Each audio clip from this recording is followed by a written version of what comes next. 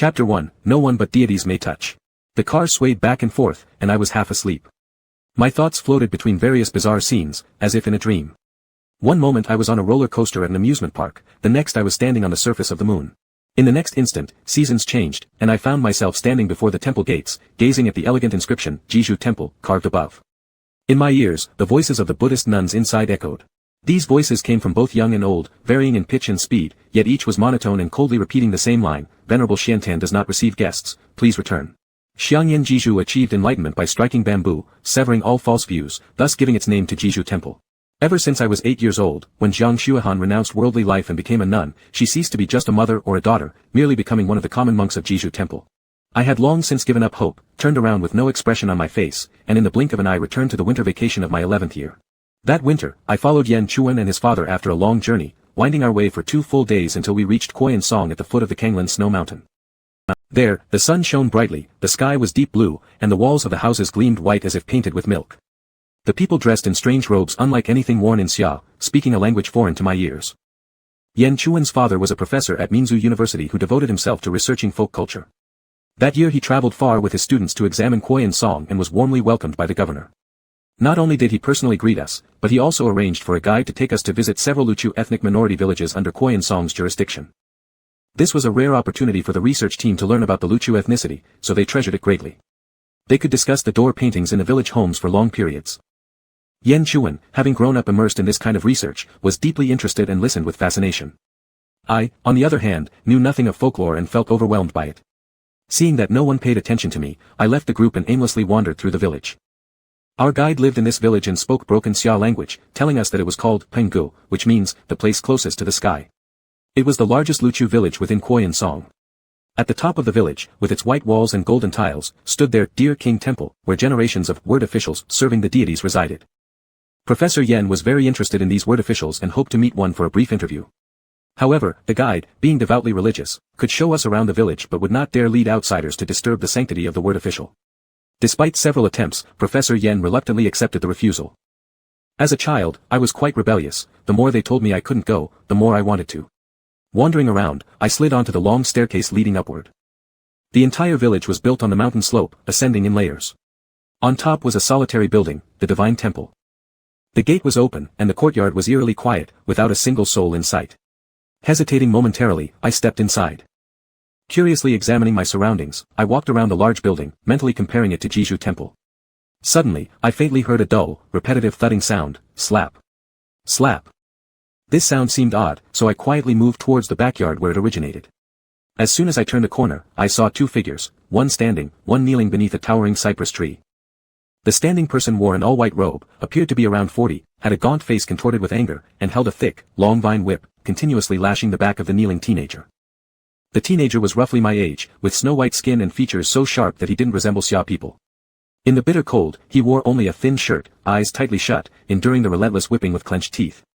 Even though sweat broke out on his forehead and nose, not a sound escaped him. The more resilient he acted, the colder the middle-aged man's expression grew, shouting curses before delivering another fierce blow. The teenager slumped forward, barely managing to support himself on his hands, almost falling entirely to the ground. Growing up in the city and educated with modern values of equality and freedom, I'd never witnessed such a thing before.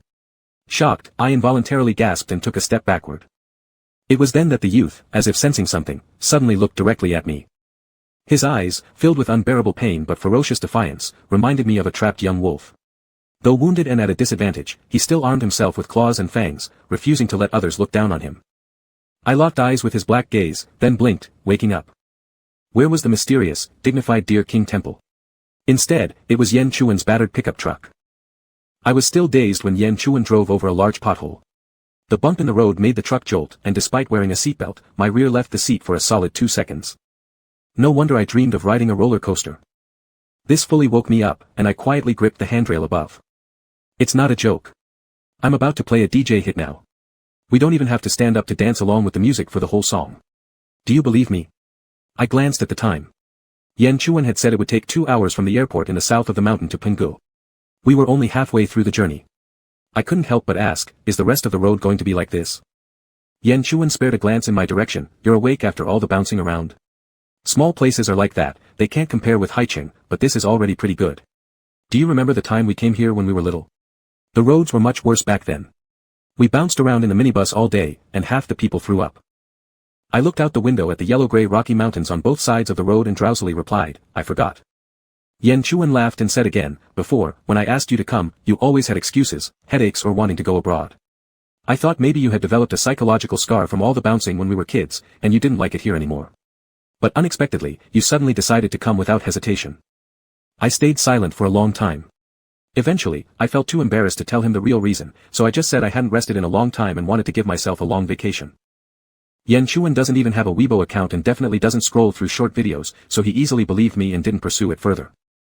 There are very few flights from Haicheng to the south of the mountain. In my haste to book, I only managed to get the 9 a.m. flight. My alarm went off at 6, and after struggling until 6:30, I forced down a cup of unsweetened Americano, dragging my suitcase to the airport. Afterward, aboard the plane, I was torn between deep sleepiness and the caffeine in my blood, alternating between sleeping and waking uneasily. Finally, when we arrived in Penghu, Yan Chuan parked the pickup truck outside the Folklore Research Institute. All I wanted to do was quickly go into the room and lie down to sleep. Unfortunately, Yan Chuan was too enthusiastic, explaining everything from the signboard of Cenlu Folklore Research Institute at the gate, making me look pale and increasingly dizzy. There are currently only me and my junior apprentice here. For 3 meals a day, we hired an aunt from the village to cook for us, but since it's a small place, supplies are limited, and the dishes are simple. Please bear with us. The yard's wall was built with grey stones, about 1 meter high. There was a pergola in the corner where a thick wisteria climbed. Unfortunately, it was now deep winter, and the plants had gone dormant, leaving only bare branches without any leaves. Lying in the yard was a small yellow dog brought back by Yan Chuan's junior apprentice Guoshu. When she visited the villagers' home, their dog had just given birth to a litter of adorable puppies. The villagers noticed her fondness and insisted on giving her one. Its name is Qian. Yan Chuan pointed to the floppy-eared puppy lying lazily in the sun and said, it wasn't originally called that. One day when it was 3 months old, it jumped onto the table without our noticing and swallowed the 2-cent coin Guoshu had left there. For the next 2 days, we had to check its stool to see if the foreign object had been expelled. Afterwards, we renamed it Qian as a reminder. As Yan Chuan continued introducing me to the surroundings, he led me upstairs to the room furthest on the side. You can rest first. Yan Chuan lifted his wrist to look at his watch and said, do you want to go out for a walk later? I was about to politely decline when I heard him say, the temple of the deity isn't far from here. If you'd like, we can walk over. I pursed my lips and swallowed the words I had prepared. All right, wait for me 5 minutes. I quickly splashed cold water on my face, tidied my hair in front of the mirror, packed up properly, and met Yan Chuan downstairs. Together, we walked towards the temple at the top of the mountain. Penghu is located deep in the mountains, with a high altitude, making it far colder than Haicheng. Even though I had a scarf wrapped around my neck and was wearing a heavy down jacket, the skin exposed to the air still stung from the freezing temperatures. You've come at a great time. In a few days, it will be the Dongfeng Festival, which is the second biggest festival here after the birthday of the Deer King. It's for praying for favorable weather and abundant harvests in the coming year. At that time, congee will be served in front of the shrine, and you can join the crowd. Does eating it prolong life or cure all illnesses? White mist escaped from between my teeth as I struggled to speak from the cold. It does neither. It's just for good luck, Yan Chuan chuckled lightly. In the early years, Kuoyan Song had inconvenient transportation, being poor and isolated with few Xia people in the region. Recently, with the government's efforts in poverty alleviation, building roads, providing internet access, and promoting tourism, even during the winter when fewer Xia people come, the Layerluck people no longer look at them strangely. 2 young women dressed in black Layerluck clothing, wearing various pearl necklaces around their necks, passed us by. They seemed to know Yan Chuan and gave him a slight smile and nod as they went by. With the bitter winter cold, they wore thick black head coverings, with long strips of fabric extending from the sides, wrapped around their necks and hanging behind them. As they moved, the silver bells tied to the corners emitted faint sounds. The Cenlu people only wear black or dark red robes in formal occasions. What's on their heads are felt covers, used for warmth and sun protection. They are usually worn only in winter, Yan Chuan explained to me voluntarily. These robes have narrow colored stripes decorated on the sleeves, collars, and hems, symbolizing the 9 colors of the 9-color deer. The belts are generally separate from the clothes and can be randomly matched. I once saw a woven belt embedded with carnelian, amber, and coral. When I received it, I didn't dare to get too close for fear of accidentally damaging it with my breath. Like many ethnic minorities, the Cenlu people also have their own faith. They believe in the mountain god of Thielan Snow Mountain, a 9-color deer that rescues all beings in times of danger. I looked straight ahead and saw the golden roof of the deity temple shining brilliantly under the sunlight. Is this why you're dressed so formally, since we're going to the temple? Yan Chuan nodded. Mostly yes. I glanced down at my puffer jacket and jeans combo and thought to myself, it's me who has shown disrespect. From the Folklore Research Institute to the temple, though only a few hundred meters away, there were over 1,000 steps. Exhaustion combined with the altitude difference I wasn't yet accustomed to made me stop frequently along the way. By the time I reached the summit, my heart was pounding so fast that it felt like my entire heart would jump out of my throat. Are you okay? Yan Chuan looked frail but astonishingly had impressive stamina, standing calmly as if he could run a marathon at this very moment. I leaned against my knees for a moment and loosened the scarf around my neck slightly. I'm fine, at least, in the past 2 years, I've hiked and climbed quite a few mountains. You should still take it easy. Yan Chuan glanced into the temple and said with a sigh. It's been so many years since we graduated from university, Bai Yin. You know, the current official speaker of the Cenlu is Mo Chuan. I paused, maintaining my stance leaning on my knees while looking at him, waiting silently for him to finish speaking. Mo Chuan is his secular name. We cannot call him that anymore. Like others, we must address him as Pinjia. Remember that, Yan Chuan reminded earnestly. Gaolang Pinjia is known as the divine bird in Buddhist legends, reputed to produce the most beautiful sounds incomparable to any human voice. In the Cenlu tribe, this divine bird became the sound transmitter, given the responsibility of official speaker, serving the deity lifelong and delivering the wishes of the tribespeople to the mountain lord. I tugged my lips into a faint smile, straightening up. I'll remember. Together, we entered the main hall, and immediately spotted a man and woman standing below the stairs. They were likely a young couple, dressed in similar dark red long robes as the 2 girls earlier, holding a baby wrapped in swaddling clothes in their arms. The mother lifted her child toward the person on the stairs, carefully handing it over. My gaze followed the movement. Silver-white robes billowed lightly in the breeze, adorned with wide bands embroidered with 9-color raindrop-like patterns on the shoulders, which danced with the felt cap, making the bells chime delightfully. Perhaps due to different materials, I felt the bells sounded even more pleasant than those of the 2 Cenlu girls earlier. The white robes appeared immaculate, almost dazzling when gazed upon for long under the sunlight. The individual extended equally pristine hands to receive the baby, lowered their felt-covered face, whispered softly to the infant in their arms, then slowly bent down and kissed the baby's forehead. This is giving blessings to newborns. Yan Chuan moved forward, but I grabbed his arm and remained quietly watching from afar. Not long after, the white-robed person returned the baby to its mother, spotting us lingering nearby. Turning his head, he looked in our direction. Through work reasons, I've attended many fashion events and high-end dinners over the years, meeting numerous good-looking individuals, including some of the hottest celebrities in the entertainment industry, yet none left such an immense impression as the person before me now. Anyone who sees the face under the felt cover would marvel at how beautiful it is. This surpassing beauty transcends gender, partially due to physical features, but more so due to the subtle divinity carried by this person. Pale skin paired with stunningly attractive features might seem more seductive elsewhere, but here, combined with a restrained demeanor, they create an indescribably sacred purity, like a blooming peony atop a snow-capped mountain. Only gods can touch it, and only sages may approach. Upon seeing Yan Chuan, the snow-peaked peony showed no change in expression, but when his gaze fell on me, it paused slightly, with an almost imperceptible frown forming on his brows. Time and seasons pass repeatedly. It's been 7 years, I've even circled the world abroad, everything changed, but the one thing seemingly unchanged is this son of the Cenlu clan's deep aversion towards me. Hey! Long time no see, I waved my hand, greeting him casually.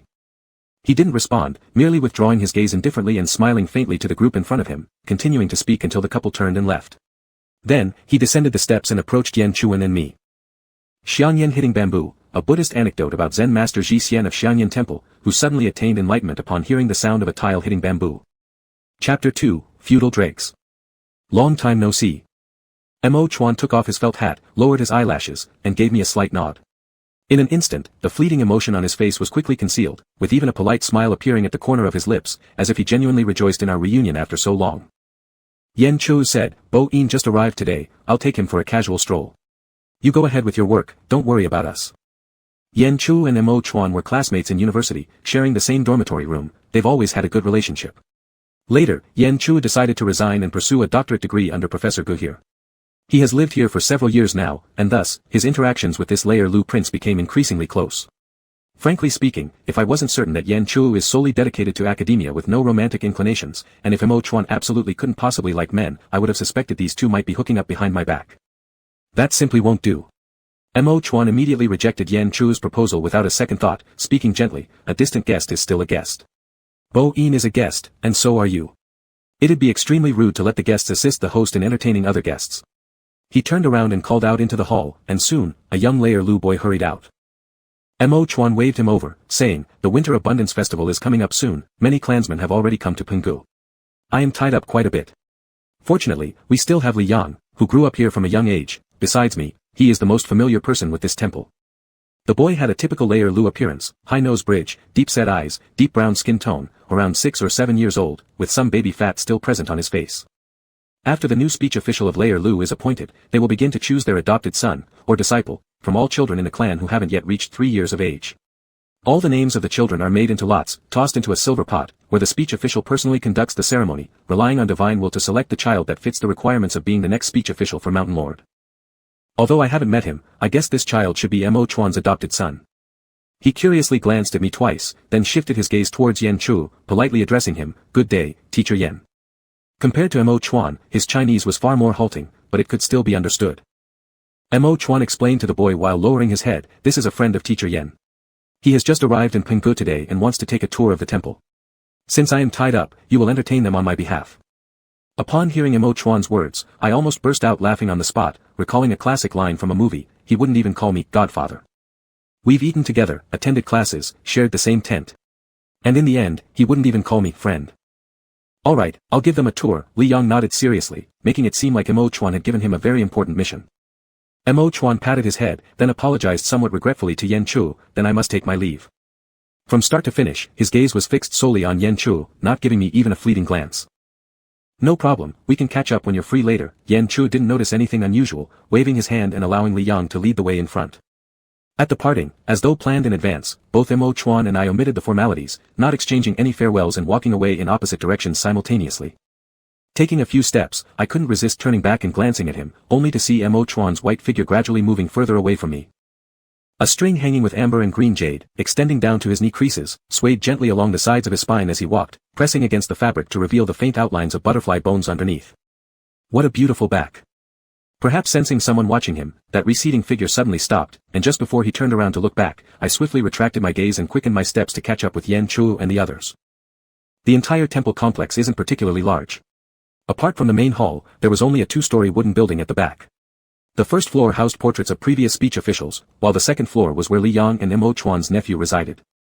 Like Buddhist monks, once selected, the speech official of the Layer Lu clan must sever ties with their blood family, renounce worldly desires, and live a life of solitude and asceticism within the temple forever. This place is the sacred ground of the whole Qiu Yen Song area, the most sacred place in the hearts of the Layer Lu people. Technically, only the speech official and his disciples are allowed to reside here. However, Mo Chuan disregarded opposition and stubbornly allowed his nephew to also move in. Because of this, the elders of the tribe nearly came to blows with him. It was only thanks to the village secretary of Penggu fearing trouble and inviting the governor to mediate, going through great efforts to reach a solution that satisfied everyone, a stay was permitted, but only until 18 years of age. These facts, of course, Li Yang wouldn't tell us. Back then, he was just a toddler barely able to walk, and I know these details so well because of Yan Chu's real-time updates back then. If something could make even Yan Chu, who doesn't usually gossip, this talkative, one could imagine how exciting things got back then. Doing the math, that child should be 16 this year. He seems to be a mixed blood with Xia people. Where's the other one if you're here? I've been curious about what the boy looks like now. They say nephews resemble their uncles, but I wonder how much he resembles Mo Chuan. Xia Gu. Li Yang tilted his head innocently and replied, "He studies in the city, it's far away, so he can only come back during winter and summer breaks. It's closer for me, but it still takes 2 hours to walk, so I usually live at school and only return on weekends." Xia Gu. I searched my memory quickly and found the corresponding word in Xia language, eagle. Li Yang looked surprised. "You know Layer Lu language?" Even Yan Chu was shocked. "When did you learn Layer Lu language?" "When?" "It was just during these past 7 years intermittently learning it.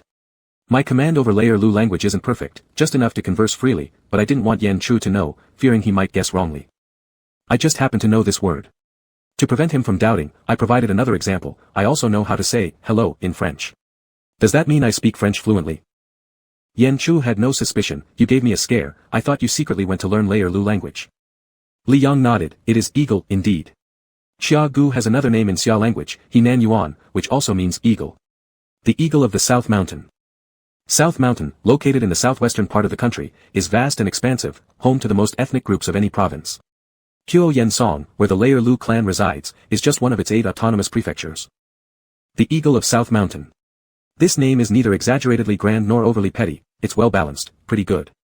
Not far from the small building, there was a row of cement brick houses by the yard wall, clearly newly built, according to Li Yang, used for washing and cooking.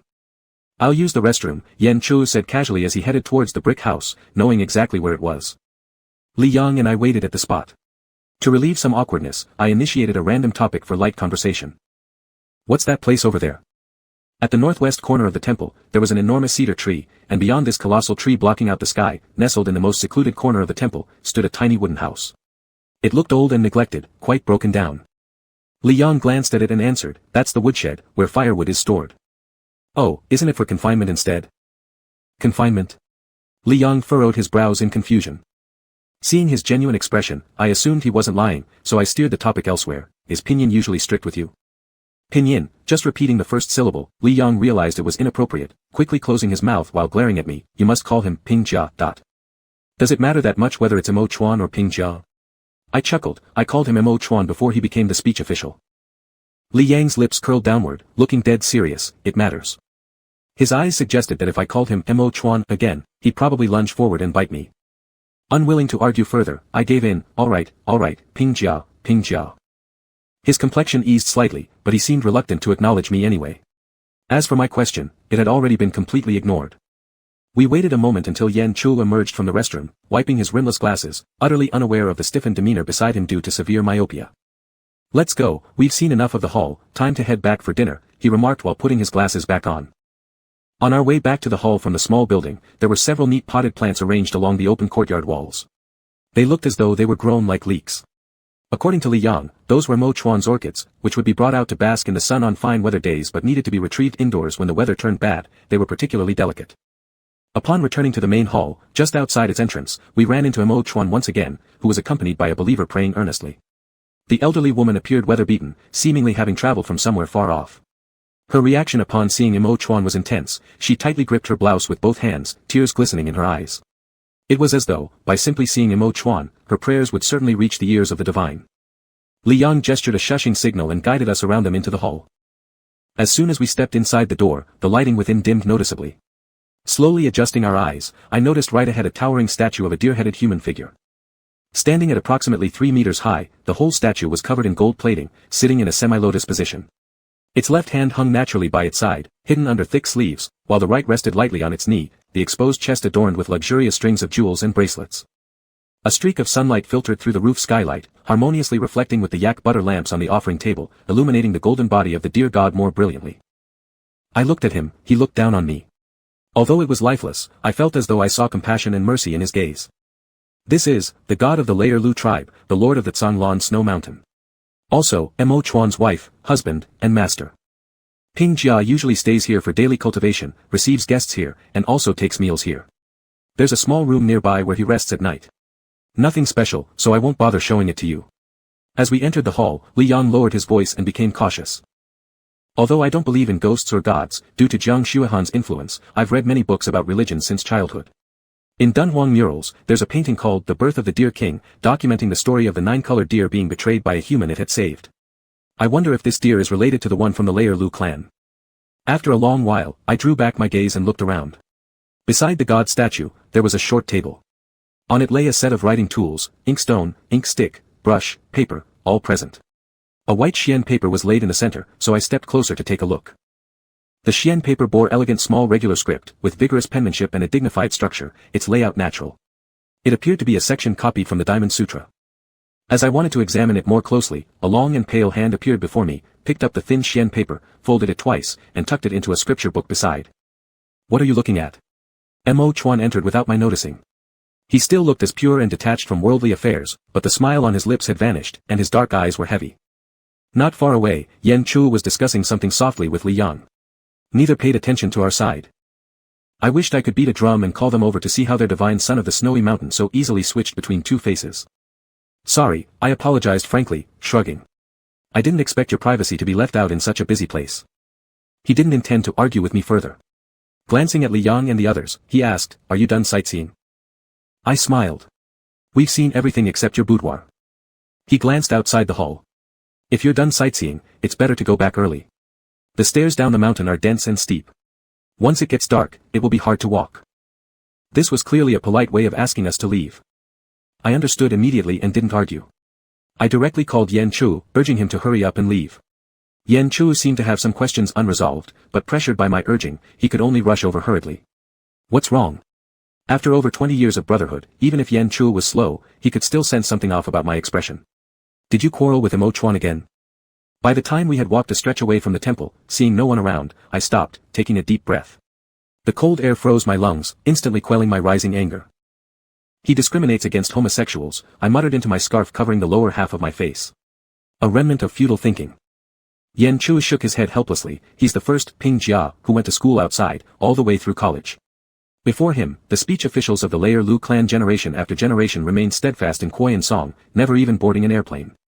With such a conservative upbringing and devoting himself to purity from a young age, it's already influenced by modern education that he can calmly talk to you. Are you expecting him to bless you? I recalled Yan Chu telling me that the Layer Lu tribe used to be very backward, even more secluded than now. Children learned only the Layer Lu culture, and few even spoke Xia language. Mo Chuan going to school was only after the poverty alleviation cadres persuaded the old speech official for a long time. I shot Yan Chu a glance, hands in my pockets, descending the steps slowly. Correcting him, I said, dropped out. He didn't graduate from university, so now he has only a high school diploma. Yan Chu hesitated for a moment, then chuckled, walking alongside me. Most of the time, he stays in the temple. If you don't want to meet him, simply avoid coming here. I nodded, not saying anything further, but involuntarily, memories of my first meeting with Mo Chuan during university resurfaced in my mind. Alternate universe, alternate universe, alternate universe. This South Mountain is not that South Mountain.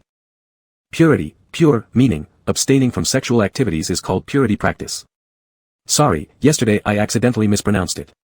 It should be Pingjia, Pingjia, Pin, is pronounced in the second tone. Chapter 3, the label called different. In high school, I realized that I only like men. The process of realization was quite straightforward and brutal. I discovered that I preferred watching soccer boys running around on the playground rather than watching girls in short skirts doing calisthenics. At that moment, I knew I was gay. Accepting my own differences was simple, it was hard to make others accept them.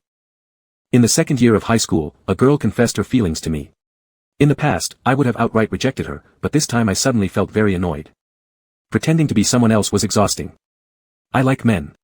So, to resolve the issue once and for all, I directly disclosed my sexual orientation. This news quickly spread throughout the entire school, even reaching the principal. He invited Bai Chifeng to come, apologizing with a forced smile, saying I might just be saying nonsense to draw attention from adults. Since teenagers at 16 or 17 are the most rebellious, they hoped Bai Chifeng would take me home and patiently communicate with me, listening carefully to the child's voice. Back then, Bai Chifeng wasn't as high up in his career as he is now, but he still held some clout in high city. Being called to school because his son loudly declared himself as a homosexual lost him face. Before we could get to a private place, he turned red-faced in anger and slapped me right there in the office. He was genuinely enraged, and his slap hit me without restraint. My face tilted to one side from the blow, ringing in my ears, and my cheek burning hot. Even my lips were cut by my teeth. Shameful disgrace. He pointed at me, what did your mother teach you? Did she leave everything to your grandmother and ignore you completely? I wiped the blood trickling from the corner of my mouth and listened silently as he cursed me. If I had known you would turn out this way, I shouldn't have let your mother take you. The principal hurriedly interjected, Director Bai, calm down, calm down. Let's talk this through calmly. The child is still young, and hasn't acted wisely. Please don't resort to violence. I calmly looked at Bai Chifeng across from me, every word cutting deep into his heart. When you and my mom divorced, I was just a kid, not suffering from amnesia. You never fought for custody, speaking of giving or taking. Who made my mom decide to renounce family life and dedicate herself entirely to Buddhism? Wasn't it you? The later part of Jiang Xuehan and Bai Chifeng's story, I personally experienced and remember vividly, whereas the earlier parts were what I heard from Grandma. In short, it was a hackneyed tale about a miss marrying a man who climbed the social ladder. Miss, full of passionate love, went against her family's wishes and resolutely married the penniless social climber. At first, when the Phoenix man needed help from his father-in-law's family, everything was fine, and he followed every command of his wife. Later, after establishing himself, he ascended higher and left the Miss behind.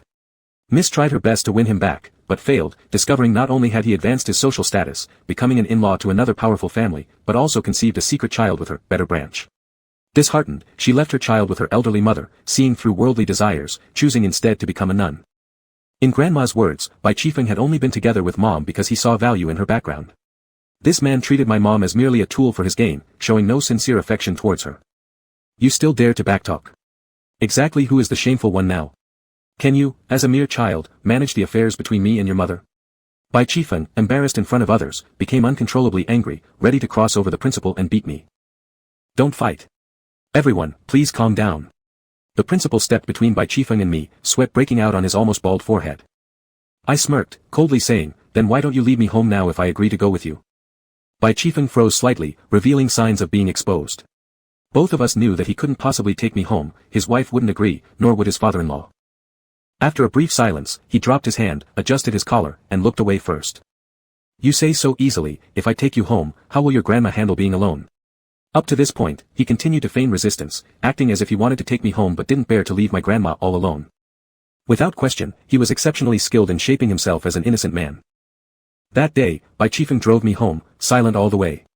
As we reached the entrance of the neighborhood and I opened the door to get out, he suddenly called me back.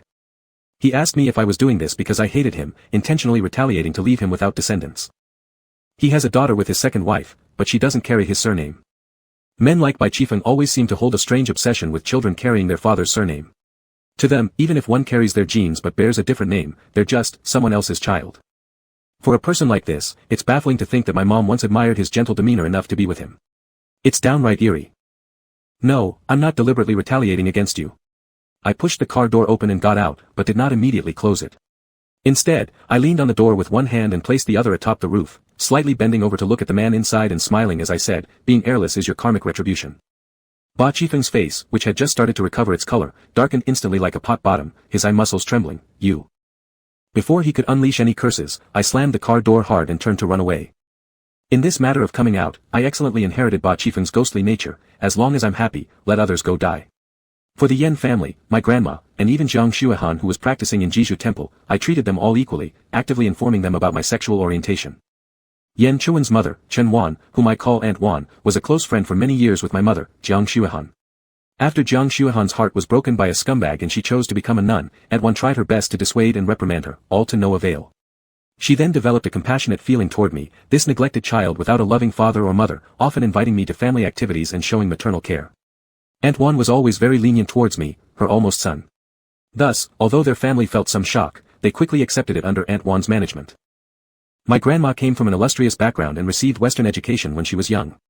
Her only regret in life was giving birth to my mom, who was completely brainwashed by love. Though her thinking was rather liberal, she was still startled by my announcement. But she didn't scold me, instead, she believed it was all the fault of the adults. She cried a lot, alternately berating both Bai Chifeng and Jiang Xuehan. After a week-long cold war with me, she gradually let go.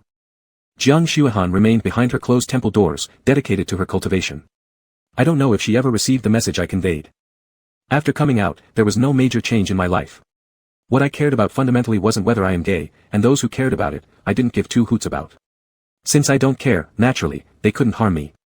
With the pressure of studies intensifying since sophomore year of high school, I was fully focused on preparing for exams and had no time to bother with anything else. The cold glances and pain brought by coming out thus quietly slipped past me. As the seasons changed, Yan Chuan and I were admitted to the same university, though he went to the law school, while I entered the art department.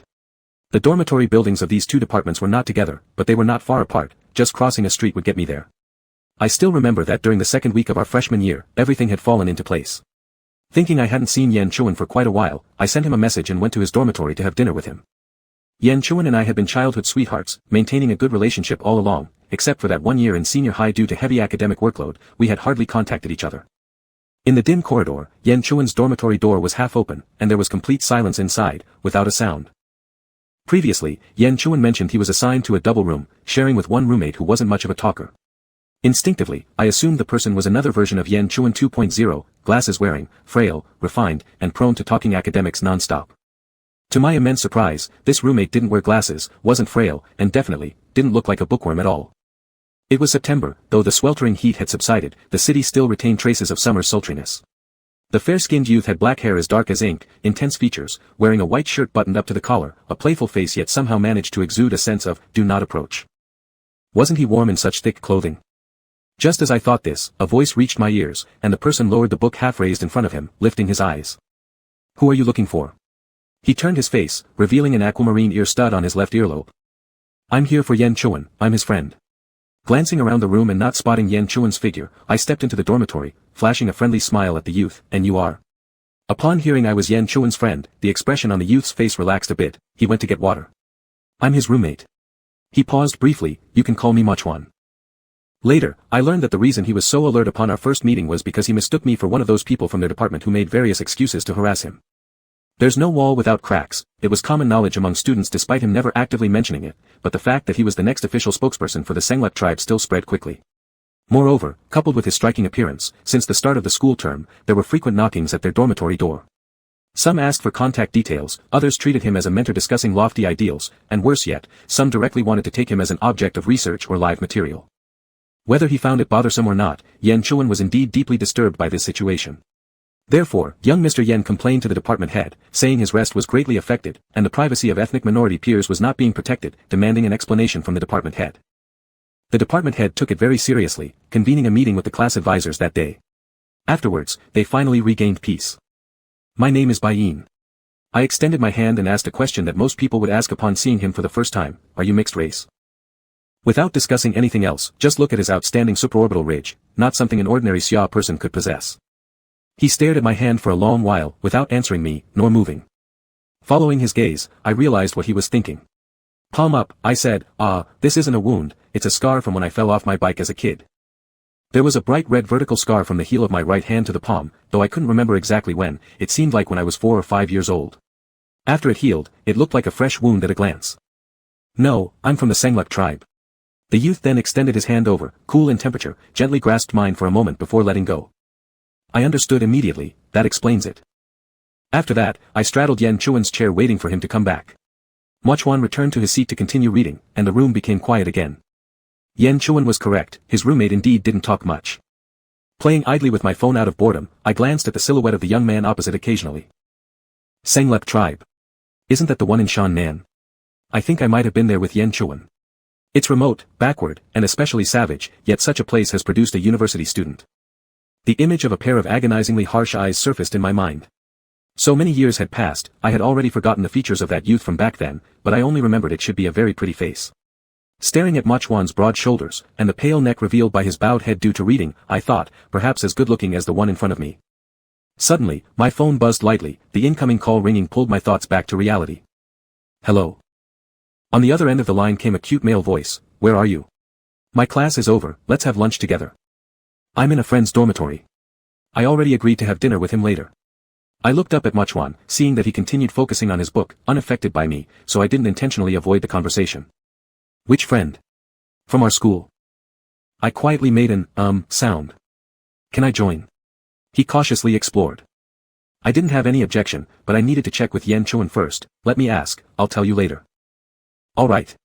He lowered his voice, emitting a meow sound, love you. To be honest, I'd already forgotten what he was called or what he looked like. I just remembered he seemed to have a baby face. We met during freshman military training where he gathered enough courage to approach me, asking if I was single and whether we could give it a try. At that time, I was exactly being bothered to death by Ba Qifeng, a rebellion surged inside me and I agreed. However, this relationship lasted only a short while. After about 3 months of dating, he broke up with me, saying I couldn't provide him with a sense of security. Hanging up the phone, only the soft rustling of pages turned remained in the room. A sudden impulse hit me, I leaned over the chair back, unpredictably asking, Mochuan, do you want to join us for lunch? Anyway, whether it's more than 1 or 2, it makes no difference. The rustling ceased abruptly, Mochuan slightly tilted his head, looking somewhat surprised. But soon, that surprise disappeared, replaced by a polite yet distant smile. Thanks, but no, you guys go ahead. Thinking he might think I was just politely inviting him, I tried again, join us, it's just a casual meal. Really, it's unnecessary. Seeing his firm refusal, I could only give up, alright, then we'll catch up next time. As the words left my mouth, Yen Chuan walked in holding a kettle. You're here so early. I was just about to call you. He placed the kettle under the windowsill and suggested, let's eat at that place across the road from the west gate. Their stir-fried pork is good. I stood up, would you mind if we add one more person? Who? My boyfriend. Yen Chuan was greatly shocked, you've got a boyfriend already after only 2 weeks of school. I arched an eyebrow, what? Does our school have a rule against freshmen dating? Not really, but your speed in getting a partner is too fast. Yen Chuan hesitated uncomfortably, I didn't prepare. You could have at least notified me a day ahead, I could buy a welcome gift. I stepped close and hooked my arm around Yen Chuan's neck, laughing, just having a meal casually, aren't you silly to even consider a welcome gift? Do we need to present formal invitations beforehand? He straightened his askew glasses and replied, that would be the best course. The two of us laughed and walked towards the door. Near the doorway, Yen Chuan seemed to remember something, suddenly stopping his steps. Mochuan, do you want to join us for dinner? Before I could explain that I had already invited him, my gaze shifted, meeting unexpectedly with the boy's cool stare. Ma Chuan and I unexpectedly locked eyes, though it might not even last a second. He diverted his eyes away instantly, yet I still caught a glimpse of something familiar in his eyes. This was quite different from the initial cursory glance. It was a subtle scrutiny, one that carried strict standards known only to him. In an instant, he had categorized me and labeled me accordingly. Thanks, but no, he smiled at Yan Chuan as he declined, it's not a good match. It was a label named Outsider. Chapter 4, Civilized Dog Ownership by You, Me, and Him. Get up by Ian. The sun is on your butt. I forced my eyes open from a deep sleep. All I could see was an unfamiliar ceiling. The curtains in the research institute were thin, offering poor light blocking, and the sunlight seeping through was so sharp it hurt my eyes. It's 9 o'clock, until when do you want to keep sleeping? Your breakfast has gone cold. Yan Chuan's shouts from outside persisted relentlessly, more irritating than cicadas in midsummer. I wiped my face, paused for a moment, then suddenly turned over. I'm coming, stop shouting. After brushing teeth, washing face, and finishing breakfast, Yan Chuan, holding a dog named Qian, asked if I wanted to go for a walk around the village together. Since we arrived late yesterday and went straight to dinner after returning from the Deer King Temple, we hadn't had time to visit any other places. Since we were here already, there was no way we would stay only in the small courtyard of the research institute.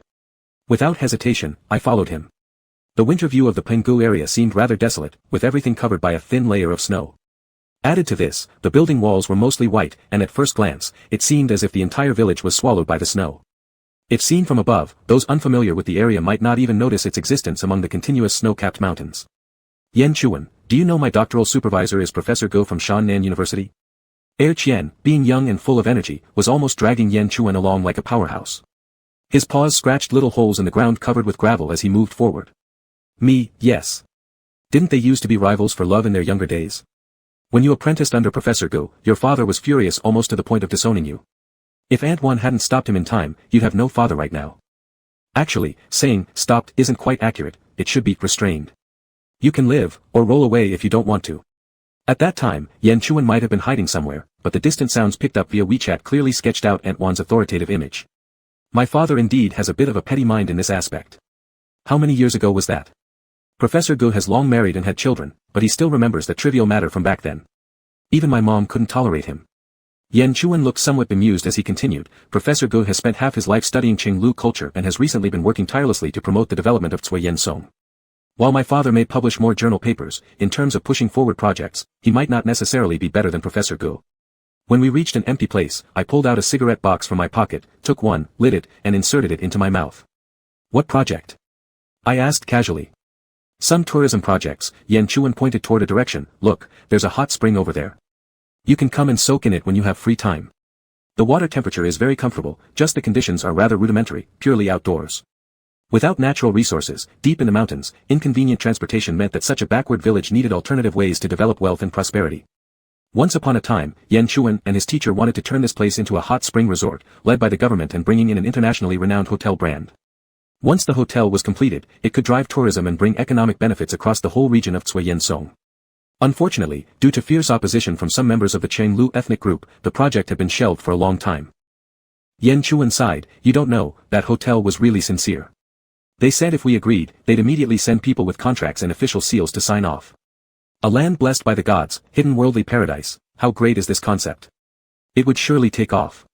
This damn weather, even though the taste in my mouth is familiar, each breath seems tainted with a tinge of hardship from this place. I said, isn't solving Mo Chuan enough? He's the spokesperson, the representative of the gods. If he says to build a hotel, who would dare oppose it? You don't understand, although he is the spokesperson and deeply respected and loved by the Cenlu people, the Cenlu isn't his sole decision-making domain. He always needs to consider the opinions of his clan members. I smirked, providing a plan, as long as he claims it's divine will, who would dare question? Yan Chuan was startled and subconsciously glanced left and right. Seeing there was no one around, he exhaled in relief, this is within the boundaries of Cenlu territory, never repeat these words to anyone else except me. Qian found a perfect spot to squat and defecate. Who else would I tell? Mo Chuan. With a cigarette between my lips, I noticed Yan Chuan pull a bag from his pocket, pick up the dog's poop, and was momentarily dumbfounded and shocked. Are you seriously picking up its poop? It's odd enough to walk dogs here, and he actually picks up the poop. Yan Chuan packed the poop neatly, tied the plastic bag, stood up, and gave me a strange look, what else am I supposed to do? I pondered for a few seconds, bit down on the cigarette, and exposed my hands to the cold air, giving him slow applause. Awake the deaf and enlighten the blind, Comrade Yan. With that bag of poop, Yan Chuan guided me to the hot spring pool in Penghu. The pool was encircled by short brick walls, without locks. There were only 2 worn wooden boards loosely covering the entrance, which easily opened with a gentle push. Inside, there was a series of funnel-shaped steps leading downwards. At the bottom lay a steaming hot spring. The pool wasn't large, about 3 meters in diameter, but the water was very clean, with a light bluish tinge. During the rainy season, there will be more water. Yan Chuan asked if I wanted to go down and feel the water temperature. I looked down at my outfit of short boots and jeans, then saw the snowy steps, so I declined out of self-preservation. In the afternoon, Yan Chuan wrote documents inside the house, while I pulled a chair over, picked up a tablet, and started sketching on the balcony. Over the past couple of years, work had gotten busier year by year, and I rarely had time for such leisurely pursuits anymore. I was always either rushing to meet client deadlines or participating in various exhibitions. With every stroke, I sketched out the distinctive white building clusters of Penghu and the continuous snow-covered mountains far away. Modern technology is really great in this aspect. With just one tablet and an electronic pen, it can simulate all the brushstrokes you could possibly think of. Halfway through my drawing, I took a break. When I picked up my phone, it was filled with missed calls and unread messages, most from colleagues at the studio. I guessed they were likely called by Huang Furo. Since I suddenly went missing, she must have been furious. Rising to prepare myself a cup of tea to warm up, I suddenly heard someone calling me downstairs. Looking down, it was Yan Chuan, dressed neatly. "Bai Yin, I'm going to pick Guoshu from the neighboring village. Could you take the dog out for a walk later?" he asked, looking up. Bad timing, Guoshu had just gone to that neighboring village for some field study a few days ago, so we didn't get to see her. I glanced at the little local dog lying on the ground chewing on a bone and readily agreed, "Sure, but I want to make something clear first, I am not picking up after its poop." Yan Chuan quietly looked at me, without saying anything, just with a calm, tolerant gaze, like his mother. Seriously, my hands usually come into contact with the world's most expensive and beautiful stones, and you're asking me to pick up dog droppings? Yan Chuan continued to look at me with that kind, loving gaze, as if silently saying to me, "You can do it." After a long standoff, I caved. I'll do it, alright. Civilized dog ownership depends on everyone. Protecting the environment requires all of us. Yan Chuan only then revealed a satisfied smile, waving his car keys and turning to leave. With a loud plop, a steaming pile of dog feces hit the ground. The little local dog finished pooping, joyfully spun half a circle, and innocently looked up at me as if urging me on. I prepared myself mentally, raising my hand covered with 2 layers of plastic bags, turned away my face, and bent down toward the pile. The texture was somewhat soft and still warm. I closed my eyes briefly, calming the rising nausea. Why don't I just stick to being a good jewelry designer? Why the hell did I travel all the way here to pick up poop? As I stood up and tightened the bag's opening, just when I was about to head back, I suddenly realized something was missing from my hand. Baffled, I clenched my fingers, then suddenly looked up. Under the dimming orange sunlight, Chen dragged his leash, chasing a colorful rooster some distance ahead. F***K, stop right there. I rushed after him, never letting go of the bag of poop. Gobble gobble. Woof. Chen. A chicken, a dog, a person, ran towards the sunset across the winding long staircase. Watching the yellow puppy getting farther and farther away, I gritted my teeth and hurried faster, my chest feeling tight, my throat tinged with the taste of rust. At the end of the long staircase was the Deer King temple we visited yesterday. I secretly prayed that Chen wouldn't go inside, yet the next thing I knew, both chicken and dog darted into the temple. A few seconds later, a loud crash resounded from within. Good job. I deeply inhaled a breath, rushed several steps into the temple, and barely managed to steady my breathing before seeing the scene that made me nearly faint. The rooster had disappeared, leaving Chen pacing anxiously by the wall, seemingly having jumped over it and flown away. There were originally dozens of flower pots neatly placed along the courtyard walls, now left in disarray from their chase. Orchids weren't untouched either covered in suspicious chicken feathers or partially bitten by dog mouths, defaced. Worst of all, a green glazed square orchid pot had been knocked over and broken into 8 pieces, the sight of it gruesome and pitiful. The sole consolation was that nothing was planted in the pot. Chen, unaware of the trouble he'd caused, walked a few steps toward me when he saw me arrive. I suppressed my anger, trying hard to keep my expression as normal as possible, taking slow steps closer to him. Don't move, Chen. If you let me catch you and give you a good spanking, we'll consider it even. We'll compensate for the pot and happily return home together, okay? Staring at Chen's innocent puppy eyes, I unilaterally declared the result of this negotiation, all right. I lunged forward, and as if predicting my move, Chen nimbly dodged. I lost my balance entirely, collapsing forward onto my knees, my hands pressing into the rough gravel ground. A fiery pain quickly spread through my palms. Together with the pain, there came a strong stench, an unmistakable sign that my fall had broken the bag in my hand. In an instant, I froze, mentally cursing every foul word I knew in all my life. Bai Yin. The sound of beads gently clinking together reached my ears. I raised my head inch by inch like a rusted clock, locking eyes with Mo Chuan who had arrived upon hearing the commotion. What are you doing here? He kept his gaze lowered and stopped about 2 meters away from me. Er Qian wagged his tail wildly, circling around Mo Chuan while panting loudly. Loyal dog. I cursed under my breath as I struggled to get up from the ground, trying my best to maintain a calm expression, pretending nothing was wrong. I accidentally tripped. Could I borrow your restroom? Mo Chuan's gaze dropped to my half-raised hand, his eyebrows furrowing slowly. Then, he silently stepped aside to let me pass. He seemed to be making a great effort not to show disgust, turning his face away. Humiliation. Feeling a lump rise in my chest, I turned on my heel and walked toward the restroom without looking back. Chapter 5, No One Deserves It. After dealing with the dog mess, I scrubbed my hands thoroughly with soap, front, back, and even between my fingernails, until my entire hand began to wrinkle, and the tiny cuts on my palm turned pale. Only then did I dry my hands and return to the front courtyard. Qian was securely tied to a pillar in the grand hall, while Ma Chuan and the shattered flower pot had disappeared without a trace. You can't just break things and leave. I hesitated for a moment before stepping into the grand hall. The divine child dressed in white robes sat behind a low table near the deity's statue. Just like last time, writing brushes, ink, and paper were laid out on the table. How much is that flower pot? I'll compensate you. Ma Chuan didn't even look up as he said, no need. It's not worth much. The lighting in the grand hall was rather dim, even during the day requiring illumination. However, perhaps to avoid letting modern fixtures disrupt the sacredness of the temple, even the lights gave off an orange hue similar to candlelight, primitive and obscure. I plopped down across from him cross-legged and said, the flower pot broke because the dog knocked it over, but the dog only ran loose because I didn't hold its leash properly. So ultimately, the responsibility is on me. I don't want to owe you anything, so be straightforward, tell me how much it costs or else I'm not leaving. Only then did he raise his eyes to glance at me. After a moment, his gaze returned to the partially completed character by the side, completing the remaining strokes as he calmly uttered 2 words. Whatever. He can be casual, so can I. I'll sit here and watch him copy scriptures. As long as I'm not uncomfortable, it's others who will feel awkward. Suddenly, my phone vibrated. I opened it to find Jiang Bushu had sent me a message asking if I was available this Saturday for lunch and a theater performance. My hand hurt from falling earlier, and washing it in cold water had stiffened my fingers, making typing difficult. I could only send him a voice note. I'm traveling outside and not in High City, find someone else. Jiang Bushu and I have a mutual friend. We met at a party where he worked at a well-known advertising company, not involved in design, but we still found common ground, and gradually got familiar with each other. I can sense his attraction to me. He often makes excuses to invite me to dinner or sporting events, though he hasn't explicitly expressed it, and I've just pretended not to know. As soon as I sent the voice message, my phone rang immediately. I furrowed my brows at the vibrating phone and pressed the answer button. Where are you going? Jiang Bushu's voice wasn't particularly impressive, yet carried a tinge of intimate affection. Mount Nan. I decided spontaneously. My childhood friend lives there, and I've been free lately, so I came to visit. When do you plan to return?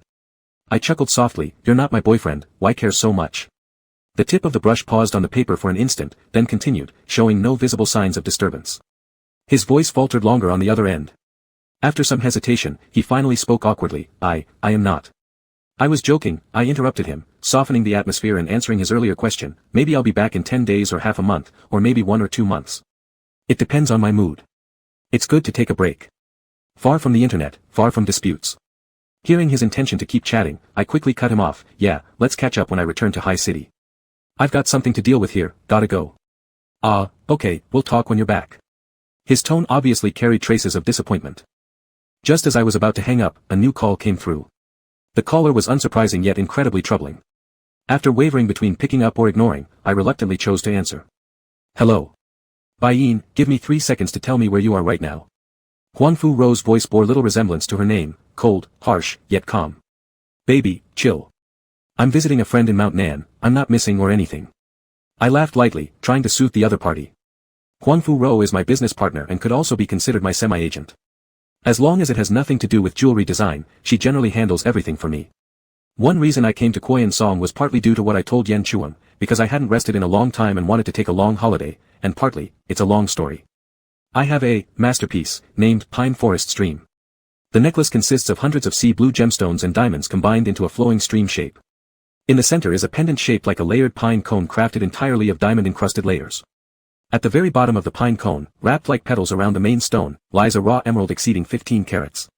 Since it isn't cut, the raw emerald presents a jade-like texture unlike regular emeralds, with a very light color, resembling a pine forest faintly visible through clouds and mist. It took me over 3,000 hours in total to create this necklace, and the inlaying technique for the pine cone alone exceeded 1,000 hours. In search of the perfect emerald, I even flew around to all the major emerald origins, selecting the most satisfactory stone from over 1,000 options. This masterpiece not only garnered significant attention at my graduation exhibition but also earned me 2 prestigious awards at one of the most important jewelry design competitions, the Star Color Award for Best Design and Best Inlay Techniques. It was the piece that brought me fame and opened the door to the world of high-end jewelry design. For 3 years after that, countless people tried to buy it from me, yet I never wavered, no matter how much they offered. I wouldn't even let others wear it, and if it was borrowed, a strict contract had to be signed. That's why when I came across an image online of Heng Jiafei wearing my necklace on the latest issue of Mima magazine, and she became a trending topic due to how well it matched her, I was caught completely off guard. Heng Jiafei is a somewhat famous film and TV star in recent years. Given her status, wearing my jewelry wasn't demeaning to her, but it couldn't be Pine Forest Stream. How could it possibly be Pine Forest Stream? Before this incident, I'd already been sleeping only 3 or 4 hours a day because I couldn't sketch out a satisfying design draft. Sleep deprivation and anger made me lose my cool. I reposted the original Weibo post and commented with highly incendiary words. She doesn't deserve it. With my official Weibo certification, there was no denying it, a single stone causing a huge ripple. Soon, Heng Jiafei's fans swarmed my Weibo, accusing me of being irresponsible and demanding that I delete the post and apologize immediately. Already boiling with frustration, I immediately responded to some particularly offensive comments. At Baiyin, undeserving means undeserving. Do I need you to teach me how to talk now? // at the cutest little pig, what does undeserving mean? As the designer, creating such beautiful jewelry is impressive, but doesn't give you license to talk nonsense. At Baiyin, why do I want more attention? Am I trying to get acting jobs? / at Feibao Big Treasure, crazy for attention, are you serious? Don't always try to piggyback on others. It's disgraceful. At Baiyin, there's worse coming, get lost, / at Blue Frog River, you're being way too harsh. Just because you designed something fancy doesn't make it untouchable. If Miss Heng is kind enough to wear it, she's giving you face. In the middle of this heated argument, Huanfu Rou called to explain the situation to me. Heng Jiafei really liked Pine Forest Stream and even wanted to buy it before, remember? But you refused her. Then she asked to borrow it. Hearing from insiders that her personality was domineering, I feared trouble and didn't lend it to her. But this time we underestimated things, we didn't expect her to borrow it through Mima. She added resentfully, I've checked with Xiaomin. That day she kept watching the necklace the whole time except for a quick bathroom break, which lasted just about 2 minutes. They must have taken advantage of her absence to wear it without permission. We should have sent 2 people to monitor the situation. Even if one went to the restroom, the other could have kept an eye on things. But that day everything happened so quickly, and the venue was filled with important figures. Huanfu Rou thought nothing would go wrong and sent only one assistant. In the dark, I stared at Heng Jiafei's solo cover picture on my computer screen, pinching the cigarette and inhaling deeply, then irritably stubbed it out in the ashtray next to me. The ashtray hadn't been cleaned in days, it was almost full. What about the contract? I'll sue them. We're still waiting for their return. The editor and I are friends, so I lent it out beforehand. It's my dereliction of duty, I'll bear all consequences. After 4 years of working together, she had only made this one mistake. Even with her stern nature, she likely felt as bad as death herself, but punishment was still necessary. In the end, I merely symbolically deducted a month's salary from her. After a night's deliberation, the next day Huanfu Rou used the studio's Weibo account to issue a statement clearly stating our position, criticizing Mima magazine for disregarding the contract clause, no individual shall wear it, allowing Ms. Heng Jiafei to appear on the cover of the latest Mima issue wearing Pine Forest Stream. Very soon, both Heng Jiafei and the magazine issued responses. Heng Jiafei claimed ignorance of the agreement between the magazine and me.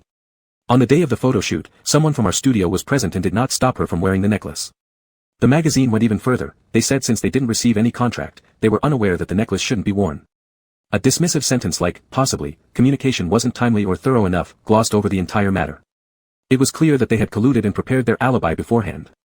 This incident thus became a classic case of conflicting narratives, with everyone sticking to their own version of events. However, it was more or less 2 against 1, leaving me on the losing side.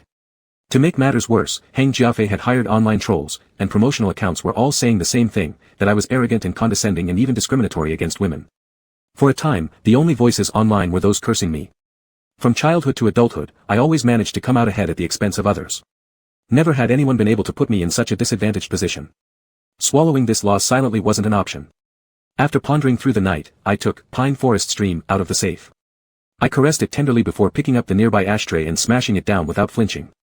Emeralds are very fragile gemstones, they naturally contain numerous fractures and easily break into pieces. Paired with the now deformed pine cone, it resembled a smashed kiwi fruit. I took some pictures, edited my text, and posted them. #It's ruined, no longer needed #. Thereafter, it felt as though I had stirred up a hornet's nest, comment sections and private messages were inundated with vitriolic curses. I ignored them all, uninstalled Weibo, and dialed Yan Chuan's phone number, immediately buying a plane ticket to fly overnight to Shannan. So, actually, I came here just to dodge the backlash. Did you really smash Pine Forest Stream? Huang Fu Rou asked, her voice slightly hoarse. The smile that lingered on the edge of my lips diminished somewhat before deepening again. Yes, if you go to my place right now, you could still collect its remains. Huang Fu Rou was speechless for a long while, evidently shaken. Letting her face the internet's wrath alone made me feel somewhat guilty, so my tone softened further. It's fine, they can't affect me. And you don't need to. Bai Yin, is it really necessary? There was weariness in Huang Fu Rou's voice. Aren't necklaces made to be worn? If you think Heng Jiafei isn't worthy of wearing it, then who is? These words had likely been festering inside her for quite some time, and today provided the opportunity to finally vent. The lapis lazuli earring on Imo Chuan's left ear emitted a rich purple hue under the warm lighting. The clouds-back pendant he wore wasn't the same one from yesterday. Today's version looked like a long string of pearls from the front, while the back design wasn't clearly visible, but it too would likely have been simple and elegant. In truth, his striking features weren't particularly suited to plain jewelry. More extravagant designs would complement him better, ensuring he didn't overshadow the accessory entirely. No one is worthy, I said softly. Are you designing necklaces for celestial beings, then? Huang Fu Rou nearly laughed herself into exasperation. You could think so, I replied curtly, distracted by the 2 calls and having lost interest in prolonging my encounter with Imo Chuan. Rising to leave, I readied myself to hang up. I'll return in a while. Love you, Bao Bao. Wait. Before she could finish speaking, I cut the call. Tucking my phone back into my pocket, I walked out resolutely without intending to bid farewell to Imo Chuan. Just as my foot crossed the threshold, I heard low syllables from behind me, both familiar yet strange. I froze mid-step, incredulous as I turned around. What did you just say? Imo Chuan slowly balled up the paper in his hand, meeting my gaze unperturbedly, showing not the slightest hint of guilt at being caught. I was wishing you a safe journey, he said flatly, never breaking eye contact. My mind churned violently within. Balderdash. You were just using layer-luck dialect to call me frivolous. Chapter 6, How does he know that I'm frivolous? If I were frivolous, there probably wouldn't be any decent people left in this world. I was about to turn around and reason with Mochuan when a sorrowful sob suddenly came from outside the door. Soon after, a dark-skinned old woman was weakly led into the hall by a young couple. Mochuan stood up immediately and walked around the low table to greet them. Pingjiao. Pingjiao. The old woman, who had been unsteady on her feet, suddenly found strength upon seeing Mochuan. She broke free from the arms supporting her, and trembling, lunged forward to grab his hem, kneeling before him. The old woman had a heavy accent and kept muttering about how she was no longer capable, but before she died, she wanted Mountain Lord to help her find her daughter who had left home. Speak slowly, Mochuan held her arm and lifted her up steadily from the ground, speaking gently in contrast to his earlier demeanor. I watched for a while but couldn't find a way to interject, so I went outside, untied the rope of my dog Urchin, and led it away. Guoshu's return meant everyone was gathered. At the dinner table, as a northerner, she suggested having a bit of alcohol to celebrate. Yan Chuan's tolerance wasn't great. He originally didn't want to drink, but unable to resist her insistence, eventually still went to the cabinet and took out a jar of locally produced sorghum liquor from Shannan. Just have a little. This wine has a strong kick, don't overdo it. Yan Chuan specifically warned us before drinking, but nobody at the table paid attention to his words, and in the end, the whole jar of wine was finished. 1 jean of wine, Guoshu drank half, I drank 4 taels, Yan Chuan only had 1 tael. When we all passed out, there was still half a tael spilled on the table. It was good wine, quite potent. After sending Yan Chuan back to his room, I felt the alcohol hit me, making my whole body feel warm. Back in my room, I lit a cigarette and stood by the window, smoking to sober up. How quiet it was, so quiet that even breathing seemed excessive. Having gotten used to the hustle and bustle of traffic, such a quiet night truly felt unfamiliar. The rear window of my room faces north, without any obstructions, giving a clear view of the temple high above. Under the moonlight, the golden roof no longer shone, and the white walls had also grown dim. Through the naked eye, I could only see a blurry outline in the distance. Frivolous. In the first 2 years of university, I did have a slight inclination towards being frivolous, changing partners frequently. The first lasted 3 months, the second 2 months, and the third one was the longest, almost half a year, but is having 3 partners in 2 years really that excessive? Half a year with the third partner was even done online. And starting from the 3rd year, I focused entirely on my studies and never accepted anyone's confession again. If I were frivolous, why not change weekly instead of yearly? Being frivolous, my ass. I cursed through gritted teeth. 7 years ago, when he returned to Cenlu during the summer vacation between his junior and senior year of college, I thought he would at least finish school, but it turns out he just left without notice. We haven't seen each other since then. How does he know I'm frivolous? No, I can't go to bed tonight unless I get a clear answer. I've always lacked patience, and alcohol only amplified that impatience. I wanted to do what I had in mind immediately, unwilling to wait even a moment. Putting out the cigarette on the windowsill, I grabbed my coat and headed downstairs. As I passed by Urchin's doghouse, it looked up curiously at me. I pulled on my down jacket, put my index finger to my lips, and shoo-ed it quietly. Whether it understood or not, it lay back down afterward. The night was quiet in Penghu, and also cold. The warmth I got from drinking dissipated quickly in the icy night breeze. Hunching my neck as I approached the temple gate, I first glanced around, saw no one, then squinted and peered through the crack in the door. It was pitch black inside, I couldn't see anything. Even putting my ear to the door revealed nothing. Walking halfway around the temple, I discovered the wall, though tall, was made of brick and therefore not without footholds. Finally, the rock climbing skills I learned in outdoor survival class came in handy. I rolled up my sleeves, stretched my limbs, and observed the wall in front of me. I slowly backed off, then sprinted, and in one swift move, my foot landed on the protruding edge of a brick. Using that as leverage, I leaped upward, my hands managing to grab onto the top of the wall just in time. With the planned route fresh in mind, I forcefully pushed off with the other foot and easily swung myself atop the wall. From this position, the view was excellent, both the front courtyard and the main hall could be seen clearly. The yard was quiet, the only sign of life was the faint yellow light coming from the window next to the main hall. That must be where Mochwan lives. It's so late, how hasn't he gone to sleep yet? Aren't people here supposed to sleep by 8 o'clock on average? Now. I patted my pockets, realizing I didn't bring my phone. Forget it, I thought as I sat astride the wall. It doesn't matter. What matters is. What exactly is it? My head felt like it was wrapped in a fog, creating a convoluted mental labyrinth that made thinking sluggish and difficult. Ah, right, I came here to settle the score with Mochwan. Thankfully, despite being slow, I eventually remembered. Far away, the distant lamp flickered, casting an indistinct shadow on the curtain. How could someone's shadow look so good? I was thinking fuzzily, seeing the figure taking off one piece of jewelry after another, seemingly getting ready to sleep, and I became a bit anxious. I had to ask him while he was still awake. I flipped over the wall and jumped down. But perhaps because of the alcohol, I lost my balance and knocked over a nearby flower pot. There was a soft sound, and I didn't get a chance to see if the flower pot broke before noticing the shadow on the curtain paused. The person halfway through undressing pulled their outer robe back on. Who's there? Seeing that he was moving towards the window, I didn't dare stay longer. In a hurry, I returned the same way I came, but again lost my footing as I jumped down, rolling clumsily for half a circle before dizzily standing up. Afraid Mochwan might come out to check, I didn't even have time to brush off my clothes, stumbling all the way back. When I got back to my place and took off my clothes, I noticed a tear at the corner, revealing the goose down inside. The thievery attempt failed, costing me a piece of clothing. Feeling unlucky, I sprawled onto the bed in the shape of a cross, letting the room's heat envelop me as I mumbled complaints with my eyes closed. In the following days, I felt somewhat guilty and didn't approach the temple again.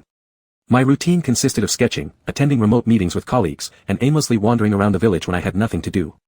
I'm naturally an extrovert, so it didn't take long for me to become familiar with the villagers. I even started calling the village chief Nyapeng brother. Unlike city officials, rural officials in remote areas handle more diverse matters, covering almost every aspect of life. If a villager lost power, he'd go fix it, if there was a quarrel among villagers, he'd mediate. Sometimes when I had nothing to do, I'd join him just for fun. One day, a family in the village suddenly couldn't connect to the internet, and Nyapeng came to ask if I knew how to fix it.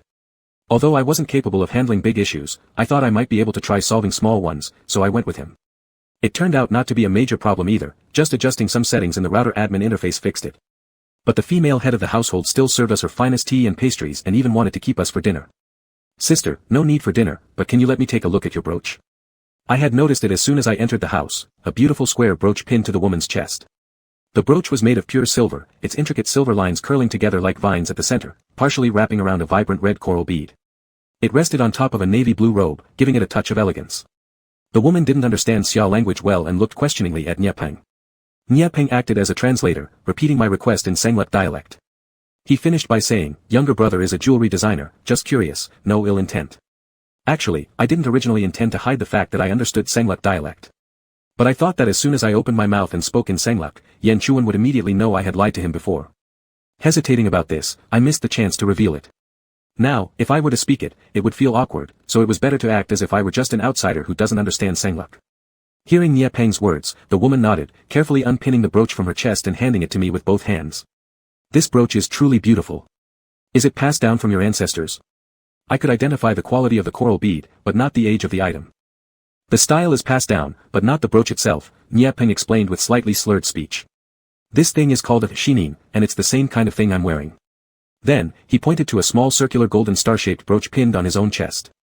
Our Cenlu people only have names but no surnames, so we use these items to distinguish our families. In the past, during wars, when people died, they wouldn't know who they were, but if they carried this, the corpse collectors would know where their home was. After the wars ended, the habit remained. In your place, women typically adopt their husband's surname after marriage, right? We do that too, but instead, we exchange shinin. Nyepeng said proudly, this star is my wife's shinin. Wow, I thought it was the emblem of the youth league all along. I responded, adopting a surname was in the old days. No one wants to adopt a surname now. Your method is much better. Nyepeng's Xia pronunciation wasn't perfect, and it took some effort for me to ask him how to write the characters for shinin in Xia language. That's when I realized the character was related to trust, not surname. Do Pingjia or anyone else have such things? I recalled that neither Mochuan nor Li Yang wore any brooches. Nyepeng laughed, they can't get married, what do they need this for? Upon hearing the name Pingjia, the female owner reclaimed the brooch I handed back to her and asked Nyepeng, are you two talking about Pingjia? Nyepeng replied, younger brother is asking whether Pingjia has a shinin. The woman also laughed, Pingjia doesn't have a shinin, but he has so many precious things far more valuable than any shinin. The brightest treasures of our clan all belong to Pingjia. Nyepeng seemed to wake up from a trance and turned back to Xia language as he said to me, little brother, if you're interested in jewelry, you can find Pingjia. He has a lot of ornaments passed down from the ancient censors, like strings of beads, earrings, bracelets, anklets, he has them all. None of us can match him. He gestured with his hand to draw a circle about 10 centimeters in diameter and said, he has a jade piece this big, bright green, it was bestowed by an emperor in the past. Should I say that people here are naive or just fearless? Kids in the city know not to trust strangers easily, but here I've been for less than a week, known them for only a few days, and they already tell me everything. If I were greedy or ruthless, Mochuan wouldn't survive tonight. I frowned and warned, big brother, this talk is between you and me. Don't repeat it to anyone else, or there might be someone tempted by wealth who'll start scheming against Pingjia. Hearing this, Nyepeng blinked in surprise, then burst into loud laughter as he patted my shoulder, saying, you're good, brother-in-law hasn't misjudged you. Rest assured, if anyone dared to harm Pingjia, we'd chase them down to the ends of the earth. What's the point of chasing someone once the damage is done? I felt he didn't take my word seriously at all, but since it had nothing to do with me, I stopped bothering to persuade him. The female hostess saw us off at the courtyard gate, where we happened to see a group of people entering the neighboring house, their expressions grave. Shortly after, faint cries began emanating from inside the house. Dunua still has no news, the hostess sighed as she looked at the neighboring house. Her mother wants to see her daughter before dying, but it seems impossible. Nyepeng glanced in the same direction, his expression somber. She shouldn't have left Punga. It's exhausting to pretend you don't understand when you really do, especially when gossip is involved. Thankfully, Nyepeng quickly led me back to the car and switched topics. He didn't explain the situation at the neighboring house, and I didn't bother asking either. I thought he was going to drive me back directly, but instead, he drove several kilometers away to a delivery station, picked up a bunch of packages, and handed one to me. What's this? I glanced down, it was Mr. Lu's package. It's Pinjia's package, he explained. Since your route overlaps, would you mind delivering it to him? Mochuan's. Mr. Lu. Dear, Mr. Ha, who says Pingjia doesn't have a shinin? Isn't he just using his husband's surname now? Without looking back, I tossed the package onto the rear seat. Nyepeng shot me a glance, if you don't want to go, I can deliver it myself. No problem, I just figured since you were classmates, you should be familiar. I'll deliver it, I cut him off coldly, adding flatly, we're close, so I'll deliver it to him. Koyan Song has a high altitude but lies closer to the equator, so even in winter, the sun hung high in the sky at 4 or 5 o'clock in the afternoon, with no signs of setting. As soon as I stepped through the door, I saw Mochuan watering his flowers. One hand lifted the sleeve of the other slightly bent over, and in front of him, the string of emerald beads shimmered under the sunlight, green enough to almost blind me. Me. Do these people living in Cenlu have any sense not to flaunt their wealth? Just judging by the quality of this string of emeralds, it must be worth tens of millions, if not more. If it's an antique, it's almost too much to imagine its value. All Cenlu residents should thank me for not being greedy. I coughed lightly to get Mochuan's attention. As he turned to look at me, I quickly stated my purpose. Big brother Nya sent me to deliver your package. I raised the package slightly. The box was fairly large but light, shaking slightly when moved, making some noise, though I couldn't guess what was inside. Thank you for your trouble. Mochuan set down the watering pot and approached me, taking the package from my hands. His cool fingers brushed against the back of my hand ever so slightly, leaving a feather-like sensation. I twitched involuntarily, glancing at his face to see his usual calm expression, and without showing any reaction, pulled my hand back into my pocket, clenching it tightly. The box wasn't sealed tightly, and he tore the tape open right in front of me, pulling out a stack of green plastic flower pots. The thief struck a few days ago, smashing another one of my flower pots. Afraid he might return and destroy the rest, I ordered plastic ones online, planning to replace all of them. He smiled, adding, though, hopefully, if he does come back, he won't be foolish enough to climb in through the wall covered with flowers again. Me. Damn, he definitely knows, it was me that night. Chapter 7 Don't eat here. Do you need to change all of these? I looked around and roughly calculated that there were at least 20 flower pots stacked in the yard. I can't handle this many by myself. Let's do half today, and the rest tomorrow. Yen Guan's outfit, though handsome, wasn't very practical for labor work. Mo Chuan said as he placed the plastic flower pot aside and skillfully rolled up the sleeves on both arms and tied them around his waist, revealing a narrow-sleeved white shirt underneath. He was naturally good-looking with broad shoulders. Once tied, it made him appear slim-waisted and long-legged, better even than the celebrities on TV. Then, should I help you? I touched my nose and took the initiative to take over some work. Mo Chuan hesitated for a moment, looking at the ground, seemingly uncertain. That would be so embarrassing. I started taking off my coat. I have nothing else to do anyway, plenty of time. Though claiming to help, I didn't really do much, just added some ceramic balls to the plastic pots, sprinkled a little base fertilizer, and then handed them to Mo Chuan. The repetitive task allowed my brain to focus on other things, such as, they say orchids are hard to grow, but it doesn't necessarily mean so, it depends on who grows them. In the past, Mo Chuan also planted many flowers on the balcony of our dormitory. After he left, Yen Chuan attempted to take over, but failed to understand the process, turning into a plant killer instead. By the time he graduated in the senior year, most plants were either dead or severely damaged, except for one orchid that still showed signs of life. Seeing its pitiful state, I decided to take it and give it to my grandmother. Under her careful care, the orchid bloomed every year, thriving bigger and stronger. Unfortunately, good times don't last long. In just a few years, Grandma passed away, and the orchid became an unclaimed thing again. Through various owners, I felt some empathy for the orchid and kept it in my studio. However, I didn't know if it lacked proper care, because after that, it never blossomed again. Perhaps, like the saying, a gentleman dies for a person who understands him, and a woman beautifies herself for someone she admires. Flowers only bloom for the right people, and I'm not the one it waits for. Over these years, have you ever left here? When I handed over the last flower pot to Mo Chuan, I suddenly asked. Mo Chuan loosely held the edge of the pot, counter-questioning, leave and go where? Out there. In the past 7 years, have you ever been outside? Haven't you wanted to see what changes the world has undergone? I observed the changes in his expression, asking further, see different scenery, eat different foods, make love with someone you like, free to come and go, haven't you wanted that? Such impulsive questioning was incredibly disrespectful. I thought he would explode in anger, but instead, he simply stared at me, counter-questioning again, so what if I want? With a bit of ill intent hoping to hurt Mo Chuan, I ended up speechless from his question. He exerted a little force, snatching the flower pot from my hands and gazed towards the cedar tree in front of the backyard shed, saying, that tree might also want to see the outside world, but its roots are deeply rooted here, already tightly connected to this place, how can it leave? He carefully wound the fleshy roots of the orchid into the flower pot and filled new ceramic soil around it, his expression showing no trace of frustration. So, what if one wants? His tone was calm and indifferent, without any ripples, like a lake frozen in winter. Suddenly, I understood. What if one wants was not a counter-question for me, it was the answer. Opening my mouth several times, I realized I probably should say something, offering some actionable, effective advice. But after reviewing all possible ways out, I found, just as Mo Chuan had said, what if one wants? His identity determined that he could never have the freedom to come and go as he pleased. Tight-lipped, I did not continue the topic, and our conversation ended here. After the flower pots were done, there was no longer a reason to stay, so I brushed the dirt off my hands, put on my clothes, and prepared to leave. Wait. Mo Chuan stopped me, asking me to wait a while. He turned and entered the kitchen, shortly returning with a tray. Inside, were a few round persimmons covered with thin frost on their orange-red skin, looking particularly cheerful. A token of appreciation. He stated briefly. All right. I didn't beat around the bush either and reached to take it, but the tray quickly moved aside. A snow-white handkerchief was offered to me, obviously implying something. You're considerate.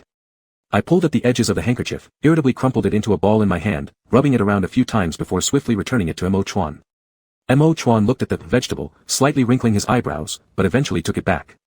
The soft touch of the cotton fabric softly grazed through my fingers, making me curl them instinctively to resist the tickle, unwilling to let go. The next moment, the tray of persimmons was presented to me again, and this time I finally took it. I'm leaving. I gave a casual greeting and started walking out. After descending several meters in one breath, I glanced back and saw Mo Chuan standing at the end of the long stairs, seeing me off all the way to the door. He is always so courteous, treating everyone alike. I waved my hand, signaling him to go back inside. He didn't move, still standing there with his eyes cast down. Most people here have darker skin, even Yen Chuan has become significantly tanner over these years, but no matter whether it was 7 years ago or now, Mo Chuan's complexion remains an icy pale that can't be warmed even by prolonged sun exposure. He stood in front of the ancient temple, almost blending entirely into the white wall behind him. No. I took back my gaze and continued descending. Perhaps, he had already blended in a long time ago. When I returned to the institute, I had just set down the basket when Yan Chuang came downstairs. Where did you get these dried persimmons? He immediately picked one up and shoved it into his mouth. Mo Chuan gave them to me. Yan Chuang looked completely surprised. You've been to Deer King Temple? Yeah, I told him about delivering the courier, omitting the part about helping plant flowers. Holding the stem of the persimmon, I bit into it. The sweet taste instantly spread through my entire mouth. Mo Chuan is quite nice, isn't he? Yan Chuang quickly finished one and reached for another, which I swatted away. He clutched his slightly red wrist and exclaimed, shocked, why did you hit me? I didn't know myself either, and after a long pause, managed to mumble, dinner is almost ready, will you still be able to eat if you eat too many persimmons? With that, I picked up the entire basket and went upstairs. On the way, I met Guo Shu who was coming downstairs to eat. Just as she was about to greet me, I presented her with the basket, letting her pick one from the 4 remaining ones. She carefully chose one, thanked me, and headed downstairs looking confused. I faintly heard her ask Yan Chuang downstairs, Big brother, are these persimmons from Bai inexpensive? Why is he acting so? On the 9th day of my stay in Koyansong, the Winter Abundance Festival of the Sengluk tribe arrived. At not quite 7 a.m., I was woken up by loud firecrackers outside. Suppressing the urge to yell curses, I pushed open the window and saw masses of people on the stairs outside. Are you awake? It was exactly then that Yan Chuang came knocking on my door. I scratched my messy hair and ran to open the door. Yan Chuang and Guo Shu were planning to go to the temple to grab some porridge and feel the festival atmosphere, asking if I wanted to come along. Not particularly old, they definitely loved to join in on the fun.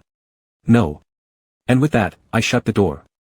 Last night, I spent the whole night modifying designs, only to find in the end that I'd drawn a pile of garbage. Right now, I didn't want to do anything, just wanted a good sleep.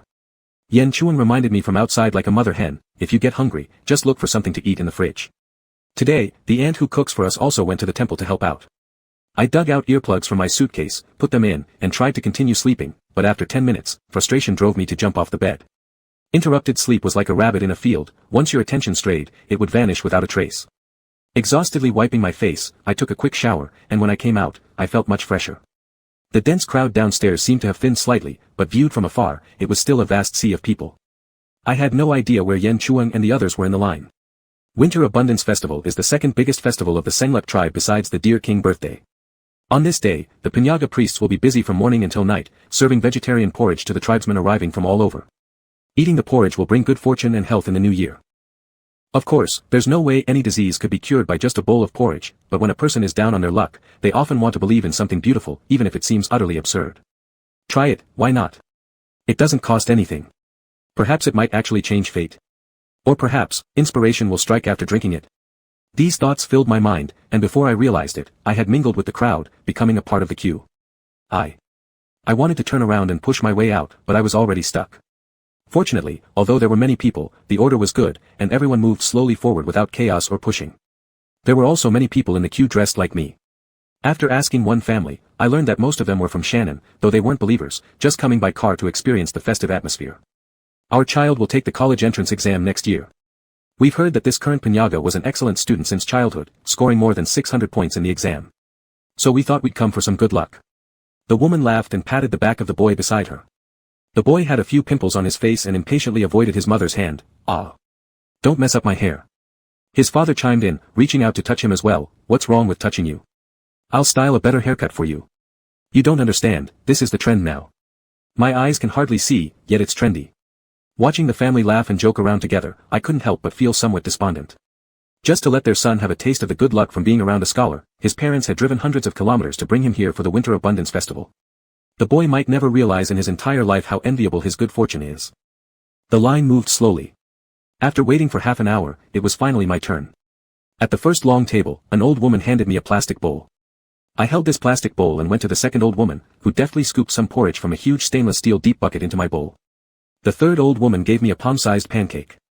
With one hand holding the bowl and the other gripping the pancake, I eventually came to Mo Chuan. There was a small wooden table between us, with an old copper basin on top of it, in which a fresh sprig of cedar floated in clear water. He didn't notice me at first. After quickly dipping the tips of his right thumb, index, and middle fingers in the water, he was about to reach out to bless me. However, as soon as he saw my face, he froze completely, his smile hanging rigidly at the corners of his lips. Tagging along for breakfast. I flashed him a smile and took a big bite out of the pancake in my hand. He lowered his eyes, saying nothing, and then, just like he'd done millions of times before for other believers, he pressed 2 fingers to the center of my forehead. As he let go, the pad of his thumb, carrying a cold dampness, swept across my lips. I stopped chewing, my breath catching too, as the sweet taste spread from my teeth to my mouth. I thought that was all there was to it, but Mo Chuan's hand didn't seem to be letting go anytime soon, still pressing against my lips. Not finished yet. I was just starting to feel puzzled when the person opposite suddenly spoke softly, uttering the first sentence since we met today. Don't eat here. His fingertip pressed down slightly, as if issuing a warning. Me. Struggling to keep myself from rolling my eyes, I swiftly swallowed what was in my mouth, understood. His hand was still pressing while I said the first 2 words, and by the time I reached the last word, it had pulled away with evident disgust. In the cold winter, his fingers had been soaked in the water, turning bright red from the chill. Regello. He glanced away, as though unable to bear the cold any longer, and squeezed his fingers together. With my limited knowledge of Cenlu language, Regello should mean, God prevails. Matching today's festival theme, it was probably akin to Amen in Christianity, signifying praise for the deity. As I looked at his solemn, pure expression, I repeated after him, Regello. Chapter 8, A Calm Heart Leads to Steady Hands. There were still many people waiting behind, so I didn't stay long before heading forward. The entrance and exit were 2 different doors, the grand gate at the front for entry and the small door at the back for exit. Beyond the small door lay a leisurely path winding its way down the mountain. The vast tree canopies shaded the sky above, and the winter morning's cold mist formed crystalline frost among the branches, glittering under the sunlight as iridescent light danced along the mountain path. As I slowly walked downhill while sipping my porridge, garbage bins appeared periodically on the roadside for everyone to dispose of trash, a rather thoughtful arrangement. After finishing my meal, I pulled out my phone and called Yan Chuan to ask about their whereabouts. Yan Chuan had already descended the mountain with Guoshu and was currently watching an archery competition on a vacant lot west of the village. Let me check, just hold on. The background noise grew momentarily chaotic as Yan Chuan spoke with someone unknown, then suddenly asked me, by the way, Baiyin, didn't you participate in an archery club during university? I paused briefly, yeah, for a little while. Strictly speaking, it was only 1 semester. This is the situation, there will be a team match soon, but one of the contestants from the Penghu representative team accidentally injured his hand while moving equipment and cannot compete. Can you come over and replace him? Replace. Before I could say anything, the person on the other end changed. Little brother, please help. Please. Niepeng's voice brimmed with anxiety, I really can't find anyone else. We have no requirement for rankings. Just replace him, and I'll treat you to a meal another day. Given that the respected village chief himself was personally asking, I couldn't possibly refuse. Alright, wait a moment. I'm coming. After hanging up, I weaved through the crowd at a jog, cutting the originally 20-minute walk down by half the time. Still catching my breath, Niepeng squeezed through the crowd and hung a garland of fake blue flowers around my neck. He patted my shoulder and then pushed me together with 3 other young men onto the competition field. This was supposed to be a big annual festival, but since it wasn't professional, the venue looked somewhat simple, without stands. Everyone naturally gathered into a semicircle, encircling the competitors. Chalk lines marked the white outlines on the ground, indicating a distance of about 30 meters between the competitors and the target, an appropriately medium range. I arrived just in time, the teams from the other villages had finished shooting their first round, and it was now Peng Ji's turn. The other 3 went first, while I remained last, familiarizing myself with the bow in my hands. In university, I didn't actually join an archery club, but rather a hunting bow club. The kind of bows seen on TV these days in competitive events are often Olympic recurve bows, made of metal with sights and arrow rests, requiring a 3-finger draw. Traditional hunting bows, however, usually use maple or mulberry wood for the body, without sights or rests, using a thumb draw instead. Upon pulling the string a bit, the bow felt flexible and well maintained in my hand. Strangely enough, Yan Chuan managed to hit a jackpot. I had experience with traditional hunting bows. Had I been trained with Olympic recurve bows, things might have gone awry today. Go for it. Don't be nervous. Brother Ian, you've got this, trust yourself. Yan Chuan and Guoshu cheered for me on the sidelines, looking more anxious than I felt. Each team fired 8 arrows, 2 per person, in order. The first team shot 4 arrows first, followed by the second team, rotating until all teams had completed their turns to count as 1 round. There would be 2 rounds in total, with the highest scoring team crowned the ultimate champion. Soon, the other 3 members of Penghu team had finished their shots, and it was my turn. Hey, Niepeng, why send a Xia guy to compete? Are you out of people in Penghu? From the sidelines, a swarthy man with a toothpick in his mouth playfully teased Niepeng in heavily accented Xia dialect. Xia or not, the 2 clans are close family. This is my younger brother. Niepeng crossed his arms, unperturbed. It seemed psychological warfare wasn't limited to formal sports, village games also had them. I positioned myself on the firing line, stepped across, drew the bow, and aimed. Whether I hit or missed, the momentum needed to come first. Blocking out all distractions, I slowed my breathing. As soon as my fingers released the string, the arrow zipped forth like a meteor splitting the sky, darting straight toward the target. Unfortunately, due to unfamiliarity and a lack of practice beforehand, I lacked precision, hitting only 6 points. With a slight frown, I felt somewhat annoyed. Great job. Still, despite the setback, Yan Chuan and Guoshu erupted into the loudest applause for me. Excellent, young fellow, keep it up. Nyepeng firmly clasped my shoulder and guided me to the rest area. With this pace, we still stand a chance at the championship. During the second round, I noticed a small black target had appeared behind the main one at 30 meters away. What's that? I asked Nyepeng. He glanced at it and said that was the ghost head target. Hitting that would earn 20 points. Hitting the bullseye only gave 10 points, so landing an arrow on the ghost head target actually awarded 20. But the ghost head target was small and far away. A miss could mean no points at all, hardly worth the risk. I thought this was likely its purpose, to tempt competitors into taking a gamble or play it safe. It all came down to choice. As the first team went back up, I still had a bit of time left, so I quietly took my bow to the practice area for some review. Given my nature, I usually wouldn't have joined any university interest club, let alone a sport I knew nothing about. That I joined the hunting bow club owed entirely to a then-partner. Not long after the start of freshman year, the seniors of the club began promoting and recruiting across various departments. My dull-faced partner had been persuaded and wanted to join but didn't want to go alone, so she dragged me along. I wasn't particularly diligent. In 2 months, I probably attended 3 or 4 times, always because she pestered me until I reluctantly showed up. Not long after that, she broke up with me, accusing me of having only a face but no heart, of giving no sign of affection for her, asking why I accepted her if I wasn't interested in dating. Just because I was bored, I accidentally blurted out the truth. Slap. Naturally, I got slapped. I deserved it for being an idiot, so I wasn't especially angry. Don't ever let me see you again. She said this with a grimace before storming off, leaving me alone under the little forest grove. The leaves fell abundantly in autumn here, the messy bugs swarmed, and the streetlights were dim, making it rare for people to visit after 8 o'clock. That's why when Mo Chuan and I unexpectedly ran into each other under the dim streetlight, both of us were somewhat surprised. What a coincidence, I greeted awkwardly. Mo Chuan wore only a thin dark green sweater, with a notebook and 2 books in hand, looking as if he'd just come from the study room. His gaze flickered toward the small forest where I'd emerged, then landed on my face, specifically on my fiery red left cheek, yet he neither asked nor said anything, pretending not to notice the oddity, simply nodding slightly before passing by. Clearly uninterested in deepening our acquaintance.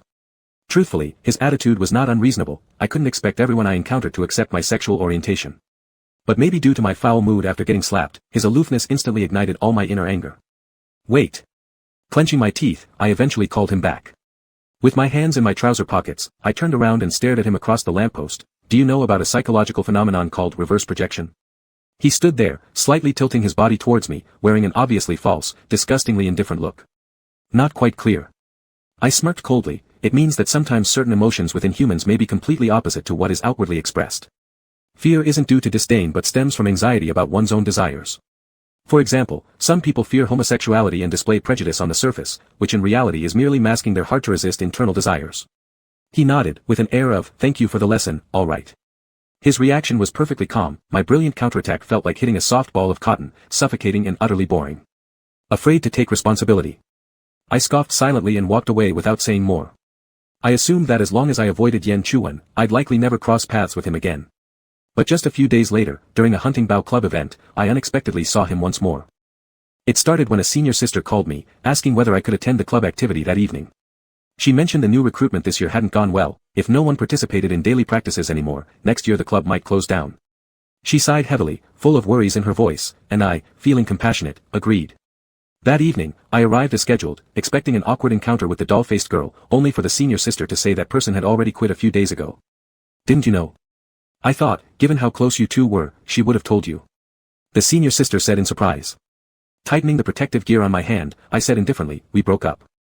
The senior sister clearly hadn't expected such frankness from me, paused for a moment, visibly becoming awkward. I ignored her further and picked up the bow on the rack, continuing my practice alone. After practicing for about half an hour, clapping sounds came from behind me. Everyone, stop for a moment, gather over here. I put down my bow and looked toward the sound. Today, I would like to introduce a new member to all of you. Beside the senior sister stood a tall figure with an upright posture.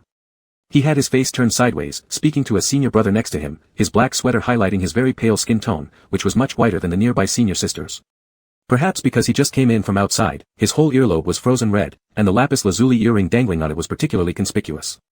No way. Just as this thought crossed my mind, that person turned around, catching my gaze directly among the crowd. This is Mo Chuan, studying folkloristics, a native of the Layer Deer clan. Though he's only a freshman, he has been trained in traditional archery since childhood, making him far more skilled than me or the vice president.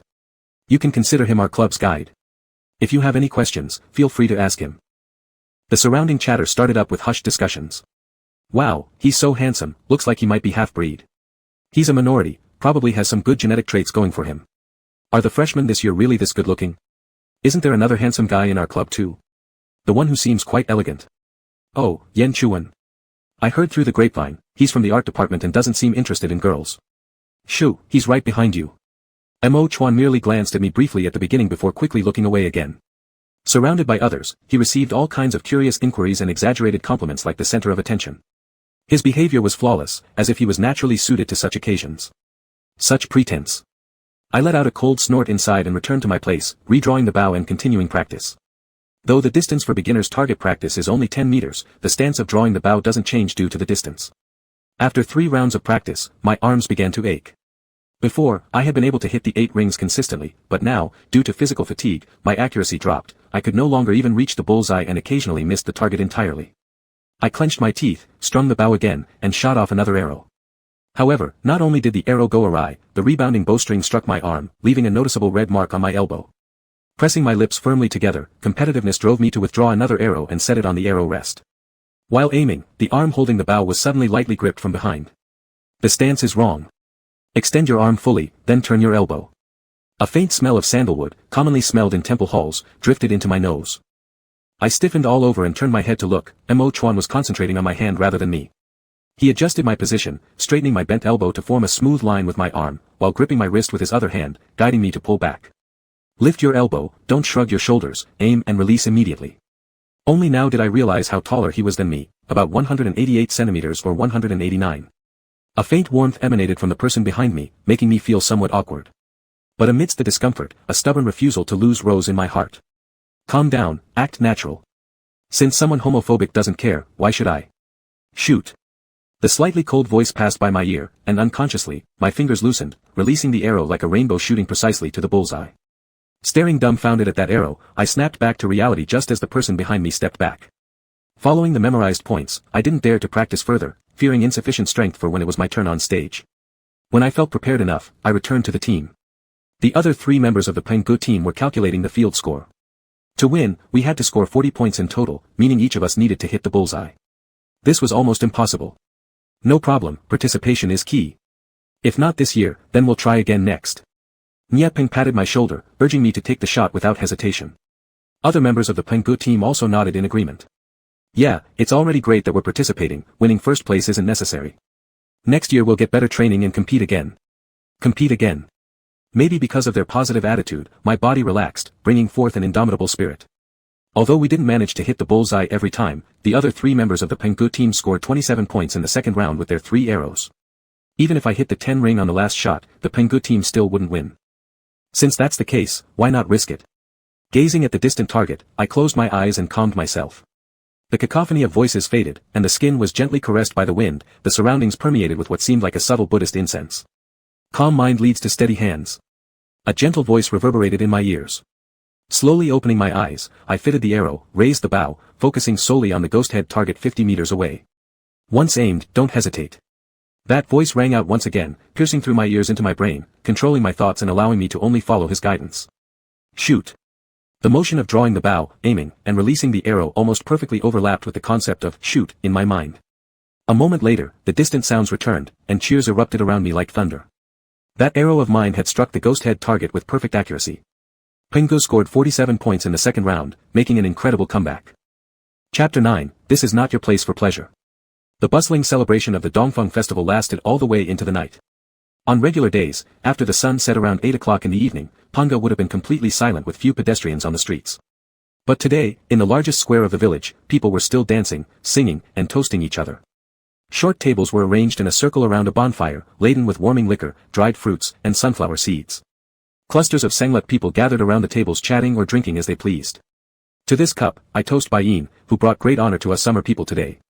Yen Chuan said, raising his wine bowl together with Guoshu to toast me. I held my dog tightly in one arm while the other hand fumbled to pick up the bowl from the table. Your praise is too kind, it was but a minor effort, I responded lightly after taking a sip of wine. My gaze unconsciously drifted toward the man sitting at the main position facing east. Mo Chuan was tilted to one side, conversing with Nye Peng beside him, occasionally nodding gently. Despite the cheerful atmosphere, his posture remained rigid, maintaining the dignity of a censor with his back perfectly straight. As if sensing my eyes on him, he turned accurately to look at me mid-conversation. I did not shy away, instead holding his gaze across the fire, raising my bowl slightly with a smirk. Just like many times before, once again he chose to ignore me, shifting his eyes away as if he hadn't even seen me at all. I had expected this, so when he acted just as I anticipated, I didn't feel irritated. Instead, I found it somewhat amusing. By the way, what does legiluo mean? Setting the bowl back on the table, I inquired of the two folklorists present. Yan Chuan paused for a moment. Legiluo? You visited the temple this morning? These three words signify a blessing. Their literal meaning is, the god has triumphed. Ah, yes, I did. Why does Mo Pinky chant this during blessings? I continued asking. This relates to the local mountain god culture, Guoshu explained, shelling peanuts. The Cenlu people believe that the Kanglan Snow Mountain is the territory of the mountain god, and they are its descendants. The peace and stability of Koyensong come about because the mountain god overcame evil spirits and eliminated calamities. Thus, Legiluo is both a joyous announcement and an exaltation of the gods.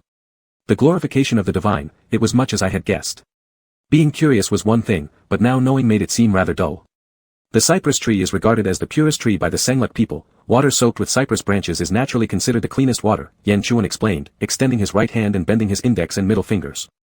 With these two fingers touching holy water and marking the forehead, then using the thumb to brush above the brows and eyes, simultaneously proclaiming, Legiluo, this is the right pinky uses for blessing during the Dongfeng festival. Quite meaningful.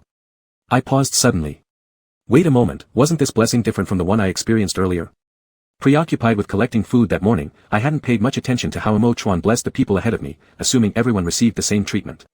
Now, it seemed that Mo Chuan gave me special treatment. What is he up to? Is he punishing me for disrespecting the gods? I'll go take a smoke while you chat. I handed my puppy named Ermian to Guoshu just as I stood up. A heavy figure lunged from behind. Brother, you're incredible. I frowned, shaking off the arm resting heavily on my shoulder. This person was long-haired, about 20 years old, with a well-defined face. It only took a glance for me to recognize him. He was a teammate who had joined me in the archery competition earlier. My name is Kun Hongtu, and yours? He extended his hand not for a handshake, but seemingly expecting a high five. I haven't encountered such a casual street greeting style for a few years. Bai Yin, I finally grasped his hand firmly. After our hands intertwined, Kun Hongtu warmly slapped my back and laughed, thanks to you this time. We should have drinks together someday. Sure, I readily agreed. Ai Kun, I've been here for so many years, yet you've never invited me for a drink? Guoshu rested her hands under the warm belly of her dog, looking teasingly at Kun Hongtu. How could a man casually invite women for drinks? Kun Hongtu seemed familiar with Yan Chuan and others, so he casually sat down. I sought out a relatively empty corner, pulled out a cigarette, and lit it. Cold air mingled with the sharp smell of tobacco filled my lungs. Behind me, there were lively songs and dances, and before me lay the ancient dark and quiet village, creating a massive sense of disconnection. For a brief moment, I was confused. Was I dreaming, or was this reality? My smoking hand accidentally touched my lips, immediately evoking the scene of Mo Chuan's blessing earlier that day. Cold fingertips pressing against the lips, almost probing inside. My breath instantly became chaotic. I choked on the cigarette smoke, coughing so severely that the world spun around me. When Kun Hongtu arrived, I was still crouching helplessly on the ground. Bai Yin, are you alright? He grabbed my arm, attempting to pull me off the ground. I waved my hand and tried to stand up with a bit of effort, the wind brushing against my face as wet coolness spread across the corner of my eyes. I'm fine, just got choked. I wiped my face, my voice carrying a slight hoarseness. Did you need me for something? It was then he seemed to remember his intention, pulling me towards the square. Pingjia is about to give us our awards. I came to get you for it. Hurry up, it's almost our turn. Still muddled, I let him drag me all the way to the bonfire, but when we stopped, I didn't break in time, nearly losing balance and falling over. Luckily, he steadied me in time, preventing me from making a fool of myself in front of everyone. Does Pingjia have wings or what? Slow down. I stood firmly, half smiling and half complaining. Kun Hongtu grinned, revealing a mouthful of white teeth. We can't keep Pingjia waiting. Bureaucratic nonsense. I sneered inwardly. Besides archery, there were also horse racing and wrestling competitions in the afternoon, and the teams that came first would personally receive their awards from Pingjia. Kun Hongtu and I were at the end of the line, with more than 10 people ahead of us. Brother, Teacher Yen said you're a jewelry designer. I wasn't shy either, so within a few words, we warmed up to each other, starting to call each other brothers. Guess how much the piece of amber on my neck is worth? Amber and honey wax are actually the same thing, essentially, they're resin. For a while, the price for these items skyrocketed, but the quality of goods available on the market varied greatly. Better ones were actual resin fossils, but swindlers directly sold artificial resin as authentic goods. The average person simply couldn't tell them apart. I'm a jewelry designer, not a gemologist. How would I know where his piece of honey wax came from? But humans always love hearing flattery. I pinched the yellow-brown piece of honey wax shaped like an oval stone hanging from his chest, studying it for a moment, and said, "This is top-notch stuff. Its value cannot be measured by money." These words practically hit the bullseye for him. He grabbed my hand enthusiastically, skipping the "brother" title entirely and straight into, "Older brother, you city folks sure know how to spot good stuff." I knew this piece was valuable. The line moved forward a few steps, and I patted his chest, giving honest advice: don't sell it. Pass it down as heirloom treasure. Pass down for 100 years or so, it'll certainly qualify as ancient. He nodded forcefully. His face, flushed either from excitement or the heat of the bonfire, carried 2 rosy patches. Talking about such things, soon it was our team's turn to receive the award. The medals weren't made of regular gold or silver, instead, they were wooden carved flower squares strung together with off-white bodhi seeds, quite unique to the region. As Pingjia hung each medal around the contestants' necks, he kindly said things like, "You've done well. The mountain god is proud of you.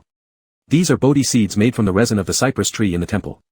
Wearing them helps eliminate calamities and misfortunes. Brother, they can serve as heirlooms too." Koen Hongtu wore a look of sincerity. I smirked, teasing him intentionally, "It won't pass down, I've been sterilized."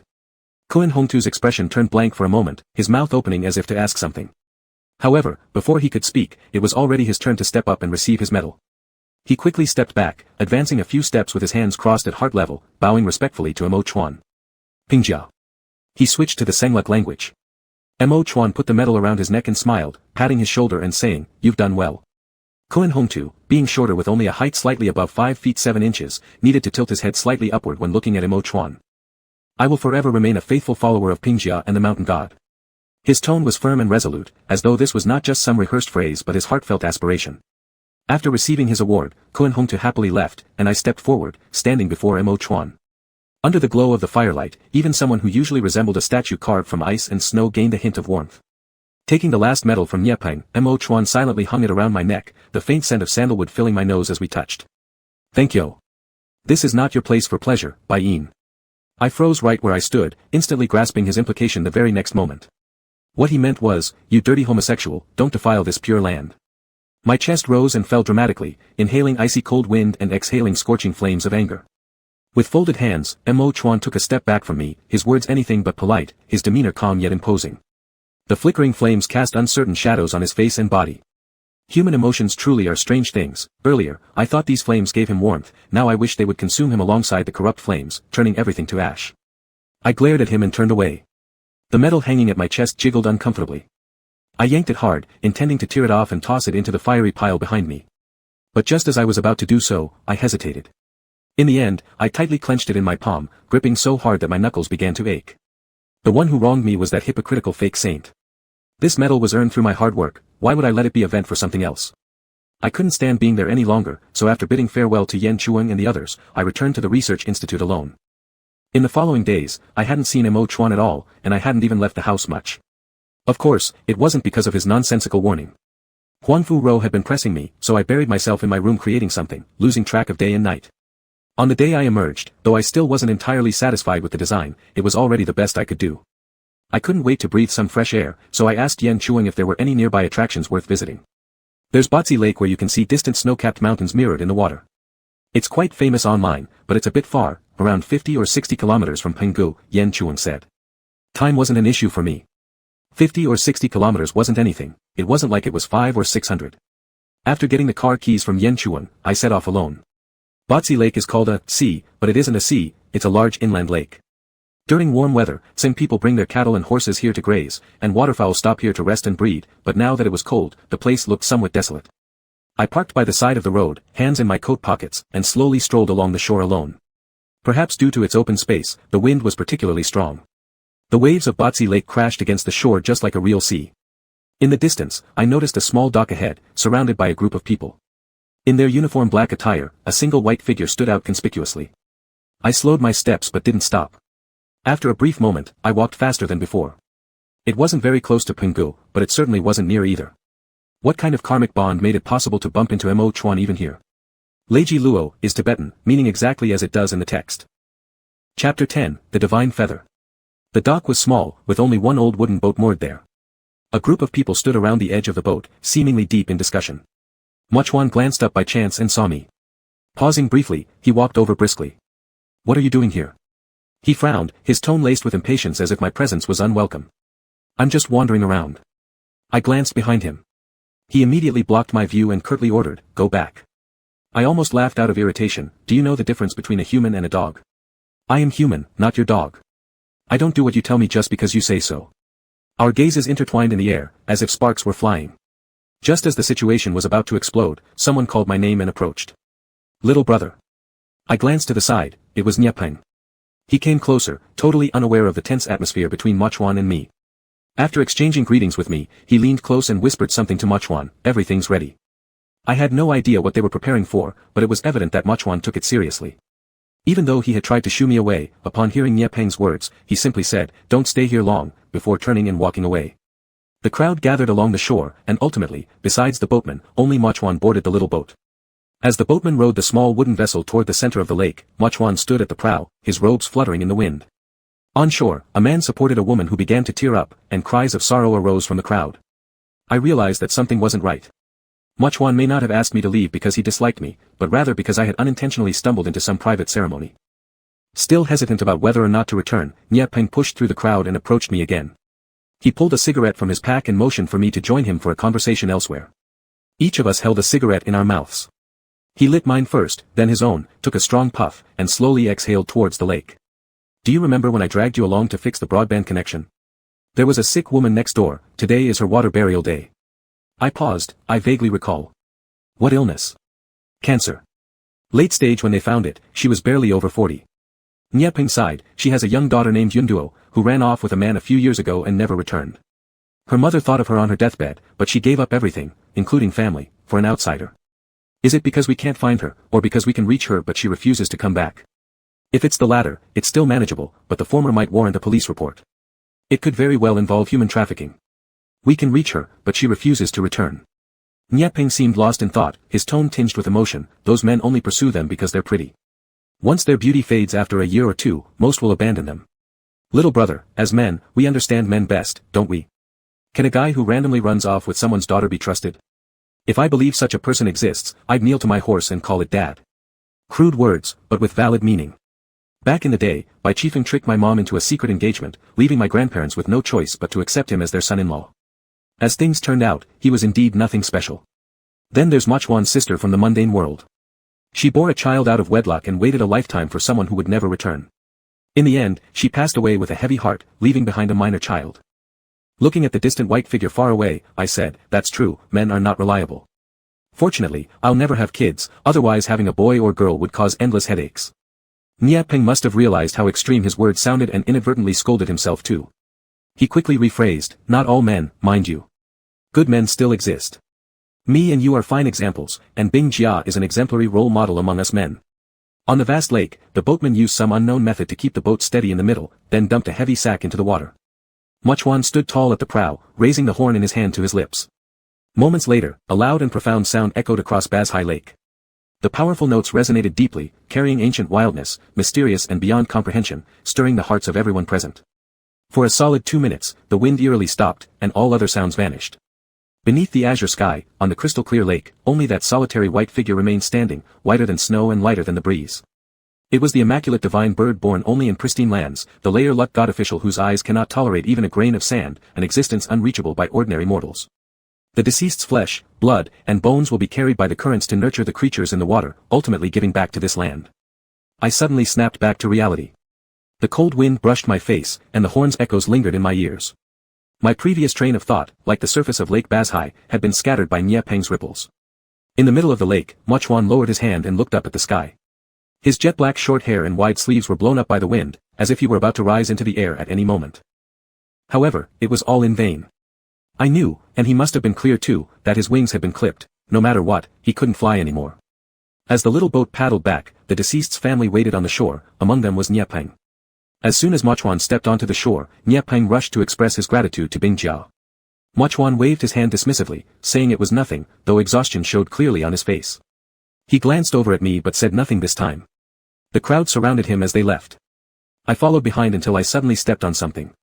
Looking down, it was a tassel. A baiyun tassel, to be precise. Today, because of the special occasion, Muchwan wore a more solemn-looking string of sandalwood beads. The back baiyun part was shorter than usual, with the tassel extending only about an arm's length. These beads and the baiyun tassel are usually two separate items that can be detached for daily use. Upon inspecting the baiyun tassel, I noticed the hook used to fix it had broken. Instead of rushing after Muchwan and the others who had already walked far ahead, I stuffed the tassel into my pocket. No longer in the mood to enjoy the scenery, I drove back to the research institute. The moment I entered, I pulled the tassel out and placed it on the desk before taking out my tablet and deleting the pictures I'd worked hard on over the past few days. 2 months ago, Huanfu Ro gave me a job, commissioned by the daughter of an East Asian shipping tycoon. She was set to marry her longtime boyfriend next year and wanted me to design a perfect necklace for her to wear on her wedding day. Perfection, such a simple concept in 2 words, yet so incredibly difficult to achieve. I revised it for 2 months without satisfaction. Yesterday, I thought I finally saw some light at the end of the tunnel, thinking I could submit the work. But after returning from Baz Hai Lake, I found everything terrible. My mind kept drifting from the white bridal dress of the bride to the solitary figure on the peaceful water, standing alone on the little boat. A pair of magnificent wings slowly took shape on the blank electronic canvas, a fusion of every bird's wings in this world and yet not quite like any single bird's wings from this realm. Inspiration surged forward, leading me to refine my design. Oblivious to food or sleep, I spent the whole night, only stopping as dawn broke, slumping back in my chair with exhaustion. This was the most beautiful pair of wings my imagination could conjure. Every feather was designed to curl slightly, as if captured in the instant when the wind passed through. A bib necklace is characterized by its large size and grandeur. The feathers should be adorned with mother-of-pearl and diamonds, while the central main gemstone would be. Drowsiness swept over me, and before I could think clearly about what stone should go between the 2 wings, I dozed off, slouching deep into my chair. I woke up around afternoon, briefly stirred once due to neck pain, changed positions, and fell asleep again. Finally fully awake, hunger set in. Only after devouring a big bowl of rice did I feel truly alive again. Any designer worthy of their ambition feels a sense of joy upon creating a satisfactory work, and I was no exception. This happiness rippled across my other senses, making the air smell sweet, the food taste delicious, and even Chien, the dog who just defecated on himself, looked particularly adorable. Even, it made me fix Mochwan's broken baiyun tassel without realizing. Since it was fixed, naturally, it had to be returned. The next day, having slept too much during the daytime the previous day and hardly at night, I woke up early, holding the tassel intending to return it to Mochwan at the temple. However, just as I reached the door, I bumped into Li Yang leaving with a basket. I asked him where he was going so early, and he said that Bing Jia had poor appetite these days, so he planned to dig for mushrooms in the forest. Are there still mushrooms at this cold temperature? It was already the end of December, icy and snowy everywhere. What kind of fungi could survive under such conditions? They're black, come in chunks, Yuhan people love them. Professor Yen said they're very expensive outside. He cupped his hands together to demonstrate a circle roughly the size of a ping-pong ball. Truffles. I guessed based on his description. Yes, exactly that. Being worried about letting a child go to the forest alone, plus being curious about how he intended to find truffles, I suggested going with him. He scrutinized me up and down, uncertain. Can you really handle it? For the first time in my life, I was questioned by a barely pubescent kid, which stung my pride for a second, but then again, ignorance is bliss. What does a kid know? When I was hiking in Switzerland, averaging 3,000 meters altitude, walking 20 kilometers a day for 10 consecutive days, he was still in his mother's arms drinking milk. I'm capable, very capable. Do you believe I'll dig up more than you? Li Yang wrinkled his nose and strode past me, boastful talk. I swiftly followed his steps. Then let's have a competition, shall we? As it turned out, hiking and climbing up and down mountains like a monkey to dig for truffles were 2 entirely different activities. The moment Li Yang entered the forest, he acted as if Sun Wukong had returned to his home at Flower Fruit Mountain, so familiar with the terrain that I doubted I could keep up with him even if I installed a tracker on him. I didn't want to slow him down, so I gritted my teeth and pushed myself, but in doing so, I slipped carelessly down the hillside. Fortunately, the vegetation on the slope slowed me down, and a tree stopped me from falling further. Besides getting covered in mud and some minor scratches on my hands, I wasn't seriously hurt. Uncle, are you okay? Li Yang heard the noise and quickly came over to check on me after stopping halfway through digging. I was sprawled ungracefully on the ground, all dignity lost, but still reached out toward him. Excuse me, could you help me up? By the time we returned to the temple, Yan Chuan had just arrived to play chess with Mochwan. Seeing my muddy appearance, he was visibly shocked. What happened to you? He hurriedly inspected me thoroughly to make sure no limbs were broken before relaxing slightly. I stepped into empty air by accident. I scratched my eyebrow awkwardly, inadvertently flicking off a clump of dirt. I no longer cared about why I had come to the temple in the first place, all I wanted was to fly back, take a hot shower, and change out of these dirty clothes. I originally intended to say goodbye to Li Yang, but when I blinked, he had disappeared somewhere. I'll go back. Just as I was about to leave, I saw Mochuan and Li Yang coming out of the main hall, one after the other. Mochuan's expression wasn't good, but he looked reasonably alert, so his body should be fine. He froze at the sight of me, clearly surprised. "You're not hurt?" At the same time, he gave me a once-over. Li Yang, carrying the basket, caught up breathlessly. "Pin Jia, I haven't finished explaining yet." He fell, rolling all the way down the slope, but thankfully, nothing bad happened. Mochuan fixed his gaze on him, furrowing his brows without saying a word. Li Yang twitched under his stare, having been next to him just now but now quietly moved closer to me. But Mochuan did not let him off easily. "In future, things that can be said in one breath, don't split them into two." Though his tone wasn't severe, Li Yang still looked dejectedly down. "All right." I couldn't help patting the little boy's head, standing up for him. "If you hadn't listened properly, how can you blame others?" Mochuan frowned even more sharply. "He is not other people, he is my disciple, who is destined to become an official. It's my responsibility to teach him. Meaning, this has nothing to do with me." I snorted, almost ready to retort until Yan Chuan yanked my sleeve forcefully. "There's no need to argue. The important thing is that it ended without serious harm. It's good that nothing serious happened. Who wants to argue with him? I'd have to be full to pick a fight with him. Let's go." I waved a hand and turned to leave. Behind me, Yan Chuan mentioned, "Oh, the aunt who usually cooks for us has something urgent to deal with at home today," and Guoshu also went out. "If you get hungry at noon, just cook noodles yourself." Among the three of us at the institute, Guoshu was the best cook and would occasionally bake small pastries. Yan Chuan came second, edible though not particularly tasty. I was the worst, barely surviving without being poisoned. Hearing I'd have to cook noodles, I was already dreading it, so I turned around and asked Yan Chuan, "And what will you have for lunch?" "Me."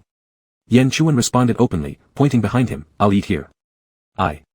It seemed he only realized then, and he quickly negotiated with Mochuan beside him. "Look, Baiyin went out of his way to pick mushrooms for you and got injured in the process. In the middle of the day." Yan Chuan left the rest unsaid, but Mochuan understood already. He glanced at me dispassionately, his eyes moving back to Yan Chuan. "Then stay and have lunch together." In front of others, he always appeared faultless, leaving no room for criticism, even the curve of his smile seeming meticulously calculated. "I'll prepare." Li Yang rushed off to the kitchen with the basket, and Yan Chuan followed. I looked down at the hardened mud caked onto my pants and asked Mochuan, "Do you have any clothes that might fit me?" He pointed to the side of the kitchen. "Wash up first, I'll bring something suitable afterward." I had only intended to change clothes after eating and washing up when I returned, but he insisted I clean up first and wear his clothes. TSK, our pure-hearted snow god sure knows how to fuss. The bathroom must have been added later, because the water pressure wasn't great, but fortunately, the overhead heater worked well, making the wash tolerable. Halfway through, someone knocked on the door outside. Me, not locked. Outside paused briefly, then the wooden door opened gently, and a bag was handed inside. The fingernails on the hand holding the bag were neatly trimmed, with long fingers and evenly proportioned knuckles. When gripping tightly, the distinct finger bones and veins on the back of the hand became visible. In short, it was a beautifully elegant hand that matched its owner's demeanor perfectly. Perhaps because I took too long to respond, the person outside grew slightly impatient and shook the bag, urging me, "Take it." I wiped the water off my face, hesitated for a moment, and eventually grabbed the bottom part of the bag, trying not to touch that hand. "Come out when you're done washing, it's time to eat." Once assured that I had firmly taken the bag, the hand retreated. I stared at the slowly closing gap, sighing almost imperceptibly. Understood. Bib necklace, a bib-style necklace. This type of jewelry, commonly used in high-end designs, features multiple layers and a large volume, covering much of the chest area. Chapter 11, Despicable Men Deserve Punishment. Mo Chuan handed me a set of everyday clothes. There was a very fragrant smell of wood on them, as if they had just been taken out of a camphor wood chest. Since he is taller than me, the trouser legs were too long and had to be folded up a bit. The sweater was also very loose, with a large neckline, but fortunately, there was a coat outside to cover it. Besides the clothes, he also gave me a towel and a pair of socks. These two items hadn't even been unwrapped, they were new. He provided everything except underwear, thinking of everything quite considerately. After changing, I stuffed my dirty clothes into a bag and left the bathroom, braving the cold air. Ping Jia's daily food was prepared in rotation by the villagers below the mountain, all vegetarian dishes. When Li Yang returned, there would be an extra meal, enough for 4 people to eat. The vegetables barely sufficed, but the rice was somewhat lacking. Yan Chuan simply steamed more rice, mixing it with the 2 bowls that were delivered, frying a plate of fragrant truffle egg fried rice. Normally, Mo Chuan ate alone in the main hall, while Li Yang ate in the small building. Today, with more people, we ended up eating together in the small building. The decoration inside the small building was full of Cenlu characteristics. A large L-shaped sofa was covered with colorful wool blankets. The coffee table was connected to a heater, with a chimney going straight to the roof. On the wall near the stairs were photos and memorial tablets of past speech officials.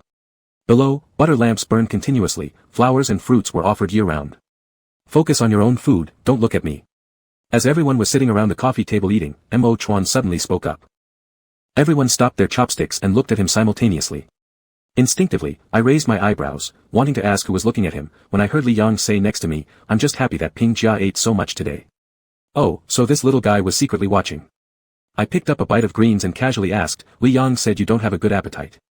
Did you eat something bad? Most people lose their appetite in summer, but how can anyone lose their appetite in winter? Such delicacy, it's harder to take care of him than by Chi Feng's koi. Every time after going to blseries, Ping Jia will have a few days where he cannot eat anything. I could actually help, but Ping Jia never takes me with him. Before Mo Chuan said anything, Li Yang answered for him, his little face tensed, looking exceptionally mature for his age. Blseries. Yan Chuan pushed her glasses up with her index finger. Was someone deceased? Mo Chuan remained composed, swallowing the food in his mouth before speaking, we don't talk about these things during meals. He put a piece of potato on Li Yang's plate, indifferently saying, when the time comes, I'll let you go, but not now. Li Yang pouted, still looking slightly unconvinced, but he didn't dare to openly defy Mo Chuan in public. He only quietly responded with a soft and then lowered his head to eat obediently. After the meal, I helped Yan Chuan clear the tableware, taking the chance when only the two of us were in the kitchen to ask the doubt that had been lingering in my mind since earlier. What's with the blseries? Did one trip make him unable to even eat? Yan Chuan hesitated for a moment before realizing who I was referring to. She put the bowl in her hand into the cabinet and said, in the Cenlu tribe, unless needed for herding, most people only go to blseries when close relatives pass away. For Ping Jia, however, every time someone dies, he goes to the blseries to preside over the funeral rites. Blseries is the sacred lake of the Cenlu tribe. People of Cenlu regard water as the purest existence in heaven and earth. After death, dissolving and merging back into water, nourishing nature, is considered a merit and also a transformation of life. This kind of water burial is not unique to the Cenlu tribe, other ethnic groups and countries also practice it. Usually, specially appointed morticians handle the remains, throwing the whole body into the water and letting it drift away, or dismembering the corpse with knives and axes, tossing the parts into the water. Yan Chuan explained these facts as if she were commenting on tonight's dinner being a bit salty, with an expression of complete normalcy. The Cenlu tribe practices the latter method. Before I could fully process it, my subconscious started to involuntarily imagine. Then, all the hair on the back of my neck stood up. I thought Nepeng's mention of the blood, flesh, and bones of the dead was some form of artistic embellishment. I didn't expect it to literally mean blood, flesh, and bone, skin and tendons included. Yan Chuan added that for those who are more particular, the bones need to be crushed. Sometimes, the blood seeps through the bags, soaking the boat's bottom, staining Ping Jia's robes and boots. The smell lingers for years, impossible to wash off. It's bearable in winter, but unbearable in summer. Yan Chuan further explained that sounding the horn is both a farewell to the soul and a way to tell the fish in the water, dinner time. These fish will gather in swarms around the ship, competing and chasing each other. Slowly, red ripples spread across the center of the lake, and within minutes, everything returns to calm. But the people on the shore know nothing about it. Even if you know these deceased people have moved on to better places, such a bloody ritual is not something that can be easily gotten used to. Ow, I suddenly feel some stomach pain. I'll go to the bathroom, and you head back first, no need to wait for me. Yan Chuan said as she held her stomach and ran out of the kitchen. After hearing such a shocking bit of information, I found it hard to digest. Instead of going back to the small building after leaving the kitchen, I lit a cigarette and slowly walked to the giant cedar tree at the corner of the temple. Though it was winter, the noon sun was strong now, and even outdoors didn't feel cold. No wonder he didn't let Li Yang help, this kind of thing isn't really appropriate for children to participate in. He looked after Li Yang, protecting his innocence like a real father would, shielding him from being exposed to these dark things too early. Could this also be a way to compensate for his own childhood? I tilted my head to look at the lush branches of the big tree, and my memory went back to when I was 11 years old. That winter vacation, I followed the Yan Chuan father and son duo to Pangu, and after witnessing the atrocities inside the temple, I returned to camp without looking back. Who knew that upon our return, Professor Yan thought the folk culture of this place was worth deeper exploration, so decided to stay an extra day. That night, lying in bed, I tossed and turned, unable to sleep. My mind kept replaying what I had seen earlier that day, an enraged man, a beaten youth, and the defiant glance he gave when he looked up. 11-year-old me, when revisited through the eyes of adult me, sometimes doesn't even make sense myself.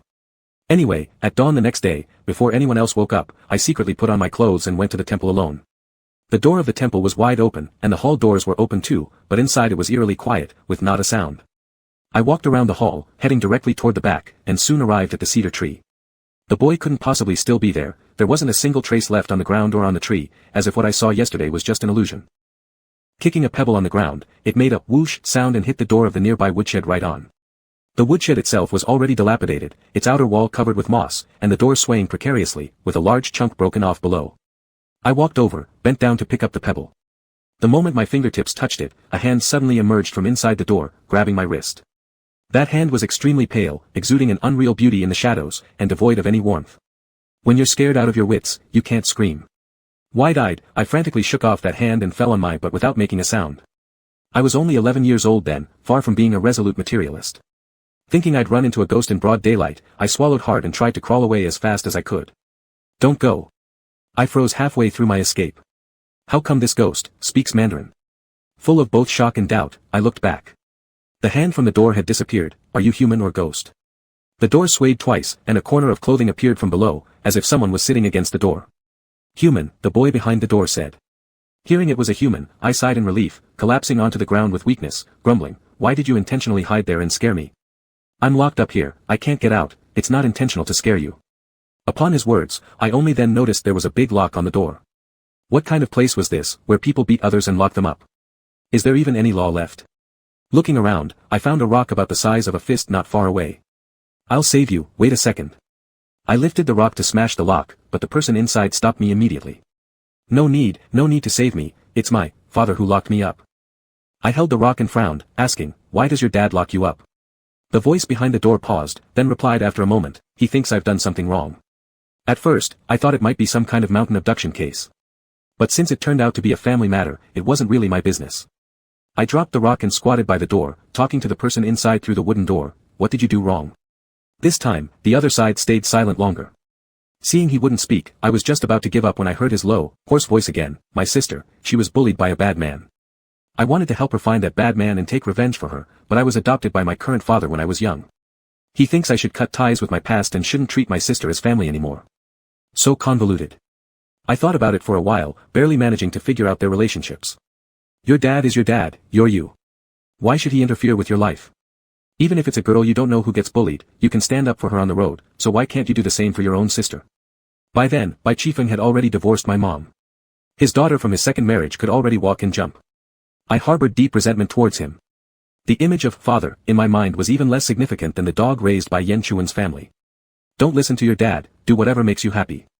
Men like him deserve universal condemnation, you haven't done anything wrong. I said resolutely. You're the first person who has ever told me that, he said, sounding both like a sigh and a release. The wooden door moved slightly, and soon after, a hand emerged again from under the door. Unlike before, this time the hand tightly gripped something shining with golden light. Can you help me with one thing? Can you deliver this necklace to my sister? Tell her to sell it for money. And tell her not to worry, if no one helps her, I still will. The boy's tone showed no hesitation. Helping others is a virtue, and at that point, I already guessed that this boy was the same one who had been beaten under the tree the day before. I took the necklace from his hand and examined it. It was a pure gold chain with a pendant in the shape of a six-sided gold box, as large as half a palm, studded with turquoise and coral. My grandmother had always loved collecting various pieces of jewelry since she was young. She would change her necklaces and earrings daily, and it would take 2 months to cycle through them all without repeating. I remembered her collection included a similar necklace, a hollowed-out gold box that could be opened to reveal a small piece of silk inscribed with scriptures. My grandmother said it was an amulet she paid a lot of money for, it was very precious. I weighed the necklace in my hand, it felt heavier than the one my grandmother owned, which suggested it might also be more valuable. Where does your sister live? I asked. He carefully worded his response, using the simplest language to describe the way to his sister's house so that it was easy to remember. I silently committed it to memory and stuffed the necklace into my pocket. Do you trust me so easily? What if I just run off with it? On the patched-up, broken wooden door made of planks, there were some small gaps. I tried to peer through these cracks to see inside the woodshed but only encountered darkness. Lord Mountain led you here, he must have his reasons, the boy replied. I sneered, unable to stop myself from grumbling, what's that got to do with Lord Mountain? I just walked here myself. Well, I'll go now. Wait for good news from me, I said as I stood up, brushed the dirt off my pants, and turned around, quietly tiptoeing back the way I came. Chapter 12, Aren't you going to say thank you? Following the address the young man gave me, I arrived at a dilapidated and humble courtyard. Behind the barely there fence gate stood 2 low mud houses, one large, one small. It was bright outside, but inside it was dark and cold. Sister Baizhen. I called out from the doorway into the dimly lit room, but the response came from behind me, from the smaller house. Smoke rose gracefully from the chimney on the roof, it must have been the kitchen. As I walked toward it, the person inside also came out. I could not tell if this person had turned 20 yet, but she was extraordinarily beautiful, with deep-set eyes and thick eyelashes. On her frail shoulders rested a cloth bag, and atop that, a boy of about a year old was sleeping soundly.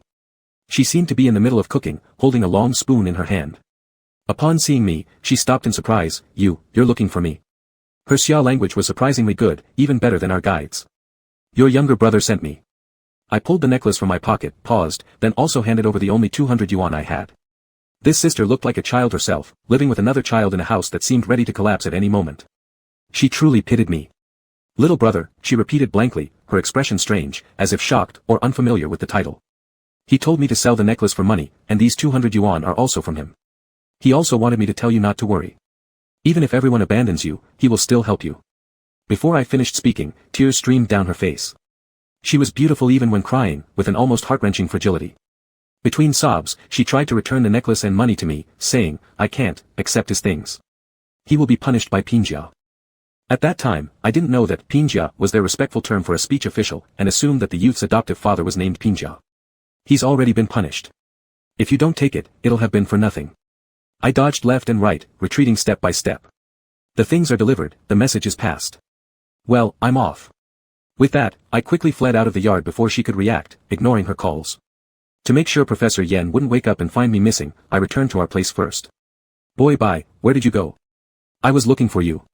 Yen Chuan greeted me as I entered, chopsticks in hand, raising a steamed bun toward me. Just took a walk. I didn't elaborate, directly grabbing buns from the plate at the table and stuffing them into my mouth. Vegetable filling, they were quite tasty. Eat slower, Professor Yen pushed a glass of warm milk in front of me and said, later, we're planning to visit the Deer King Temple. Chuan is coming with us. Are you coming? If you're not, just wait here for us to come back. Aren't I not allowed to go? Why am I allowed now? Professor Yen chuckled, we smoothed some connections. In this era, everything really needed connections. I nodded, indicating I'd like to join them. After breakfast, seeing there were still extra buns in the plate, I wrapped them with napkins and sneakily stuffed them into my pocket. Our guide who showed us around the village the previous day continued leading us again to the Deer King Temple. A crowd climbed to the top of the mountain, and the man standing at the gate welcoming us wore a white robe, his face gaunt, exactly the middle-aged man who hit someone yesterday. The guide opened by calling him Pinjia, extremely respectfully. Before, I still had doubts, but now his identity as the foster father of the young man was entirely confirmed. Professor Yen was busy talking to the middle-aged man, even Yen Chuan followed inside the hall with a look of admiration. With no one watching me, I secretly slipped to the firewood storage area. Under the tree shade, the firewood storehouse surrounded by withered vines appeared desolate and broken. Forget those creaky door panels, I felt like a single kick could destroy its walls. Here. I slid the buns under the door. It took quite a while before the slightly warm buns were picked up, then after a moment, a very light voice of thank you came from inside. I've delivered your message and items. You can rest assured. Faintly, I heard the sigh of relief from the young man inside, as though a heavy burden had been lifted off his shoulders. Thank you. He thanked me again, his voice becoming clearer and firmer. I smiled involuntarily, playing with the pebbles beneath my feet, saying, it's a small thing. Afterwards, we started having some unproductive idle chatter. How is your Xia language so good? School taught. Does your father often beat you? He does when I make mistakes. Did you recognize the person from yesterday? Yes, I recognized him immediately upon seeing him. Do you have enough to eat? If not, I can fetch more biscuits for you. I have enough, no need. We chatted like this for a good half day until near noon, when voices approached from the temple entrance. Professor Yen and the others were finally leaving.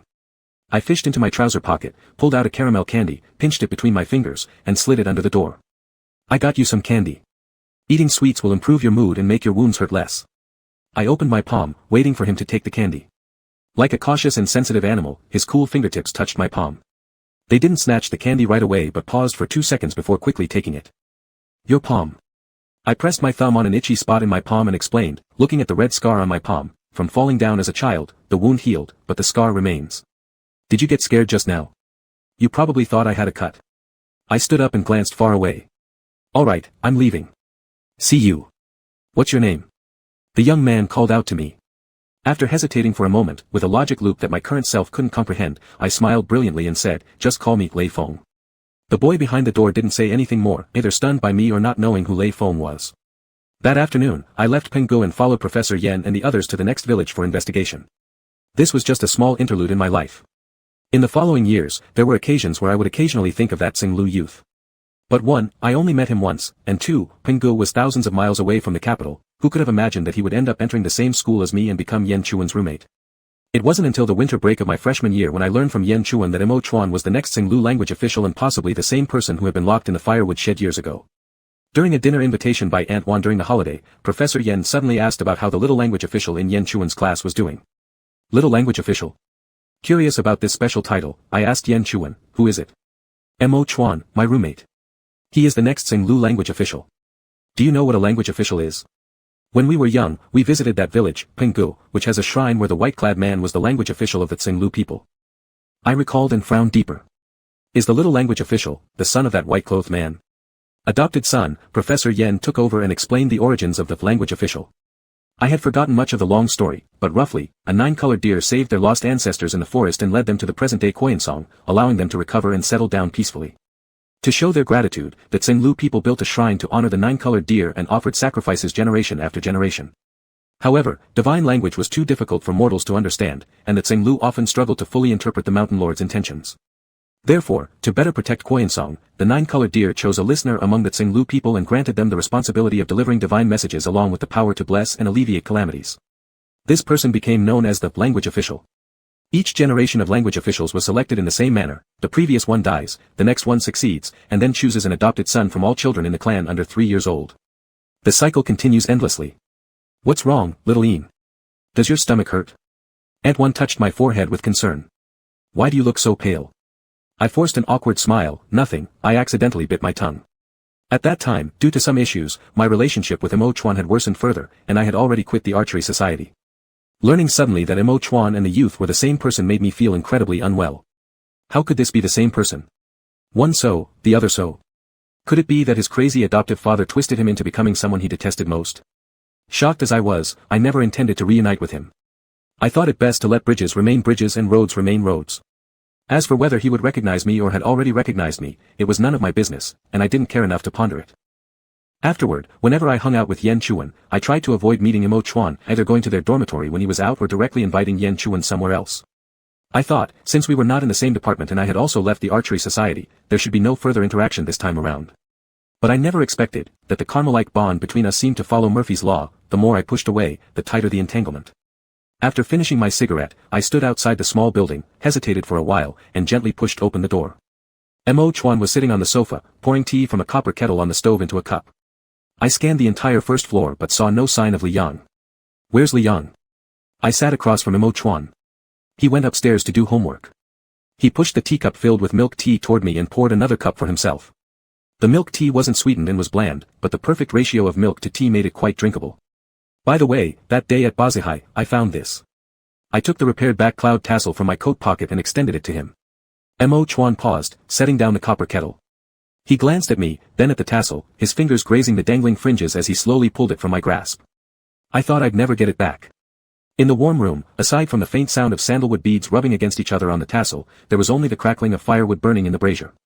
I opened my hand and let him take the tassel, but at the last moment, unable to resist the impulse in my heart, I reached out and grabbed his hand as he was pulling away. Aren't you going to say thank you?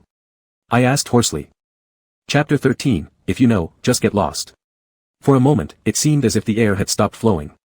The hand I held was broad-boned, cool to the touch like jade, and just as expected, not soft at all. Thank you. After a brief silence, Mo Chuan thanked me first, then lifted his hand to break free from my grasp. With an empty palm, I clenched my fist and put my hand back into my pocket. The room fell silent, and the atmosphere suddenly turned cold. I'll go to the main hall ahead. Chuang has returned, let him find me there. With that, Mo Chuan got up and walked towards the door, still holding onto the cloud, sue, tassel in his hand. When you look at the sky, what do you think about? I called out louder, stopping him. He paused at the doorway, his hands hidden under his sleeves, while the brown tassels peeked out slightly, swaying gently in the air. How much longer do I have to endure this? These days, unchanging, with no end in sight, when will they finally end? As he remained silent, I answered for him, it's just a guess of mine. I don't know if I'm right. He closed his eyes briefly, his tone betraying an attempt at restraint but failing in impatience. Last time too, this time too. What kind of answer are you trying to get out of me? He turned around, his eyes icy, and the tassel in his hand swung more violently. Yes, I am suffering immensely, regretting every day for my choice back then. Is this what you want me to say? My carefree, theater-like attitude infuriated him. The saint's mask completely shattered, revealing his true self, the real Mo Chuan. So, do you regret it? I met his gaze without fear. His lips were pressed tightly, his face devoid of expression. No, I've never regretted coming back here. Whether you believe it or not. Does it matter whether I believe or not? As long as you believe yourself, I retorted dryly. I didn't really know what answer I wanted. It just annoyed me to no end seeing him putting on airs, so much so that I had to push him to reveal his true nature, breaking through the facade of sainthood to achieve some satisfaction. A fierce wind swept past the window frame, and the rusted hinges emitted a shrill sound, as if someone were laughing. Mochwan stared at me, his expression seemingly calm, but his voice couldn't conceal its menace. What does my condition have to do with you? We are fundamentally two different kinds of people, different backgrounds, different ethnicities, different professions, and futures, destined to be different. You dislike my way of life, and I dislike yours, we're even in that regard. Ha, he finally told the truth. He finally admitted that he disliked me. But what gave him the right to dislike me? Why has he always disapproved of me? As anger brewed within me, my indifference deepened. You left out one thing, we're entirely different kinds of people. I pointed at him, you're Luyu, the pure divine priest untouched by worldly desires. Then I pointed at myself, and I'm a dirty homosexual. The moment the last word left my lips, he turned away with weariness, his words brusque and blunt as ever. If you know, just get lost. He went out, and Yen Chuan came in. They almost bumped into each other at the door. On another day, he would surely stop to greet Yen Chuan, but today, he didn't spare a glance, brushing past silently. What's wrong? Did you irritate him again? Yen Chuan pointed at Mochwan's retreating figure, full of confusion in his eyes. This is the first time I've seen him like this in a long while. He must be feeling bloated after eating too much. In one sip, I drained the milk tea in my cup and slammed it hard on the table as I stood up. Are you going back? I'm going back. Since staying wouldn't earn me any respect anyway, I might as well go home and paint. I'll see you off, I'll play chess with Mochwan for a bit, and then I'll return to cook dinner. He walked alongside me towards the temple gate, giving instructions as meticulous as a housewife. That piece of clothing cannot be machine washed. Just soak it in a basin of water. After 10 minutes, the mud will fall off, then wring it out and hang it in the yard, alright? I don't know. Can you text me later? Maybe because Aunt Wan always instructed Yen Chuan to take good care of me since I was little, gradually he developed a habit of worrying about everything for me. Sometimes, I even felt like I had 3 mothers, one Jiang Xuehan, one Aunt Wan, and another him. Yen Chuan naturally understood I was joking with him, but still wagged his finger at me and laughed, cheeky. At the entrance gate, I waved him off, and he waved goodbye, reminding me to watch my step as I descended the steps. Bai Yin, aren't you? Hearing his voice, I turned around. Yen Chuan's face flashed a trace of hesitation, as if there was something difficult to say. Never mind, it's nothing. Ultimately, he swallowed his words. How strange. Seeing that he had nothing more to say, I waved goodbye once again, shoving my hands into my pockets as I turned and headed down the mountain. Over the next few days, I holed up in the research institute to put the final touches on the god's feather, perfecting every detail, the shape of each gemstone and its matching setting technique. The final product was quite satisfactory. From the front, the necklace looked like a divine bird unfurling its feathers in the wind. The long, elaborate wings touched tip to tail, forming a circle. Each feather, whether long or short, was set with different rubies, sapphires, diamonds, and mother-of-pearl. At the very center was the main stone, a 20-carat unheated pigeon-blood red ruby, polished smooth and irregular in shape. When I sent it to Huanfu Rou, she was thrilled, praising it as a one-of-a-kind masterpiece, unmatched in the world. Though I thought she was exaggerating, I couldn't deny how pleasing it was to hear such compliments. I'll send this design to Miss Gu for confirmation, just in case she has any suggestions for changes. Changes? These 2 words felt like a small, soft thorn pricking at my heart, not painful, not drawing blood, but still uncomfortable. This pair of wings was exactly as it should be, any addition or subtraction would ruin it. After Pine Forest Stream, this was my most satisfying work, and I couldn't let anyone tamper with its perfection. No, I'll design another necklace for Miss Gu. The god's feather is mine to keep. Without hesitation, I made my decision. Huanfu Rou was speechless for a moment before tentatively asking, by keeping it, you mean, sending it to auction? Jewelry sold at auction isn't usually considered merchandise but art. The god's feather fits that description perfectly, but I couldn't bear to part with it. I didn't want it to leave me, to end up in the hands of some unfamiliar owner, worn by someone unworthy. So I rejected the idea once again. No. I'll keep it myself, it can be lent out or displayed, but it won't be sold. Her earlier excitement dissipated completely, and Huanfu Rou asked blankly, just like Pine Forest Stream, right? It can be lent out or displayed, but neither sold nor worn. Actually, I hadn't thought about the last point until she reminded me. Recalling the tragic end of Pine Forest Stream, I suddenly realized it was necessary to add this condition. Yes, it cannot be worn. No one deserves to wear it until its true owner appears. I said. Huanfu Rou took a deep breath, her voice now clearly tinged with anger when she spoke. Bai Yin, do you know how much just the gems on this necklace cost? The Gu family, with their wealth, power, and connections, could have someone deliver a 20-carat unheated pigeon blood ruby with just a phone call. But what about you? Where will you find something like that? Even if you do, how will you afford a gem worth tens of millions? That's not an issue. If I were keeping it, I could easily replace the ruby centerpiece with something else, like spinel, known as the best mimic of ruby. Huan Fu Rou became even more exasperated. We already have a perfect necklace. Why don't you take the easy route? Miss Gu appreciates you, which is why she's giving a young designer like you this opportunity. Do well, and you can enter their circle. Your value will only rise from there.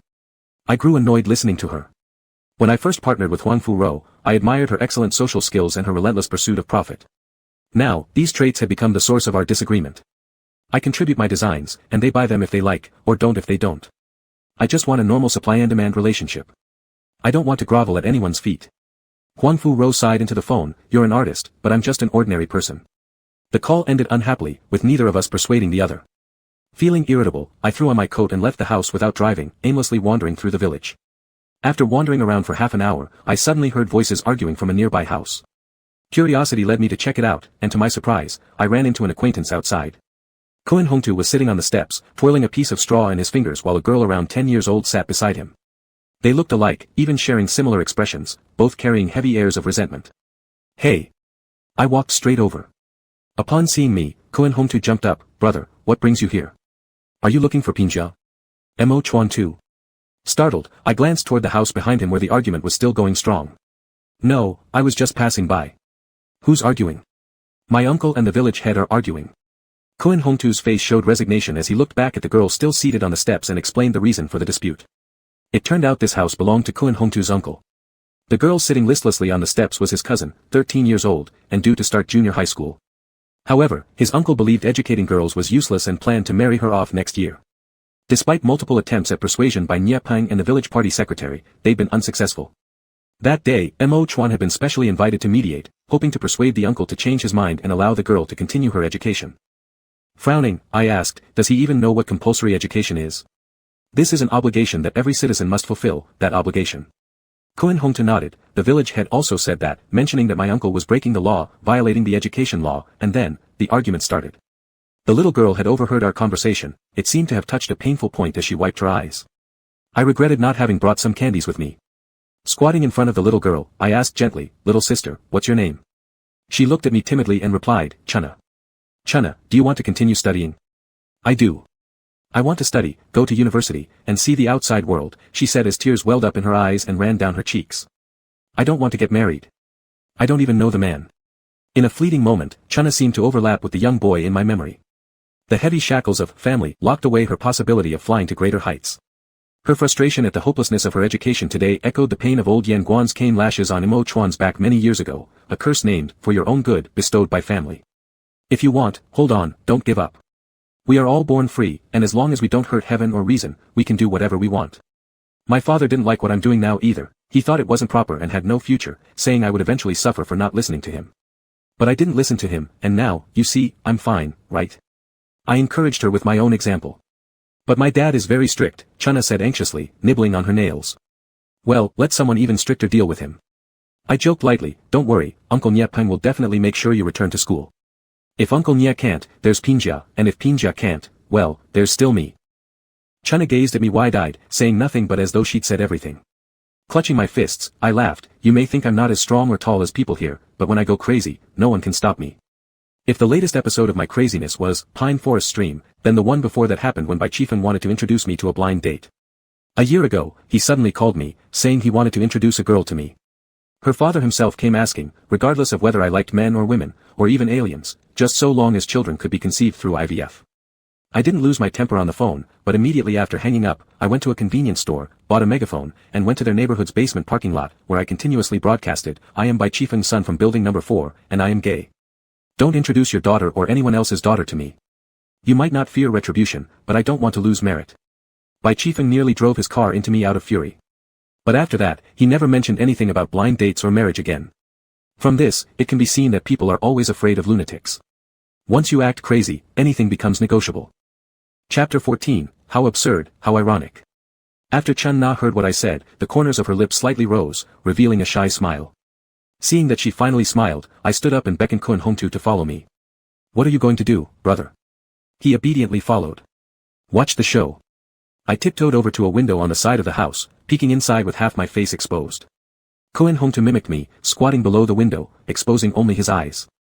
With the windows closed in winter, the sound was somewhat muffled through the glass, but fortunately, the people inside were loud enough to be easily heard. You want to arrest me? Arrest me then. I've already taken the dowry, and there's no way it's being returned. The person sitting opposite the window was a rugged man in his 30s or 40s, his face full of ferocity and clearly not someone easy to deal with. Meneng, Chun Na is only 13 years old. Why are you in such a rush? Your livestock isn't lacking, and your family isn't large. Can't you afford to raise a daughter? Sitting by the window was Nyepeng. Perhaps they had been arguing too intensely earlier, his voice was a bit hoarse now. I worked hard raising her after her mother passed away early. Why would I harm her? The man named Meneng shot a glare at Nyepeng. What's the use of a girl studying? Look at Yun Duo, after studying, she became wild-hearted, left with a Xia man and never came back. Anyway, Chun Na is eventually going to get married, what's the difference if it happens sooner or later? Nyepeng gestured for him to stop, let's separate the issues.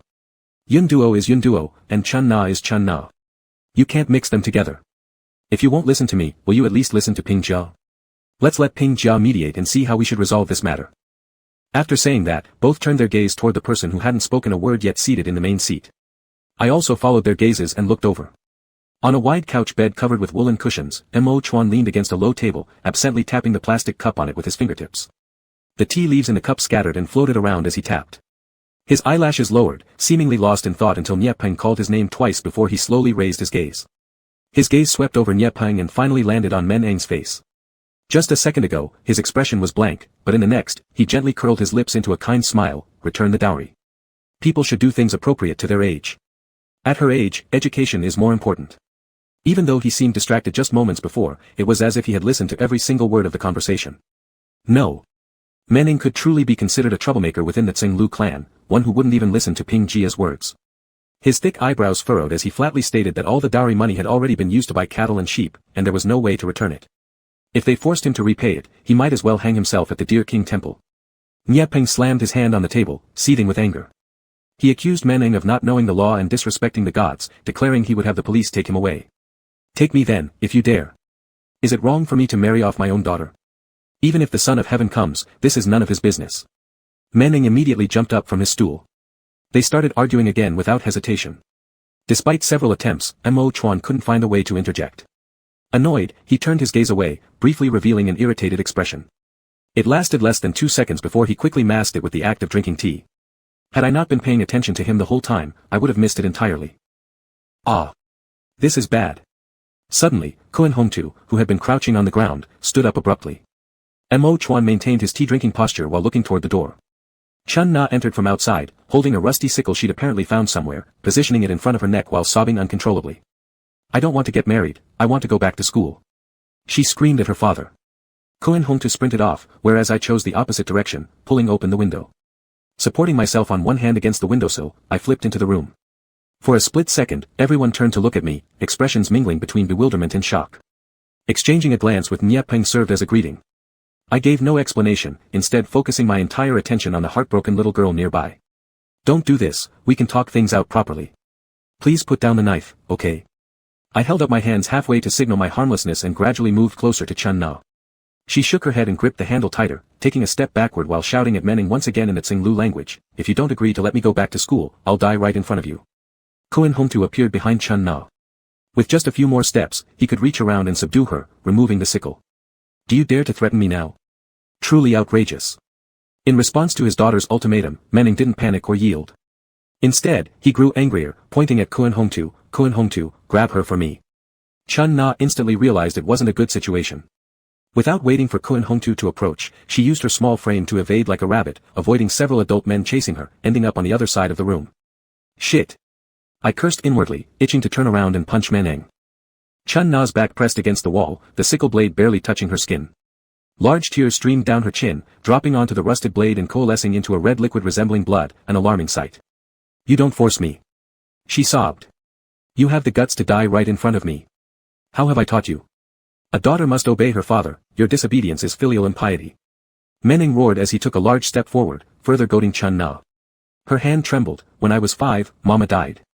After that, I started feeding cattle and chickens, sweeping the yard, doing Mama's chores. Later. Later, I went to school and would wake up before dawn every day to cook breakfast, then go to school afterward. After coming home, I'd first make dinner before doing homework. Am I not filial? Am I disobedient? I just don't want to marry a man I don't know. Even Nye Peng couldn't bear it anymore and cursed, "Your father's nothing but scum." What do you mean scum? Manning retorted indignantly, but no one paid him any attention. I feared the girl might actually commit suicide, so I tried persuading her again. "Sister, let's calm down, we can sort this out with words. Put down the weapon, any problem can be resolved." Step by step, I approached her, glancing sideways at Mo Chuan lowering his cup on the bed and finally standing up. "Look, Ping Jia is here, he will stand up for you." I indicated for Chun Na to look in Mo Chuan's direction. Noticing I pointed to him, Mo Chuan shot me a glance, once again assuming his divine holy demeanor of the sacred bird, nodding, "With me here, no one can force you to do anything you dislike." He extended his hand towards the girl and slowly walked over. Ping Jia still holds some weight among the ordinary Cenlu people. As soon as Mo Chuan spoke, Chun Na calmed down significantly, even shifting the sickle away from her neck. "Really?" she asked Mo Chuan, hope gleaming in her eyes. "Really?" Mo Chuan promised. Mo Chuan and I approached Chun Na from different directions. With victory seemingly within reach, Men Eng's rough voice sounded from behind us, "Why are you listening to her? This sickle is so rusty, what could it cut?" He grabbed my shoulder, trying to shove me aside as he stepped forward. Just when Chun Na had calmed down, seeing him come closer triggered another episode of terror. She screamed, frantically waving the sickle in her hands. "No! Stay away!" Her eyes closed, she was more agitated than before. I shoved Manning away, rushing forward to try and snatch the sickle from her hand. "Chun Na! Chun Na!" I fixed my gaze on the wildly swinging sickle, shouting her name, but she wasn't hearing me at all. "Watch out!" Kuan Hongtu shouted urgently from behind. Before I could react, my vision was obscured by something white. The green clouds rippled on my spine, for several seconds everything slowed down. All I could hear were my own breaths and the pounding of my heart. In a blink, my world returned to normal. Looking up at Chun Na, her eyes were wide with fear, her face pale with panic, and the sickle in her hand froze, the tip stained with fresh red blood. My gaze locked on that spot of red. I suddenly realized something and quickly examined Mo Chuan's condition in front of me. His right hand hung loosely by his side. Except for the slashed sleeve and the spreading bloodstain through the tear, there was no trace of pain or injury visible on his calm, indifferent face. "Sister, did you really chop him?" Wanting to lift Mo Chuan's sleeve to check his wound, yet fearing that my random touch might worsen his condition, my hands hovered uncertainly. "I'm sorry. I didn't mean to." She's only 13 years old after all. At the sight of blood, her confidence faltered. "Give it here." Mo Chuan extended his uninjured left hand, his meaning obvious.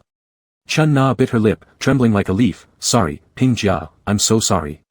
She kept apologizing, obediently handing over the sickle to Mo Chuan this time. I said, "With me around, nothing bad will happen." Once the sickle was in Mo Chuan's hands, he immediately tossed it to a worried Nye Peng who rushed to check on his injuries. Seeing the drops of blood on the ground, Nye Peng was filled with concern, shouting in Xia language, "Quickly, take him to the clinic, little brother. Leave the matter here to me, hurry." Acting instinctively according to Nye Peng's instructions, I tugged Mo Chuan towards the door, though I had no idea where the clinic was. "Look at what you've done." A loud slap echoed behind us. Then came the interlaced voices of Kuan Hongtu and Nye Peng. "Uncle, don't do this. How dare you hit her? She was scared because of you." Beside me, Mo Chuan let out a long sigh, not one filled with sorrow or distress, but dissatisfaction, deep dissatisfaction. "I don't need your support." He stopped walking. I froze, thinking that even in such a state, why was he still trying to put up a front? Just as I was about to tell him not to be so stubborn, he gently pushed me away. Without any hesitation, he turned around and walked a few steps to stand before Meneng, then raised his hand and slapped him. All sound ceased. This slap was both fierce and sharp, completely unexpected by everyone present, including Chun Na who covered her face in astonishment. Shit. This was the second time I cursed in my mind today. Mo Chuan even used his injured right hand, his fingertips dragged across Men Eng's cheek, leaving behind cruel streaks of blood. Then he grabbed Men Eng's collar forcefully and sternly demanded, "Return the bride price, and send her to school tomorrow. Do not go against me, and do not deceive me. If I find out you've married her off, you and your family will forever lose the protection of the Mountain Lord. You will suffer divine punishment, and this life will end without good fortune. In your next life, you will be reincarnated as a pig or a dog. Cenlu people believe in past and present lives, cause and effect, similar to some Buddhist concepts. They think that practicing well in this life ensures better living in the next, and the Mountain Lord is the ultimate judge of their actions in life, deciding their identities in the next. Mo Chuan's words were insignificant to me as an atheist, but for Meneng, they sounded like 5 bolts of thunder striking the sky, causing it to collapse into chaos. He likely didn't expect the always amiable Ping Jia to get so angry at him, so immediately, his spirit wavered, and he knelt down instantly. Kuan Hongtu, unfortunately from the same family as him, seeing Menning kneel, turned pale with fear and hurriedly knelt alongside him. No. No. I don't want to become a pig or a dog. I'll return the bride price, I certainly will. Ping Jia, I know I've erred, I know. Meneng's face bore a blood imprint while he clasped his hands together praying endlessly, not a trace of the earlier arrogance and brutality left. I couldn't help but sigh. The law he disrespected, family bonds he disregarded, such a person, only because of the phrase, next life you'll be reborn as a pig or a dog, knelt down in submission, scared out of his wits. What a farce, how ironic indeed. To clarify, indicates Xia language, whereas indicates Cenlu dialect, and this distinction will continue going forward. Chapter 15, Life is Hard. Mo Chuan walked ahead of me, while I trailed behind him, maintaining a distance of about 2 meters. Since leaving Chun Na's house, he hadn't spoken to me anymore, nor had he allowed me to assist him. He himself handled the emergency treatment for the wound on his hand. Using his string of blue-green Hetian jade beads, he wrapped it around his sleeve and inserted a stick he picked up from the ground to tighten it in order to apply pressure to stop the bleeding. There were scattered bloodstains on the yellow soil along the way. Initially, they were closely spaced, but later, perhaps due to the effective hemostasis, the intervals between the droplets became longer. How much farther? After 5 minutes of walking, I didn't see any sign of the health clinic and couldn't help but ask. The Mo Chuan ahead of me suddenly stopped, turned back to look at me with surprise, furrowing his brows as if asking, why are you still here? I know the way, I can go by myself. He expressed his wish that I leave subtly, then continued forward without waiting for my response. If you don't want me following you, why did you block the knife for me? I complained internally as I took several quick steps to reach his side. The sickle just now was so rusted. Don't you need a tetanus shot? Do you have this injection at your health center here? If not, how about we go to the hospital? I fired off 3 consecutive questions, but he acted as if he didn't hear. At this moment, 2 women carrying baskets came from the corner ahead. They were chatting and laughing, but upon seeing Mo Chuan, they stopped and stepped aside, bowing when Mo Chuan got closer. Ping Jia. Mo Chuan slightly nodded to return their greeting. The older woman removed her basket and pulled out 2 deep red apples, shoving them into Mo Chuan's arms. Today, we just bought them from the market. Take them back to eat. The younger woman also pulled 2 potatoes from her basket and tried to give them to Mo Chuan, saying, these are grown at our place. Please take them. Mo Chuan's right hand had already been tucked behind his back when he saw the 2 women earlier, making it inconvenient for him to hold everything. Watching him struggle, I let out a light sound of dissatisfaction, directly sweeping the apples and potatoes into my own arms, placing 1 apple in each pocket, holding 1 potato in each hand. After dispensing their food, the 2 women happily left. When Mo Chuan noticed that they were far enough away, the corners of his lips quickly fell, the exhaustion on his face visibly deepening. You pretend all day long, aren't you tired? Seeing his condition made me feel exhausted too. Although everyone has dual sides to their personalities, behaving differently in private versus social settings, for most people, these 2 sides are clearly delineated. It is natural to understand what kind of face to show under what kind of occasion. However, Mo Chuan's boundaries were blurred. It seemed like he was trying hard to erase his original personality, creating through restraint, control, and disguise an image of Ping Jia that met public expectations. In this world of defilements, who isn't tired living? He cleverly avoided my question and walked another 100 meters or so before turning into a nondescript little courtyard. Seeing the sign at the gate, Penggu Health Center, we had arrived. The health center was tiny, not much larger than a public restroom in Haicheng. The exterior was the same style, covered with simple white tiles. Inside sat only an old doctor in his 60s with gray hair. Like most of the Cenlu people, the doctor kept a head full of long hair, which wasn't simply tied at the back but braided into small strands bound together on the side, looking extremely trendy. He was originally sitting behind the counter listening to the radio. Upon seeing someone come in, he casually glanced towards the door. When his eyes met mine, nothing happened, but as soon as his gaze shifted to Mo Chuan, his expression changed instantly. Hurriedly, he came out from behind the counter. Ping Jia, why have you come? Mo Chuan lifted his right hand, showing the bloodstains on his sleeve. I sustained a minor injury. The bleeding has stopped, just give me a quick bandage. The old doctor was greatly shocked and immediately asked Mo Chuan to sit down. He carefully unfastened the hemostatic device on Mo Chuan's arm. The winter robes of Cenlu people were very thick, and Ping Jia's sleeves were not only thick but also wide, somewhat obstructive. Thus, Mo Chuan simply took his whole arm out from the white robe to facilitate the doctor examining the wound. Underneath, he wore a narrow-sleeved shirt, also pure white. Now half of its sleeve had been dyed red by the blood. Due to the hemostasis, the fabric had adhered to the wound, and even though the doctor was careful, a slight tear caused fresh blood to flow out of the wound again. Maybe because of the thickness of the clothing, some force was blocked. A large cut was visible in the robe, but the arm wound wasn't that long, around 10 centimeters, and wasn't particularly deep, just looked horrifying covered in blood. Holding 2 potatoes in my hands, I felt a bit dizzy but forced myself not to look away. Old sir, do you have tetanus shots here? What? The old doctor didn't understand Xia language and looked somewhat confused as he glanced at Mo Chuan. You handle the bandage, ignore him.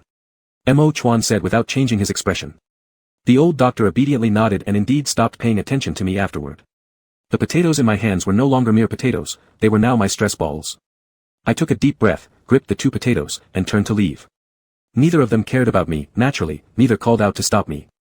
I ran all the way back to the research institute, asked Yan Chuan for the car keys, and handed over the apples in my pockets and the potatoes in my hands to him. Where did you get these things? No, where are you going? He held the vegetables and fruits in his arms, looking bewildered as he watched me climb into the car and start the engine. I lowered the window and asked, where's the nearest tertiary hospital? Tertiary hospital? Why do you need to go to the hospital? Upon hearing hospital, Yan Chuan became nervous. It's too complicated to explain right now. I'll tell you more when I get back. Just tell me where it is. The nearest tertiary hospital is in the city, about 100 kilometers from here. Yan Chuan told me the name of the hospital and roughly how to get there from Koyan Song. If the road conditions are good and we take the highway, it would take about an hour. Alright, then I'm off.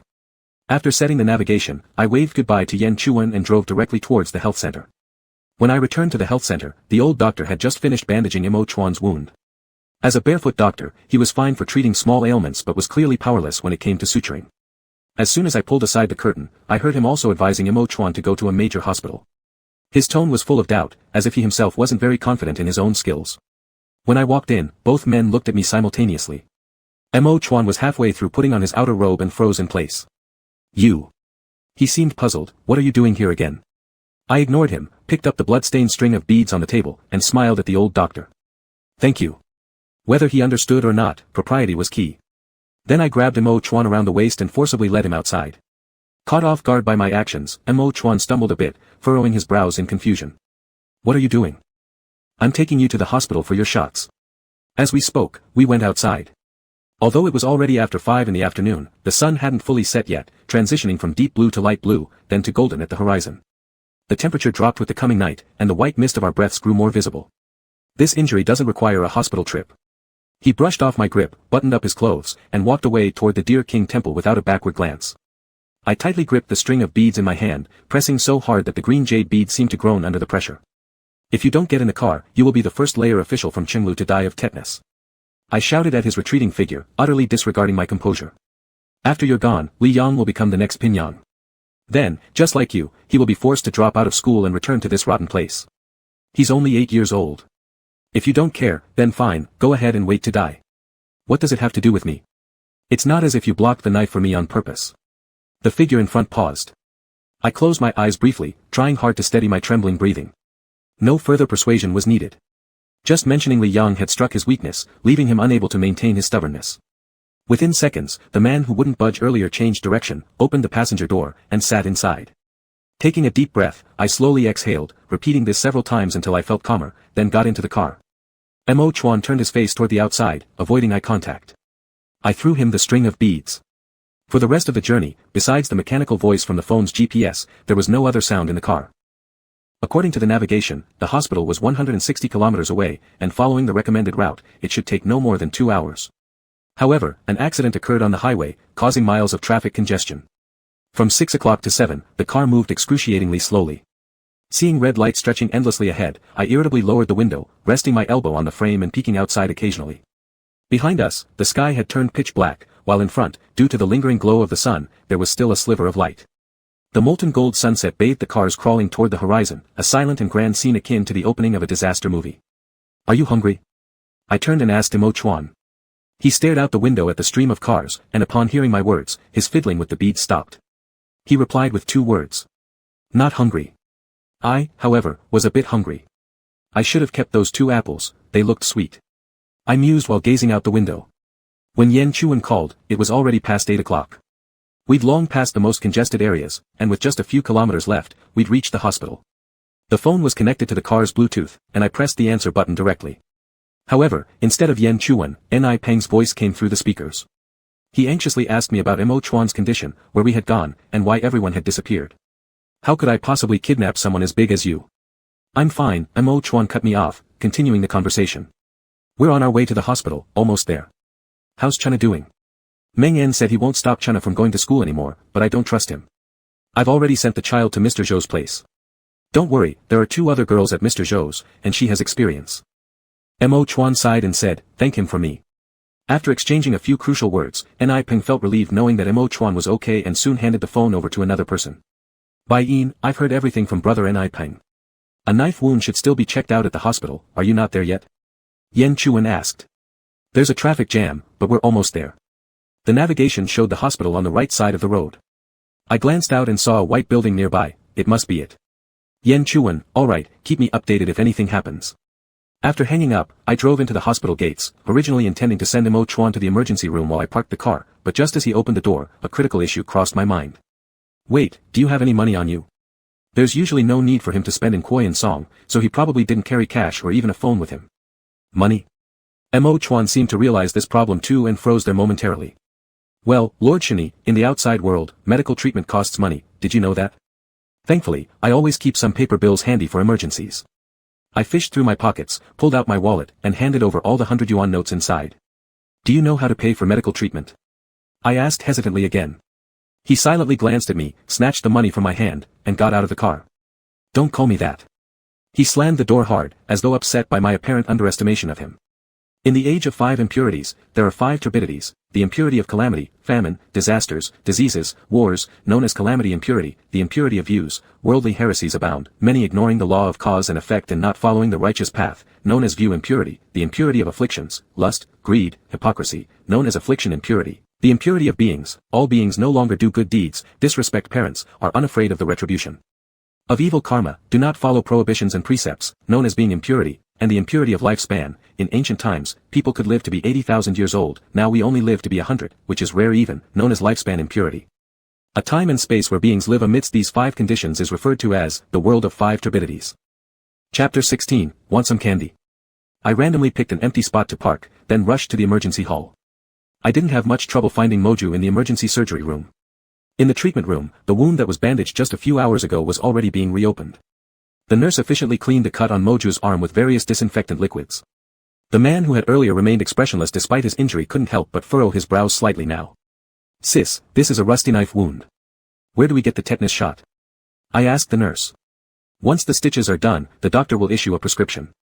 Get the medicine at the window and then go to the injection room for the shot. The nurse, possibly curious about Moju's attire, seeing that I was with him and relatively chatty, directly asked me, are you from an ethnic minority? No, he is. I pointed at Moju. I don't think you look like it. Where are you from? How old are you? This nurse was probably in her 40s. Her chest badge read, Wang, with a round chubby face, very approachable, and quite talkative. In just a few sentences, she learned my hometown, age, and even my occupation. You seem to be from Haicheng. People from Haicheng are fashionable and have fair skin. You're so excellent, you must have a girlfriend, right?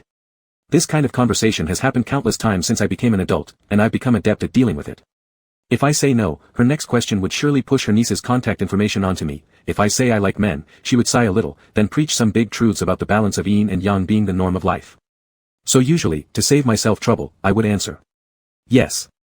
I smiled and said, I'm already married. The arm raised halfway suddenly trembled noticeably. Moju turned to look at me, eyes full of absurdity. I met his gaze, with a look as if to say, even if I lied, what can you do about it? Truly, outstanding boys marry early, Nurse Wang lamented deeply, pondering for a moment, then directed her attention towards her ethnic minority companion with a grin, asking Moju, handsome, are you married?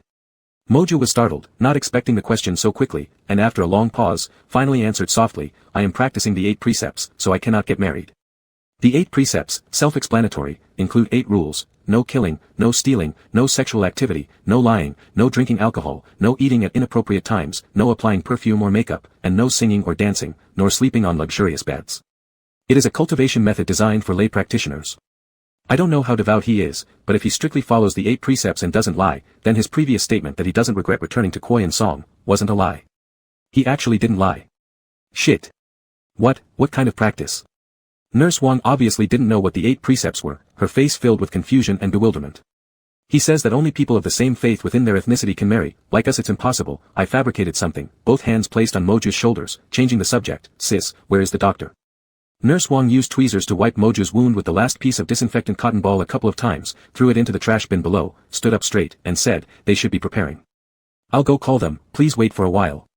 There was a brief moment where only Moju and I remained in the treatment room. I glanced down and could exactly see his pale white wound washed clean, making my scalp tingle immediately, forcing me to avert my eyes. The current generation can intermarry with other ethnicities. Moju kept turning his arm back and forth, occasionally stretching out his fingers as if testing the flexibility of his fingers. I once saw someone online compare human looks to a probability. The chance of common gene combinations forming beautiful features is akin to a genetic miracle. But having beautiful features doesn't guarantee everything. Some people, though good-looking, might have an unpleasant voice or clumsy fingers. Fate always seems to prevent any one person from being overly perfect. In entertainment circles, fashion industries, circles renowned for their abundance of handsome men and beautiful women, I've encountered plenty of these genetic lottery winners, including myself, but no one has ever been like Moju, leaving me yet unable to find any flaws in him. His hands would be too heavy if they were bigger, too thin if smaller, thus, his proportion is balanced, another kind of miracle.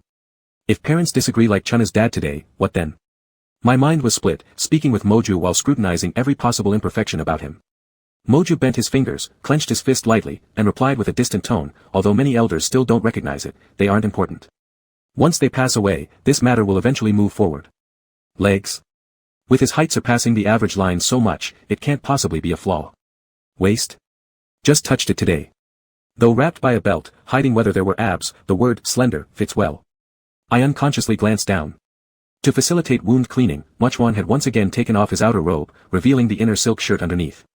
This inner shirt was relatively fitted, its collar half concealed and stood just below his throat, fastened with disc buttons at the neckline. Its tailored cut followed the contours of a broad shoulder, subtly outlining his inverted triangular physique.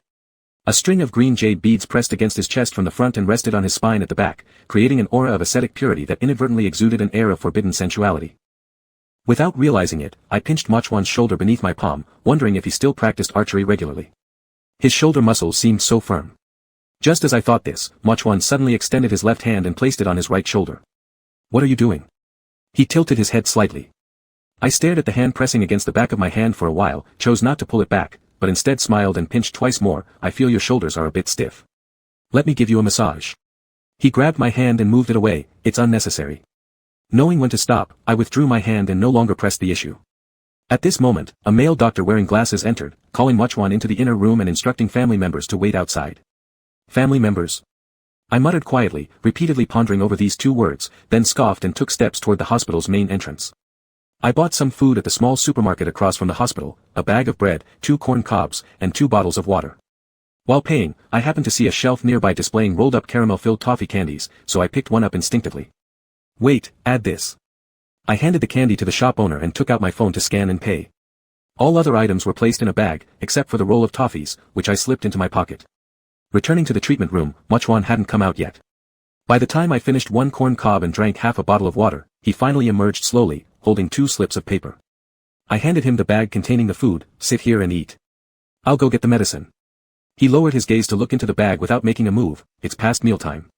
I paused briefly before understanding. "Oh, no eating outside of designated times." "You could have eaten, and I would have pretended not to notice.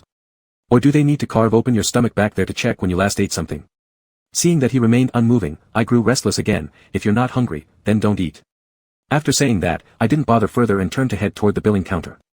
Besides the tetanus shot to be administered later, the doctor also prescribed some anti-inflammatory painkillers. After settling the fee, I returned carrying a big bag of medicine, looking up to see Muchwan sitting on the corridor's bench eating bread. With his left hand holding mineral water and his right hand gripping a small piece of bread wrapped in plastic, he ate with an air of striking contrast, oblivious to the gazes directed at him by passers-by. For a moment, I even felt, letting him sit in the hospital corridor and eat small pieces of bread made me feel like I had wronged him. I should have driven 20 kilometers to kidnap the best noodle chef in this city from their shop, forcing them to personally make a bowl of vegetarian noodles for Muchwan. Of course, I soon came to my senses and found that fleeting ridiculous idea utterly disgusting. "Doesn't your hand hurt after getting stitched?" Since there was no rush, I simply sat beside Muchwan and waited for him to finish eating. "Isn't this eating going pretty well?" It shows that his vows aren't so unbreakable. If he breaks the vow about eating at improper times today, tomorrow, perhaps he'll break something else too. The anesthetic has numbed it. I can't feel anything. He rotated his bandaged right hand as if to display it. The wound was on the side of his forearm, near the wrist. Winter clothing is thick, so as long as he's careful these next few days, it probably won't be discovered. I didn't ask why he didn't tell others how he got injured. Knowing his identity, he was essentially a prized gem of the entire Lure clan. If those devout believers knew that he had been wounded by a 13-year-old girl with a sickle, resulting in bleeding, Chunna wouldn't just be terrified, she'd drown in the flood of criticism from everyone else. The girl already had it hard enough, so there really wasn't any point in complicating things further. After finishing 2 small breads and half a corn cob, he seemed full, carefully wiping each finger clean with the wet wipes from the plastic bag, then stood up from the chair. I stayed seated, tilting my head back to look up at him. Confusion flashed in his eyes. Aren't we leaving? I pulled out the roll of toffee that I'd been holding onto for a long time from my coat pocket and offered it to him. Do you want some candy? The candy had warmed up after being held for so long, now carrying the same temperature as mine. Toffee easily softens, I wonder if it has melted yet. He obviously froze for a moment, staring at the roll of candy in my hand for a period, but ultimately didn't reach for it. There's no need, he dismissed with cool indifference, then turned around without hesitation, not waiting for me, heading alone towards the injection room. My outstretched hand froze midair, and the feeling that welled up inside me was less annoyance and more a sense of predictable defeat. Ha, serves you right for making a fool of yourself, didn't it? I lightly slapped myself on the cheek, then shoved the roll of caramel candies back into my pocket once more before picking up the bag and hurrying to catch up. Times have changed, and the old tricks from back then no longer work. These days, only children would believe the nonsense that eating candy can relieve pain, while adults just pretend to be nonchalant, acting as if they don't feel a thing. Chapter 17, Can We Escape? When we came, the weather was fine. After Machwan got his injection and we stepped out of the hospital, it suddenly started raining. The rain, accompanied by thunder and lightning, quickly turned the sky dark and obscured the vision within arm's reach, rendering the windshield wipers almost useless. The maximum speed on the highway could reach 120 km per hour, but due to poor visibility, I dared only drive at 80 km per hour. This rain and this atmosphere seemed more like a disaster movie than when we arrived. I thought with a bittersweet smile. The rain didn't let up along the way. I glanced at Machwan beside me. He leaned against the chair back, his head tilted to one side, quietly asleep, or so it seemed. I had traveled back and forth over 300 kilometers, spending several precious hours of my life to bring him here for treatment. And yet, not even a word of thanks escaped him. Once in the car, he fell asleep as if completely oblivious to the fatigue of the driver. I bought him water and drinks, but he didn't have a kind word for me, not even asking if I was tired or needed rest. Why should he get away with it? With a grudge building inside me, I drove a few more kilometers, then spotting an exit from the expressway, I switched on the turn signal without hesitation and exited. If he can sleep, I'll sleep too. With such heavy rain, who knows what condition Kyo Yensong's rugged mountain road might be in. Whoever wants to return home overnight can figure it out themselves, I certainly won't go. After leaving the highway, I aimlessly followed the road, failing to find a hotel but eventually discovering a roadside country inn. This isn't the way back to Penghu. Machwan, who had been silent until now, suddenly spoke, looking alertly around the window. So you weren't sleeping after all.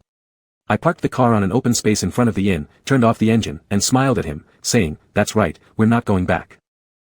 I opened the door and dashed into the rain. With the end of the world approaching, what choice do we have other than running for our lives? Pushing the door open and entering the lobby, the group of people playing cards beside the counter turned their heads towards me all at once. Boss, are there any rooms left? I shook off the water clinging to me and asked. A middle-aged man in his 40s stood up. There's only one king-size bedroom left. Are you alone? 2 people. We were originally heading to Kyo Yensong, but the rain is too heavy, so we decided to stay for the night and leave tomorrow morning. I replied. The boss nodded. Kyo Yensong, it's hard to travel when it rains. Rules were lax in this small place. I handed my ID to the boss, and without even asking for a second one, he processed our check-in. Taking the room key, I asked the boss for an umbrella, then returned to pick up Machwan. The rain poured down in torrents, the tiny umbrella utterly incapable of handling such terrifying rainfall. In just a few steps, half of my body was soaked. Opening the passenger door, I tilted the umbrella toward him as Machwan looked up at me, his gaze intricate and unreadable. Bayin, what are you planning to do? I extended my hand jokingly. I'm inviting you on to Noah's Arkansas. He stared at me for a long while, his eyes landing on my hand, remaining silent. But much like that roll of cheap caramel candy, his demeanor indicated rejection from start to finish. Rainwater streamed down my face, and far away, a bolt of lightning struck across the sky with a deafening roar. My body gradually grew cold, and the outstretched hand felt as if it had turned into a block of ice. If you don't get out of the car, you'll have to sleep inside tonight. With my expression fading, I retracted my hand, intending to walk away when a frigid hand suddenly grasped mine. Machwan's temperature, like his person, always carried a chill, even in summer, yet now it seemed particularly warm, even scorching. I met his deep, dark eyes and laughed loudly, turning to grab his wrist and rushing into the pouring rain. Fortunately, the car was no more than 4 or 5 meters from the inn's entrance, and we were soon under the porch. Machwan immediately pulled his hand free and placed the umbrella in a red plastic bucket by the door before pushing it open, following behind me. Watch your step, don't slip. The boss shouted, still holding the poker cards, reminding us during his busy game. Machwan went upstairs first, and I followed behind. Remembering the boss's warning, I turned back and nodded, thanking him. Up on the second floor, faintly, I heard the conversation between the boss and his card friends. I thought they were a young couple, turns out they're 2 men. You wouldn't understand this, 2 men can be couples too. Bomb. I'll blow you up. Who'd book a room with a man dressed like that? Stop talking nonsense. Just a 200 yuan per night countryside inn, the conditions were evidently limited. Dust and dirt clearly visible on the floor, a slightly musty bathroom, and bedding that had seen countless guests, all coupled with an old, inefficient air conditioner. With these hygiene standards, I truly didn't want to take a shower with their bath towels, deciding instead to sleep fully clothed for the night and return to the institute in the morning. You're welcome to take a shower if you want, I'll sleep like this. I used a towel to dry the wet spots on my clothes, took off my shoes, and sat directly on the bed. Mochwan had no intention of washing up or sleeping, choosing instead a seat by the window and quietly gazing at the heavy rain outside, which looked like an endless waterfall cascading from heaven. I took off my coat and covered myself with it, glancing at him and then at the king-sized bed which was at least 1.8 meters long, suddenly realizing that this again violated his taboo of not lying on grand, luxurious beds. Aren't you going to sleep here?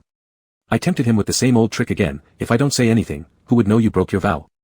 Under the dim light, Mochwan remained unmoved. Shanjun knows. I snorted contemptuously. You've received higher education, you don't really believe there's a talking 9-colored deer in the Kanglan Snow Mountain, do you? Shanjun is my conscience, my morality, and my unshakable determination. Faith isn't superstition, so be careful what you say. He cast me a sidelong glance, carrying a faint warning. It's just sleeping on a double bed, why drag in conscience and morality? As you wish. Though inwardly disdainful, I didn't want to argue further with him about such trivial matters. I sent a message to Yan Chuan, telling him we'd stay overnight outside, then turned off the light and lay down sideways, silently trying to fall asleep amidst the sound of rain. When will the rain stop? Just as my consciousness began to drift away, Mochwan's voice came from the end of the bed. I opened my eyes and replied into the darkness. The weather forecast said it'll stop tomorrow morning. Why? Are you in a hurry to go back? He didn't answer, but I guessed the answer was definitely yes. Interrupted by him, I found myself unable to sleep. I turned over and stared at the dark ceiling, asking, if you weren't a censor, what would you want to do? Such a simple question made Mochwan ponder for a long time, so long that I thought he wouldn't answer me. Just when combined with the sound of rain, that low voice sounded again. I haven't thought about it. I curled my lips slightly, boring. Are there many kids like Chana? I asked again. There used to be many, but things have improved a lot recently. Why did they improve? He didn't say, but I guess he had much to do with it. With my hands propped under my head, I couldn't understand. It doesn't cost them anything, so why are they unwilling to let their children receive more education? My grandmother went to a university run by foreigners when she was young. My grandfather was also a well-bred young master who studied abroad and matched her in social standing. Though Jiansuan was a daughter, she faced no obstacles in her education and went all the way through university, where she met Bai Chifeng, her schoolmate. Such academic achievements were already quite good for that era. Yet my grandmother still obstinately believed that if my mother hadn't gone to such a shoddy university, and thus met my father, her life wouldn't have been ruined. My grandmother was somewhat extreme, but jerks aren't determined by one's academic degree. No matter how good the school, they can still mess up your three views thoroughly. Because of their lack of culture, they ignore it, look down on it, and eventually hate it. His tone was calm, seemingly having gotten used to those anti-intellectuals. This reminded me of the famous allegory of the cave in the Republic. Those who have not received the baptism of knowledge are prisoners living inside a cave. Everything they see is limited. Those who have read books are like people who leave the cave and return to tell the truth of the world, yet those inside think that person is crazy. Yan Chuan once told me that after Mochwan became Binga, Koyansong changed a lot, became more open and wealthier. Although there are still some old-school conservatives complaining about his policies, as he himself said, once they die, everything can proceed smoothly. It's like taming an eagle, it's about who outlasts whom. As one topic ended, neither of us spoke. For a while, silence filled the room. Amidst the white noise-like sound of the rain, my brain gradually grew drowsy. I planned to ask one more question before falling asleep. Why don't you ask me, about the Noah's Ark thing? I figured there was no way he could follow my thoughts. I was about to describe the image of the apocalypse in my mind when he unexpectedly spoke. You think this torrential rain is like the end of the world? It wasn't a question but a definitive statement. Startled, I leapt off the bed, feeling an inexplicable tremor within. How do you know? In the dark, only a faint light from the inn sign illuminated the window, and Mochwan sat in that faint glow, his face turned towards the window, his elbow resting on the armrest, his fingertip supporting his cheek. Under the neon lights, his profile resembled a marble statue, handsome and delicate. He chuckled lightly, not answering but instead posing a counter-question. Can we escape from this Noah's Ark during the end of the world? My heart thudded like a drumbeat, as if the lightning and thunder outside pierced through the rain curtain and struck directly at my heart. Probably not. I clenched my fingers, slowly wrinkling the blanket beneath my palm, but if Divine Sun dies with me, it won't be a loss. He suddenly looked at me, like a tiger whose tail has been pulled, abruptly sensing pain and turning to the one who dared offend him, issuing a low growl of threat. I told you, don't call me that. Then what should I call you? I stared intently at his face, wanting to read his expression, but it was too dark, there was nothing to see. He spent an especially long time considering this question, so long that I started to feel a bit tense. In the end, he gave me a textbook answer: you should call me Binga, like everyone else. The rapid heartbeat dropped off a cliff, and everything remained unchanged. The torrential rain would eventually stop, the world would spin again, and in the end, this place wasn't some hidden Noah's Ark, it was just a shabby countryside inn. I loosened my grip on the fabric in my hand little by little, pulled my coat back on, and fell heavily back onto the bed.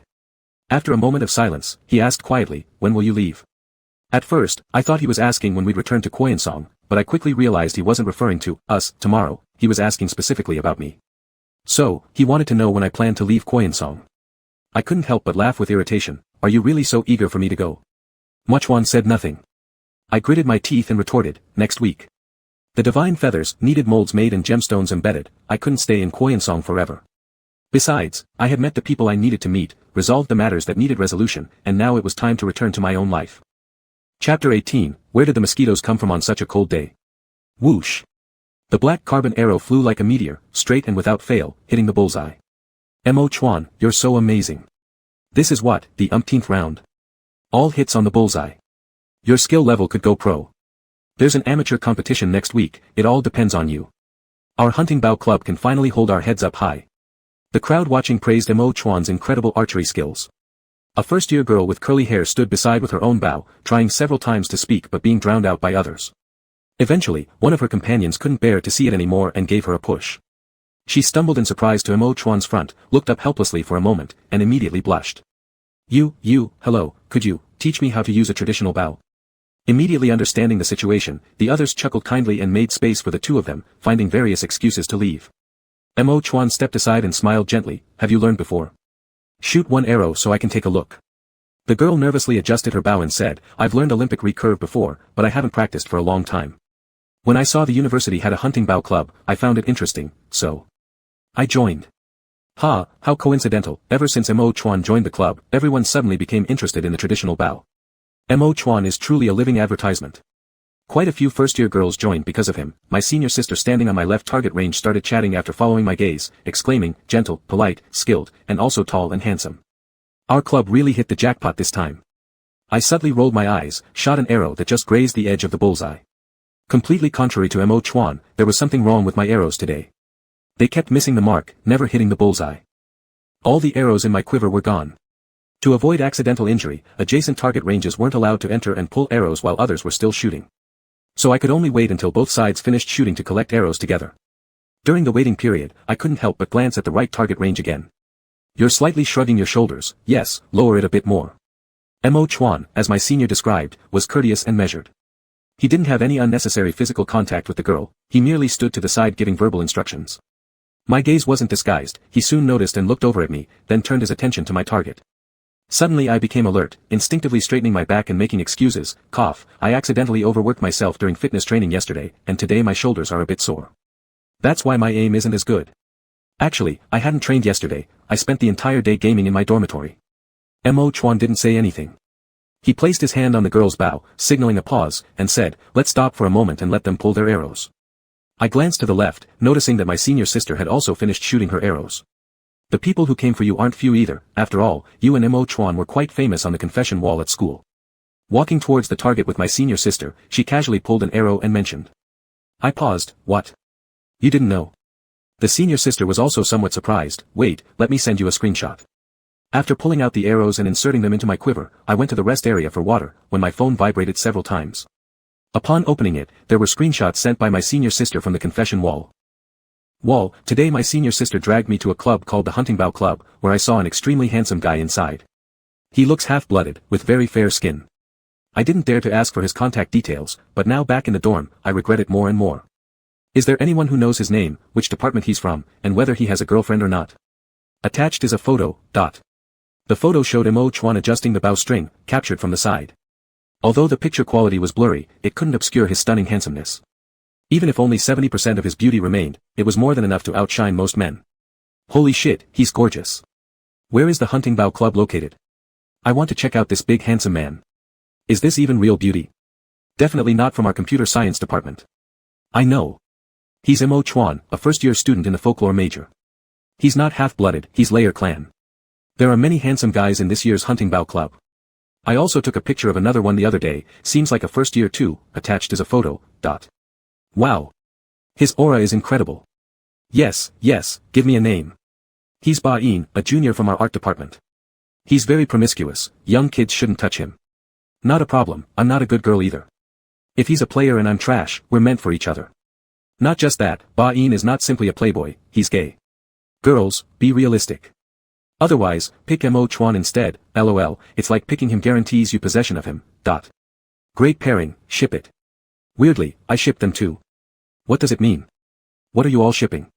Let me in on the fun. Austere beauty x playful aristocrat prince, I ship them to death. I almost spat out a mouthful of mineral water. Who's spreading rumors that I'm some kind of playboy? And what's this, austere beauty x playful aristocrat prince? Yes, I'm gay, but that doesn't mean I like just any man, does it? There were many more screenshots, but I was too lazy to look at them. Ridiculous. I replied to my senior sister with 2 words. She sent back an emoji laughing so hard she was clutching her belly. After finishing my drink, I returned to my archery lane and found that the curly-haired girl who had asked Mo Chuan for advice was gone, and my left-side senior sister was replaced by another boy. Meanwhile, Mo Chuan stood at the arrow range to my right, adjusting his finger guard glove. In the new round, I was still lacking accuracy, and I gradually lost my patience, starting to fire arrows haphazardly.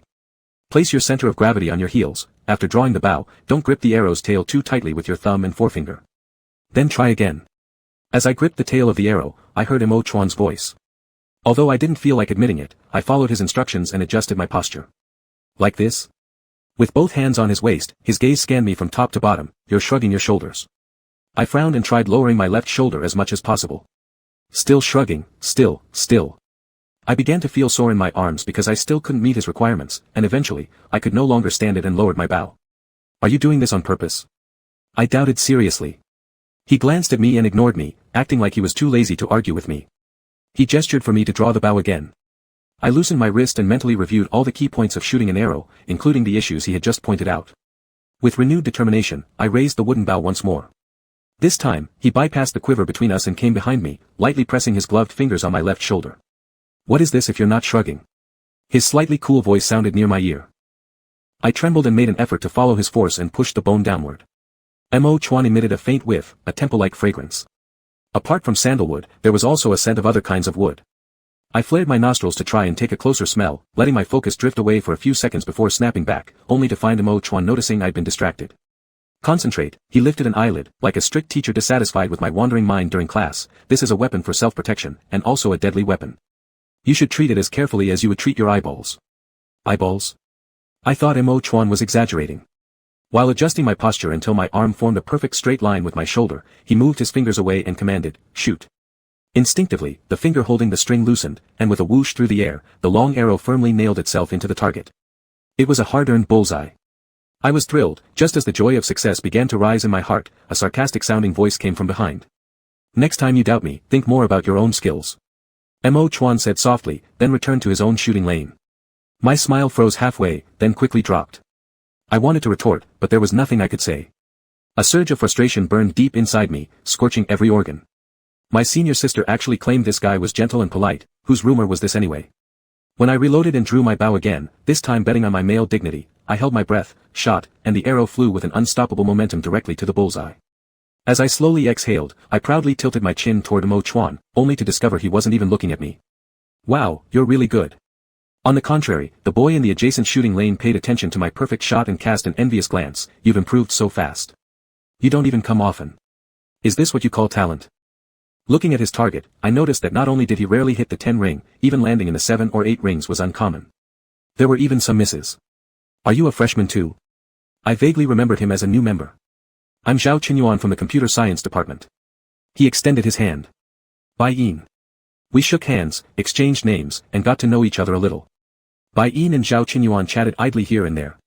He said he and his roommate were developing a game that would astonish the whole world upon its release. Seeing how mysterious and confident he looked, I curiously asked while pulling my bow, what kind of game? You can consider it as a Who's Still Standing style city simulation business management game. Frowning, I said, Who's Still Standing? Noticing my confusion, he immediately explained, do you not know Who's Still Standing? It's that famous quiz show variety program. Oh, sounds great. Since I still didn't quite understand, I responded somewhat perfunctorily. When the beta version is ready, I'll send you an exchange code so you can be one of the first to experience it. Zhao Qinyuan sounded highly motivated. I pulled the bowstring and grinned at him. Alright, if it's fun, I'll invest in your team. The moment I released the bowstring, I wasn't looking straight ahead, but out of the corner of my eye, I saw a shadow moving. Ah! Zhao Qinyuan's suddenly widened eyes were filled with terror. A feeling of dread grew inside me. When I turned back to look forward, I saw a shocking scene that made my breath stop. It seemed that a curly-haired girl had dropped something and ran into the middle of the arrow range to pick it up. Just as she stood up, my arrow shot directly toward her face. Everything seemed to slow down. The instruction, "Be careful," sent from my brain to my limbs felt like crossing mountains and rivers. Then everything sped up again. Before the word, "be," was even out of my mouth, my arrow was cut in half by another arrow shot nearby, falling down from the air, while the other arrow crossed several lanes and firmly stuck into the white wall of the practice field. My heart raced violently as I exhaled in relief. The curly-haired girl's legs went weak, and she collapsed on the ground in the arrow lane. The next second, someone grabbed my collar. Mo Chuan gripped my shirt with one hand and coldly asked, "Where were you looking just now?" Since what almost happened could have been fatal, all my confidence disappeared, and I mumbled, "I didn't see anyone in front." "Where were you looking?" He emphasized his question again, clearly unwilling to let it go. "Never take your eyes off the target, never point your bow at anyone." "Did you listen to what I said? Do you know how close you were to killing her?" "Baiyin didn't do it on purpose, let it go, it's fine anyway." Zhao Qinyuan hurriedly came over to mediate. Many people gathered around the curly-haired girl, asking about her condition. She was terrified. After being helped up, she started crying uncontrollably. Sorry. My arrow fell, I thought he saw me." "No." I realized then. Not looking forward was indeed my mistake, but entering the arrow lane carelessly without permission was also wrong. Why should all the blame fall on me? When only one person gets criticized for a dual mistake, it's blatant targeting, and I've never been the kind of person to swallow losses. "Let go." I flung his hand away, the extinguished fire roaring stronger than ever. "Don't make a mountain out of a molehill. Where I look has nothing to do with you. Before my parents divorced, they spoiled me somewhat, and after they split, they both went their separate ways. I lived with my grandmother who indulged me, and one even more so, treating me like her biological son without the scolding that usually comes with it. In short, this was the first time in my life I'd been publicly berated like a grandchild receiving a lecture. Every situation needs to be handled appropriately. I admit my mistakes when I've erred, but if someone picks on me deliberately, I won't tolerate it. Sorry." I loudly apologized to the girl from far away, my voice echoing throughout the entire venue. Then, throwing the bow on the ground, I challenged Mo Chuan, "I lack insight and don't deserve to learn archery. So since you enjoy teaching so much, why don't you stay here alone and teach yourself? I'm not sticking around." The hall was deathly silent, no one dared to make any sound out of place. Mo Chuan's expression was as still as water, his right hand gripping the bow until veins popped up. I took off my wrist guard, threw it on the ground, and left the practice field without looking back. Afterward, I quit the club. The senior sister in charge of the club who was there that day knew it would be futile to say more, so she did not try to dissuade me. A few days later, the curly-haired girl came to apologize at the classroom door, saying that after I left, Mo Chuan also lectured her. She felt guilty because the whole incident was due to her negligence, so she wanted to personally apologize to me. Seeing the distressed look on the girl's face, it seemed Mo Chuan didn't hold back when scolding her. To be honest, knowing I wasn't the only one reprimanded made me feel slightly better, but since things have come to this point, going back isn't possible. I consoled her a bit, told her not to take it too hard, and afterward, I never returned to the archery club. Not long after, winter break arrived, and I visited Yan Chuang's house. It was on that day I learned that Mo Chuan was actually the young censor from the woodshed many years ago. Sunlight shone directly on my eyelids, making me squint uncomfortably as I slowly woke up from sleep. At first glance, I saw the bright blue sky outside the window. At second glance, it was the person standing in front of the window embraced by sunlight. I watched quietly for a moment before speaking. "You really didn't sleep at all last night, huh?" Stretching lazily in bed, I suddenly paused. Last night, I had fallen asleep drowsily, feeling some sort of itch on my face, like something kept landing on my eyebrows and cheeks. I thought it was a mosquito and scratched my face, keeping my eyes closed as I flipped over and continued sleeping. But now that I think about it, where would there be mosquitoes in this cold weather? Could it be a cockroach? Just the thought of this possibility gave me goosebumps all over. "Did you get bitten by mosquitoes last night?" I quickly asked Mo Chuan. He turned around at the sound, and I wasn't sure if he had rested on the chair last night, as he didn't look particularly exhausted. Walking up to me, he pointed at my phone on the bedside table without saying a word. What's wrong with him? Did the tetanus shot have the side effect of causing muteness? Though puzzled, I still unlocked my phone and handed it over to him. Mo Chuan operated the phone for a bit, then turned the screen back toward me. I read out the words he typed one by one. "Yesterday, I broke my vows. Today, I remain silent to repent, to avert calamity."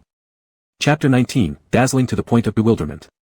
All along the way, I had been secretly paying attention to Mo Chuan in the passenger seat, trying to strike up a conversation with him. However, he sat there from start to finish with his eyes half closed, as if sleeping but not quite, and paid no attention to me at all.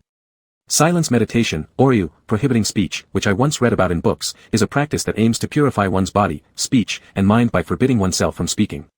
As the saying goes, disease enters through the mouth, and disaster comes out through the mouth.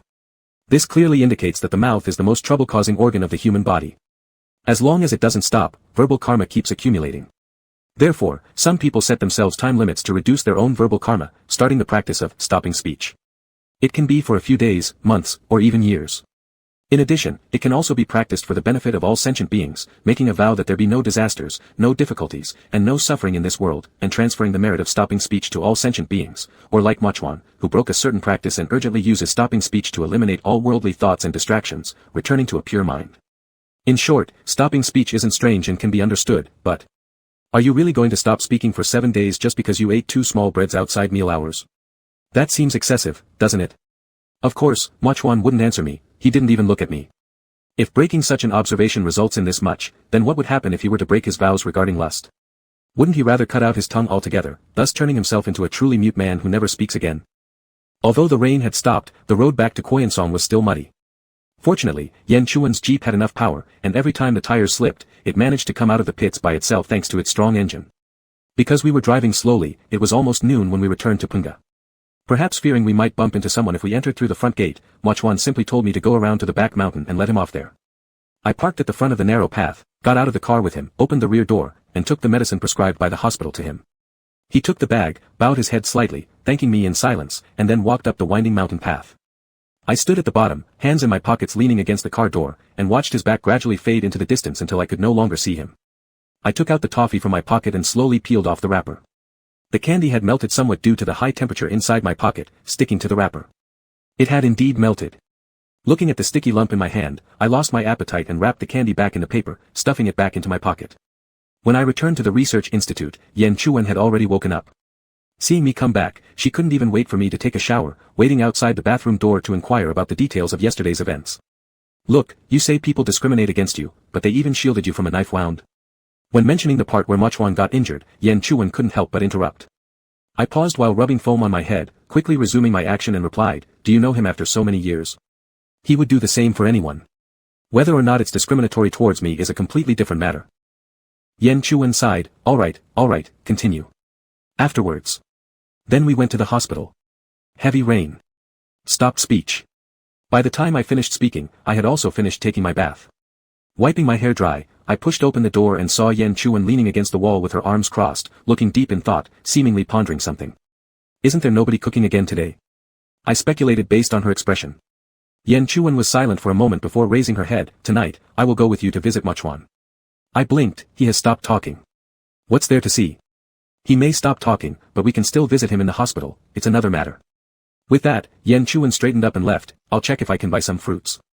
Since we missed the morning market, we didn't find anything to buy. Yan Chuan ended up putting the 2 apples and 2 potatoes I gave her earlier into a bag and took them to the temple that evening. Even I found this act a bit shameless, and I bluntly said, if there's nothing worth giving, then perhaps it would be better not to give anything at all. After all, Mochwan wasn't in need of food like this. Though the gift is light, the sentiment is heavy. As long as the intent is there, it works. Yan Chuan smiled cunningly, astonishingly resembling her father. We left the house after dinner. It was only a little over 6 o'clock when we arrived at the temple gate. The courtyard gate was wide open, and the lights in the main hall were all on. We could hear muffled voices coming from inside as we approached. I exchanged a glance with Yan Chuan, and she was the first to speak up. Mochwan, we've come to see you. There was a brief silence in the hall. As we stepped in, we immediately noticed Nei Peng sitting opposite Mochwan. Younger brother has come too. Nei Peng, who had been sitting cross-legged on the floor mat alongside Mochwan, rose upon seeing us. I've finished my business anyway, so I won't disturb your reunion among classmates. I'll leave. You talk.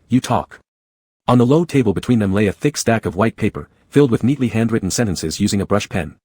It was evident that this was Mochwan's primary method of communication with others during his period of stopping speech. No, brother Nei Peng, please sit. Let's all sit together. Yan Chuan gestured for Nei Peng to remain seated and then picked up a cushion to sit down herself. Seeing this, I followed suit and sat next to Mochwan on the other side. Perhaps because Nei Peng was present, Yan Chuan simply placed the bag of fruits and vegetables she had brought for Mochwan aside without even taking them out, as if embarrassed to show it. Let me see. Bayin told me there were 16 stitches, right? Will there be any lingering after effects? Yen Chuan leaned forward, adjusting her glasses while scrutinizing the injured arm Mochuan extended, as if she could see the gruesome wound beneath the bandages. Mochuan shook his head, straightened his sleeve, and picked up a brush to write 2 characters on a fresh sheet of paper. No problem. He wrote with his injured right hand, and the movement clearly affected him. The strokes were uneven, trembling from his effort. Li Yang isn't here either. With just one hand, it must be inconvenient for you. Should we find someone to take care of you for a few days? Yen Chuan suggested. For some reason, as he said this, I felt his eyes flicker toward me briefly, as if hinting at something deeper. That's true. Bathing, changing clothes, all these things would be inconvenient with only one hand. Why didn't I think of that before? Nei Peng slapped his forehead and volunteered himself eagerly. Ping Jia, shall I stay in the temple these few days to look after you? What do you think? Brother Nei Peng, you're the village chief. Your daily schedule is already so busy, how can we bother you? Yen Chuan glanced at me. I think Bai Yin would be suitable. It was for his sake that Ping Jiao got injured, so it makes sense for him to stay and take care of Ping Jiao. I was startled. Me? It was indeed sudden, but not entirely unreasonable. After all, Mochuan did get hurt protecting me. I don't mind. What about you? My gaze turned to Mochuan, asking for his opinion. He frowned deeply, picking up the pen again with a trembling hand. The stroke for the word no wasn't even halfway done when Yen Chuan quickly snatched the pen away. You should minimize using your hand like this, it's settled then. Yen Chuan carefully placed the pen back on its stand and smiled. Don't be stubborn. This rare opportunity lets you make full use of Bai Yin. Once he leaves, who knows when you'll see him again. Nei Peng chuckled heartily, giving Yen Chuan a thumbs up. You're a true friend. As if truly convinced by Yen Chuan's words or unable to decline the sincere offer, Mochuan didn't argue further this time. Instead, he silently stared at the incomplete no written on the paper, accepting the arrangement tacitly. After sitting for a little longer, Nei Peng checked the time and said he really needed to leave, or the road would become too dark and dangerous to traverse. Seeing this, Yen Chuan also stood up to go. Supporting myself with both hands behind me on the floor, I waved casually, showing no intention of following them. You two go ahead. I'll take care of everything here. In an instant, I seemed to fully embrace my new role. Mochuan rose with some difficulty and escorted the 2 guests to the main gate. A short while later, he returned to the grand hall, looked at me, and knelt back down onto the mat. This place does not accommodate summer people overnight. Go sleep elsewhere. Resting my chin on my hand, I watched as he slowly wrote this down on the paper, chuckling disdainfully. Understood. No need to worry, I won't dirty your sacred temple. I looked around, searching for something useful to do. Noticing that the firewood in the stove was running low and wouldn't last through the night, I volunteered to fetch more from the woodshed. Mochuan nodded slightly, allowing me to go. I shone my flashlight carefully as I pushed open the door of the woodshed. The wooden gate was even more decrepit than it had been over a decade ago, creaking loudly in protest, which made me nervous about whether it might collapse any time. Shining my flashlight against the wall, rows of neatly stacked firewood lined the walls. I gathered some into my arms, holding my phone awkwardly between my fingers while trying not to drop it, making my way back laboriously. By the time I finally returned to the great hall, Mochuan was nowhere to be seen. The entire shrine smelled faintly of firewood, yak butter, and incense, creating a strange yet distinctive atmosphere. After replenishing the wood, I raised my head to admire the colossal deer god statue for a moment before beginning to search for Mochuan. When I first entered the great hall, Li Yang had mentioned that Mochuan often received guests and ate meals here, resting in the small room adjacent to the hall. So without hesitation, I went directly toward it. A red wooden door stood wide open, revealing a modest-sized room through the hanging bead curtains. Covering an entire wall was an exquisitely carved wardrobe. Beside the window was what looked like a single bed, shaped somewhere between a couch and a traditional Chinese sleeping platform. Against another wall was a bookshelf with books arranged systematically from tallest to shortest.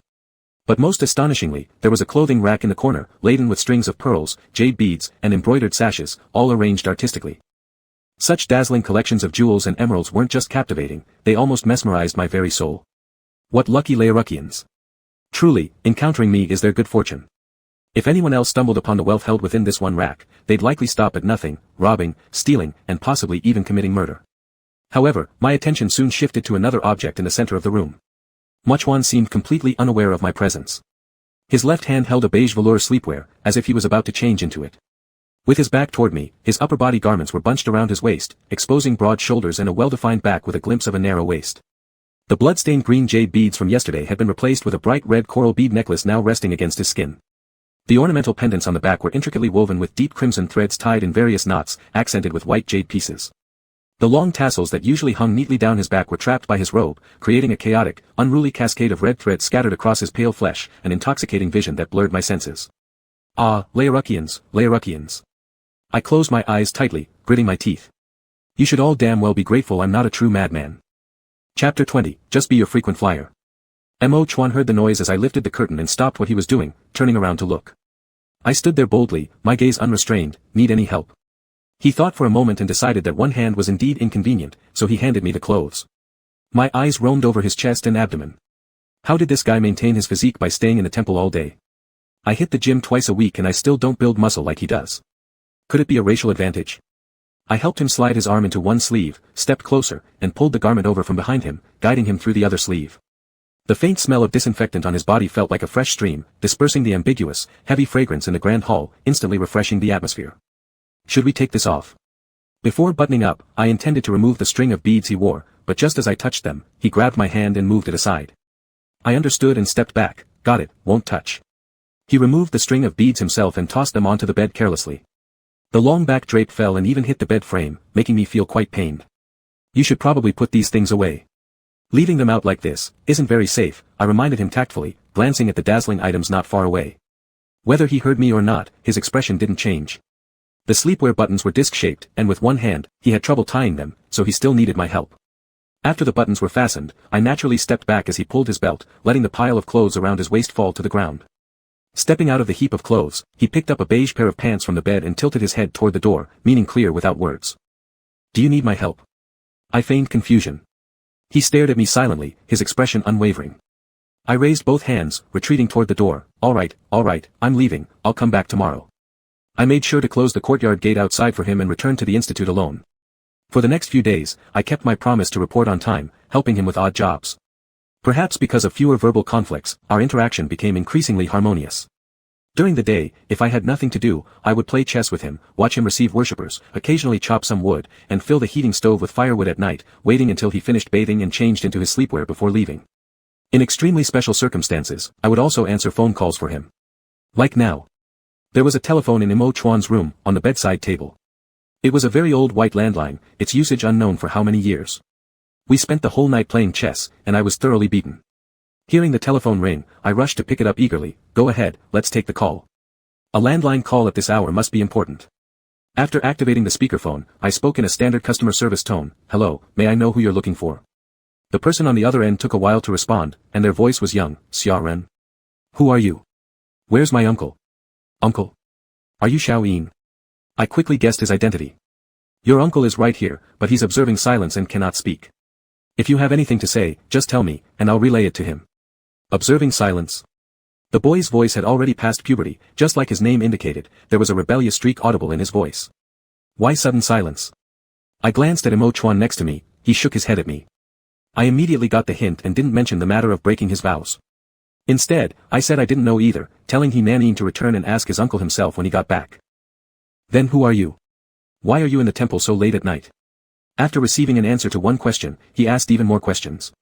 For a moment, I felt as if I were being interrogated by a police officer. I'm your uncle's college classmate, Bai Yin. You should call me uncle according to seniority. We were just playing chess. I smiled. College classmate. Do you know Professor Yen as well? I've known Professor Yen since childhood. There was finally a lull on the other side, as if he had fallen into some kind of contemplation, no longer asking further questions. Suddenly, Mo Chuan reached out and pressed the disconnect button on the call, his expression showing slight impatience. Why did you do that? He wasn't finished yet. I turned to Mo Chuan in surprise. He glanced at me, although he said nothing, it seemed like I could read text on his face, which read, "It's my job to teach my nephew lessons, so stop interfering." I sat on his bed, elbows propped on the headrest, chin resting on my palm. Fine, I won't interfere. Go ahead and talk to him yourself if you're so capable. Not long after, the phone rang again.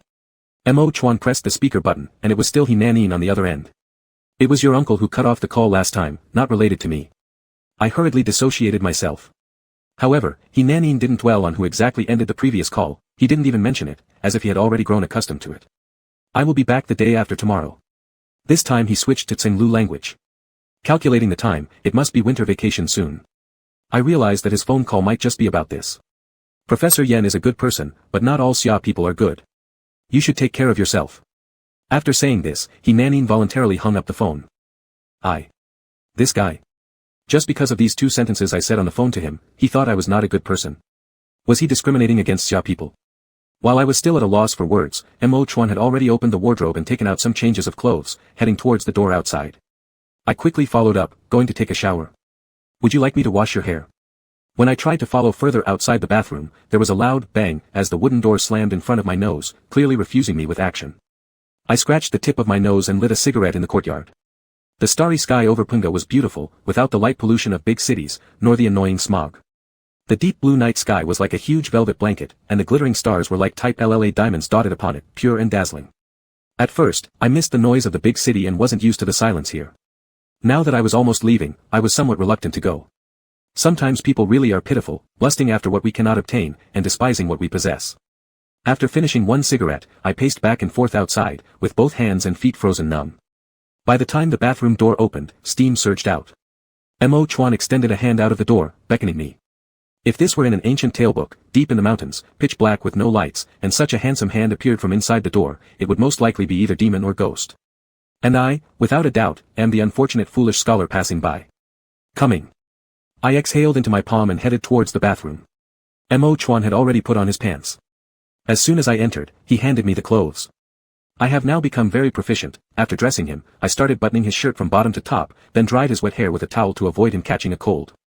The steam-filled bathroom was a bit stuffy and hot. Wiping Mo Chuan's hair, my eyes swept across his eyebrows and stopped on his lips. The tranquility of Punga stretched silently into this cramped bathroom, and I fixed my gaze on his water-drenched lips, gradually stopping my actions. The day after tomorrow afternoon, I'll leave. He froze, locking eyes with me for a while, lips slightly parting as if wanting to say something. I quietly waited, but in the end, he did not break his vow of silence. Instead, he only pulled the towel off his head and passed me by to leave the bathroom. The cold night wind rushed in, instantly taking away all warmth. Facing the chilly, silent bathroom, I let out a long sigh, turned off the lights, and didn't return to the main hall.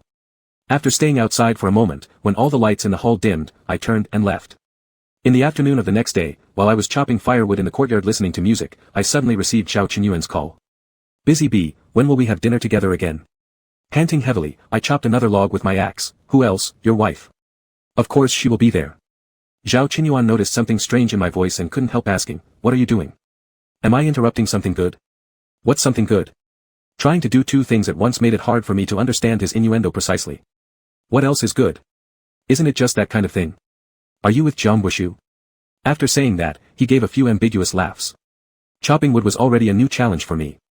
Distracted by his words, I swung the axe awry, and a piece of wood flew straight toward my face. I only had time to instinctively close my eyes before feeling a sharp pain on my forehead. Fuck. I crouched down holding my forehead, while Zhao Qinyuan was still laughing on the other end of the line. Not serious, are you guys dating? Then this meal is on you, after all Shen Jing is your matchmaker. Jiang Bushu and I have a common friend who happens to be Zhao Qinyuan's wife, Shen Jing. Jiang Bushu is their company's business director, and Shen Jing is the financial director, making them colleagues. The design industry is well known for producing more gay men, so I hadn't thought much about it. But now hearing Zhao Qinyuan's implication, that gathering where Jiang Bushu and I met might well have been a matchmaking setup deliberately arranged by Shen Jing. Chopping wood, buddy, and I'm in Shannan, how can I be with him? I leaned on my axe and squatted on the ground, bursting Zhao Qinyuan's bubble. Shannan. Why did you run so far? Don't you surf the internet? Don't you know I was trending? I've been busy overtime lately. Hang on, let me search right now. Afterward, he began issuing continuous exclamations, occasionally adding, tut tut tut.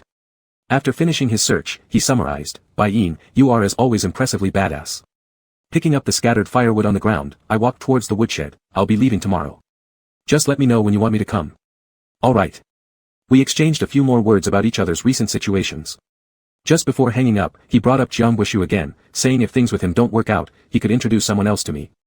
As I stacked the firewood along the wall one by one, I chuckled, are you just unable to see others stay single after you got married? It's just that you've been single for too long. I remember you weren't like this back in university. Even I heard about it, you were famous for having fun. Zhao Qinyuan said incredulously. After stacking all the firewood, I leaned against the pile and exhaled heavily through my nose. Who exactly did I have fun with? And where was that? Could the doll-faced one be spreading rumors about me out of spite? My gaze wandered randomly and suddenly froze on the opposite wall. You can consider me as having reformed. Uninterested in continuing the conversation with Zhao Qinyuan, I casually fobbed him off and hung up. The woodshed was dirty and messy, full of straw on the ground, with various abandoned farm tools and furniture crammed into the corners. Whenever I came here during the day or night, I would only focus on the wall where the firewood was, rarely looking elsewhere. It happened to be today, staying a bit longer in the woodshed, I saw the vague marks on the opposite wall. After moving aside the broken table blocking the way, there appeared pale white, zheng characters on the grimy and moss-covered wall, with slight indentations, clearly carved by a sharp object. In such a dilapidated woodshed, who would carve zheng characters here? What did these characters represent? I removed the Bluetooth headphones from my ears, turned and rushed out of the woodshed, quickly heading towards the grand hall. I already had a rough idea in my mind, but I still wanted personal confirmation. When I arrived at the grand hall, Mo Chuan was attending to some believers. They were a couple in their 40s whose youngest son had recently not been feeling well, always coughing without getting better, so they specially came to pray for his health and safety to the Mountain Lord. I quietly listened as they praised how adorable and obedient their child was, while involuntarily picturing an 11-year-old Mo Chuan in my mind. At the age of 11, any boy should have been a precious treasure in his parents' hands, yet because he was chosen as the successor of the language officer, he had no choice but to leave his family behind and practice alone in the temple. If the former language officer had been more kind-hearted, that would have been fine, but instead, he was rigid and strict, beating and scolding Mo Chuan anytime he made a slight mistake. Those zheng characters in the woodshed must have accumulated from countless days of confinement.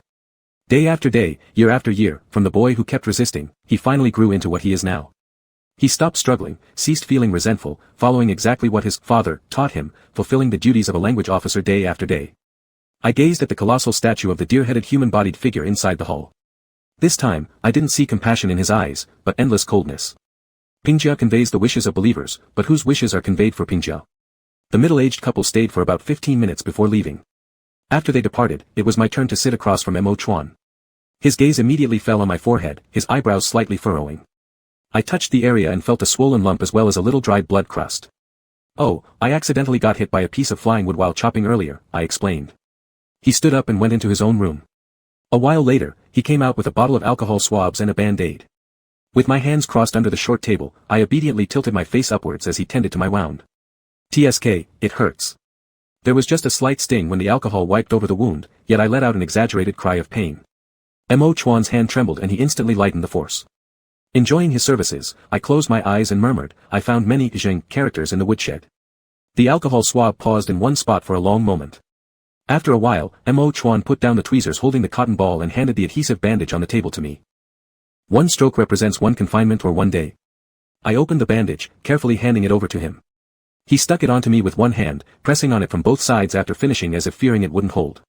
This time, I truly winced, ouch. Be gentler. He took away the trash and alcohol swabs, entering the room again. Such an attitude, clearly unwilling to answer. Taking advantage of his absence, I rummaged around and found a go set placed in the corner. I opened it, took out the 2 boxes of stones, then spread the board and set it up on the short table. By the time he returned, I was fully prepared. Playing Go all the time is so boring. Let's play a game of Gamoku instead. If I win, you tell me about the zheng characters in the woodshed. He hesitated, his gaze disdainfully sweeping over the chessboard as if saying, why should I bother playing such a childish game with you? If you win, I'll donate 10,000 yuan to your place, how about that? The Deer King Temple receives incense offerings from believers and donations from all sectors of society. However, these funds are not under the private ownership of Pingjia, they are government-regulated and ultimately invested in the economic construction of Koyan Song. 100,000 yuan may only be a drop in the bucket for this impoverished area, but it should still suffice to build a road 10 meters long, at least. Great rewards always attract brave men. I dangled the bait, waiting for Mo Chuan's bite. And he did take the bait as expected. Sitting cross-legged, he gestured with his chin for me to make the first move. Mo Chuan is a master of Go, but Gamoku is far from his forte. In no time, I had him cornered, having connected 5 stones on 2 separate lines. Afraid that he might lash out, I curbed my smile. You lost fair and square. So, was the zheng character representing first or second? His lips pressed tightly together, reluctantly lowering his gaze, his fingertip flicking the chess pieces on the board into slowly forming the character, Tian, heaven. There were so many zheng characters, adding up to hundreds of days at least, and these were only after he'd learned to write. How many more days was he confined before then? Mo Chuan, do you know? That door, it would have broken easily if you just kicked it. You could have come out.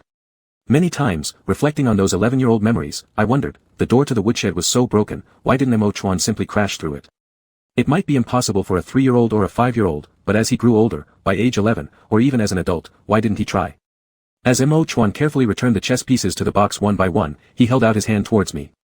I quickly understood what he wanted, unlocking my phone and handing it over. With one hand, he typed swiftly, showing me the result once he was done. Where will you go if you come out? He excels at answering my questions with counter-questions, leaving me speechless every time.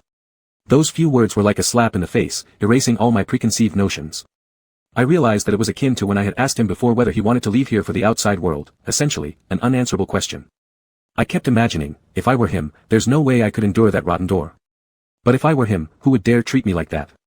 It wasn't that he couldn't break that door or toss away that lock, it's just that even after stepping outside, nothing would be different. Hence, all he could do was force himself to get used to solitude and bear the darkness. As I scrutinized his expression, an entirely unrelated question suddenly escaped my lips. 7 years ago, after I learned about your decision to drop out of school, I called you. At the end of our call, you said something in Cenlu language. What did that mean? That summer, when I heard from Yan Chuan that he was planning to drop out of school and return to Kuoyan Song, I made my first, and only, call to him. The call wasn't long, nor particularly substantial. I believed he would surely regret his choice and couldn't comprehend why he gave up the freedom within his reach so easily. After a long silence, he told me, "This is my life, by Ian." It was his life, his choice, and it wasn't my place to interfere, nor did I have the right to say anything about it. That day, much like today, I felt as though cold water had been poured over my head, an awakening, an enlightenment. Startled, I laughed. "All right, then, I wish you boundless prospects and smooth paths ahead, that you and your mountain lord live happily ever after, inseparably united." Facing my sarcasm, he didn't get angry but instead calmly responded in Cenlu language before hanging up. Back then, I was a complete novice in Cenlu language, with no idea whether he was cursing or praising me. By the time I mastered this ethnic language fluently, that sentence had already fragmented in my memory, unable to be pieced together again. On this trip to Punga, I originally intended to ask him clearly, but things got postponed again and again until he stopped speaking altogether. When Mo Chuan heard my question, his eyebrows slightly moved, and he looked at me, but without any intention of using the phone to answer. "Let's play another round. If I win, you tell me. If I lose, I'll donate 200,000. I grabbed some chess pieces and placed them on the board, continuing to tempt him with profit, but this time Mo Chuan refused to take the bait. He stood up straight, clearly unwilling to keep playing this stupid game with me. Quickly, I grabbed his arm, overturning the chessboard and pieces between us onto the ground, scattering them chaotically everywhere. Mo Chuan. My face turned serious, tightening my fingers, shaking my whole arm with too much effort. He looked down at me with narrowed eyes, seemingly merging with the golden deer god statue on the lotus throne. He glanced down at me arrogantly, as the deer god does upon all sentient beings, without emotion, indifferent, utterly cold. My arm gradually loosened its grip, slipping off the last edge of his sleeve, futilely attempting to hold onto him, yet failing completely to touch him anymore. Mo Chuan bent down to pick up the phone on the ground. The quiet hall reverberated with the sound of electronic keystrokes. After a moment, he handed me back the phone. "Forgot it. Go home." He dismissively sent me away with just 2 curt words, politely yet firmly asking me to leave. Clutching my fingers into a fist, I glared at him, slapping my palm heavily on the table with a mix of irritation before angrily storming off. The next day, I had an evening flight. However, it took 2 hours to drive from Punga to the airport, so to prevent any last-minute issues, I set out right after lunch. After putting my luggage in the car, Yan Chuan hit the gas pedal, but only moments later he stopped again. I saw that he had halted by the long staircase leading to the Deer King Temple and looked at him puzzled. "Why are we stopping here? Is someone waiting for us? Given that we've at least known each other for a while, shouldn't you go say goodbye before leaving?" Yan Chuan pointed toward the temple above. I glanced at him and then toward the solemn temple barely visible at the end of the long steps. After hesitating for a moment, I gritted my teeth and got out of the car. "I'll be back in 10 minutes, just wait." Bounding up the 1,000 stairs in a couple of strides, I reached the top within minutes. Coincidentally, as I was about to reach the summit, Mo Chuan just happened to be coming out of the main gate. As soon as we caught sight of each other, we both instinctively stopped, neither taking another step forward. "I'm leaving." I paused on the stairs several meters away, raising my head to look at him. There were so many things I wanted to say, swirling on the tip of my tongue, but all that came out were these 4 words. When I arrived, he seemed like a divine being untainted by worldly affairs, noble and serene. Now, as I left, he remained as silent and detached as any god, wanting for nothing. My arrival hadn't changed anything. "Well, that's it, see you." I didn't get closer, merely said goodbye, then turned to leave. Just then, he took a couple of steps forward, reaching out his hand, and handed something over to me. Looking closely, I realized it was a few folded 100 yuan bills. I immediately understood, this was his way of repaying the money I lent him during that hospital visit.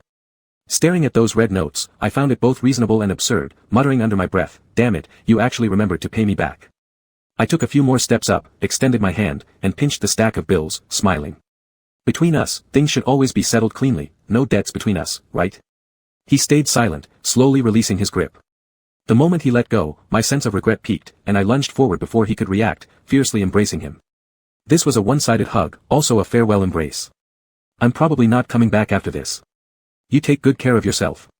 I could feel him lift his hand slightly, as if intending to push me away, but for some reason, he repressed the action and let me encroach upon him. With my nose brushing past his earlobe, I slowly stepped back, forcing myself not to look at him anymore, and rushed down the mountain. At halfway down the mountain, I met a teenager around 16 or 17 years old. He was extremely tall, wearing traditional Cenlu attire, with a backpack on his back, long hair, deep skin, and striking features. He bore a striking resemblance to Mo Chuan. We sized each other up. He examined me just as intently, but neither of us slowed down as we passed each other. Ah, so he was waiting for his nephew. That made sense. Back in the car, Yan Chuan started the engine and followed the navigation, driving us out of Punga. Suddenly, he said, "Did you say everything you needed to?" I reclined my seat for comfort, responding with a laugh. Words stop when people do. What is there to say between him and me? You tell me, he replied. You traveled such a long distance. It's best not to leave with regrets. I thought his comment was a bit odd, though I couldn't pinpoint exactly why. But Yan Chuan, like his father, was an academic fanatic, sometimes spouting peculiar statements. It's not like there aren't regrets. I closed my eyes, letting the warmth of the sun filter through the glass onto my body as my voice softened, but life is bound to have some regrets. After Jiang Xuehan became a nun, I never understood how she could be so unfeeling. Betrayal clearly came from Bai Qifeng, yet she severed ties with everyone. Because of this question, I combed through countless scriptures and finally found my answer. The scriptures stated that practicing Buddhism required renouncing the hard to let go, enduring the unbearable, and doing what seemed impossible. Achieve these three, and one can transcend the three realms and attain the great vehicle Bodhisattva path. Being able to give up what is difficult to forsake, endure what is hard to bear, and accomplish what is seemingly impossible. I originally thought that achieving such superhuman conditions would be rare. Who knew I'd end up accomplishing them one day? Apparently, in this regard, I inherited something from Jiang Xuehan. I possess great wisdom indeed. Returning to Nankei. Type LLA diamonds, commonly known as flawless diamonds, simply put, are perfect diamonds without any extra impurities. Chapter 21, If I don't need, then I don't need. In the second half of my freshman year, though I had resolved to cut ties with Mo Chuan, there was still Yan Chuan in between us. It was similar to divorced parents who have to interact because of their child. Even if I wanted to avoid him as much as possible, there were always moments we unintentionally crossed paths. That day, I received a call from Yan Chuan. He said his family had sent a box of plums that were incredibly sweet and his mom insisted on giving me half. He asked me to come over and get them. It was May, and the spring breeze was pleasant. Barefoot in slippers, I went without a second thought. But laziness got the better of me, so I took a shortcut through Yan Chuan's dormitory building area where I unexpectedly encountered Mo Chuan being confessed to by someone. On Friday night, local students who could go home already left, and those who went out to play were also gone. There weren't many people left on campus. Main road still had some people, but the smaller roads were desolately quiet. The lighting was dim at the time, so I couldn't see clearly, but I vaguely made out that the girl confessing had a head of dense, big wavy curls, was slender, and her voice was very sweet, reminiscent of the curly-haired girl from the Hunting Bough Society. Are you really not going to consider it at all? The girl stood nervously behind her clasped hands, twisting them anxiously. Sorry. Mo Chuan looked down at her and shook his head. Perhaps due to being called down from the dorms hastily, he was only wearing a thin white short-sleeved t-shirt, making it seem like he might feel cold. The girl shivered slightly and pulled something out from behind her back, handing it to Mo Chuan. Since I was far away, I only saw it flickering under the lamppost light, seemingly some kind of metal object. It's something I made myself. Can you accept it? The girl's voice sounded pitiful, even heartwarming. Alas, Mo Chuan's heart was as hard as iron. His response remained only two words, sorry. His tone wasn't harsh and his attitude was gentle, but his distance was palpable. He was firm enough to prevent hurt feelings while simultaneously cutting off any lingering hope the girl might have had. I made this specially for you. I can't give it to anyone else. If you don't want it, then just throw it away. The girl, emboldened, grabbed Mo Chuan's hand and forced her handmade gift into it before quickly turning around and running away in fear of him returning it. Mo Chuan held his arm halfway up, watching the girl run off, and did not pursue her. After a while, he glanced down at the thing in his hand, showed no attachment to it, and placed it on a nearby trash can. At least it was something she gave you. If you don't want it, you don't need to throw it away. I couldn't help stepping out of the shadows, pushing aside a branch of flowers. As I drew closer, I noticed what the girl had given him, a self-made woven bracelet. A silver braided rope intricately knotted with various designs, complemented by beads and plaques, elegant yet stylish, a rather thoughtful present. Mo Chuan glanced at the direction I came from. You were eavesdropping. Don't say it so rudely. If you didn't block my path, would I hear anything? I replied somewhat unpleasantly. I don't need it. His face under the lamplight revealed an unapproachable coldness. It took me a moment to realize he was answering my previous question, my accusation about why he didn't keep the gift but threw it away, to which he simply responded that he did not need it. It's just a bracelet. You can keep it without having to wear it, so why ruin her efforts? Maybe due to familial reasons growing up, I subconsciously treated men and women differently. Even though I liked men, I never believed they deserved special privileges when it came to me. I disliked women but easily felt compassionate toward them. I could easily tell a man that I stayed with him because I was bored, yet I could not stand idly by while a girl's heartfelt efforts were trampled upon. This would inevitably make me think of Bai Chifeng, although he and I were so strikingly similar. An ill-timed breeze swept past, knocking off all the plum blossoms hanging precariously from the tree tips, showering Mo Chuan and me alike. A delicate pink petal stuck to his hair, unnoticed by him, and suddenly, he smiled. What's the difference compared to throwing it away? I was momentarily speechless, thinking how could there not be a difference. But hindered by his fleeting smile, I found it difficult to quickly organize a counterargument. He gradually lowered his lips, dark eyes heavy. If I don't need it, then I don't need it. People from Xia like to be ambiguous, dragging things out unnecessarily, but Learu people don't appreciate that. There is no meaning, hence should not be given any hope. With a start, I woke up from a deep sleep, my thoughts lingering in a night filled with dreamlike floating petals. By the time I realized it, the mechanical announcement inside the airplane was already playing. Dear passengers, we have safely arrived at our destination. Looking out the window, after merely a few hours, I had traveled from Kuoyan Songgong, where snow-capped mountains stretched endlessly, to Haicheng, where skyscrapers pierced the skies. Although I had been gone for less than a month, coming back felt as if centuries had passed. Mr. Bai, the plane has come to a stop and you may disembark now. The flight attendant saw that I had remained seated for quite some time and came over with a smile to remind me. Thank you. I smiled at her, got up, and grabbed my backpack from the overhead compartment before heading toward the cabin door. After returning to Haicheng, my life quickly got back on track. Kuoyan Songgong felt like a fleeting, strange dream, only occasionally resurfacing during idle moments. That God's feather required complex craftsmanship, creating each feather alone was a major task. I constantly had to visit the factory, supervise the masters, and ensure that the final results matched precisely what I had envisioned in my mind. Sometimes, I would spend an entire day at the factory without taking a break, not even on weekends. Huangfu Rou seemed to have given up and stopped bothering me, and Ms. Gu hadn't pressed me yet, giving me enough time to brainstorm ideas for new works. The delicate orchid in the studio remained as frail as ever, showing no signs of blooming. It looked exactly the same as when I left. Did you enjoy Kuoyan Songgong? Zhao Qinyuan refilled my cup with a drink. I thanked him, picked up a piece of food with my chopsticks, and said, it was all right. Shen Jing laughed nearby, you're someone who can't sit still for long, so it's fine for a few days, a novelty, but eventually, you'd get bored. During my second week back in Haicheng, Mr. and Mrs. Zhao Qinyuan invited me over for dinner. Before going, I repeatedly confirmed with Zhao Qinyuan whether anyone else would be there. After receiving his assurance, I finally went. Zhao Qinyuan chuckled and asked if I was worried about falling into a treacherous trap, but it wasn't that I was afraid of being harmed, I just didn't want Shen Jing to bring along Jiang Guoshu or another blind date candidate, making the situation awkward. The living conditions there are really inconvenient, I honestly admitted. Suitable for vacations, but not for long-term residence. Having gotten used to modern urban life, I couldn't imagine spending my whole life in Kuoyan Songgong. Getting a tetanus shot required traveling 300 kilometers round trip, something I barely noticed at the time but now recalled with sheer exhaustion. When hanging out with friends, it generally boiled down to talking about work, life, and relationships. After graduation, Zhao Qinyuan started an internet gaming company with his former dorm mates. Over the years, they launched a few decent mobile games, which weren't blockbusters, but still earned them small profits.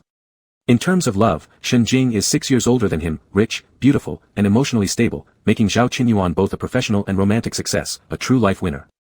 Compared to him, the only thing I might surpass him in is having been on a trending topic. By the way, do you remember when I worked on a game called Quiz Island in university? Zhao Qinyuan suddenly asked. My hand paused while lifting my glass, I remember. How could I forget? My longest-lasting romance occurred in that very game. I even got married within the game and had our virtual child together, a pet dragon given as a reward. At the time, this game only reached the testing phase and due to various reasons, it wasn't completed. I've always regretted that, and recently, I mentioned it again to Old Su, maybe we should try reviving it. Old Su is one of Zhao Qinyuan's partners and also one of his former roommates from university. Listening to him say that, a ripple of thought stirred in my heart, if it's revived, will the previous data be restored? That's definitely not possible. It's been how many years? All game data was cleared when the server closed. If you want to relive the experience, I'll send you a new account later. Zhao Qinyuan responded matter-of-factly. If the old data cannot be restored, then even if he gave me an identical account, it wouldn't be the same. No need, I said after drinking a sip of my beverage, I don't have time to play games anymore these days. Zhao Qinyuan nodded, that's true. By the way, during your trip to Kuoyan Songgong, other than Yan Chuang, did you see anyone else? I raised an eyebrow, who? Isn't Mo Chuan from there too? I remember that Cenlu people lived there, right? Had it not been for his completely normal expression, I would have suspected that he knew something unusual. Who's Mo Chuan? Shen Jing was unfamiliar with this name and couldn't help but interrupt with a question. Oh, we went to the same school. You know Xiao Yan, right? His roommate, an ethnic minority. Even though I'm a guy, I gotta say, he was extremely good-looking in college. Zhao Qinyuan gestured enthusiastically to his wife, describing Mo Chuan's charm in those university days. Really that handsome? Shen Jing found it hard to believe her husband's judgment, pointing at me and asking, even better looking than Bai Yin. Bai Yin is handsome too, but it's a different kind of handsomeness compared to Mo Chuan. Bai Yin's beauty is the kind you see on TV or media, but Mo Chuan. You won't find anyone like him anywhere else. I chimed in, there's no substitute. Shen Jing understood, becoming even more curious about Mo Chuan. Do you have any photos? Let me take a look at this unmatched beauty. Zhao Qinyuan shifted his gaze to me, did you actually see him? Did you take any photos? Let my wife see them. Shen Jing, full of anticipation, also turned her attention toward me. Faced with two eager faces, I slowly pulled out my phone from my pocket, rummaged through it for a bit, and found a photo of Mo Chuan receiving believers. A follower dressed in dark robes knelt on the ground, respectfully bowing to Mo Chuan. Mo Chuan bent down to help him up, his thick lashes lowering, obscuring his pupils and making his expression indistinct. The deep recesses of the hall were dark, with only a faint glimmer of light shining in from outside the frame, coming from the direction of the door. I took this photo on the third to last day I was leaving Cenlu, without thinking about composition or adjusting exposure and color differences. I just thought it looked nice and snapped it. When I looked back later, I found this scene resembled an oil painting. Indeed impressive. Shen Jing marveled while holding the phone, clicking away in admiration. After a while, she reluctantly returned the phone to me and asked, what is he doing now? It looks like he's in a temple. I thought for a moment and said, just imagine he's a government official. Life went by busily, fulfilling, and routine for another month until Lichuan, and then came Spring Festival. This year was the same as every other year, we spent New Year's Eve at Yan's house. For other holidays, Yan Chuan could not return, but for the new year, he would always come back. In the afternoon, the elders were busy in the kitchen, so I played cards and board games with Yan Chuan and his sisters and brothers. With many people gathered and the air conditioning set high, after playing a couple of rounds, I felt suffocated and stepped out onto the corridor for a cigarette. Not long after, Yan Chuan also came out. It was too noisy inside, I came out to reply to a message, he waved his phone while speaking. I smoked my cigarette, and he leaned against the railing sending voice messages, each undisturbed by the other. Mo Chuan is coming to Haicheng. Holding my cigarette, I was stunned for 2 seconds, surprised and looking at Yan Chuan. He kept his head low, smoothly typing without sending voice messages, seemingly focused on his phone screen, yet somehow aware of my expression. After the Spring Festival, he will come to Haicheng, he repeated again. Chapter 22, You Know Nothing. Yan Chuan seemed to know something. From the day I decided to return to Haicheng, or even earlier, he had shown some unusual signs. However, at that time, I was so preoccupied with my own worries that it was hard for me to think deeply about the hidden meanings in his words. He's coming to Haicheng. Why would he come such a long way? Leaning on the railing, I tried to sound as calm and casual as possible. He's here for an academic seminar. Haicheng's counterpart assistance province is Shannan. Although regional poverty in Shannan has largely been resolved under the nation's help, many villages and counties, especially remote mountainous areas like Koyansong, still lag behind overall. Beyond the active efforts of the dispatched officials aiding in construction, they themselves need to continuously learn advanced knowledge. Yan Chuan spoke about the significance of mutual aid, National Poverty Alleviation Day, millions of grassroots officials who have invested themselves into distant mountains, and the educational plans for impoverished areas over the years. As he spoke, I listened quietly, until the cigarette in my hand burned out and the ash fell onto the back of my hand. Still, I felt only half aware, neither fully understanding nor truly enlightened. In my world, I will always place myself first. The premise of any action isn't based on how much benefit it can bring but entirely revolves around my preferences. I might do something because I like it, but once I realize it's bound to lead nowhere, I'll decisively step back. Very rarely do I care about others' feelings and emotions, after all, they're secondary things. I could give what's extra or unneeded to others, but making sacrifices for others. That seems to exceed my natural instincts for seeking benefits and avoiding harm. Just like I couldn't understand why Mengan wouldn't let China study, I also couldn't comprehend why someone would place themselves second, or even further down the list. Bo Chifeng placed himself first, so he abandoned his wife and children to pursue fame and profit. Jiang Xuehan placed herself first, so she cut off all emotional ties, seeing through the worldly bonds. I should also naturally place myself first, avoiding all possible harms, living self-centered and free. Is this learning seminar held every year? Has he been here before? I idly played with the cigarette but that had been extinguished in my hand. The heart lake that had gradually calmed over this month now rippled wave after wave because of the sudden appearance of this stone from Ojiaquan. There have only been 3 sessions so far. The first 2 years, he didn't come, claiming he couldn't make it, but this year, for some reason, he's coming again. The seminar lasts for a month. In Koyansong, they just receive followers. Li Yang can manage too, but if anything big happens, he must go back early. Yan Chuan said, turning around to adopt the same posture as mine, leaning against the railing. The seminar is being held at Haicheng University, and all attendees should be staying in dormitories provided by the school. If you're not busy during those days, when should we invite Mojiaquin for dinner? We can extend our hospitality. Perhaps because I harbored doubts in my heart, since I suspected something was amiss with Yan Chuan, I could interpret hidden meanings in each sentence he said. Words hovered at the tip of my tongue, wanting to ask, yet unsure where to begin, even less knowing how to start the topic if he were to counter-question. Fortunately, adults sometimes don't need to explain everything clearly. Instead of adding awkwardness, it's better to remain silent. Oh, sure. You contact him, set the time, and I'll cover the bill. Yan Chuan tacitly pretended not to notice, and I tacitly pretended not to expose myself. I crushed the cigarette butt in my palm and called for Yan Chuan to enter as the wind outside had blown enough. Time flowed like water, and despite spring officially arriving, Haicheng's weather remained chilly. Countless times, I checked the date and time on my phone, getting lost in thought. He arrived yesterday. Today, the meeting should have started. This red spinel, whether in terms of clarity, cutting, or brilliance, is nothing short of perfect. I believe it fits your requirements perfectly. 56 carats, $10,000 per carat. Since you're a regular customer, let me offer you a discount, $550,000 then. Kevin was a foreign gemstone merchant I'd collaborated with for years. Though prone to overpricing and exaggerating gemstone quality, due to his stable supply, authoritative certificates, and his willingness to visit for viewing, whenever I wanted to purchase high-value goods, he was always my first thought. Flipping my phone screen face down, I focused on negotiating. This stone has feather-like inclusions and cracks, it's not that pure. I observed the gemstone's interior against daylight, promptly haggling, $500,000, deal sealed upon immediate payment. Kevin made a wry face, $530,000, can't go lower. You know very well that the market for spinels has skyrocketed these last few years. He excelled at the bargaining game, engaging in a back-and-forth tug-of-war with me. Placing the oval-cut red spinel back onto the tray, I firmly stated, $500,000. Take it or leave it, and if you agree, I'll take a look at other items. After a long hesitation, Kevin dramatically slammed the table and said, all right. I wouldn't agree to this price for anyone else, but it's because of you. I'm willing to make friends with you. I simply heard him out and didn't take it too seriously. After exchanging money for the gemstone and seeing Kevin off, I couldn't help but admire the seven-figure valued gem in my hand, unable to put it down. The sunlight shone through the red crystal, projecting laser-like specks of light on the table as I spun it over my head while sitting in the chair, a smile unconsciously appearing on my face. The centerpiece stone 4, Feather of the Gods, was now settled, bringing its creation closer step by step. I locked all newly purchased gems into the safe, checked the time, it was 10:30, a perfect moment to start thinking about lunch. Pacing back and forth at the window, after hesitating for 10 minutes and reviewing every restaurant I'd been to in Haicheng, I finally picked up my car keys and chose a home-style dish restaurant near Haicheng University.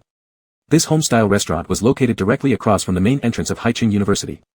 With reasonable prices, large portions, and good taste, it was much beloved by both teachers and students of Haicheng University, earning it the title of top 1 food spot at Haida. And how I knew all of this was because my half-sister Sun Man was a student at Haida. She had previously treated me to dinner at this very small restaurant. Haicheng University had a great location. Its front gate was on a street filled with French charm, where during summer, the sycamore trees along the road formed a canopy. In winter, it might look a bit bleak, just the bare branches standing there. With a latte bought from the adjacent coffee shop in my hand, I pushed open the door, taking a two-person seat by the window. As it wasn't yet mealtime, plus being winter break, the place wasn't crowded. Looking around, I called over the waiter and ordered 2 recommended dishes.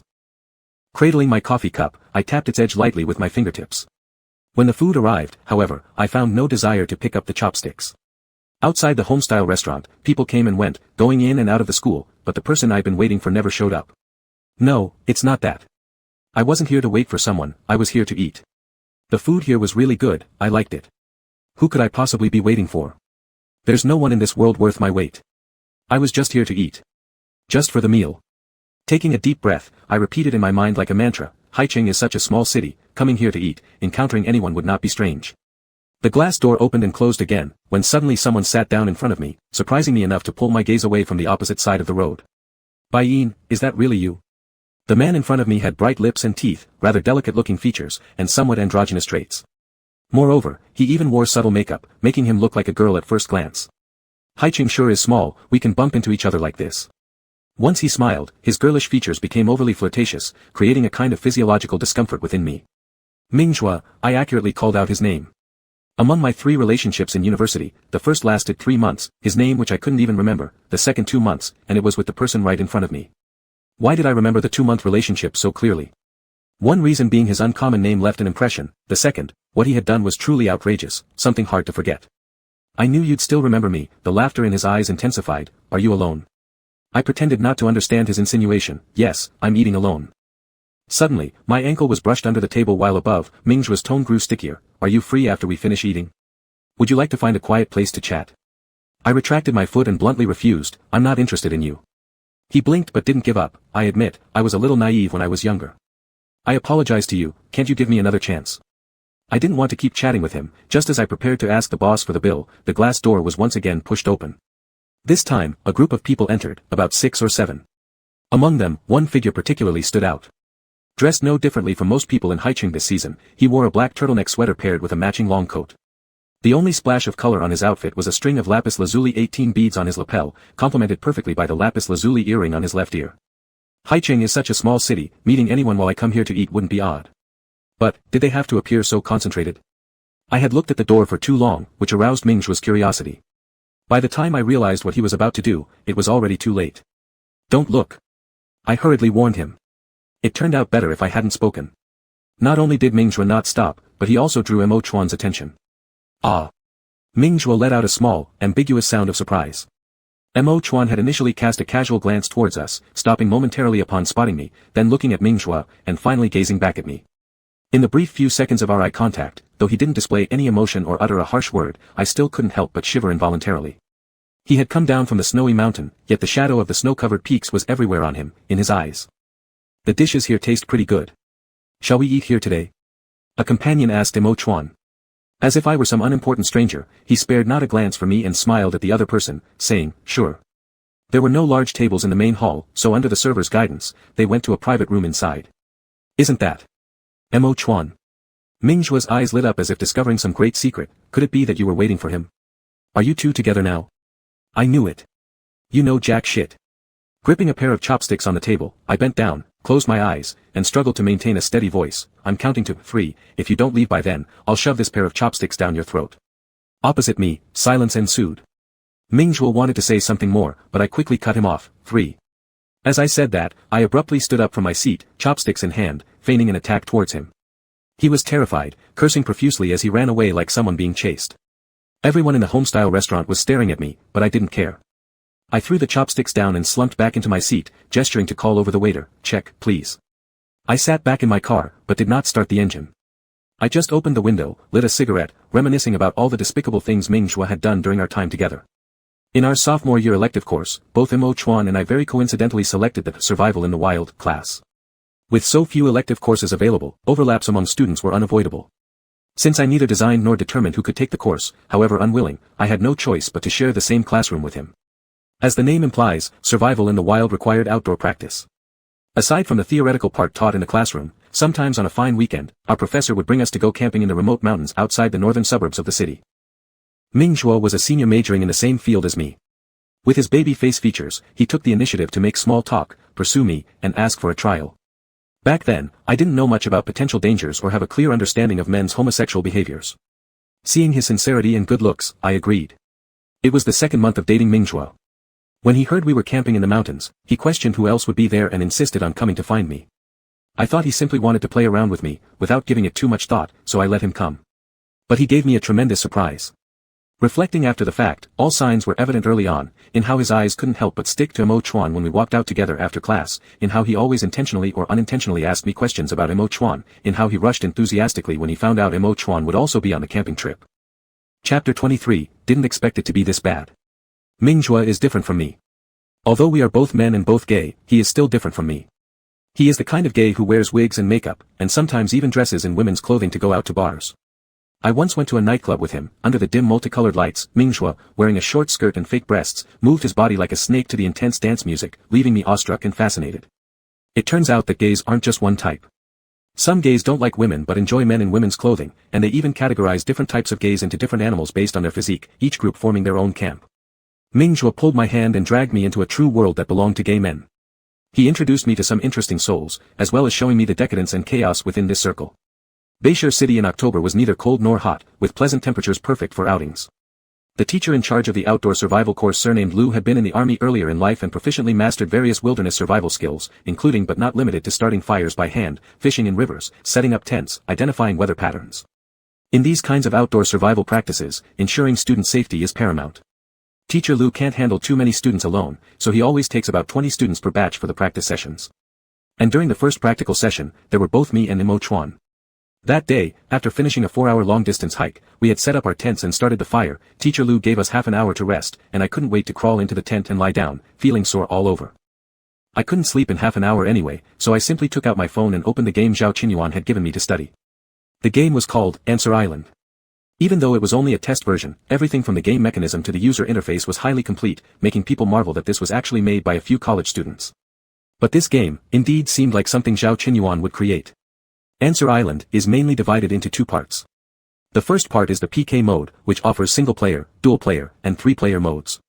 In most games, players battle for towers or compete until the last one standing survives, whereas in this game, each player answers 30 multiple-choice questions within a set time, and whoever scores the most points wins. The breadth of the question topics often left me dumbfounded, having only recently finished the college entrance exams 2 years ago. Winning in PK matches allowed you to rank up and gain corresponding points, and the second part of the game needed these points to exchange for props. Through the homepage's My Home entrance, players could enter an island entirely unique to them, allowing customization based on individual preferences. The better your construction, the more tourists attracted, and the more money earned. And the money could also be exchanged for various props during PKs, forming a perfect closed-loop system. At the beginning, my island was barren, without even a fish pond. Controlling a Q-version little figure named, difficult name to pronounce, I ran back and forth on the beach, trying to pick up marine waste to sell for money. At this moment, Mingzhuo called, asking what I was doing, saying he was bored and wanted me to keep him company. Because he looked too much like a girl, it was hard for me to say no when looking at his face, but it was different on the phone. No matter how fine he squeezed his voice, it didn't move me. I'm busy, I'm in class. In class? Where are you taking the class? In the mountains. I briefly explained to him the concept of outdoor survival practice. It sounds tiring and dirty. Why did you choose this course? He complained, then suddenly, seemingly thinking of something, he changed the subject and asked if anyone else was with me. I mentioned a few names, hesitated for a moment, and said, Yan classmate's roommate is also here. Mingzhuo exclaimed, oh, the really tall Cenlu guy. Yeah. Just as I was speaking on the phone, the tent was suddenly pulled open, and Mo Chuan bent down, didn't look at me, and directly crawled inside. He wore a loose white shirt, probably got warm while working, and rolled the sleeves to his elbows, exposing smooth forearms with well-defined muscle lines. As soon as he entered the tent, he took out a bottle of mineral water from his own bag and drank several mouthfuls. After drinking, he remained silent, sat there for a while, and then lay down. Do you want to come find me? Shouldn't this course allow visits? Mo Chuan's legs were right next to me. I glanced at them, although unwilling to admit, I had to acknowledge that his legs were indeed very long. Those extra centimeters of height compared to me seemed mostly in his legs. By Yin. I pressed the phone closer to my ear and said, it's up to you. If you want to come, just come. I'll send you a location later. You take a taxi to that point and walk in, it should only take about 10 minutes. When the tents were assigned, I never expected that among 10 male teachers, Mingzhuo and I would be placed together, but when the assignments were completed and the teacher asked if there were any problems, Mo Chuan did not step forward to express any objections. He can, but I cannot, which makes it seem like I'm afraid of him. Therefore, I stood on the other side of the crowd, and even though I detested it immensely in my heart, I still smiled and shook my head, telling Teacher Lu that his allocation was fine. After hanging up with Mingzhuo, I sent him my location and then switched back to the game interface. Just as I was about to operate, I heard someone calling me outside the tent. Putting down my phone, I crawled to the entrance and stuck my head out. What's the matter? Turned out that for this outdoor activity, we had brought our own rice, while other food and drinks were directly pre-ordered by Teacher Lu from a local farmstead. We needed to send a few boys to pick them up. Teacher, I've just rested. I reluctantly got up. Teacher Lu, look at you, not wanting to sweat a bit, how is that possible? Hurry up, stop complaining, go with the others. I dragged my feet to follow the big group, and after carrying the vegetables back, Mo Chuan was standing outside the tent looking around, holding my phone in his hand. Seeing me coming back, he walked straight toward me and handed over the phone. Someone called, lots of times. Frowning, I put down the bag in my hand and took the phone from him. Sure enough, the caller was Mingzhuo. What's the matter? I went to one side to answer the call. Mingzhuo chuckled, saying that he suddenly had a friend who needed help moving and couldn't come now, but only in the evening, asking me not to wait for him. Hearing the noisy environment around him, with both men and women clearly around, he was obviously playing again somewhere else, but I didn't mind too much, just telling him that I understood before hanging up. In the evening, Teacher Lu gathered everyone for a bonfire night talk, and one boy was talking about his personal encounter with a ghost story when Mingzhuo arrived. He squeezed beside me, sat down close to me, and while listening, he whispered into my ear adorably, so scary, I don't dare to go back alone tonight. The strong perfume sent from his body made my nose uncomfortable, so I slightly distanced myself from him and drank a sip of beer from the can, saying, "If you want to stay overnight, that's fine, but you can't take a shower, and 3 people need to share a tent." He pouted, 3 people. Who else? I looked at Mo Chuan who was talking with teacher Lu opposite us, slowly enunciating, Cenlu person. Mo Chuan. He paused, the flickering firelight reflecting in his eyes as he laughed. He shouldn't have any problems with that. Around 10 o'clock, some people returned to their tents to rest, but most remained drinking and chatting by the fire. Mingzhua tugged at my sleeve, saying he wanted to use the restroom and asked if I would go with him. When he spoke, his eyes intentionally or unintentionally glanced at the dark trees far away, and a layer of vague charm appeared in his gaze. I am no fool, he asked if I wanted to join him in the restroom, certainly not meaning that he simply wanted to pee next to me. Not interested, I shook the beer can in my hand. All right. His disappointment was evident, he let go of my sleeve and stomped away heavily. I realized, whether it be a baby-face type or Mingzhua, they seemed not to fully understand what my try meant. Trying means trying, seeing if we can develop feelings, see if we are compatible, and seeing if there's a necessity to be together. And physical relations are considered only after such trials determine no problems exist. Mingzhua had more than once implied directly or indirectly that we could act without deep feelings first, because action itself will bring feelings eventually, making me question his intention of dating me. Although the outside world always spread that I played around a lot and was irresponsible, regarding every relationship, I've always been serious. Seriously wanting to like them, and seriously attempting to become a qualified boyfriend. Thus, when I discovered Mingzhua had been gone for far longer than usual, out of worry, I got up and went to look for him. A cool breeze blew across my face, stirring up the intoxication within me, causing my body to feel hot. I stepped on dry branches and decaying leaves, following the direction Mingzhua went, until I heard faint human voices near a stream. Aren't you Bai Yin's lover? Mo Chuan. Hearing my name, I did not speak out impulsively, instead stepping lightly and carefully moving closer to where the sound came from. Outside the forest, Mo Chuan stood barefoot in the clear stream water, moonlight falling on his face, making his skin appear white with a cold undertone. He might have been washing up earlier, as his usually buttoned-up shirt had 2 buttons undone, opening to below his collarbone. And Mingzhua, who disappeared after using the restroom, now knelt obsequiously by the shore like a dog crawling into the stream step by step. Him, all show but no substance, not like you. Mingzhua waded through the water, crawling to Mo Chuan's feet, lightly brushing his face against the other's thigh. Pin Jia, a mythical bird, immortal. Have mercy on me. I don't need much, let me lick you, kiss you, touch you. I leaned against a tree trunk, wide-eyed in disbelief, doubting for a moment if I had hallucinated due to fake alcohol. I am not Pin Jia yet. Mo Chuan glanced at him, calmly stating. Mingzhua chuckled, isn't that better? Before becoming Pin Jia, you can try more pleasurable things. If you don't like men, you can think of me as a woman. I knew men could be despicable, but I didn't expect them to be this bad. I was greatly shocked and unconsciously took a step forward, making a slight noise. Mingzhua was lost in his own world, driven by lust, completely unaware, but Mo Chuan immediately looked over at me. His eyes, gleaming with a silver hue, accurately captured me. He had noticed me. Disgust, disdain, and pity, various emotions flickered in his eyes, though I couldn't tell whether they were directed at me, Mingzhua, or both of us. Holding my breath, I locked gazes with him, blood rushing to my head, the heat spreading across my face. His piercing gaze made me feel increasingly uncomfortable under such bizarre circumstances. It was as if he were saying, see, I wasn't wrong about you, homosexuals really are disgusting. My nails dug into the tree, for a moment I couldn't tell who angered me more, Mingzhua or Mo Chuan. I don't like women, I don't like men, and I'm definitely not interested in someone used by everyone else. A tangible glance swept over my face before landing back on Mingzhua beside him, and even as Mo Chuan spoke these harsh words, there was still a trace of a smile on his face. Don't say it like that. Mingzhua tilted his face up, wet hands climbing up Mo Chuan's pant leg, slithering like a snake and flicking out his tongue, reluctant to give up. Not many people have used my mouth, you can try. Really, my oral skills are great. As I watched his hand reach toward Mo Chuan's crotch, I couldn't take it anymore. Pushing off the tree trunk, I lunged out and delivered a kick to his side, sending him splashing into the stream. Are you done being horny? You should piss and take a look in the mirror. What kind of person do you think he is, to actually be attracted to you? I added while looking at Mo Chuan, smirking coldly, right, Lord God. Chapter 24, I really haven't been messing around.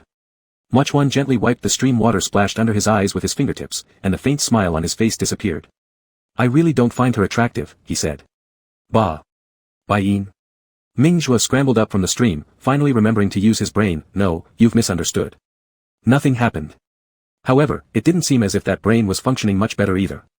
All my life, I have hated playboys who see another option and jump at it.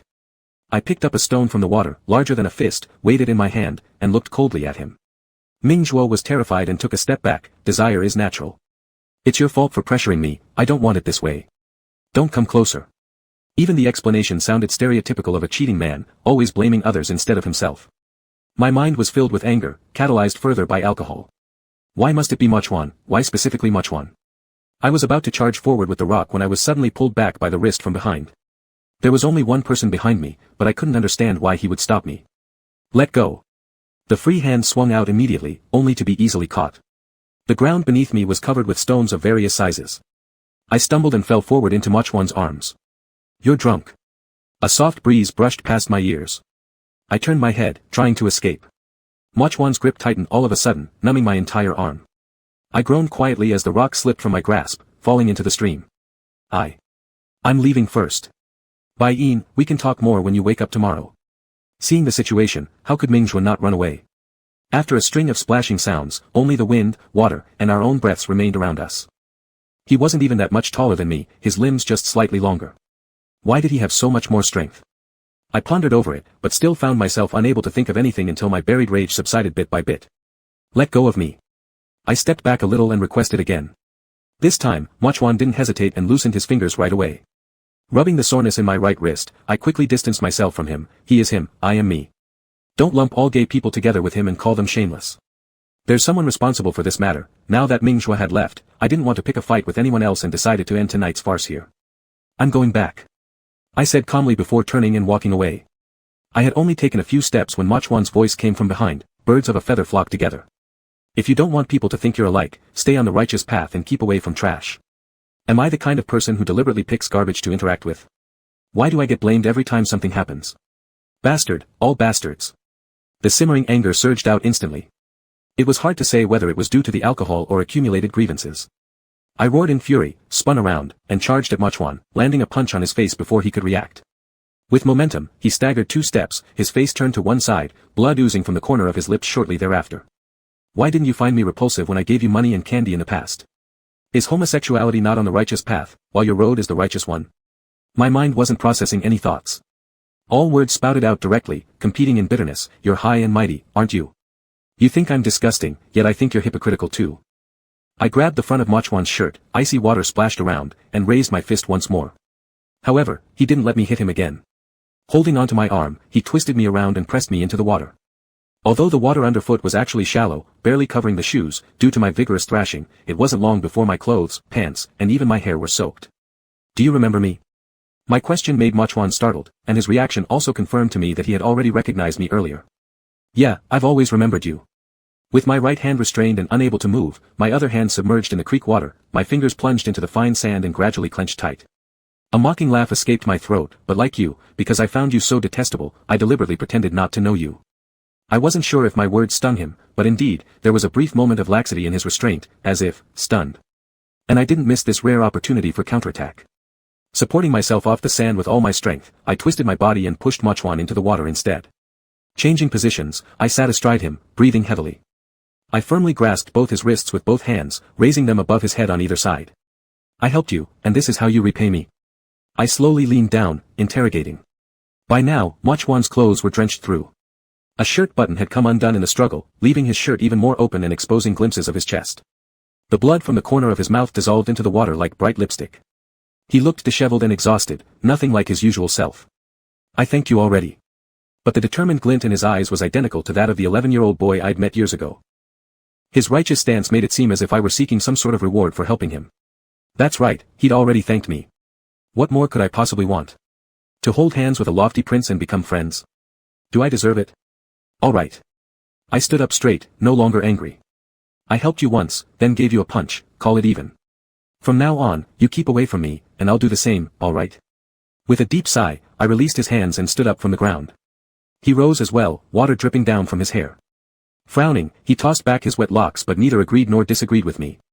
Instead, he responded vaguely, we're in the same elective class, and we have a mutual friend. With his head bowed, he undid his shirt buttons one by one, removing the soaked garment and wringing it out bit by bit. In the dim light, every muscle on his body gleamed with water droplets, following their contours down to where they disappeared beneath his waist.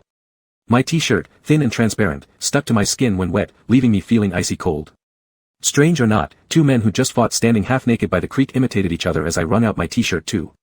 If we can't avoid seeing each other, I said while drying my hair and body with the shirt before wringing it out again, why don't you just pretend like you've been all along? Aren't you good at that? I flung the damp t-shirt around a bit and put it back on, walking off. Lucky for me, I had an extra set of clothes in my bag. I snuck into the tent later and changed quietly, without disturbing anyone. After drinking and washing my hair, I didn't feel anything while adrenaline was pumping. But once everything settled down, a headache hit hard. While laughter echoed outside, I couldn't bear it anymore and crawled into my sleeping bag. I didn't know when Mochwan returned. When I fell asleep, there was only one person in the tent, and when I woke up, it was still just me. If it weren't for the signs of use on his sleeping bag, I would have thought he hadn't slept there last night. Sobering up, I regretted what happened last night. I had no idea why I acted crazy with Mochwan. But since things had turned this way, I wasn't going to lose face and apologize to him, it was what it was. Our relationship hasn't been good anyway, so it doesn't matter much if it got worse. When the practical training ended, I broke up with Ming Zhua and never saw him again. I knew he was from High City, but our 2-month relationship barely survived the semester, and naturally, I didn't explore his hangouts there. Besides, it had been nearly 10 years. Who would have guessed this guy would suddenly reappear, not a day earlier, not a day later, precisely today. Cigarette after cigarette piled up slowly in the ashtray. Time passed, and the door to the restaurant opened from inside. The group Mochwan had eaten with emerged. I immediately sat up straighter and stared intently at the entrance, but until the group walked over 10 meters away, Mochwan never showed up. Had he left? It was impossible. Perplexed, I was about to enter the shop for confirmation when the door was pushed open again by a hand with long, elegant knuckles. Mochwan came out. He stood by the roadside and didn't walk toward the direction of High University, it seemed he was waiting for a car. I started my car and slowly drove beside him, leaning out to ask, "Where are you going?" In a scenario like this, with one person standing and the other in a car, usually the person standing bends down to talk. But not Mochwan, spine or head, he wouldn't lower either, only rotating his eyes toward me. "What a coincidence," he said. For a man who buys a $500,000 stone without hesitation, those 2 words sent chills through my spine. At first, I couldn't figure out what this coincidence meant. Was it a coincidence that we met on the road after dinner? Or did he plan to ignore whatever he witnessed between me and Ming Zhua, considering it our first meeting today? No, fuck, I didn't even have dinner with Ming Zhua. I wasn't on a date with Ming Zhua. We just ran into each other accidentally. I don't know why he's here, I explained hastily. He nodded. To meet after all these years means you must have quite a connection. It was below 10 degrees Celsius, yet my palms were sweating profusely. We lived in the same city for over 20 years, and we met only once. What kind of connection could there be between us? I swear, I haven't messed around, really. That troublemaker Ming Zhua, I really should have beaten him up just now. If this were in ancient times, it would be serious enough for me to hit the drum and sue for my innocence. Seeing Mochwan's indifference, as if he didn't believe me, I became anxious, reaching out to grab his arm. "Where are you going?" "Let me take you." He looked at my hand on his arm, then at me, saying, "You're so busy, better not waste your time." With that, he lifted his hand, freeing himself from my grip. Why did I never notice before how good he is at sarcasm? I tightened my fingers, watching him about to put his hand into his overcoat pocket, bit my lip, and went forward to firmly hold onto it. It was the first time I felt his hand so warm, but maybe, it's because my hands are too cold. "I'm not busy." I stared directly at him and said, "I specially drove more than 20 kilometers, crossing the river from one side to the other for dinner, am I busy?" "I have all the time in the world for wherever you're going." Hearing this, Mochwan's fingertips trembled slightly, yet said nothing, slowly pulling back his hand and taking a step forward. I stood there stunned for a moment, lowering my hand, frustratedly sitting back into the car. The next second, the passenger door opened and Mochwan straddled inside. He buckled his seatbelt, reciting an address. My heart was filled with mixed feelings. I just stared at him for a long time without moving. He didn't look at me. Isn't it supposed to send me somewhere? I immediately shifted my gaze, turning on the car navigation system, inputting the address he had just mentioned.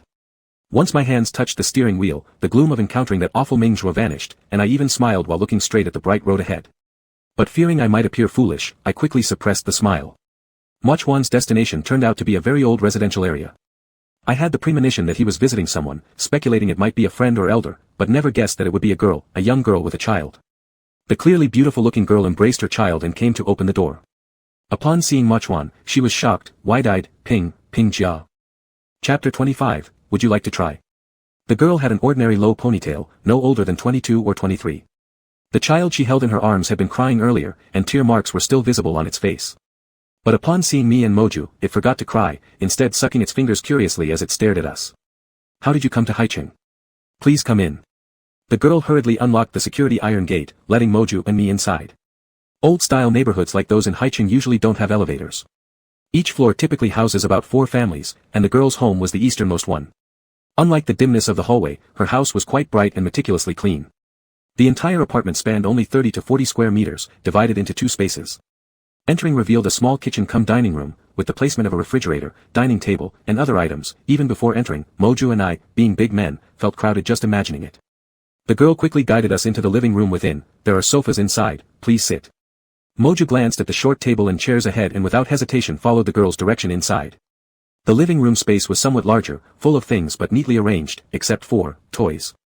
Children's toys could be seen everywhere, various colors, various models. Even the narrow double-person sofa was piled high with plush toys, adding a touch of childish warmth to the originally cramped room. The girl placed the child on a large bed, busily removing the toys from the sofa. Sorry, the house is a bit messy.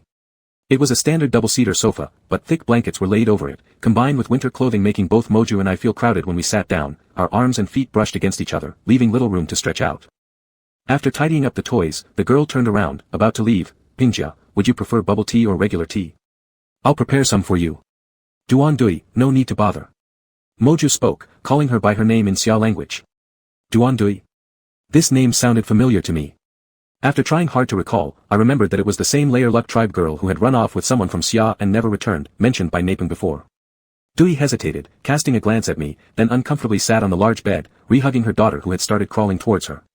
Moju rested his hand on the armrest, speaking softly. Teacher Zhou said, you've stopped working at the train station, haven't you? Although Moju's tone was casual, conversational, Dui flinched nervously, lowering her head as if caught doing something wrong, mainly because the child is too young, with no one to look after her. Lu Wei's mother lives back in our hometown and helps take care of their first child. She doesn't come over often, and we're reluctant to send our child back there, so we decided to raise her ourselves. Speaking in Xia language since Moju did, Dui surprisingly excelled in it. There was no noticeable accent, her command of Xia was almost as good as Moju's. So your family of 3 now depends entirely on Lu Wei's salary? Moju asked. No. Dui vigorously shook her head. I'm currently working as a housekeeping hour worker, earning 40 yuan per hour, which adds up to 4 or 5,000 yuan a month. Combining that with Lu Wei's income as a food deliverman, together we can earn over 10,000 monthly. She told us her clients were all good people, allowing her to bring her child to work. During festivals, they also gave her gift packs and fruits, which she could bring home for her child. The child was affectionate and well-behaved, rarely crying and causing trouble outside. Though life was simple, she was very content to have a place to live in Haicheng. Moju quietly listened without interrupting until she paused, then said, your Amma has already entered the cycle of rebirths. Do you know? Hearing this, Dui's eyes immediately reddened. Silently, she nodded, my sister told me. Moju reached into his overcoat pocket, shortly pulling out a string of red coral beads, handing it to her. She wanted me to give it to you. Dui blankly stared at the necklace, her eyes filled with both shock and sorrow as huge tears slid down her cheeks. Trembling, she took the necklace in her hands, gently caressing it. Your Amma said she didn't blame you, that as long as you are doing well, she will bless you. Moju truthfully relayed the words of the girl's mother. Before these words, Dui could barely suppress her sobs. After these words, it was as if she had encountered the cruelest treatment imaginable, bursting into loud cries. I kept calling home, I always called, but whenever Dad realized it was me, he would hang up. I dared not go back, fearing they wouldn't let me leave. It wasn't until my Amma passed that they told me.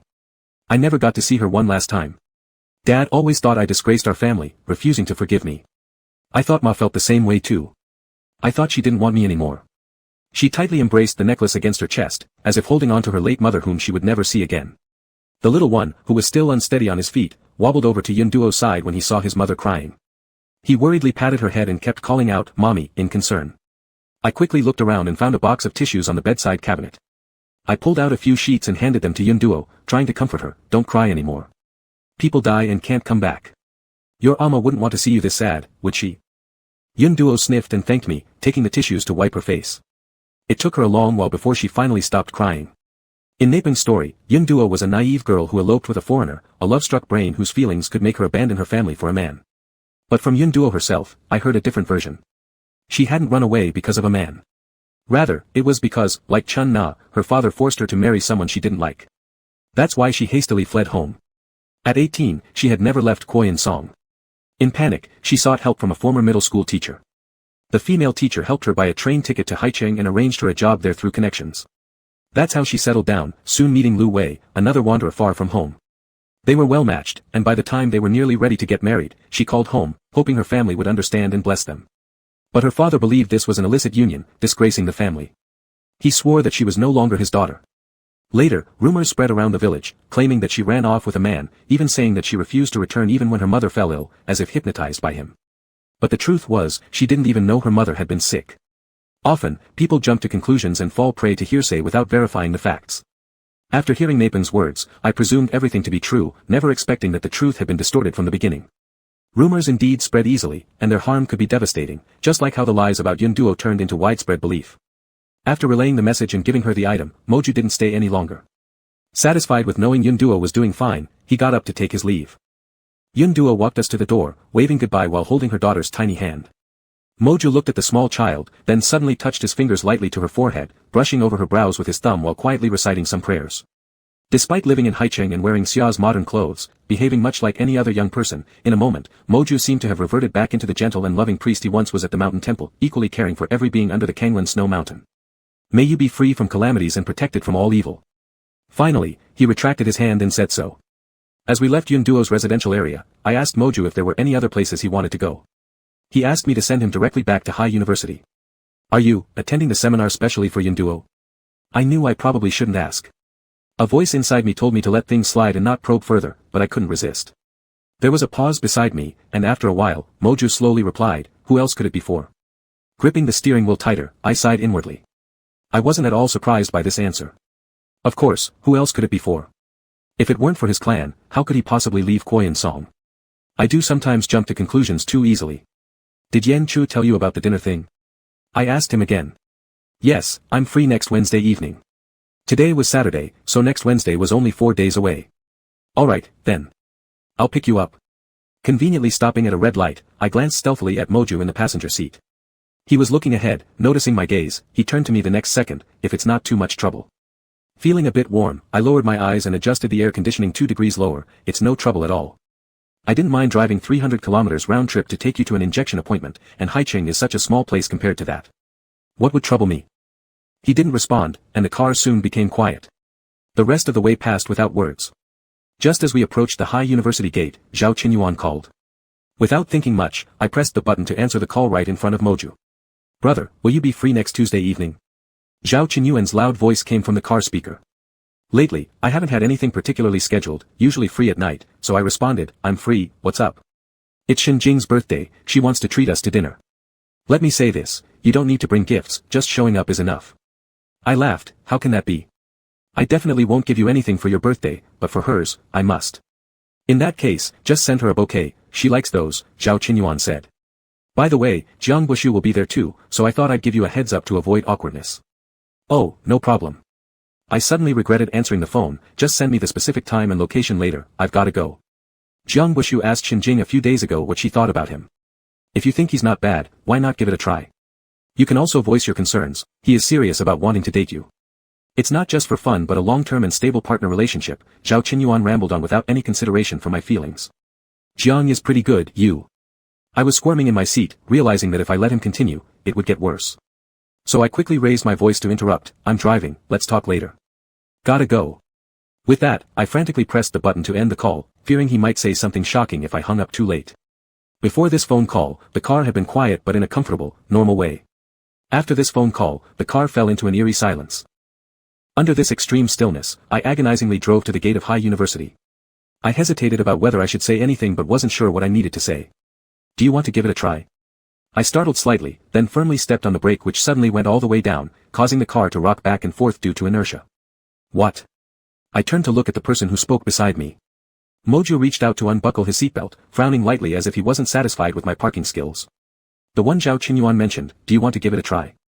The name Zhao Qinyuan appeared on the vehicle's display screen when the call came through, so he must have noticed it. I thought he was going to say something else. Try what? As if I'd ever need Zhao Qinyuan or his wife to introduce me to people. Three-legged frogs are hard to come by, but men with 2 legs aren't exactly rare, are they? I felt somewhat annoyed and wanted to bluntly repeat those words. But as my gaze met Moju's unwavering expression, my irritation turned bold, and the sentence that came out became, it's not like I wouldn't consider it either, after all, he really is a good person. Moju immediately looked up, letting go of his seatbelt which retracted back to its place beside the seat slowly and humorously. Chapter 26, Desecrating him, Staining him. What do you think? I stared straight at him, not missing a single expression on his face. After a long silence, he finally spoke, then congratulations to you in advance. Then he opened the car door and got out without waiting for me to say anything else. My phone vibrated twice. I picked it up and saw that Zhao Qinyuan had sent me the time and place for Tuesday's dinner. As Mo Chuan gradually walked further away outside the car, I quickly lowered the passenger side window and shouted to him, "I'll pick you up at 6:30 on Tuesday. Go with me and help me check things out, will you?" I was sure my voice was loud enough for him to hear clearly. Even some passers-by ahead of him turned around, but he acted as if he didn't hear me and continued walking briskly without responding. "If you don't reply, that's fine then." I didn't need his response, unilaterally announcing that the matter was settled. Afterward, I watched his figure walk into the school gate before driving away. In the evening, I sent a message to Zhao Qinyuan, telling him that one more person would join us for dinner on Tuesday. He replied with a string of question marks, asking what was going on and whether the person was male or female. "Isn't it your sister?" "No, someone you know too." "Yan Chuan." Mo Chuan. His WeChat showed typing status continuously, but no message was sent. I closed our chat window and instead clicked on Yan Chuan's avatar. "Give me Mo Chuan's contact information." Back in college, I had once saved Mo Chuan's phone number, but after he returned to Koyan Song, I deleted it. Without asking why, Yan Chuan directly sent me a string of phone numbers and arranged the dinner for Wednesday evening. 6 o'clock on Wednesday night, this shop, share link. Okay. I searched using the phone number on WeChat, but the system showed the user did not exist. "Does Mo Chuan have WeChat?" I asked Yan Chuan. "Yes, but he doesn't use it much. Just text him directly." Can there still be people who don't use WeChat these days? Anyway, it's good. If he did use it, he probably wouldn't accept my friend request anyway. I've already informed Zhao Qinyuan. "It's been so many years since you last met, isn't it inappropriate for you to ditch him?" After editing and revising, I spent about 5 or 6 attempts to finalize the text message before sending it to Mo Chuan. I switched back to the chat window with Zhao Qinyuan, where he had already bombarded me with question marks numbering well over 100. He happens to be in Haicheng for a conference. I explained briefly, and Zhao Qinyuan responded quickly. "I've told Shenjing that Mo Chuan is coming. She had already decided what to wear that day but now plans to go shopping tomorrow for a new dress." I couldn't help but chuckle. To summarize, it might as well be said that I'm making them spend money. The message I sent to Mo Chuan disappeared like a stone into the sea, and there was no response even by the next day. I knew he wouldn't reply, but I wasn't concerned. On the day of Tuesday, I still set off according to our agreed-upon time toward Haicheng University. I calculated the timing carefully, arriving 10 minutes early. I planned to wait for him half an hour. If he hadn't shown up by then, I'd just leave. However, from afar, I noticed a familiar tall figure waiting by the side of the road. It seems Zhao Qinyuan's face still holds quite a bit of weight. Thinking this, I slowly pulled my car to the curb. Last time, Mo Chuan wore all black. Today, he changed to all white. A white high-neck sweater, white pants, plus a beige mid-length thin coat. The 18-knot tie on his chest also changed to match the color of his outfit, becoming an intense purple jade. This guy, was he here for business or a runway show? Once the car stopped, Mo Chuan opened the passenger side door. Upon seeing the large bouquet sitting on the seat, he froze outside the car.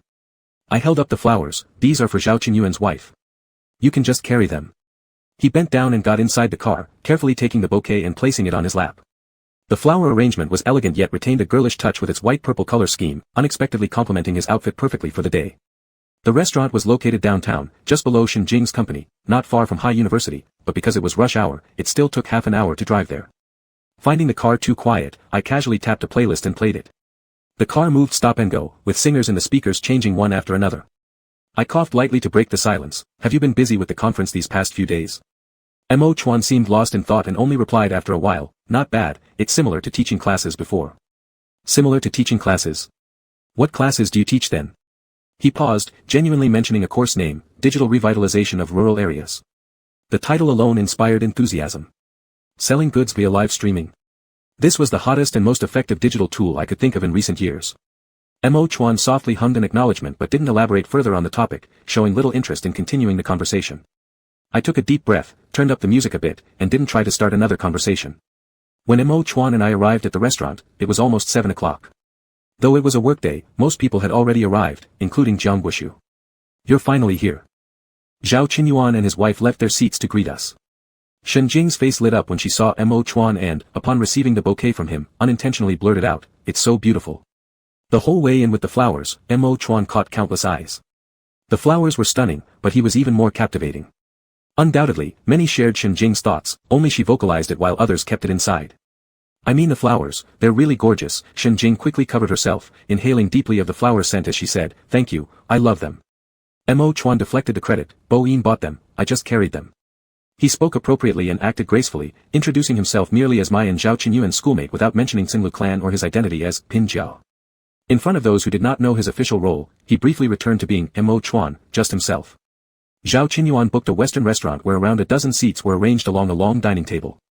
Possibly aiming to give me and Jiang Wushu some proximity opportunities, his seat was arranged on my left, and Mo Chuan sat on my right. I sat down expressionlessly, while across from me Zhao Qinyuan gave me an ambiguous wink. As soon as we were seated, Jiang Wushu took the initiative to greet me. Long time no see, have you been busy with work recently? Since our last phone call after working on the shed, this was our first encounter again, remembering back then that we mentioned we'd arrange a meal once we returned. I've been occupied with new projects since returning from my trip. I sincerely apologize for forgetting our dinner arrangement. At this age, I've learned a bit of tactful conversation, but with Jiang Wushu, I chose to be straightforward. Having been this blunt, I assumed he understood what I meant. Sure enough, hearing my words, he looked somewhat embarrassed. No problem, I've been quite busy with work lately too. Let's arrange it when we both have time. Though said like that, both he and I knew that time might never come. Suddenly, something hit my foot, followed by a clear metallic clatter. I looked down to see a fallen dinner knife. Sorry, can you help me pick it up? Mo Chuan extended his hand toward me. Bending over, I picked up the knife but didn't return it to him. It's dirty now, let's get a clean one for you. With that, I raised my hand to signal the waiter over. Passing the dirty knife to the server, a clean one was quickly provided. Holding it in the middle position, I handed it back to Mo Chuan with the handle facing him. Thanks. A slight brush of fingertips, and he gripped the handle and took back the knife. The natural setting of a Western restaurant offered classic 4 courses, appetizer, soup, main course, and dessert. The interval between each course was so long that it forced us into awkward conversations. Shen Jing met Mo Chuan for the first time and was full of curiosity about him, chatting with him practically the whole night. Does Zhao Qinyuan actually do archery? How come I didn't know that? When she found out that Zhao Qinyuan participated in the Hunter Bao Club, she surprisingly tilted her wine glass toward her husband and laughed. Well hidden, huh? Zhao Qinyuan lightly clinked glasses with her, sipping some wine as he said, that's right, extraordinary people are like that, skilled in all sorts of martial arts but never boast about it. Hearing his shameless statement, those around couldn't help but laugh unanimously, and the focus of conversation shifted. Everyone began pressing him to disclose which martial arts he could perform. Laughing along, I glanced at Mo Chuan's plate. By this point, the main course had arrived, and everyone else had filet mignon. Due to his vegetarian diet, he faced a plate of vegetable risotto. Perhaps it didn't suit his taste because he had taken only a few bites before stopping. Doesn't it taste good? I leaned closer to ask. Considering his eating habits, this dish had been specially ordered by me from Zhao Qinyuan. He lowered his gaze and swept over his own plate, rarely showing aversion towards food. Too hard, I don't like it. That's foreign rice for you, it's always undercooked. Then make sure you eat more dessert to fill your stomach, and after that, we'll pack a stir-fried rice across the street. If the risotto didn't suit his appetite, probably there wouldn't be much on the menu here he could eat. He nodded, then his line of sight suddenly passed over me to look behind me. The one next to you. He certainly looks decent enough. Pausing, he added, better than Mingzhuo. Startled, I realized he was talking about Jiang Wushu. The food in my stomach felt like it underwent an incredible chemical reaction, turning hard and cold, difficult to digest. It's great. I asked him to give an objective opinion, and he actually gave one. Is there anyone worse than Mingzhuo in this world? Can you stop setting such a low standard for my partner? My chest felt heavy, and I raised the wine glass next to me and drank it all at once, then raised my hand to have the waiter refill it for me. Do you really think he's good? The alcohol quickly rose to my cheeks, and as I spoke, I could even clearly smell the strong odor of alcohol erupting from my mouth. Mo Chuan did not respond to me for a long time. I thought he hadn't heard clearly, so I asked again, slowly and clearly. He seemed to dislike the smell on me, and after furrowing his brows, he finished by saying, you two are well suited. He didn't stay for a second longer and immediately moved away. Well suited? How were we suited? Age, education, appearance, or distance? Bo-in, Shen Jing didn't believe me when I told her that you're internet dating her. Tell me, aren't you married to someone in a game and call her wife every day, using her character as your screensaver? Zhao Qinyuan and the others somehow started chatting about me. After the test, you wanted me to abuse my power to find that person's personal information, but I rejected you firmly. Is that true?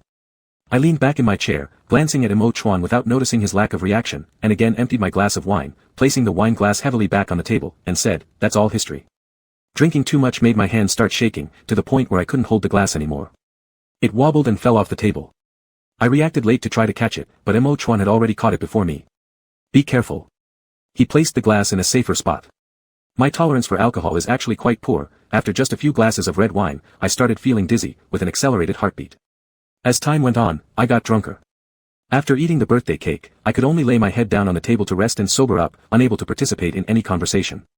When the banquet ended and the restaurant was about to close, I heard Zhao Qinyuan calling my name, but I didn't want to deal with him, so I continued lying there pretending to be dead.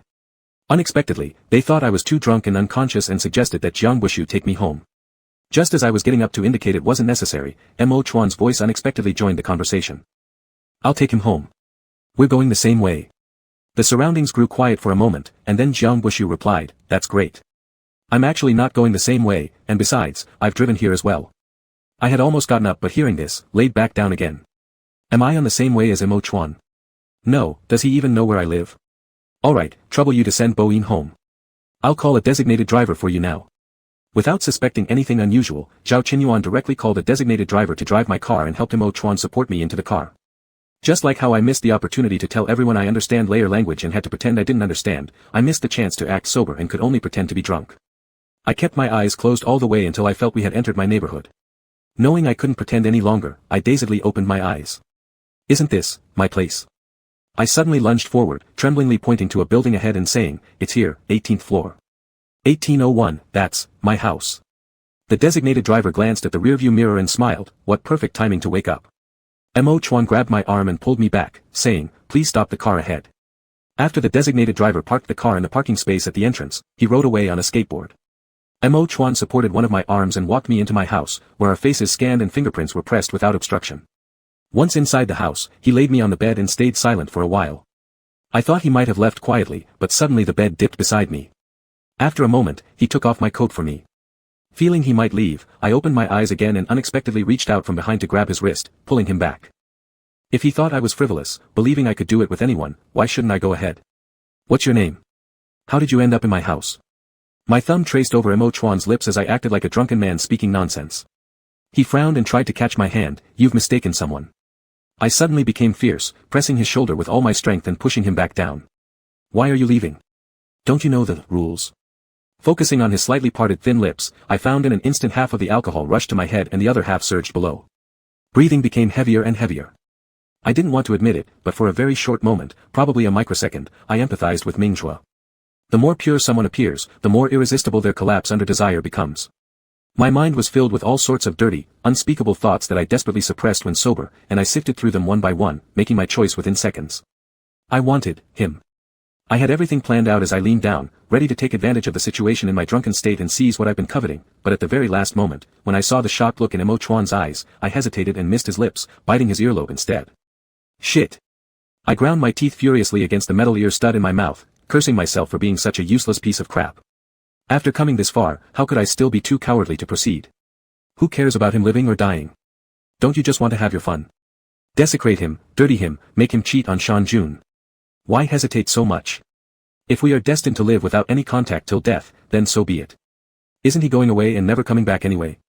Bo Yin, he's already come to High City and into your home. If you let him go now, you're not a man. The force between my teeth suddenly increased. My sanity told me no, but my desire tried to make me compromise. I exhaled sharply, like a trapped animal struggling between the two, unable to find any release. A low groan sounded beneath me, and then a large hand gripped my neck. I said, you've mistaken someone. His voice was hoarse and cold, laced with suppressed anger, like winter snowflakes that sting your face if you're not careful enough, leaving cuts before you know it. Chapter 27, I'm good at listening. Wrong person. Do I even have a choice? It's like, if I called his name, he would allow me to do this. Not important. I gently bit his earlobe, urgent yet restrained. Suddenly, my vision blurred, and I couldn't control myself as I fell back. When I came to my senses, my back hit the soft bed, and the bright ceiling light made me instinctively squint. A towering figure blocked the light source, and Ma Chuan's expression became especially dark and gloomy due to the backlight. His chest rose and fell violently as he reached out to touch the ear I had bitten, his hands trembling with anger. Lewd, vulgar. His eyes were filled with frost, his face darkened in anger, and he even began speaking in our native dialect, shameless. He slowly enunciated each word, and with every word, my brain throbbed in pain.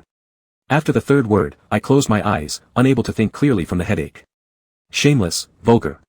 Accurate criticism indeed. Very accurate. An unshameful person wouldn't pretend to be drunk at this moment, and an innocent one wouldn't take advantage under the influence of alcohol. The room became so quiet you could hear a pin drop. Ma Chuan remained silent for a long time. I vaguely felt his gaze, like a sharp blade, painfully cutting through my body inch by inch. I've sullied him, making it difficult for him to explain himself before Shan Jun. He must hate me immensely now. If only I bit his ear, but had I really kissed his lips, he'd probably demand that I die for it. Thinking about this, I heard rustling sounds, then soon a wave of pressure came towards me, a pillow was thrown onto my face. Footsteps gradually faded away, and a loud slamming door shook the bed beneath me as if it quaked 3 times. I didn't remove the pillow, instead, I stretched my hands and held it even tighter. Almost thought he wanted to suffocate me. There was someone who, since the start of the test on Quiz Island, consistently dominated the leaderboard, standing over me. I opened his profile, which showed that he was male, but he used a female account for the game. Currently, Quiz Island allows players to choose between 2 game avatars, either a boy or a girl. Regardless of their actual gender, they can freely choose between a boy, chibi, or girl, Lolita, avatar. MK. I softly read his ID aloud and returned to the main page, starting a new solo game. Coincidentally, I matched up against MK right away. Though there weren't many participants testing, we never seemed to encounter each other until now. This was the first time I was pitted against him. I wanted to see how good he truly was. With that mindset, I experienced my first crushing defeat on Quiz Island. I wasn't very interested in the business simulation part of Quiz Island. Ever since downloading the game, I've been playing the quiz battle mode exclusively. I've lost some matches, but always by only 1 or 2 questions worth of points, never a significant loss. This was the first time I lost so badly. It seemed like he didn't need any time to think, he selected the correct answer before I could. Out of 30 questions, he was faster than me for 29. The one question I beat him to, I even doubted whether he let me win. Unable to believe the final result, I was struck with such disappointment that I even contemplated quitting the game. I threw my phone aside, flipped over, and buried my face in the pillow, letting out a shout to release the frustration of my defeat. Luckily, I moved out of the dorms when I started sophomore year, so occasional outbursts wouldn't disturb anyone. Back in the game, I stared at my latest record of defeat and lightly tapped MK's profile, choosing to add him as a friend. I was just trying, but surprisingly, he quickly accepted my request. Once friends, we could view each other's current statuses. He wasn't engaging in battles but was inside his own island. Friends could visit each other's islands. Immediately, I entered my own island and took the ferry to his place. As soon as I stepped onto the island, I was stunned by its architecture. Unlike my island, which was carelessly patched up and looked slightly desolate, his city was neatly organized and thriving. Clearly, he had put effort into managing this island. The island was small, and as I visited while looking for him, I quickly found MK in one corner, watering wheat. I didn't enter, staying by the edge of the farmland and typing, "Are you a robot?" He stopped watering, and a dialogue box floated above his head, "No." I asked him if he was from our school, and this time received an affirmative response. If he's one of those scholar elites from our school, then it makes sense why I lost so miserably. Even though his avatar was cute little Lolita style, MK's communication style wasn't cute at all, precise and concise, almost mechanical as if he wasn't human. After playing too many solo PK matches, winning all the time can make the game less fun. But when it comes to double or triple team games, I would often end up with unreliable teammates. After being tortured by some dumb partners, if I see MK online, I'd invite him for a duo match, and the lost gaming experience from the previous session would be quickly recovered. We played like this for a while. Then, the game came out with a new event. If a duo team could win 100 consecutive PK matches, they would obtain the Divine Couple title and gain access to special in-island couple decorations. Let's join the event. I had my little game character keep circling around MK's. During the event, every PK victory offered a chance to get rare outfits. Compared to island decorations, I preferred good-looking clothes and jewelry. Even without any input from MK, his game character would naturally turn to face mine head-on, almost as if he were spinning on the spot. "But I'm a guy," MK said. "As long as your character is female, that's fine." The event required a male-female couple number participation but didn't scrutinize actual gender strictly. Seeing that he wasn't saying anything, I knew he was hesitating. So I pushed further. The Divine Couple title can be uncoupled after a month.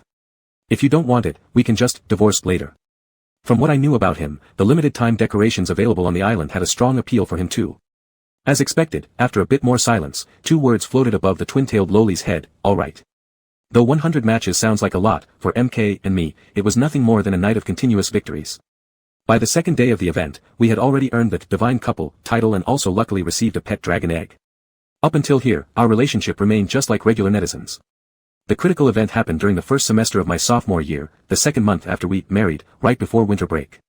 I was in class when I suddenly got a call from the housekeeper at home, saying that Grandma slipped while taking a shower and fractured her arm. I immediately called a taxi to the airport, packed nothing, didn't even ask for leave, and flew back to Haicheng. Since I was 8 years old, Grandma has been raising me. She's the closest person I have in this world. Even though the housekeeper said she was okay and I could come back to visit her during my holiday, I couldn't wait to get back. By the time I returned home, it was midnight. Grandma didn't know I'd come back on my own accord and had already fallen asleep. I quietly signaled the housekeeper not to disturb her and peeked inside the room upon pushing the door and turning on the light. Grandma lay sleeping soundly, peaceful and rosy-cheeked, seemingly unaffected by her injury. Seeing her in person gave me complete peace of mind. I gently closed the door and went back to my own room. I booked an early flight for the next morning. Lying down on my bed, I couldn't sleep, so I simply turned on Answer Island. Without engaging in any PK matches, I entered my own island, wandering aimlessly, releasing the anxiety in my heart through this method. Although both of my parents are alive, my life feels much like that of an orphan. I know grandma cannot stay with me forever, but I've never dared to think about what I will do when she's no longer around. As long as she's here, I still have a home. Once she goes, I'll truly have nowhere to return to. It would be great if humans wouldn't age, get sick, or die, wouldn't it? Like these digital characters, they never tire and always maintain their smiles. Seawater rippled at my feet. Staring at the deep blue sea, I fell into deep thought. Suddenly, shuffling footsteps sounded behind me. A little girl dressed in a floral skirt appeared behind me. He stood behind me for a moment. Seeing that I ignored him, he turned around and left. I took a few steps toward him but soon stopped again, thinking it wasn't worth pursuing. Whatever, if he wants to leave, let him go. I didn't feel like dealing with him anyway. Shuffling, MK reappeared in my view.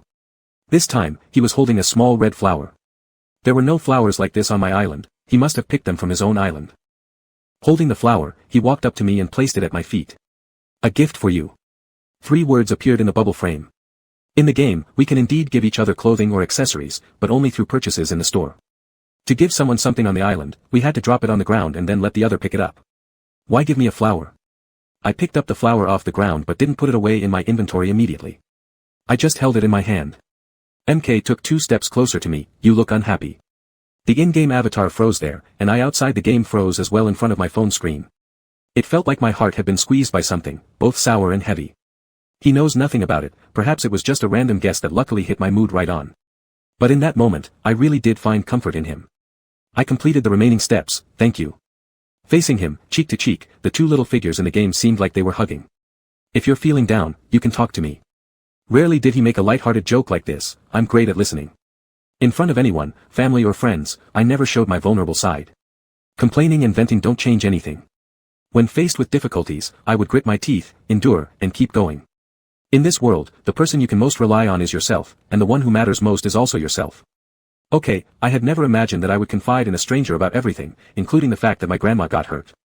Without holding back, I laid bare my family life, by Chifeng's infidelity, Jiang Xuehan renouncing the world, and even my coming out. Unknowingly, birdsong began to sound outside the window, faint traces of dawn slipping through the curtain slits, signaling that MK and I had chatted all night. From that day onward, everything changed. My attitude toward him shifted, and so did my mood. Wife, there's a new cute skirt out. Should I buy it for you? I chased after MK and asked. He paused, his speech bubble indicating typing. For a long time before finally blurting out, don't call me that. How adorable. Why had I ever thought he was cold and aloof? Clearly, he was very cute. Alright, wife. Without refusal, I immediately opened the shop, bought the latest blue skirt, along with a beautiful crown, then clicked to gift them to the first and only friend on my list. Back on the island, MK was already wearing the skirt and crown I had bought for him. I circled around him, jumping up and down on the spot. You look amazing.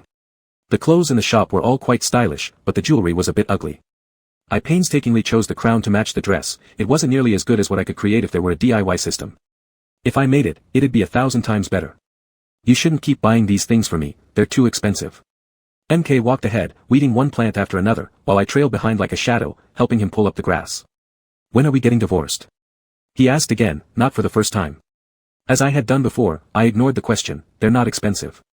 It's just a little money. Orange must be hungry, let's go feed it. After a month of daily watering from both of us, the pet dragon egg finally hatched into a small yellow dragon. Its color was similar, and it happened to be born under an orange tree, so I suggested naming it Orange. Orange served no practical use, just a cute pet that cried sadly when hungry and cheerfully played all over the island when fed. It interacted with us by bumping its head against us playfully. Dad. Pet dragons could be set to call their owner specific names, so whenever I got close, it called me Dad. Master, but for MK, it stuck to its default setting and only called him Master. I selected the feeding option and tossed 2 peaches in front of the baby dragon, which gobbled them up instantly, red hearts occasionally popping above its head. If we get divorced, it will lose its dad forever. Could you bear that? Technically joint property, but since Orange hatched on MK's island, it would have to stay here for life. Faced with my moral coercion, he opted for silence. During the winter break, I expected MK to have more time to play games, but instead, he became busier. Sometimes he wouldn't log on for days, and even when he did, it was often late at night, and he would frequently disconnect midway through playing, only to later explain that he had fallen asleep due to exhaustion. Let's stop PKing. We should just stroll around the island and chat. There was too little time to waste it all on PK battles. We found a cliff full of wildflowers with stunning scenery. Under the starlit sky, MK and I started chatting, with Orange nearby happily enjoying itself. Me, what do you do during the day? MK, work with my father. He's strict and doesn't like me messing with my phone much. Reading this, I couldn't help wrinkling my nose. MK was part of our school and was at least an adult. How old school were his parents if they didn't let someone so grown up play? Are you sneaking around at night to play? Yep, hiding in my room to play secretly. I chuckled, propping myself up on my side from lying flat, holding my phone. Does chatting with me bother your rest? He seemed to have stepped away briefly because it took him a moment to reply, no. I tossed and turned on my bed, switching to the other side, telling him about the funny incidents I encountered during the day. I went to the movies today, it was a suspense film. There was this really annoying kid who kept asking his dad all sorts of questions like, why this, and why that. I was sitting in front of them, and I couldn't take it anymore, so I turned back and told them the ending. More than once, I asked if he wanted to meet offline, but every time I was rejected.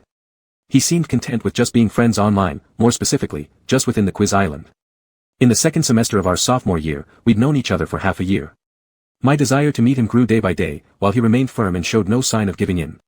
There would always come a day when the testing server would end its tests, and on the day the shutdown announcement was issued, I made my final effort. Isn't it just about meeting once? Can't we be ordinary friends? When he didn't respond, I bit my lip and compromised further, or how about you give me your contact information so we can add each other on WeChat? I waited for about 2 minutes, becoming increasingly anxious, thinking he had fallen asleep again, when suddenly the small figure representing MK moved. No. Then he took a few steps away from me. It felt as if there was a lump of charcoal clogging my chest, unable to be exhaled or swallowed, only generating heat through constant friction. Is it because of my sexual orientation? Are you afraid I'll pester you? A wave of nameless anger suddenly surged through my despondent mood, making MK's stubborn refusal to meet suddenly seem reasonably explained. Do you look down on me? Look down on homosexuals? I questioned him. This time, the waiting period was even longer, and the question seemed particularly difficult for him, harder than any bizarre quiz questions in the game. After a long pause, those ellipses finally turned into words. Men and men together is not right. Despite the black and white clarity of his answer, these simple words felt like they carried some kind of magic attack. Just a glance at them caused my eyes to swell with acid, my vision stinging painfully. Without uttering a single word, I directly exited the game. The next day, I logged in and applied to the system to dissolve my marriage with MK. All that was left was for him to confirm. However, until the last day before the server shut down, MK never came online again, his avatar remaining gray. Wasn't it you who were constantly arguing to get divorced? Now that the game is shutting down anyway, do you think it doesn't matter whether we divorce or not? On what grounds? Even if the data is going to reset, I need to reset as a single person. I called Zhao Qinyuan, asking if he had a way to contact a particular player in the game. Dude, not that I don't want to help, but this is illegal, Zhao Qinyuan replied regretfully. I just lost my temper temporarily, but after calming down, even I thought this thing went too far. Pretend I never asked. Whose personal information are you trying to find? An enemy's? Zhao Qinyuan curiously inquired. I pursed my lips and replied, no, my online dating partner. Then, amid his shocked, what, I hung up the phone. On the night the server stopped, I stayed in the game till the very end, keeping company with Orange. As the shutdown time approached minute by minute, MK still hadn't shown up. Your mom doesn't want us anymore. I pressed send, but the message wouldn't go through. Confused, I glanced at the clock on top, it was midnight. Unwillingly, I traced the screen where the little dragon joyfully flapped its wings with my fingertips and said goodbye externally, goodbye, Orange. Just as I finished speaking, the screen dimmed and displayed a connection error, forcing me out of the game. Chapter 28, All Desires Lead to Suffering. After Answer Island shut down its service, I fell into a deep slump, unable to muster the energy for anything. I thought that after experiencing 2 breakups, I had more or less mastered the method of moving on from a relationship, but it turned out that I was wrong. A breakup is one thing, heartbreak is another, and there's no comparison between them. With a breakup, I could still eat, drink, go to class, make friends, I might think about my ex, but not too much. But with heartbreak, every single moment that person and all those memories would occupy my thoughts, leaving me unable to do or think about anything else. Whether in class or playing basketball, or even just sitting on a park bench by the road, I would always find myself wondering involuntarily, was the person in front of me MK? I started staring at the game icon on my phone endlessly, zoning out frequently. Sometimes, while drawing sketches, I'd absent-mindedly sketch a small 3-headed, lowly, on the paper. My meals were tasteless, and I often sighed mid-meal, losing my appetite completely after that. This distracted, spiritless state persisted until summer vacation. That summer, as in many previous years, I was invited by Aunt Juan to spend the hottest days of summer at their home. Perhaps noticing how odd my behavior had become, Yan Chuan held out for a few days before finally asking on the third day, "Why have you been spacing out so much these past few days?" He was sitting nearby eating watermelon when he leaned over to take a glance at my phone, casually saying, "Oh. You're playing this game too? Is it any good?" I froze for a moment and looked up at him. "You know this game?" The app was still on my phone, but since the testing phase was over, it couldn't be opened anymore. I hadn't deleted it because I couldn't bring myself to let it go. Yan Chuan nodded while holding half a small watermelon in his hands. "Yeah, Mo Chuan is playing it too. Sometimes, he even checks it while walking." Mo Chuan was also playing. That guy seemed like someone who lived above worldly desires, yet he played mobile games. At first, I was surprised, but then it made sense. As a member of the Hunter Bao Club, Zhao Qinyuan must have distributed beta codes to everyone during the testing phase, and Mo Chuan probably downloaded it out of politeness. It was normal for him to try it out, maybe play for a month or two, and then abandon it once the novelty wore off. He plays quite well, seems to be the top player in the server. "Have you heard of him?" Yan Chuan said lightly, tossing a bombshell my way. "His username in the game is MK. My brain went completely blank, like it had been reduced to ashes. "MK, is Mo Chuan?" I stared hard at Yan Chuan, never wanting to feel so desperately hoping to be deceived. If it were a joke of his, I wouldn't even be angry. But to my disappointment, Yan Chuan didn't burst out laughing and retract what he just said.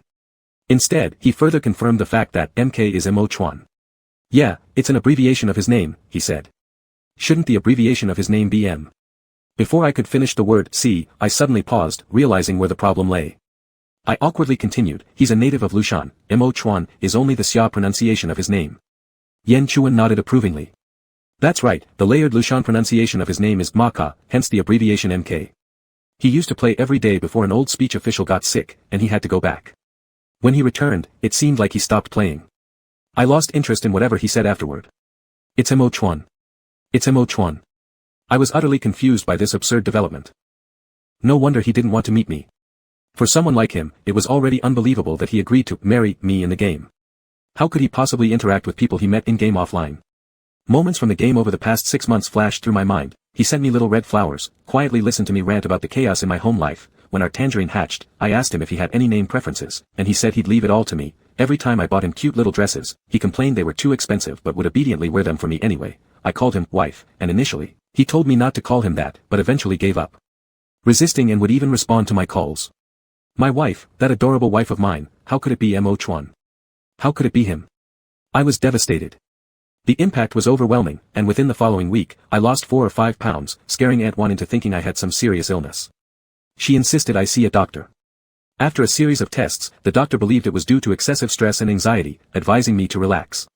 How could I relax? If it were anyone else, I might have tried harder, perhaps attempted to pursue them, but it was Mo Chuan. Other than letting go, could I really have any other thoughts? I'm not the type to dwell on things. After some reflection, I quickly bounced back, and at the start of the new semester, I decided to turn over a new leaf, focusing all my energy on academics instead of trying to unravel the mysteries of love. Alas, fate seemed intent on ruining my tranquility. I deliberately inquired with Yan Chuan and carefully avoided elective courses where Mo Chuan was enrolled, confident that everything would go smoothly this time around. Except for occasional interactions with Yan Chuan, I wouldn't cross paths with Mo Chuan again. However, during an oil painting class, the teacher invited him as a model. Watching silently as the teacher escorted Mo Chuan to the center of the art studio and explained that our task for the semester would be painting him. With so many people in Beishur, why choose Mo Chuan as the model? Was the cafeteria auntie from last semester too busy? Mo Chuan, you just sit here and read, the teacher said gently to him, a tone that was far removed from how he treated us students. It wasn't until later that I learned the teacher had accidentally come across Mo Chuan practicing archery on campus one day, and instantly considered him a masterpiece that must be captured through his brushstroke. It wasn't that Mo Chuan was chosen for us students, it was more like the teacher chose him for himself.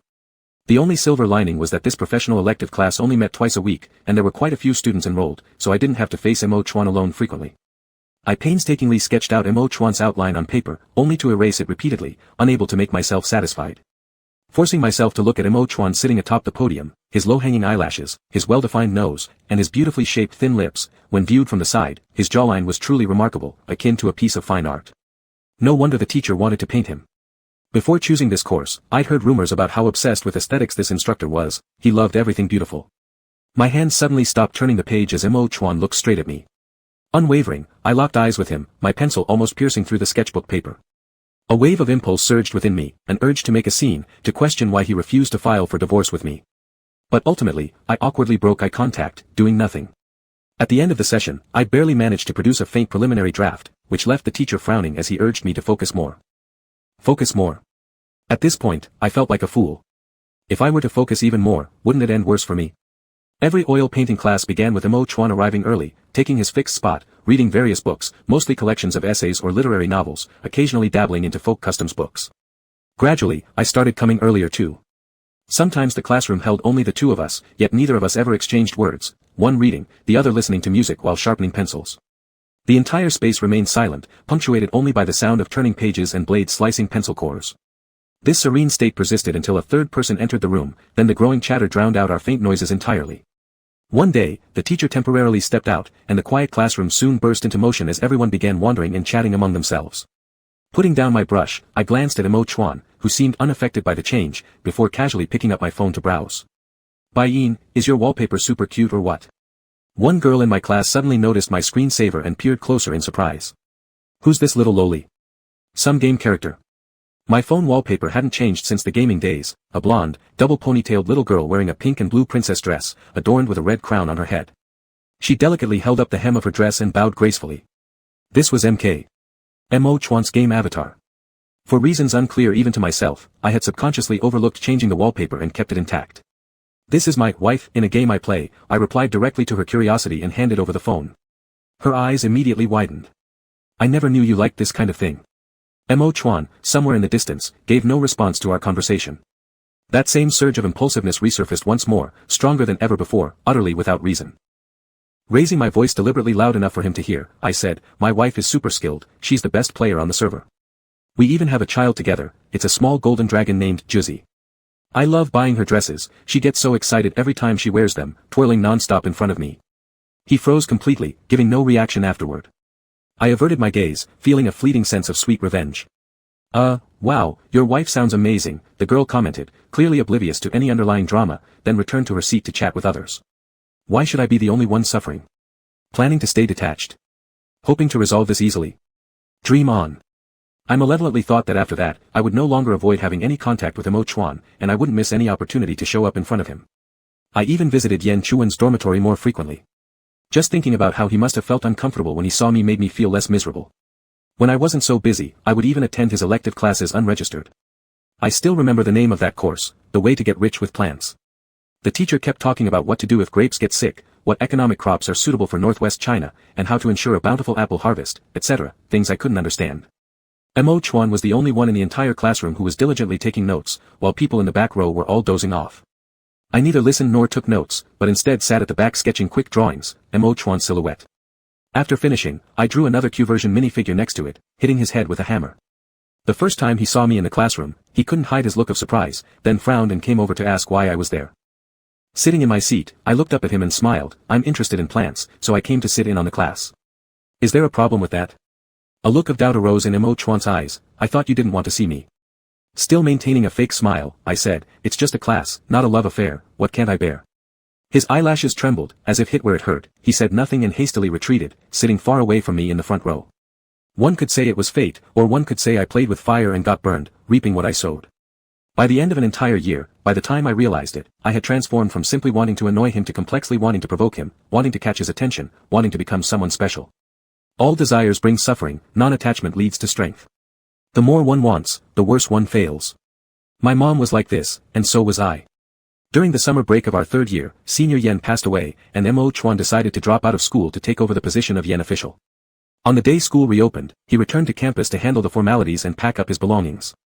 I happily went out to eat with Yen Chuan and saw his empty bed, assuming he hadn't come back to school, but Yen Chuan said, "Didn't you know? Mo Chuan dropped out of school, he just left." At that moment, it felt as though all the blood in my body disappeared. It was September, yet my hands and feet were icy cold. Why did he drop out? I heard myself ask in a ghost-like weak voice. Yen Chuan sighed and said, "He has his responsibilities." What a load of nonsense. Crazed, I rushed out of the dorm and called Mo Chuan as I ran. "Where are you now?" As soon as the call connected, I immediately asked. The wind whistled past my ears, I gasped for breath and ran recklessly toward the school gate, clutching a faint hope that he wasn't too far gone yet. After a brief pause, Mo Chuan replied in a tone much calmer than mine, "In the car going to the airport. You should at least finish your last year before leaving. There's only 1 year left until graduation, leaving at this point, are you okay with that?" I tried every possible way to persuade him. Don't leave. Suoyan Song will survive without you, Mo Chuan, you don't have to be the Yen official. Everyone should be born free. Me, Yen Chuan, Mo Chuan, we all deserve that freedom. Why go back once he stepped out? If you leave now, you'll regret it, you'll definitely regret it. A metallic taste rose in my throat, making my chest hurt as I ran. People bustled and cars wove in and out outside the school gate. I hailed a random cab and told the driver to head to the airport. We can figure this out together, don't go back, wait for me, This is my life, by Ian. He cut me off, speaking his second sentence since the call began. This sentence felt like a bucket of icy water dousing all the fervor in me, cooling down my slightly sweating body instantly and making me feel colder bit by bit. The air conditioning in the car chilled me, and I couldn't help shivering. That's right, it's his life, what am I supposed to be? What rights do I have to make decisions for his future? He didn't even plan to tell me he was leaving. Just like Jiang Xuehan being devoted to Buddhism, seeing no family or friends in her eyes anymore. From a young age, he had been taught to dedicate himself to Mountain Lord Shinjun, how could he care about the freedom I spoke of? Even if I said it like that, he still insisted on leaving. Was freedom really less important than Shinjun? Clutching the phone tightly, I've never felt such intense jealousy towards that non-human thing, and my words were much sharper than well wishes. Fine, then I wish you a brilliant future, smooth steps ahead, and may you and your Mountain Lord stay deeply in love forever, never separating. He chuckled lightly and responded with something I couldn't understand in Cenlu dialect, then hung up the phone. Dazed, I pulled the phone away from my ear. Those notions dissipated with the end of this call, like a retreating tide. Not only did they vanish without a trace, but they also took away some of my foolish thoughts and unrealistic hopes regarding Mo Chuan, leaving me face to face with reality. Driver, please turn around and go back, I said after deleting Mo Chuan's phone number. I slumped into the seat, tiredly closing my eyes. For the next 7 years, we had no contact at all, until I destroyed Songlin Lushui. Chapter 29, Your drinking character is indeed poor. I carefully examined the shape of each platinum feather, cautious enough not to miss even a tiny detail. Only after confirming that more than 100 feathers met my requirements did I divert a little attention to Bai Chifeng on the other end of the earphones. You just said something, could you repeat it? I straightened up and raised my hand to signal the master that it was okay to continue with the next procedure. Faced with my casualness, Bai Chifeng expressed his discontent, can't you show some respect for me as your father? I rolled my eyes secretly, am I not answering the call? I had to call 10 times before you picked up. Bai Chifeng complained, if I hadn't sent a message telling you it was about Man, you wouldn't have picked up on the 11th try either. This old guy is getting increasingly out of touch, how can he say such things at his age? So what's up with Man? Could you stop beating around the bush? Bai Chifeng was so choked by my words that he couldn't do anything about it but keep doing deep breathing exercises himself. I really owe a lot to both of you. Then, he finally got to the point. A few days ago, Sun Man suddenly told her parents that she would go hiking in the South Mountains during the summer vacation and climb the Kanglin Snow Mountain. Her mother immediately refused, saying that the South Mountains were too remote, and she was worried about it. Climbing the snow mountain was too dangerous, which made her even more concerned. In short, her decision was, no permission granted. The girl, though indulged from a young age, has always been well-behaved, obedient, and understanding. Mr. and Mrs. Bai Chifeng thought that as long as they opposed her plan, their daughter would listen this time. They didn't expect the girl to grow up and have her own ideas, stating that this was her long-held wish. Whether they agree or not, she will definitely go. Her attitude was resolute, unaffected by any coercion, bribery, or tearful persuasion from her parents. Out of options, Bai Chifeng could only come to me. Though there's an 8-year gap between Sun Man and I, and we are from different mothers, she is very close to me. Back then when Bai Chifeng hoped I would pursue a political career instead of studying flashy jewelry design, she specifically sent me a message saying that brother could do whatever he wanted, and she would always support me. She was so young back then, only 12 or 13 years old, and yet she knew to stand by my side. Now she's encountered a situation similar to mine back then, how could I possibly help Bai Chifeng persuade her? She is 20, not 2 years old. Can't you respect her personal wishes? Moreover, I am extremely sensitive about these things recently. Without realizing it, I have projected some of my personal emotions into this situation, almost finding it unbearable. How long do you plan to bind her? For life. She's human, not a bird you've raised. You're talking to the wrong person. I won't help you convince her. Stepping out of the factory, the weather outside was a bit overcast. The biting cold wind found its way through every crevice in my clothes. I shrank my neck, put on my down jacket hat, shoved my hands into my pockets, and quickly walked toward the parking lot. Which parents don't consider their children? We naturally have our reasons for not letting her go. Are we trying to harm her? It sounds like you're suggesting we intentionally restrict her freedom. If she went to climb Mount Lu or Mount Tai, who would stop her? Over the phone, Bai Chifeng also got riled up, insisting on arguing right and wrong with me. Originally, I intended to give him some face, but if he jumps into a pit himself, don't blame me for being blunt. Which parents don't think of their children? My parents. I stopped by the car and gave a cold laugh. Need I remind you how I grew up? He fell silent at once, and after a long pause, he awkwardly replied, well, materially, we never lacked anything for you. Perhaps feeling unconvincing himself, the conversation soon became difficult to continue. Fine, fine. Consider I never asked you, and with that, he hung up the phone. I took off my hat and got into the car, placing my headphones in the charging case. Checking the time, it seemed appropriate, so I set a navigation route to Haitian University. As soon as I put my phone down, I picked it up again, still somewhat uneasy about Sun Man-Man's situation. After careful consideration, I decided to send her a voice message. Just now, Bai Chiefin called and said you're going hiking in the southern mountains during the summer vacation and climbing the Kanglan Snow Mountain. It just happens that I have a few friends over there. When are you going? I'll go with you. As soon as I sent it, my phone vibrated, but it wasn't from Sun Man-Man. I don't need to be picked up, I'll go to the restaurant myself. Faced with Mo Chuan's text message, my frown deepened slightly. So what?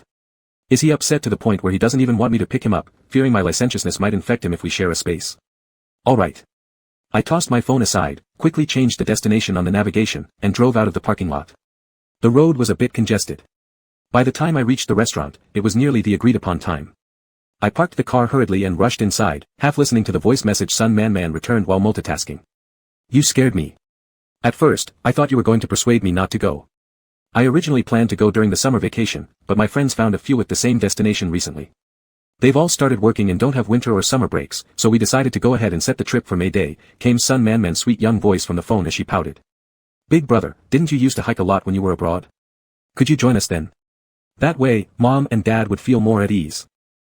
I had indeed been thinking the exact same thing, but didn't say it earlier in case she felt I was overstepping. Now that she brought it up herself, it suited perfectly. Alright, I'll join you for the May Day trek. After replying to her message, I'd already spotted Yan Chuan inside the restaurant and made my way towards him. The restaurant had been booked by Yan Chuan, it was a niche private dining place.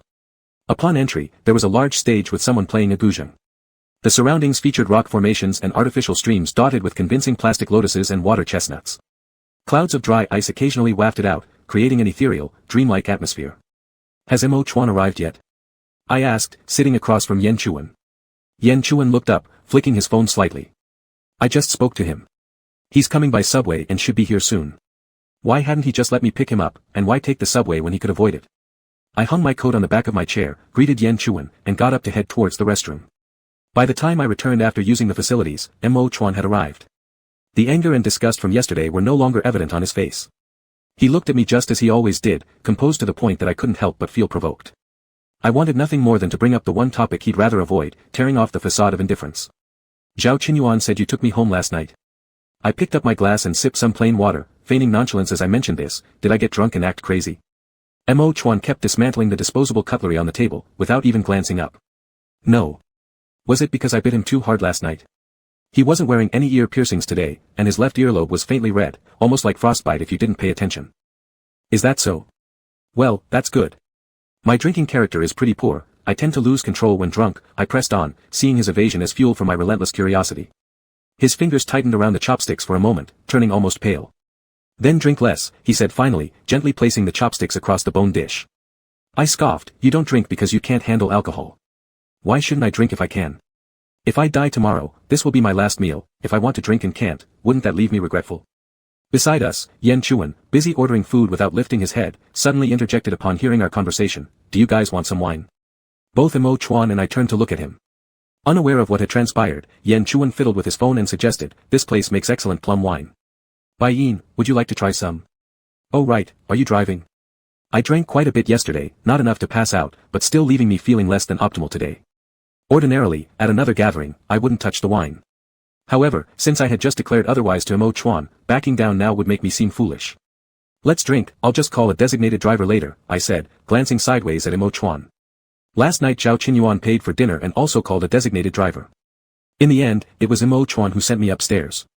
Yan Chuan nodded without asking why Mo Chuan was invited to Xinjing's birthday party. Alright, let's order a pot then. I'll drink along with you. Mo Chuan, what do you want? He asked. Mo Chuan tapped lightly on the teacup in front of him and replied, water is fine. After ordering, Yan Chuan adjusted his glasses and joined the conversation. What happened to your ears, Mo Chuan? Did you get chilblains? Yan Chuan noticed Mo Chuan's ear abnormality and asked with concern, maybe you're not used to the Haiching weather. It's not. Mo Chuan rubbed his swollen earlobe, his tone dropping significantly. A short-sighted little bug decided to bite me. Yan Chuan gasped, bugs at this time of year? Such poor hygiene conditions in high university dorms. Make sure to apply some ointment. You don't want it being something poisonous. I stayed silent. A short-sighted bug. I silently marked this down as a grudge to settle later. By the time the bottle of plum wine was finished, Yan Chuan was practically done for, his face as red as a monkey's bottom. I ordered another bottle and drank it all by myself. As the dinner drew to a close, just like the previous night, I slumped face down onto the table, ignoring everything else. Yan Chuan nudged me gently. Seeing I wasn't responding, he said to Mo Chuan, "Bai Yin, seems to be drunk." Mo Chuan didn't respond for a while. I lay sprawled out, guessing at his thoughts and imagining him inwardly cursing me under his breath as useless yet troublesome. Suddenly, I heard a long sigh ring clearly in my ears, followed by Mo Chuan saying, "Call a designated driver, I'll take him home." Everything was eerily similar to last night, with one difference: today I didn't need to guide the designated driver through the residential area. After we entered, Mo Chuan had already become familiar enough to direct the driver to park precisely in front of my building. As we got into the elevator, I still hung off Mo Chuan, swaying drunkenly and barely able to stand straight. When he used my fingerprint to unlock the door and we both entered the dark apartment, I decided to stop pretending. I abruptly grabbed his hand that was fumbling for the light switch and pushed him against the wall opposite the door. I gently kissed his earlobe, considering its current condition, then refrained from further tormenting it. Instead, I moved lower, urgently biting his Adam's apple. Today, he wore a round-neck black sweater, revealing his entire neck and throat. This was exactly what I had been wanting to do ever since dinner, bite his vulnerable neck, making him arch his neck like an injured swan, begging me to let him go. He groaned softly in pain, lifting his neck as I'd imagined, the back of his head pressing against the wall. "Bai Yin." His angry voice trembled. But I ignored him. How could I pay attention when I'm drunk? My teeth grazed over the protruding bone on his neck, one hand pressing firmly on his shoulder while the other slipped under his sweater. The coldness of my hand created quite a contrast with his warm body, making him shudder involuntarily the moment my skin made contact with his. "Bai Yin," he quickly grasped my hand, trying to avoid my lips and tongue by turning his head. "Let me go." I didn't get too wild, allowing him to hold onto my hand. My palm rested on his abdomen while my lips and nose continually caressed his neck. After returning from Punga, I thought I could let go. From then on, he would be his Phoebe bird, and I would be my jewelry designer, our lives never crossing again. But I was wrong, I couldn't let go. As soon as I saw him, all the dirtiest thoughts buried deep in my heart surfaced. Why can't I? Why must I endure this? In this lifetime, damn it, I've never restrained myself for so long. A faint light from the corridor outside filtered in, our breathing becoming hot and urgent. I pulled back slightly, focusing my gaze on Mo Chuan's lips, ready to make my next move. But suddenly, he gripped my hand tightly, pinning me against the wall instead. Behind me, a heated body pressed firmly, "Your drinking character is indeed bad, and your habits are terrible." His tone was dangerous, and the free hand he had slid down to my neck gave a warning squeeze. I felt a brief sense of suffocation before he quickly loosened his grip, holding my chin and forcing me to tilt my head back. Too terrible. His fingers delved into my mouth, tracing along the row of teeth that had bitten him earlier, his voice ominous. I shook involuntarily, leaning one hand against the wall, fear creeping into my heart. Was he so enraged that he wanted to pull out my teeth? Chapter 30, My Wife. Did you learn all these things from Mingzhuo? Mo Chuan pinched my cheeks and pushed his fingers deeper into my mouth, pressing down on my tongue. Mingzhuo. What does it have to do with Mingzhuo? I tried to pry his fingers away and attempted to defend myself, but before I could finish the word, Mo Chuan once again forcefully tangled with me, using 2 fingers to pinch my tongue. Learning bad instead of good, walking the wrong path. You actually had dinner with someone like that. As he spoke, the force on my tongue increased, as if he was about to savagely cut off this tongue of mine and let me bleed to death. I let out a groan of pain and struggled hard, finally breaking free from Mo Chuan's grip. If it were anyone else, who would dare put their hand in my mouth like that? I'd make sure they wouldn't come back alive. But for Mo Chuan, I couldn't bring myself to do it. My tongue, as though having its own consciousness, carefully approached his fingers, obediently sticking close to them. Seeing no sign of rejection, it pleasingly licked them. Not only the fingers inside my mouth, but Mo Chuan's entire body tensed for a moment, apparently shocked by my boundless flattery when drunk.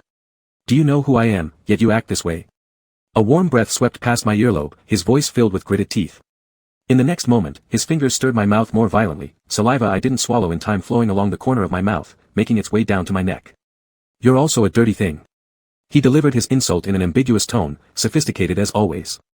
While playing with my tongue continuously, his other hand, which was originally firmly holding onto my right hand, now loosened slightly, bringing my hand in front of him and slowly moving it through his sweater down to his lower abdomen. If Jiang had brought you back, would you treat him the same way? I closed my eyes, silently repeating the word endure in my heart. Don't speak, don't contradict, I'm drunk now, how could a drunk person understand what he's saying? Probably, said Mochuan without waiting for my response, as if he already knew the answer in his heart. After all, no matter who does what to you, you won't remember the next day. After speaking, the hand that was gripping mine let go. A little while later, I felt my zipper being pulled open. The sound was so tiny it almost didn't exist, yet in a quiet night, in the dim indoor space, it sounded like a powerful machine gun, firing a continuous round that made me dizzy and overwhelmed with emotions. I suspected I was truly drunk. That plum wine had quite a kick. By the time I entered the room, my brain had already been invaded by alcohol-induced hallucinations. Otherwise, how could something like this happen? Mochuan grabbed my hand again, guiding me to touch him. In a daze, I seemed to be transported back to my freshman year. When Mochuan first joined the archery club and saw me shooting arrows aimlessly, he came from behind, teaching me hand by hand. 5 fingers wrapped around the bow grip, thumb pressing together with the hypothenar muscle beneath it, steadily pushing the bow. My arm trembled for maintaining the same position for too long, and Mochuan held my hand, like a sturdy stand, supporting me, confining me. The one shooting the arrow was me, but the one in control was him. Soon, the string tightened to its limit, but he did not allow me to release it. He wanted me to maintain that state, clearly feeling the hardness of the bowstring under my fingers. Closing my eyes, I lightly furrowed my brows, emitting a muffled protest from my throat. Every second dragged on infinitely longer, and just as I was about to give up, the hand holding mine suddenly released, and familiar instructions rang in my ear. Shoot. Instinctively, the arrow shot from my fingertips at incredible speed, striking the wall dead center like a white rainbow piercing through the sun. The bowstring returned to its original shape after trembling, and my arm hung limp. No longer able to support myself, I leaned against the wall and slid down, sitting on the floor due to loss of strength. Just now, I admitted I had some elements of pretense, but now, my head was truly a complete mess, unable to process anything. My chest heaved violently as I looked up at Mochuan, finally seeing the expression on his face. Resentment, hatred, sorrow. In the dim light, he no longer needed to hide, finally revealing his true emotions. But it only lasted for a very short time. After a brief loss of control, he closed his eyes, took a deep breath, and when he opened them again, they were crystal clear. Pulling out a blue handkerchief from his pocket, he lowered his eyes and wiped each of his fingers clean to ensure that nothing belonging to me remained on him. Why did you go to Koyan Song? Why did you have to appear in front of me? I stared blankly at him, unable to say a word for a long time. As with all the previous questions, he did not need an answer from me. Standing in front of me for a moment, this time, he didn't even bother to lay me down on the bed, he simply left me at the entrance and walked away alone. The house became completely silent. With the influence of the alcohol and some unexpected physical exhaustion, I leaned against the wall, overtaken by sleepiness, and unconsciously fell asleep. A fire rescue truck sped by on the street outside the neighborhood, startling me awake. The warmth in my body had completely dissipated, and my brain slowly began to function again. I staggered over and turned on the light. In just a moment of brightness, it went from a vague feeling that something was off on my hands to a clear sight of the sticky substance in my palm. Shit. I stared at my palm, utterly baffled. It wasn't a dream. I stepped into the bathroom and rinsed my hand clean under the faucet bit by bit. Looking up at the mirror, the man in the reflection had slightly bloodshot eyes, a pale face, and an overall appearance of post-drinking exhaustion, but there was still a radiant smile on his face. Plunging my entire head under the water stream, the colder the water got, the clearer my mind became. Rubbing my face with both hands, I looked up again. The man in the mirror was covered with droplets of water falling endlessly from his head and face, yet the smile grew even wider. It's really not a dream. If I still thought Mochuan's feelings toward me were purely homophobic now, then I must be out of my mind. Even if he were homophobic, he'd definitely be in a deep closet. What kind of homophobe would take advantage of another man being drunk by playing with tongues and controlling releases? I had completely ignored the fact that I was the one who started harassing him first. I knew he wasn't indifferent to me, but, recalling the 2 sentences Mochuan said before leaving, those should also have been the suppressed words he long kept inside. He is the minister of the Luka clan, the pinky of Mountain Lord, father of Liang, and uncle of Nancian He. But not anyone related to me. My presence only disrupts his cultivation and causes him endless anguish. It will not change this situation in any way. The smile at the corner of my lips gradually faded, turning bitter. Was I the one who blew up the solar system in my past life? This life, not only did I reincarnate as a homosexual, but also as someone who only has eyes for one person. And the rival is human, or rather, not even human. Besides, it's impossible for me to stay forever in Koyan Song, nor is it possible for him to live with me in Haicheng. Even if we were together, we could only be engaged in a furtive long-distance relationship. You could say we're like an unsolvable maze map, bumping into dead ends everywhere. After circling around aimlessly, we finally managed to wait for a breakthrough, but after taking a few steps, we're stuck at another dead end.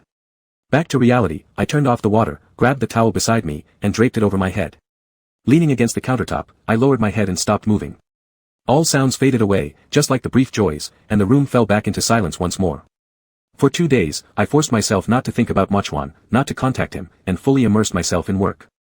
Hang Jiafei's influence is disappearing. Yesterday's live stream effect was pretty good.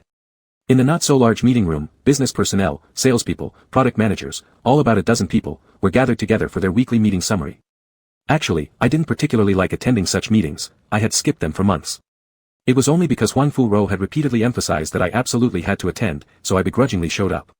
In my view, those rigid sales figures, marketing strategies, and product reports were far less attractive than the fragrant coffee right in front of me. Although Hang Jiafei caused some controversy for us, it undeniably boosted our downward fame. Black popularity is still popularity. The data from the online store recently has been pretty good. Sister Ro, shall we seize the momentum and run a promotion? The hottest selling items are still rings and necklaces priced around 1,000 yuan each. I believe we can appropriately promote more. I wondered what Mochwan was doing. Was he in class, or resting in the dorm? Just as I thought this, my phone vibrated lightly in my pocket. With some anticipation, I opened it, only to find Yan Chuan sent me a video. Switching it to silent mode, I opened the video and secretly watched it under the table. The video recorded a live broadcast. Various comments continuously scrolled by in the bottom left corner. Since there was no sound, all I could see was the female host passionately introducing something black, granular, and resembling small stones. Once the camera zoomed in on the close-up, I realized it was black buckwheat. Came here for the beauty. One more vote for beauty. Little sister, stop explaining already. Whatever you have, we'll buy it all. Just give us more views of the beauty. Sinner. I'm actually fantasizing about a religious figure. Just looked up what pinky means. The Mountain Lord has such good fortune. D*mn. Jealous of the Mountain Lord. Pinky. Beauty. The scene cut, revealing the entire live streaming room.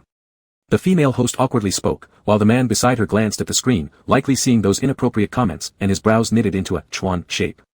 He wore the white robe distinctive of ministers, adorned with the green jade bead string I had once seen hanging in front of him. The lapis lazuli earring on his left ear was also worn again.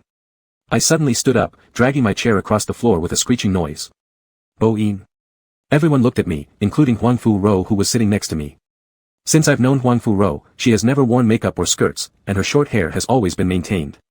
She says it makes her appear tougher. Interrupting the meeting like this, she certainly looked intimidating right now. Sorry, I need to use the restroom. I grabbed my phone and headed out. Pushing open the heavy corridor door, I descended a few steps until I reached the landing in the middle of the stairs, then reopened the video Yan Chuan had sent me. With the sound on, I realized it was an agricultural charity live stream where the female host was wholeheartedly promoting Quoyan Song's black buckwheat, with Mochwan present as the local representative. Could you tell us how the villagers here usually consume this black buckwheat? The female host likely wanted some interaction with Mochwan and held up a bag of black buckwheat to ask him. Unfamiliar with such live stream jargon and unaware of its effects, Mochwan simply knew that when asked, he must respond. It was clear that he was initially puzzled but quickly adjusted his expression, flashing a pinky-style smile. Pour boiling water over it, he said. I laughed along with the rapidly scrolling comments. Wife is so cute. Husband is so handsome, I'm going all gooey over him. How does he manage to be both serious and hilarious? Ha ha ha ha ha. If I suffer any consequences someday, all of you are to blame. The video was short, ending just seconds after Mochwan said, pour boiling water over it. My eyes lingered on the comment, wife is so cute, and I lightly tapped the screen, making a click sound. My wife, I stressed possessively. Apparently, I still can't let go. I'll never be able to in this lifetime. Chapter 31, originally, I just wanted to take advantage of the situation. After searching according to the shop name on the video, I actually planned to buy a few packs of black bitter buckwheat to support them. But it turned out that the store didn't even have black bitter buckwheat or any other agricultural products available for purchase. There was absolutely no room for me to help in this way. The essence of assisting agriculture isn't about helping Chui Yensong develop better. So maybe I can too. When I pushed open the meeting room door, Huang Fu-ro, who had been speaking, paused momentarily and resumed issuing instructions only after I sat back down in my seat. Get the brief to me before Friday. My ballpoint pen tip continuously sketched on the notebook, ring, necklace, bracelet, brooch, only vague outlines without much detail. Afterward, I listed the key points next to each item. 1. Must reflect ethnic style. 2. Charity edition. 3. Uniqueness. Fulfilling all 3 criteria. I drew a checkmark next to the brooch. I've got an idea. Lifting up the ballpoint pen, it was as if an invisible shoo silenced the room instantly. I stared at the notes on the notebook and began sharing the preliminary outline of the not yet fully formed plan in my mind with everyone. You should all know, right? A while ago, I went to Chui Yensong in the South Mountain region, which is the gathering place for the Cenlu clan. They have a trust seal culture. I explained the parts regarding family and love in the trust seal, and after finishing, hesitated briefly before proposing my own concept. I'm thinking we could design 12 brooches in the style of the Cenlu clan, attributing them with touching inner cores of inheritance and love. At the same time, clarify that this is a charity edition, and all proceeds will be donated to the Hope Primary School in Chuyentsong. Charity edition. The sales manager immediately grasped my meaning. Like blseries charity necklace? Yes, though obviously ours won't be nearly as expensive. I stood up, pulling over the nearby whiteboard and wiping off all the writing. Compared to traditional jewelry, it's more like a cultural and creative product. The long-standing national culture of the Cenlu clan would give it more connotations. High value-added product, summarized the product manager. I snapped my fingers at him. Exactly. I spoke passionately and eloquently, and it seemed that everyone had been convinced, except for Huang Fu-ro. The Cenlu culture isn't exactly a hot culture either, far less appealing than Dun X Mog X Cave, the X Museum, or any trendy brand or mobile game IP. Simply discussing marketing effects, one with a certain foundation would be much easier compared to starting from scratch. She calmly analyzed, why choose the Cenlu clan? Just because you visited Chuyentsong and felt that the children there need donations? Because no one knows, that's why we should promote it. I capped the marker pen, fiddling with it while sitting back to my position. As for why choose the Cenlu clan, firstly, as you said, yes, I did visit Chuyentsong and feel that the children there need donations, so I chose to donate to them. Secondly, I have some connections with their spokesperson. If he agrees to be our cultural advisor, I believe it will add more weight to this series of products. Yanguan. Marketing manager Ma, responsible for advertising, asked sharply. Isn't he the very popular Pinjia these past couple of days? Pinjia. Others looked completely confused.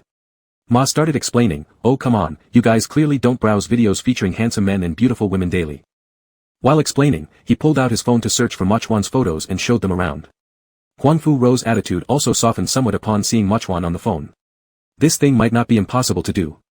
If he can cooperate with the marketing, we could save a large amount of publicity fees. If we gain fame and they profit, each taking what we need, I think we can go ahead with it, Viola stated. Holding the marker with both hands placed on the table, I smiled at everyone and said, I'm glad that we've reached such unanimous agreement so quickly. The only question now is, how am I going to convince him? Huang Fu-ro paused, startled. Wait, you haven't told him about this yet? I glanced at her and shrugged. This idea just came to me 10 minutes ago, how could I have already told him? And even if I did tell him, it's only if he's willing, if. I pointed the marker towards the product manager and assigned the task. Get the product planning proposal ready by Friday. I'll be using this proposal to persuade the spokesperson of Cenlu. Though Mochwan and I are close friends, when it comes to business, I can't approach him empty-handed. This. The product manager, surnamed Han and hired by Huang Fu-ro, instinctively glanced at her. Huang Fu-ro gave a subtle nod, and he then accepted the task with a smile. It's true that I generally don't get involved much in studio affairs, anything unrelated to things I like usually gets passed on to Huang Fu-ro. It's no surprise that they reacted this way. I stood up, throwing the marker pen on the table and said, if I can successfully persuade Yanguan, we will continue with this plan. If I fail to convince him, there's no need for you to ask me whether we should proceed or not, just consider that I never mentioned it. As scheduled, Manager Han sent the planning proposal to my email on Friday, but it was dry and full of clichés, as if made from a rigid template. Rewriting it would be too time-consuming, so I had to make overnight revisions based on his draft. After revising, instead of showing up uninvited, I first texted Mochwan an outline of the plan to gauge his interest. After receiving his response of, I'll consider it, I then arranged for the hard copy of the revised proposal to be express delivered to High University. I didn't know how long he would take to think it over, and could only anxiously wait for his reply. Fortunately, Mochwan didn't keep me waiting for too long. He called me himself on the night he received the proposal. Given his special status, there were many precautions we needed to take in order to make this deal happen. The phone couldn't cover everything, and he hoped for a face-to-face meeting to discuss the details. I quickly glanced at the clock, 7 p.m., neither too early nor too late, perfect for business discussions. Would you like to come over? We can talk more in detail, I asked, holding my breath as I waited for his answer. Mochwan paused quietly before replying, all right. Relieved, I said, I'll wait for you at home. As soon as I hung up, I started tidying up the house, rearranging the cluttered desk, placing the throw pillows neatly, and throwing out all the rotten food in the fridge. By the time I'd almost given the entire place a good clean, Mochwan had arrived. With the central air conditioning on, I was dressed in a thin sweater. Upon entering, Mochwan, too, seemed to feel the warmth and took off his outer black coat, draping it over his arm. Let me take that and hang it for you, I extended my hand towards him. Mochwan thanked me and handed over the coat. I motioned for him to sit wherever he pleased, then took the coat into the bedroom and hung it on the clothing rack. The coat barely swayed in front of me when I caught a strong whiff of sandalwood scent. Moving closer, I discovered that this fragrance came from the string of 18 sandalwood beads pinned to his chest. Adding this one, had he switched to 3 or even 4 different sets of these pressed lapels? Why did he seem so keen on being well-groomed, and why hadn't I noticed back when we were studying? Walking out of the bedroom, I saw Mochwan standing in front of my floor-to-ceiling windows, gazing at the landscape outside. This apartment has a great location on a high floor, allowing for a direct view of Haicheng's most famous trio of buildings, hence anyone who comes here always enjoys looking at the scenery outside. Would you like a drink or tea? As I asked, I moved towards the kitchen. Just hot water is fine, Mochwan's voice came from behind. A short while later, I returned to the living room with a cup of hot water and a glass of whiskey. I pushed the hot water towards him and held the whiskey myself. You really do love drinking. His gaze fell on the glass in my hand. We still have things to discuss, be careful not to get drunk. I was about to retort that one glass wouldn't affect me much when his dark eyes triggered a flash of memory, of what happened at night when he stood merely 3 meters behind me. Coughing slightly, I hurriedly set the wine glass down on the coffee table. My body, which had already become slightly warm from that sip of whiskey, now flared up even hotter. I understand, I adjusted the collar of my sweater, uncomfortably averting my eyes. Neither of us brought up what had occurred a few days ago. I chose not to because it wouldn't change anything anyway. He had left me standing there in the doorway without worrying whether I noticed something unusual or questioning him about it. It seemed that he was always able to handle the situation smoothly. And since he didn't bring it up either, it was only natural. Taking out my laptop, I communicated with Mochwan while also documenting our discussion. Mochwan indicated that he would agree to be the cultural advisor, but he wouldn't participate in any sales-related live streams or activities. Lifting my head from the computer, I teased him, then how did you participate the other day? Chuyuan even sent me a video of your live stream, and it had quite a few viewers. Mochwan hesitated in flipping through the proposal, his expression and tone exuding obvious resentment. They said it was part of the training seminar, everyone was required to participate, learn, and summarize. No wonder he looked reluctant to answer when I asked him about digital revitalization of the countryside involving live selling. It seems they had already notified him about personally participating in live streaming by that point. Fine, no live streaming then, I made a note to mark this part for legal considerations. Next, we thoroughly and fully discussed the standard use of pinja, where his personal image could appear, and the elements that could and could not be used in the 12 brooch designs. After wrapping up all the miscellaneous tasks, it was almost midnight. He didn't mention going back, and I didn't remind him that our session should end. I even took out my tablet, planning to capitalize on the momentum and finalize the elements for those 12 brooch designs right away. Moving over to the dining table, Mochwan and I sat across from each other. First, I had him describe his memories of how Kuo Yen Song looked in each month, then quickly sketched the corresponding brooch designs based on his narration. January is a world of ice and snow, everything blanketed in white. The eaves sometimes form icicles which must be carefully knocked down or they might hurt someone. Mochwan recalled earnestly, speaking in a calm tone, yet what he pieced together was captivating. The palace's eaves are too high, making cleaning difficult. I've always wanted an effective tool but never found one. A couple of years ago, Xiao Yuang managed to find a long bamboo pole somewhere, which worked well though it wasn't easy to store. April, when the ice and snow melt, wild cherry blossoms bloom in the valley. It's the most vibrant time in Kuo Yen Song. Lu Wang Shou Dan, the biggest festival for the Cenlu clan, falls in April, equivalent to your Xia people's spring festival. July is summer, but Kuo Yen Song remains cool. Grapes and blueberries reach their harvesting season, and mushrooms sprout on the mountainside. There's an old saying in the Cenlu clan, as soon as July arrives, your mouth can't close, which means there's so much delicious food in July that you'll have no chance to stop eating. In September, the weather starts getting colder. Persimmons hang heavy on the trees, and we tie them with strings, drying them into hanging persimmons. In the past, resources in Kuo Yen Song were scarce, and sweet desserts weren't common, so dried persimmons became children's favorite snacks. December is Dong Feng Jia, the second largest festival for the Cenlu clan. Everyone wakes up early on this day, goes to the temple to beg for porridge, and then receives my blessings. With his words, the preliminary drafts of the 12 brooches, varying in shape and elements, slowly materialized on the tablet screen. They were rough and still required fine-tuning. Seeing Mochwan leaning his head on his hand, his eyes slightly glazed over, I realized he must be truly tired, so I gestured for him to lie down on the couch. In Penggu, he usually went to bed at 9 every night, and by now, he'd already exceeded his regular sleep time significantly. It was impressive that he'd managed to stay awake this long. He didn't refuse but got up, walked to the couch, and lay down without hesitation. As I bent my head to draw, occasionally stealing glances at his sleeping face on the sofa, I unknowingly stopped drawing the brooches and began sketching a quick portrait of him instead. Not until the birds started chirping outside and the first light of dawn appeared did I finally put down my pen, stretching lazily. Walking to Mochwan's side, I gazed at his peaceful sleeping features. Suddenly, a crazy idea flashed through my mind. Just as when I pretended to be drunk, Mochwan could do anything to me without me breaking character, so. If I kissed him now, would he continue pretending to be asleep, or open his eyes and push me away? Although phrased as a question, the moment this thought formed, I was already kneeling on one knee on the sofa, leaning toward Mochwan, determined to test it regardless of the outcome. One hand braced against the sofa, the other cradling his cheek, I slowly pressed my lips down onto his. Our lips touched, and I waited, expecting a rejection or an angry rebuke. But none came. My lips curved upward involuntarily. I knew he was likely pretending to sleep. As long as I didn't get too outrageous, he would act as if he were truly asleep. However, whether something was too outrageous depended entirely on subjective judgment. Although I repeatedly reminded myself to be careful and cautious, my brain was completely taken over by adrenaline and dopamine. Originally, I just intended to give a quick peck, but accidentally, my tongue slid fully into his mouth. Chapter 32, Would you like it as a gift? I kissed him again, lifting my head to look at his tightly closed eyes. Then I kissed him once more, seeing that he was truly sound asleep, and I felt braver. My tongue moistened the dry lips of the person beneath me as I traced them bit by bit, like a glutton who has waited 7 years, finally tasting what he had been longing for day and night. Even though it was tempting, I still cherished it and savored it slowly. Gently biting on Mochwan's lower lip, even without having drunk that glass of whiskey, I felt completely intoxicated. It wasn't enough. I wanted more. I wanted to know what it would be like inside. Perhaps the brain after an all-nighter has little patience for waiting. I wanted to kiss him, so I did. I wanted to taste him, and then my tongue ventured into his mouth along the seam of his lips. It was sweet. A bear will go to great lengths to get its beloved honey, just as I became reckless in my pursuit of more sweetness from Mochwan's mouth. My tongue pushed through his teeth and boldly entered his oral cavity.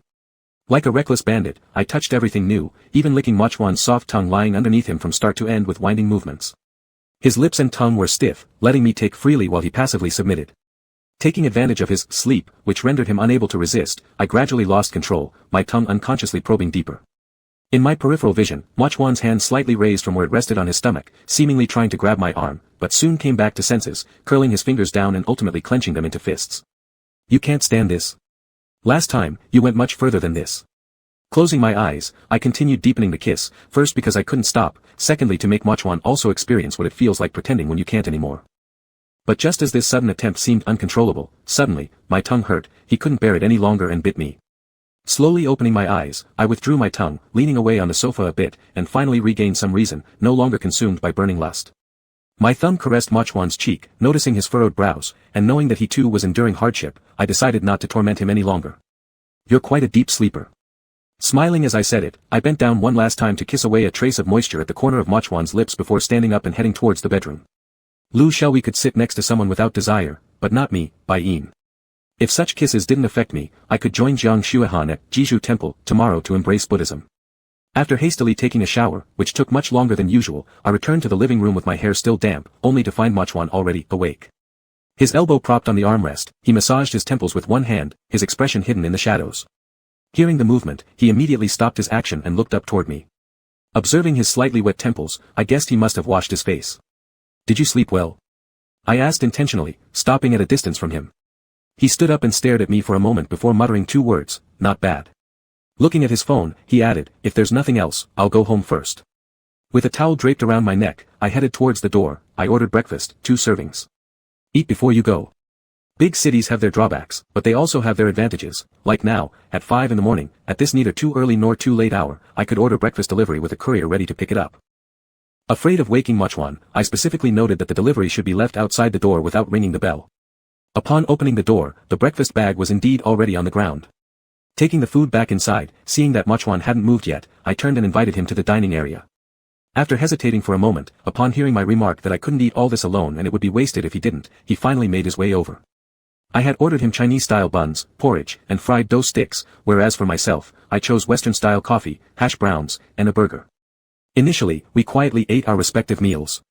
A few minutes later, I broke the silence. Do you have class today? Can you handle it after sleeping so little? Mochwan dipped a spoonful of porridge mid-air and replied, it's fine, I can take naps. There were a few more minutes of silence.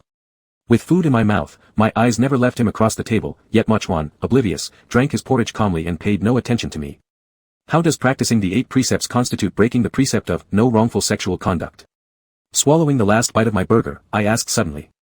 Having eaten almost all his food, hearing my question, he wiped his mouth with a napkin and calmly responded, when non-celibacy is practiced, naturally the precept of no wrongful sexual conduct is broken. Alright, this sounds like nonsense literature. Chin in hand, I asked, does being forced count? Crumpling the tissue into a ball, he slightly lifted his eyelids and smiled, if it's not voluntary, then it doesn't count. What about forcing someone else? His smile faltered for a moment before recovering, saying after a pause, if it's for selfish reasons, of course it's unacceptable. But if the other party really deserves it. His tone darkened slightly, the mountain lord would forgive me. Wow, so it can depend on the situation. Still, hearing this put me at ease. I wouldn't have to stop that annoying phrase again. After breakfast, I hailed him a taxi, fetched his coat from the bedroom, and watched as he stepped into the elevator. I'll let you know once the contract is drafted. I waved at him with a smile. He softly hummed in response, lowering his eyes, one hand in his pocket, the other reaching for the close button. The first press didn't work, so he frowned and hit it several times more, clearly desperate to vanish from my sight. If he stayed any longer, he'd lose his cool. Thinking this, I managed to wait until the elevator doors closed completely before bursting out laughing uncontrollably, regardless of whether Muchwan could still hear me. Since it was the weekend and everyone had a day off, I only informed Huang Fu Ro about my conversation with Muchwan. Waking up, I stretched my muscles on the treadmill as usual, with my phone propped up on the machine. I didn't expect he'd actually agree. On the other end of the video call, Huang Fu Ro wore a pair of silver-rimmed blue light glasses, looking even more sharp and professional. Speaking while running, I said, suggesting to build a pure gold statue for Lu might not have worked, but for the sake of the children, he will certainly agree. Thinking about how Muchwan blessed the Cloud children, I couldn't help but smile. The people of the Cenlu clan always believed they were protected by the Mountain Lord, but to me as an observer, that Mountain Lord was someone entirely different. It wasn't some intangible deity or ignorant parents. The Mountain Lord was the female teacher who struggled against all odds to help students escape their fates, the village cadre striving for the children's access to compulsory education, and even the 20-year-old Muchwan, who never regretted abandoning his studies. These individuals guarded the children of the Cenlu clan, and also safeguarded the future of Soa Yen Song. Oh, is Miss Gu satisfied with the conch pearl necklace I designed? After deciding to keep the feather of the divine, I quickly designed another diamond-studded butterfly orchid and conch pearl necklace for Miss Gu. Since it was custom-made, I personally believe that compared to the colorfully dazzling feather of the divine, this butterfly orchid necklace suited her wedding gown better. Miss Gu might need a few revisions. Huang Fu Ro hesitated a bit before saying, I'll stay in touch with her side and let you know once there's progress. After hanging up, I turned off the treadmill, wiping my sweat as I walked toward the bathroom. Do you have rest days? I sent a text message to Muchwan, stripping down to enter the shower. When I came out, my phone already had his reply. Tuesday. Would you like to visit our workshop? I'll bring the contract at the same time. He quickly responded, saying, okay. Then I'll pick you up. Alright. Counting down the days like stars, I finally reached Tuesday. With the legal draft ready, I arrived at High University's gate 10 minutes early, at 12:50 p.m., to find Muchwan already waiting just like last time.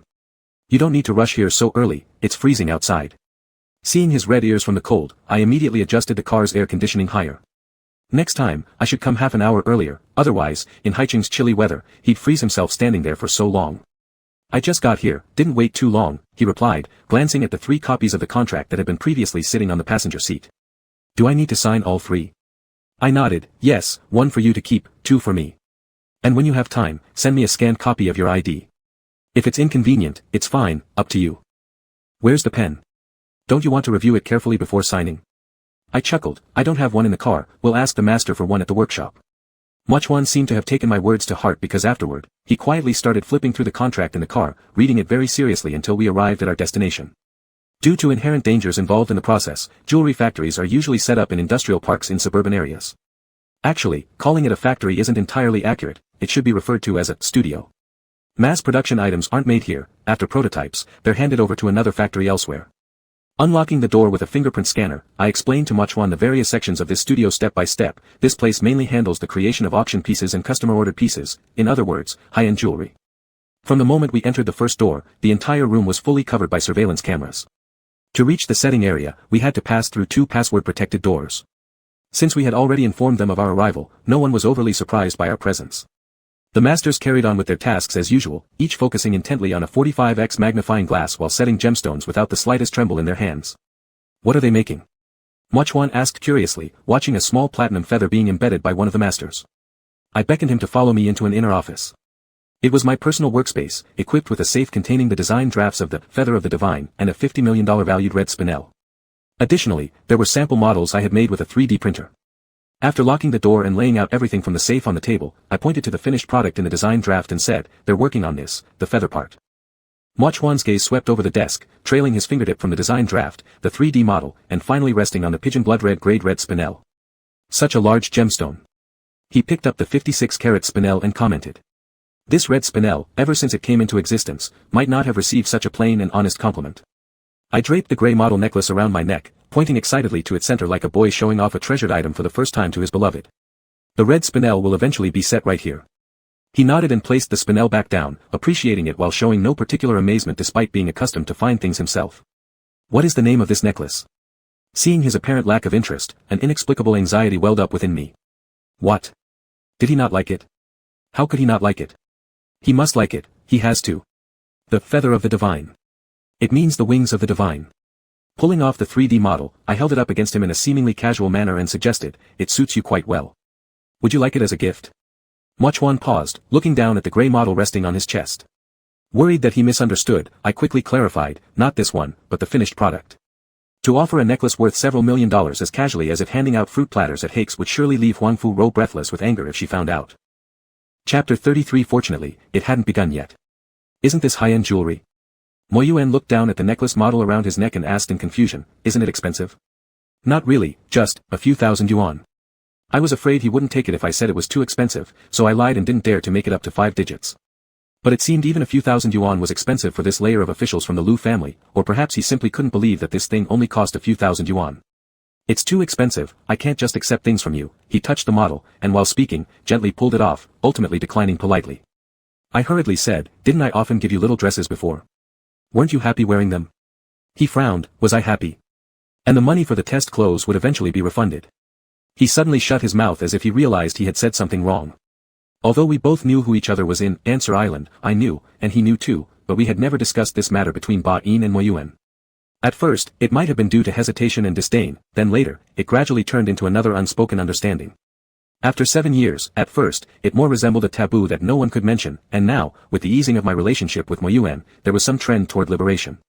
However, like a child taking their first steps, the hardest part is taking that first step. To make Mo Yuan speak freely with me requires nothing but patience, it cannot be rushed or hurried.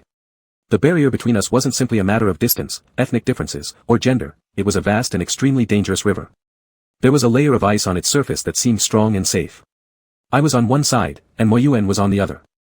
We cautiously explored, each step bringing us closer to each other, and each step reducing our fear of the rushing river beneath. Realizing Mo Yuan did not wish to discuss gaming matters right now, I didn't dwell on the topic much. Jewelry is made to be worn. Whomever wears it, isn't it still wearing? I didn't intend to sell this necklace anyway. Instead of letting it gather dust in a safe, it might as well be worn by the most suitable person. If Hang Jiafei's fans heard this, they would surely be furious enough to spit blood, but I didn't care. My belongings are my decision, to give to whomever I choose. Even if Huang Fu Ro got mad at my decision and decided to break up with me, I would accept it. Mo Yuan still wanted to say something when my phone suddenly rang. I glanced at the screen, seeing an unfamiliar number, assuming it was a spam call, and without answering, I hung up. That's settled then. You can wear the necklace normally, and if I ever need it for an exhibition. I hadn't finished my sentence when the phone rang again, still from the previous number. Then I'll borrow it back from you. Frowning, I finally answered the call. I'll take a call. I thought if it wasn't a spam call, it was likely from a courier or similar service, but the caller greatly surprised me. They claimed to be a volunteer from Jizhu Temple, calling because Jiang Xuehan had died. Who died? I heard every word she said, but I couldn't understand their meaning strung together. The caller paused briefly and repeated herself, suspended camphor master has just passed away. Without asking any further questions, I immediately hung up. Mo Yuan looked at my tightly gripped phone and asked, what's wrong? I might have received a scam call. I was sure it was a new type of scam. If I kept listening, they'd gradually coax out my account information, making me willingly transfer money. But simultaneously, a voice in my head told me to go to Jizhu Temple and quickly confirm. In a hurry, I walked towards the door, gripping the handle, but suddenly remembered Mo Yuan was still here. Since I brought him along, I couldn't just leave him behind. Turning back, I asked him, I now need to go somewhere to confirm something. The visit may have to end here. Do you want me to order you a car to go back, or come with me? I'll go with you. He didn't hesitate, grabbed the contract, and quickly came over to me. Once in the car, I set the navigation directly towards Jizhu Temple and called Bai Chiefeng along the way, asking if he had any recent news about Jiang Xuehan. Your mom? No, why would she contact me? Before he finished, I had already hung up. Though it was only 3 in the afternoon, far from rush hour, the expressway was still very congested, with severe cutting-in behavior. When another car swerved sharply in front of mine without signaling, I couldn't hold back anymore, pressing the horn repeatedly to vent my frustration. The line stopped moving forward, and the entire expressway was filled with the sharp sound of my horn. Bai Yin. Mo Yuan suddenly leaned over and grabbed my wrist, calm down. Stop pressing the horn. His voice was like a sweet dew on the Gobi Desert, quenching the fire in my heart, and I almost immediately calmed down from my fury, removing my hand from the horn. Sorry, I'm in a hurry. It was only then that I remembered to explain to him why I was so urgent about where I was going.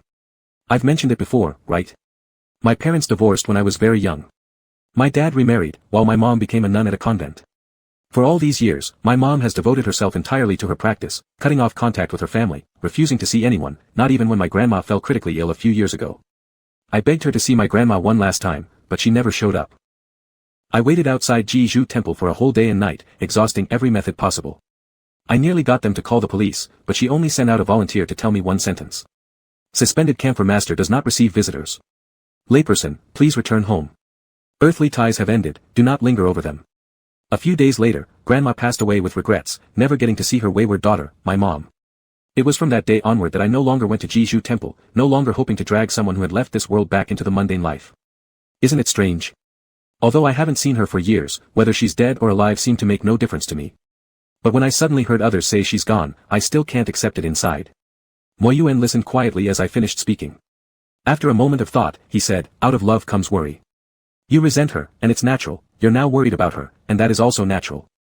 There is no contradiction. Seeing her once more may ease your mind. I don't know if it was because his words were related to his expertise, but with just those simple, calm sentences, I actually felt consoled. I forced a smile and didn't say anything more. Jeju Temple isn't in Hai City but rather in Zhu County, a neighboring province of Hai City, famous for its bamboo seas. Many films have been shot there, and Jeju Temple lies deep within this bamboo sea. We set out at 3 p.m. By the time we reached Zhu County, it was already past 5, and the sky was dark. Rushing up the mountain, the temple gates were already closed. I knocked for a long time before an unfamiliar middle-aged Buddhist nun opened a small crack. Henghui Shirtai, Venerable, it's me, Bai Yin, suspended camphor master's son. Today I received a phone call saying, my mother, that she has passed away. I've come to confirm what happened. I had visited Jeju Temple several times in the past, always welcomed by this venerable Henghui Shirtai, so we could be considered old acquaintances. Ah, yes, suspended camphor master indeed entered nirvana this afternoon. Under the light of a dim yellow lantern hanging beneath the temple gate, Henghui Shirtai's face looked somewhat shadowed. She sighed deeply, telling me Jiang Shuihan had been sick for 2 years. She didn't specify what kind of illness it was, merely calling it a serious condition. The past 2 months, she lost much weight, the compassion-filled eyes of Henghui Shirtai reflected her sorrow. I felt like being struck by a thin streak of lightning. There was no searing pain in my heart, just numbness, from head to toe, so much so that my speech was disoriented. And where is her body now? She was cremated this afternoon. Her ashes and ancestral tablet will be enshrined in the temple. If you want to visit in the future, you'll be able to. Henghui Shirtai, straightforward and not too ceremonious with words, hit me hard with her candid explanation. I suddenly felt weak in my legs and staggered uncontrollably backward for a couple steps, thankfully caught by Mo Yuan just in time to avoid falling down. Henghui Shirtai gasped in surprise, opening the door a little wider and stepping out entirely, are you okay? I dazedly shook my head, I'm fine. She wouldn't let me see her for one last time. Breaking free from Mo Yuan's support, I turned and walked down the mountain, faintly hearing him thank Henghui Shirtai from behind. I vaguely remembered during my 3rd year of university, it was Yan Chuan's birthday. I said I would treat her, asking Yan Chuan to invite Mo Yuan along. The 3 of us ate hot pot near our school. After finishing our meal, as we were leaving, I saw a kitten that had been hit by a car lying lifeless on the road. Other people tried their best to stay away from it, but I felt sorry for it, went back to the hot pot shop to ask for a bag, and picked up the kitten's corpse. Where are you taking that? Yan Chuan called after me. I looked around and dove into a cluster of greenery nearby. To bury it. It was too dark for Yan Chuan to follow, but Mo Yuan actually did come in with me and helped dig a hole for the kitten using twigs and stones. Poor thing, I couldn't help but sigh when placing the kitten gently into the pit. All lives should be treated equally, yet some are reborn as humans and others as cats. As if it wasn't bad enough to be a cat, this particular kitten was both homeless and starving. Mo Yuan closed his eyes, placed his hands together in prayer position, and silently chanted something, as if performing a blessing ceremony for the little kitten. I didn't interrupt him. When he was done, he opened his eyes, threw a handful of soil into the pit, and then shoveled the surrounding dirt in to cover the kitten properly. The karma of this life is due to the cause in the previous life, and after repaying it in this life, one will definitely be reborn into a better situation next life. I stood up and clapped my hands. When I heard Moju say this, I was momentarily stunned, and it took me a while to realize he was responding to what I had said earlier. The karma of this life is due to the cause in the previous life. Is it because I owe Jiang Shuihan from my previous life that she treated me like this in this life? Why do I have such parents? How great would it be if they were different? If I could choose, I would rather they weren't my parents. With a dong, the enormous bell toll echoed through the bamboo sea. The sound seemed to collide directly with my mind, like heavenly chants breaking through layers of confusion and awakening me. Lost but knowing the way back. Who would willingly choose a life of suffering if given a choice? I suddenly turned around and looked back at the ancient temple behind me, as well as Moju below the temple. He was dressed all in black, standing amidst the bamboo grove on the long steps, his pale skin and sharp features exuding an almost otherworldly beauty when he glanced at me with half-lidded eyes. Seeing me stop, he paused as well. I always think about indulging in pleasures today regardless of tomorrow, living for the moment. Even if a catastrophic flood should come later, I'd be fine as long as I'm happy now. But is exchanging a bit of pleasure now for immense pain in the future really worth it? I am selfish and cowardly. Crossing this river is too hard for me. I can't do it. I don't want to go through all the hardship only to end up drowning in some icy pit caused by a misstep. A cold wind blew, rustling the bamboo forest on both sides. Bayin. Moju seemed concerned about my reaction, frowning as he approached me. Some things perhaps should never have started. Luckily, they haven't. Let's go down the mountain and find somewhere to eat, then I'll take you back. My voice was hoarse as I finished speaking without waiting for him and turned to walk down the mountain first. Chapter 34, Sweetness That's Addictive.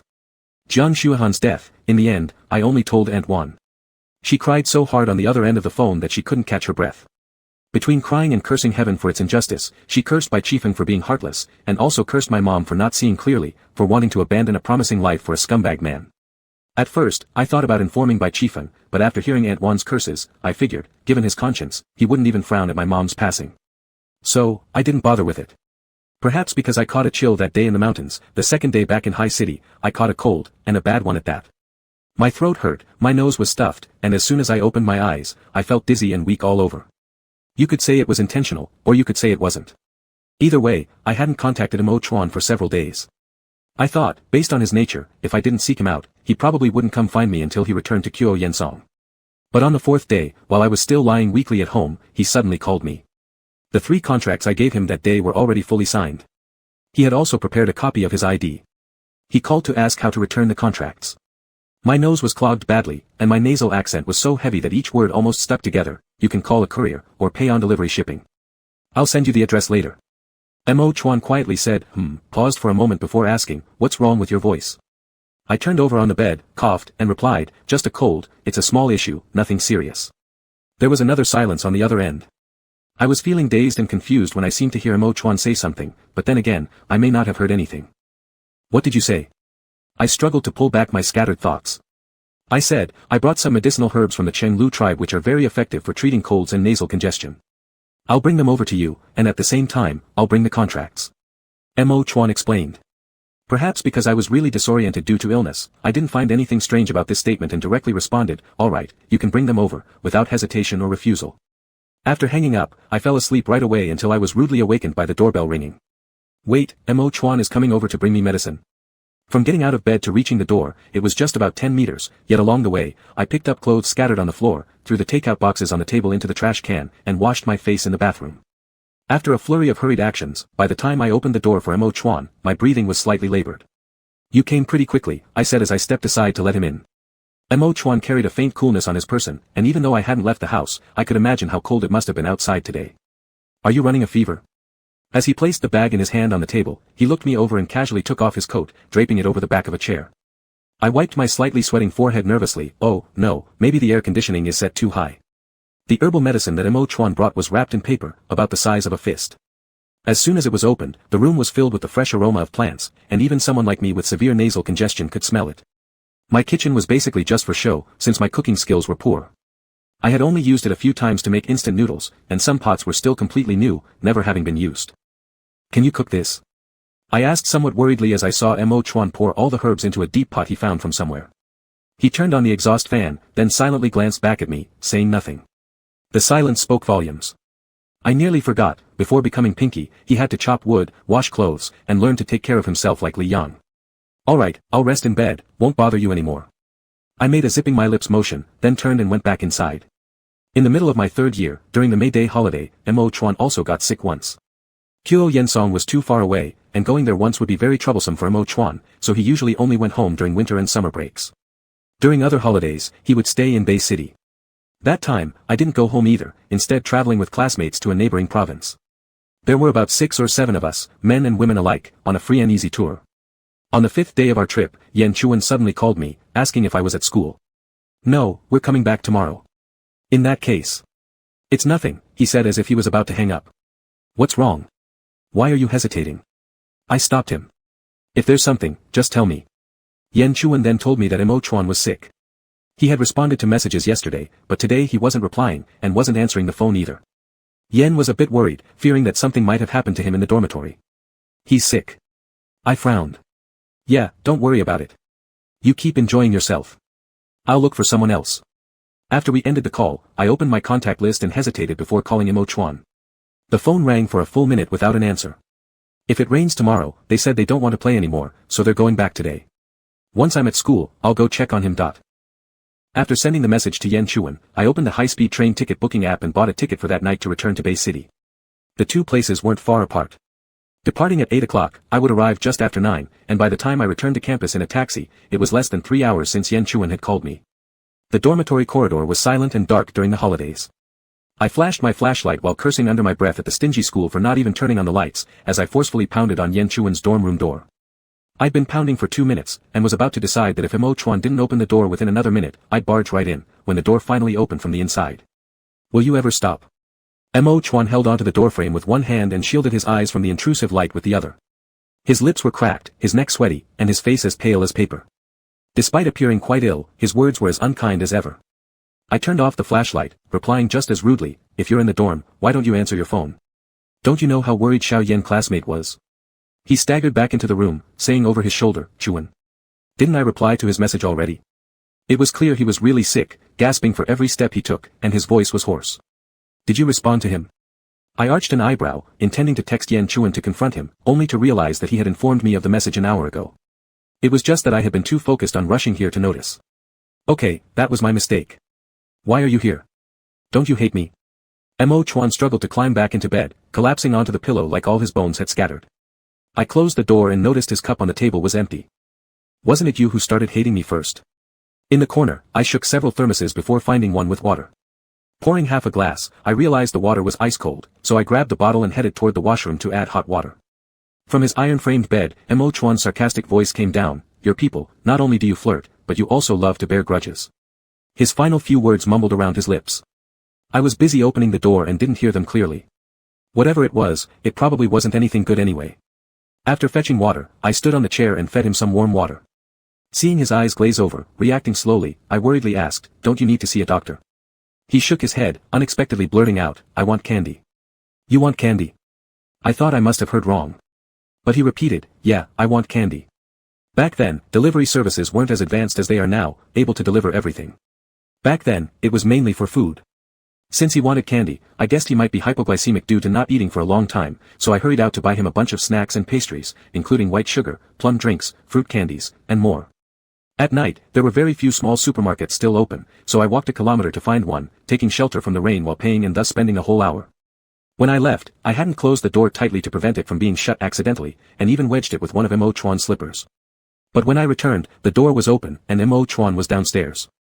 Holding onto the ladder railing, he was wearing only one shoe, unable to lower the other foot due to missing the other shoe, looking around with increasing confusion and distress. What are you doing downstairs? He suddenly looked up, surprise clearly written on his face, closing the door. I thought you had left. Hurry up and go back to bed. I pushed him back upstairs and pressed a tissue against the water on his hair. Didn't you say you wanted candy? I went to buy some for you. It was raining cats and dogs outside. Did I say I wanted candy? He turned his head, puzzled, halfway up the ladder. Or should I run 1 kilometer at midnight just to exercise? On my way, I also bought antipyretics and a thermometer from the pharmacy. However, the thermometer was a mercury one, and since I hadn't used it before, even though the cashier said it was simple to place under the tongue, I was still slightly nervous. So, after throwing the supermarket bag on the bed and letting Mo Chuan eat by himself, I sat down and looked up various instructions on using a mercury thermometer online. There came some rustling sounds from the plastic bags overhead. After a moment, I picked up the medicine and water again and stepped up on the chair. He took the medicine, and lifting his faintly red eyes, quietly said, thank you, to me. At that exact moment, something seemed to catch my heart, feeling somewhat sour, somewhat bitter, and somewhat itchy. Take your temperature before sleeping. I hastily got off the chair to set the cup aside, and then handed him the thermometer. You need to press this under your tongue. Don't bite it, it's mercury. If you break it, you'll be poisoned. Before I could finish speaking, Mo Chuan grabbed the thermometer from my hand and shoved it into his mouth. I know, we always use this kind in our place. He lay back down with the thermometer still in his mouth. As soon as the 2 minutes were up, I pulled it out and checked. 39.8 degrees Celsius. Not reaching 40, but still quite high. He had no appetite for the food anymore, and it was in the way on the bed. I thought of putting the plastic bags down for him, but as soon as I moved, he grabbed them and took something out to place by his pillow. I looked, and it was a roll of toffee candy. Looking back into the plastic bag, there were cakes and chocolates untouched except for a few pieces of toffee he had eaten. Nothing else? I asked. Yeah, this is enough. He pulled the blanket around himself tighter. I didn't feel like going back to my own dormitory, so I decided to stay on Yen Chuan's bed for the night. Maybe he had slept too much during the day, or maybe those sweets had an effect, because after the lights went out, Mo Chuan started talking to me with some spirit. Does the name Mo Chuan have any deeper meaning in your culture? We were chatting aimlessly. Mo Chuan comes from the Sanskrit word mamaka karatare, which means mine and refers to all external possessions. Myself and what belongs to me, they are the whole world. Mo Chuan's voice came from across the room not long afterward. I couldn't quite understand, but I could tell it was profound, cool. Your name is so culturally rich. Unlike mine, I hate my name so much, it's hard to pronounce and boring. Een means inheritance. Bai Een roughly means the heir of the Bai family. As we chatted, I began to feel drowsy. By the way, when did you recognize me? From the start. I yawned, closing my eyes as my consciousness began to drift away. Not long after the beginning of our freshman year, when I came to the dormitory to look for Yen Chuan, was that time. He didn't reply for a long while, and I assumed he was asleep, allowing myself to drift off. Regardless of whatever. In the last second before entering deep sleep, his broken words floated into my ears. Mo Chuan's medicine had been simmering for over an hour, filling the entire room with its pungent aroma. When it was served, it was darker than the hair dye my grandmother used to use to color her white hair. Pinch your nose and drink it all down, and you'll be fine tomorrow. I retreated a little, and Mo Chuan edged the bowl closer toward me. I braced against the headboard, swallowing hard. Wait a sec, let me get mentally prepared. Taking the bowl, I took several deep breaths, closed my eyes, and drank the entire bowl in one go. Once I started drinking, there was no stopping. Once I stopped, my tongue would begin detecting the flavor. As soon as I detected it, my body started rejecting this poison-like taste, so I held my breath until I finished drinking. After finishing, I clutched the bowl and leaned over the side of the bed, gasping for air as if close to death. Doubting life in bitterness, I suddenly saw a piece of toffee appear in my vision, a piece of toffee candy. Looking up along the path of the candy, I saw Mo Chuan sitting on the edge of the bed, his expression surprisingly gentle. Hold it down with this and it won't taste so bitter. Saying this, he nudged the candy closer toward me. It was as if he were playing the role of Pingsha, trying to coax a child. Stunned for a moment, I took the candy and smiled. I think I began to understand why Mo Chuan refused the candy I offered at the hospital before. I thought that as we grew up, candy lost its effect, but actually, it wasn't true. Candy still worked, only it was now too sweet. Sweetness that makes you addicted, leaves you dissatisfied with just a small piece of candy, and makes you dread the countless sorrows you must face when such sweetness disappears. It's not that he doesn't want to take it, it's that he dares not. Gripping tightly onto the candy, I struggled to maintain a steady voice, saying the most heart-wrenching words of my life in the most ordinary tone possible. Mo Chuan, can we be friends? Chapter 35, Words of Abuse. My lips curled downward gradually, and Mo Chuan seemed frozen in place.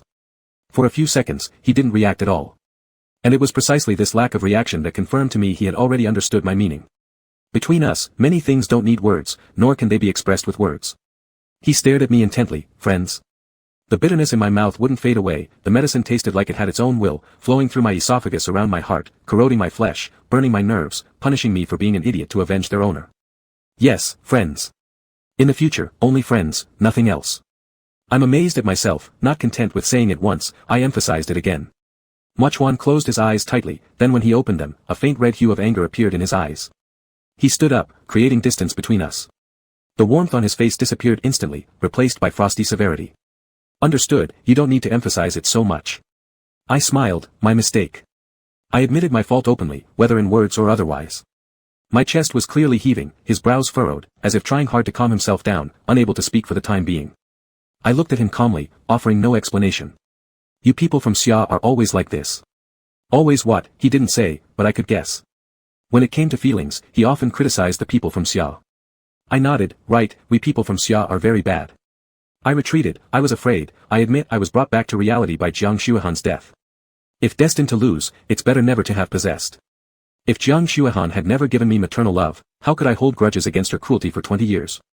Mo Chuan was right, I shouldn't have gone to Kuoyin Song, or reappeared before him after 7 years. I showed up uninvited, disrupting his pinjia cultivation, making him have impure thoughts because of me, and now, having already touched and embraced, I said I wanted to be friends with him, whatever he curses me with, I deserve it. He opened his mouth as if wanting to say something, holding back at the last moment. He looked deeply at me, and without a word turned and walked out of the bedroom. Not long after, I heard the sound of the door being slammed shut outside. I hissed, even feeling pain for the door. Carrying the bowl into the kitchen, I discovered Mochwan had not only boiled medicine for me but also washed the pot for me after he was done. How capable. Putting the bowl in the sink, my fingers curled back, tightly clenching into fists. I told myself, just one glance is fine. Without needing too much persuasion, my body naturally moved toward the study. The window of the study faces north, and directly below it, you can see the entire road from the building to the entrance of the community. Standing by the window, I quickly saw Mochwan come out of the building. At first, he walked quickly, gradually slowing down until he couldn't walk anymore. He stopped there on the side of the road, remaining motionless for a long time. The weather was gloomy, he was dressed all in black, standing still with his hands in his pockets. Passers-by couldn't help but look at him, while he seemed completely unaware of their gazes, suddenly looking up at the gray sky above him. It was too far, I couldn't see his expression, but that figure reminded me of him by the Bujai Sea. In the piercing cold wind, he stood on the bow of the ship in his white robes, sacred beyond compare, yet his figure was so lonely and desolate. In the end, I escaped alone, leaving him alone on that icy river. It felt like a long time had passed, but it was probably just a minute or two. He withdrew his gaze, and this time, his steps were neither fast nor slow, steady and resolute as he headed toward the gate. As he left, I returned to the bedroom, collapsing onto the bed with fatigue. It's over. I knew it, everything was over. The herb from the Cenlu clan really worked wonders. Mochwan said I'd feel better the next day, and sure enough, by the second day, my nose cleared up. Over the following days, my condition improved daily. By the fourth day I had fully recovered. My state was about the same as when I first came back from Koyan Song. Over these few days, I immersed myself completely in work, busy thinking about new designs, busy with the divine feathers, busy confirming the sample results of Cenlu's 12 sacred seals with the factory, deliberately avoiding thoughts of Mochwan. When I returned home, it was usually late at night, washing up and falling straight asleep, waking up and repeating the same routine. I didn't count the exact number of days, but I always knew which day he would leave. As the date approached, my cigarette cravings grew stronger. Originally, half a pack a day was enough, but now even a full pack wasn't enough each day, as if I were using one addiction to suppress another. On the fifth to last day before Mochwan was to leave Haicheng, I had just parked my car in the neighborhood parking lot when Yan Chuan called. It was past 10 in the evening. At this time, unless it was something important, Yan classmate generally wouldn't disturb others' rest lightly. There was a premonition that it might be related to Mochwan, so I didn't get out of the car, answering the phone directly inside. Hello. What's up? Yan Chuan didn't waste a word and came straight to the point. Koyan Song has an issue, so Mochwan has to leave earlier. His flight is at 10 in the morning tomorrow, and I'll go back with him. Aren't you going to see us off? Though it wasn't much of a notice, hearing that Mochwan was leaving the next day still left me slightly dazed. Tomorrow. Did you guys fight again? Yan Chuan sighed, finally revealing what he truly thought. You know my personality, slow-witted and slow to react. I've known you for almost 30 years, and Mochwan for 10 years, but even after you went to Koyan Song without reason last year, I never really thought there was anything between you two. That day when we hitched a meal at the temple, on my way back after washing the bowls, I happened to hear you two arguing. That night, I couldn't help but feel something was wrong. No wonder someone like you who doesn't care about folklore suddenly started asking about Mochwan ever since I mentioned I'd be stationed in Punga. Being called out on it, even if it was a long-time friend, made me a little embarrassed. Not all the time. How's Mochwan doing lately? Has his nephew moved in with him already? His son is named Li Yang, right? They're finally building the road. These were all questions I asked inquiring about Yan Chuan, with some concern mixed in. Yan Chuan said, thinking back now, I've been the third wheel for you guys so many times. And you always told me how he hated you, but I was too naive, I believed it, not realizing these were signals you two sent out. The more he spoke, the more absurd it became, and I quickly interrupted, what signal? It's nonsense. Me and him aren't like what you think, anyway, we have never been together, and probably never will be. He let out a surprised, huh, clearly quite astonished. But just like before, when he had clearly seen the tension bubbling beneath the surface between me and Mochwan yet chose to turn a blind eye, this time he also resisted the urge to ask me for clarification. Maybe Yan Chuan is slow, but he isn't blind. He swiftly adjusted his tone, so, whether or not you come tomorrow is up to you. As your friend, I only wish the best for you both, even if it means each finding peace separately. If I felt somewhat more embarrassed earlier, now I was genuinely touched a little. Alright, I understand, I said. I spent the entire night pondering and wrestling with myself, unsure whether I should see him off at the airport. Tossing and turning until 8 in the morning, I finally got up, washed up, and messaged Yan Chuan saying I would go to the airport and for them to wait for me, not to go through security yet. To save time from parking, I didn't drive myself, but instead hailed a car through an app. Even though my house isn't far from the airport, due to the morning rush hour, even short distances became excruciatingly slow. I urged the driver to speed up while simultaneously asking Yan Chuan to wait longer. Okay, I told him I wanted to buy a travel pillow and had been shopping in the store for half an hour. By the time I frantically arrived at the airport at 9 o'clock, Yan Chuan had practically spent an hour in the boutique. I sprinted into the terminal, looking for the domestic departure entrance, and from afar, I spotted someone waving at me. By Ian. Yan Chuan waved his arm energetically, wearing a new neck pillow. Mochuan was about to go through security when he stopped in his tracks upon hearing my name and turned back to look at me. Panting heavily, I slowed down once I had a clear target, walking toward them step by step. I'm heading in first. Yan Chuan gave me a wink and walked into security himself. Mochuan stood by the security checkpoint, not coming toward me nor moving any further. When I reached him, his expression remained faint and calm. Did you come to see a friend off? Still contemplating how to start the conversation, I suddenly laughed. Yes, to see a friend off. Last time you saw me off, this time it's my turn to see you off. Reunions, followed by farewells, it seemed like an endless, unsolvable vicious circle. He nodded. This time I leave, I likely won't return. My smile froze at the edge of my lips. Despite being prepared mentally, I still felt how cruel he could be, actually throwing those words back at me. So regarding the charity donation seal thing, we can coordinate over the phone. I'll give you a personal contact number. You can contact him for any matters. I sighed inwardly. This wasn't being friends, it completely bypassed friendship and headed straight for a clean break. Alright. I took a step back, then, have a safe journey. As I retreated, Mochuan stepped forward and enveloped me in his arms. Stunned, I blinked, noticing the intoxicating light woody aroma filling my nose.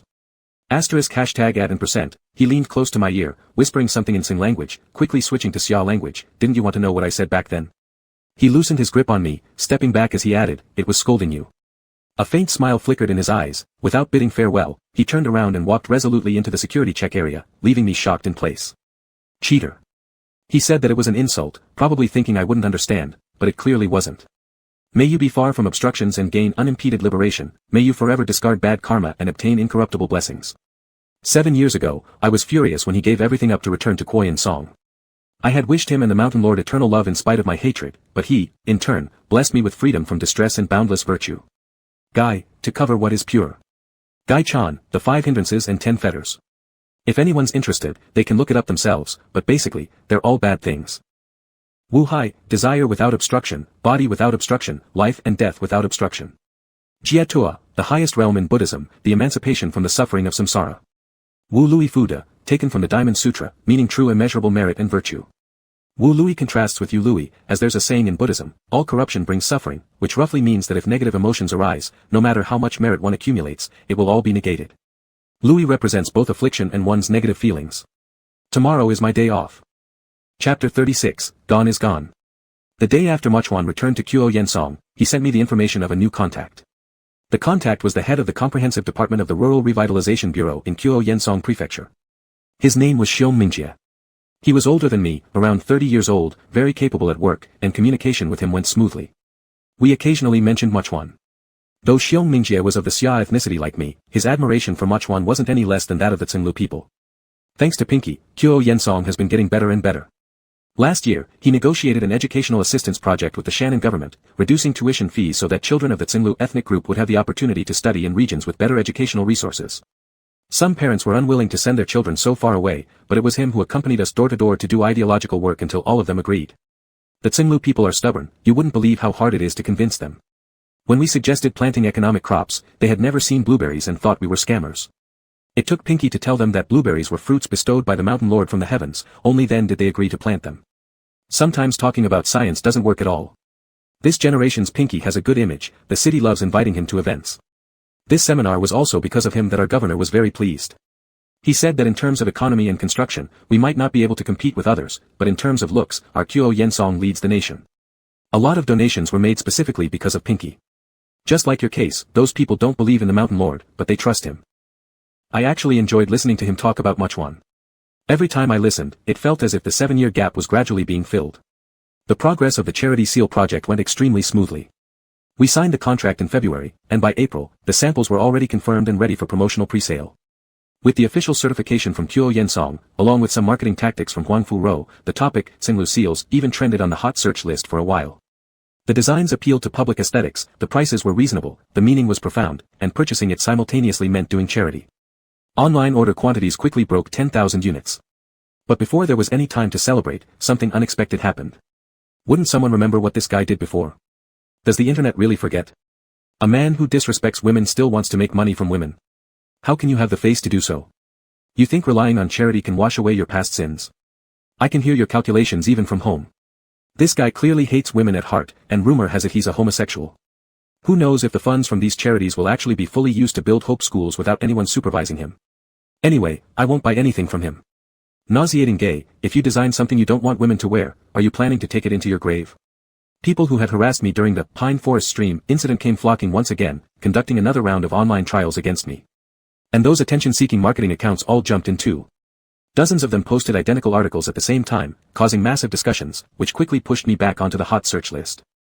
These guys are just a bunch of internet hyenas. Wherever there's traffic, they'll go to take advantage of it. Huang Fu Ro paced up and down in the conference room with a dark face. I've contacted the company behind them, mz8.org. They say if we pay them $2 million, they'll stop talking. $2 million. Might as well go rob banks. I sat back against the chair, playing with a ballpoint pen as I scoffed at the idea. Do you know how much more expensive it would be to have the authorities remove your trending topic? I underestimated the power of those fans before. Right now the internet has started boycotting this activity. In the last 2 days, Vivian has been receiving a large number of cancellations. If we can't handle this well, the commercial value of YNN and your own commercial value will take a significant hit.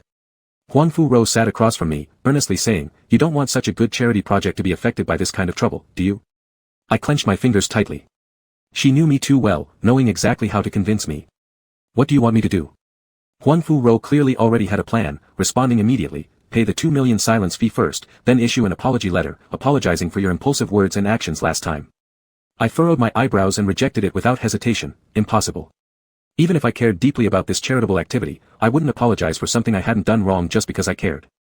I threw the pen on the table and stood up, saying, then rather than paying them $2 million to shut up, we should donate it directly to Kyo Yensong. I think it'd be enough to cover the losses from the cancelled orders. Huang Fu Ro looked up at me, her face full of disapproval. How can they be compared? This time for the charity funds, we aren't making any profit anyway, we're already losing money. Even if we gain some fame out of it, now we've got nothing at all, yet we have to throw in $2 million more. How could you possibly think of this? You always turn down high jewelry orders, we rely on online store sales to make money. If our reputation goes, the online store won't be able to survive. Are we supposed to live on Northwest Wind? There is no way I'm going to apologize for something I haven't done wrong, I said firmly on the issue of principle. If the online store can't make it, I'll take out my own money to support you. You won't have to worry about living on Northwest Wind. Huang Fu Ro gave me a look as if there was absolutely no point trying to communicate with me. After glaring at me for a while, she turned her head away, massaging her forehead and changing the subject. Are you going to Xiong Market tomorrow? The Xiong International Jewelry Exhibition is held once a year. Major and minor mine owners and jewelers from all over the world gather there. I went there for the last 2 years and had good gains each time, so this year I also plan to visit, hoping to find some great things. Yes, my flight is in the afternoon. Alright, be careful on the road, and I'll contact you if anything happens. She rubbed her temples without looking at me. As a longtime friend, I knew she was upset with me. Seeing her like that made me feel terrible, too. When I reached the meeting room door, after much hesitation, I ultimately decided to compromise, turning back to tell her, fine, you pay those $2 million silencing fees. This feeling of having no choice but to succumb to some evil forces frustrated me greatly. I didn't say anything more to Huang Fu Ro, pulling open the door with an annoyed expression and leaving. Over the next few days, I attended the jewelry exhibition in Xiong Market and stayed for an entire week. After browsing through domestic markets, I flew to a foreign sapphire mining area to continue searching for treasures for another week. Since I had uninstalled Weibo long ago, I completely missed all the buzz online. Plus, when Huang Fu Ro video called me to discuss business matters, she didn't bring up the verbal battles, so I assumed the silencing fee had taken effect, thinking that my trending status had cooled down recently. Unexpectedly, Sun Man Man suddenly sent me a link one day, along with a facepalm emoji. Brother, you're on the hot search list again, but this time it's a good thing. Can you design a necklace for me when I get married? I clicked on the link to see a Weibo post that had been forwarded tens of thousands of times. Carefully reading, it turned out the daughter of the shipping tycoon, Ms. Gu, wore the butterfly orchid sea snail pearl necklace I designed for her at her wedding, which appeared on foreign news and was reposted by domestic marketing accounts. Opening the full Weibo post, there was a photo where Ms. Gu wore a festive burgundy evening gown. The question mark-shaped diamond necklace featured finer upper portions and thicker lower portions. Upon closer inspection, one could see a trailing inverted orchid coiled around her neck. At the heart of the orchid and the base of its stem were both embedded with the highest grade pink sea snail pearls. Under the spotlight, the brilliance of the diamonds harmonized perfectly with the charm of the sea snail pearls, not stealing too much attention yet undeniably captivating. Scrolling down further, another photo appeared. Unlike the first one, this photo was taken during the daytime ceremony where the bride, dressed in a white wedding dress, smiled happily into the camera, and hanging around her neck wasn't the elegant, butterfly orchid, but rather a dazzling feather-shaped necklace. I sat up abruptly from bed, zooming in incredulously at the necklace. It was indeed my wings of God. Looking at the accompanying news caption, it confirmed the designer as myself. A myriad of possibilities flashed through my mind, all pointing to one person, Huangfu Rou. Although the hotel room was cool from the air conditioning, beads of cold sweat uncontrollably dripped down my body. Standing up anxiously, I walked to the floor-to-ceiling window and dialed Huangfu Rou's phone number. It seemed she had anticipated my call because she picked up on the second ring. What's going on? I forced my voice down, trembling. The Wings of God had been completed a month ago.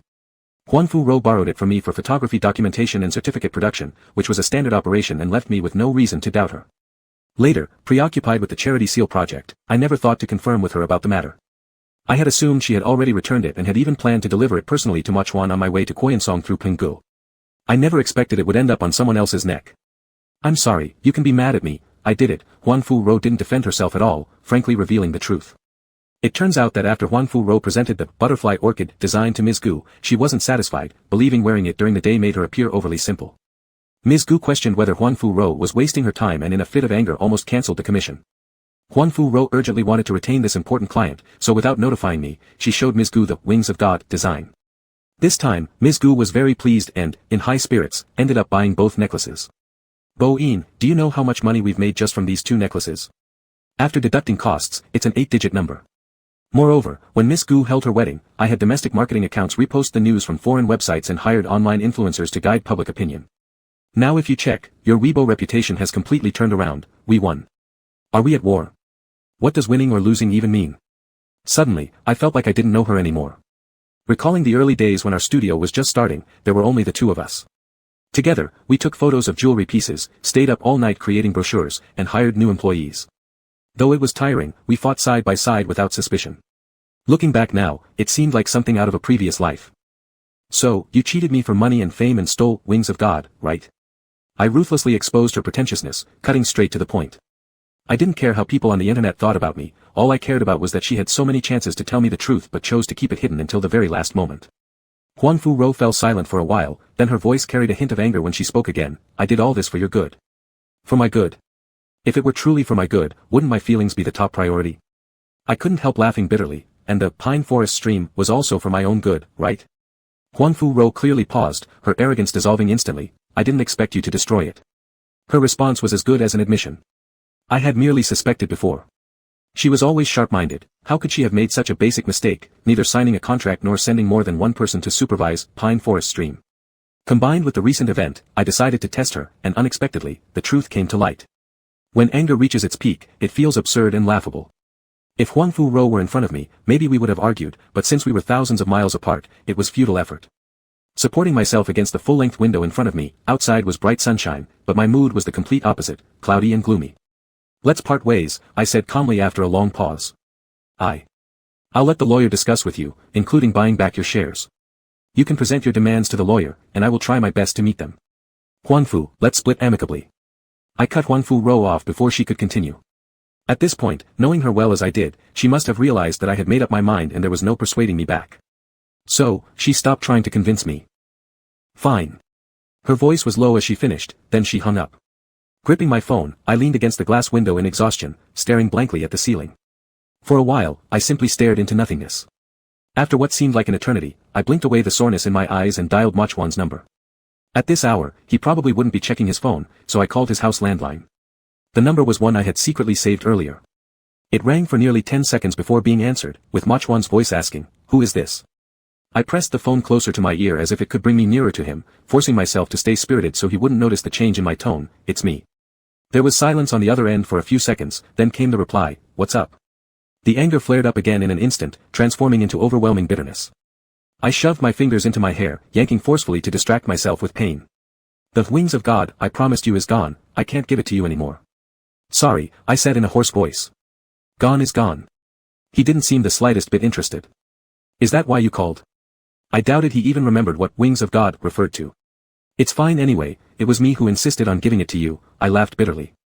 "That's all, see you." Realizing he might not want to see me again, I quickly revised my words, "Goodbye." I hastily ended the call, and the next second, tears began flowing down my cheeks. I tossed the phone aside, struggling to hold back the tears, but they just wouldn't stop.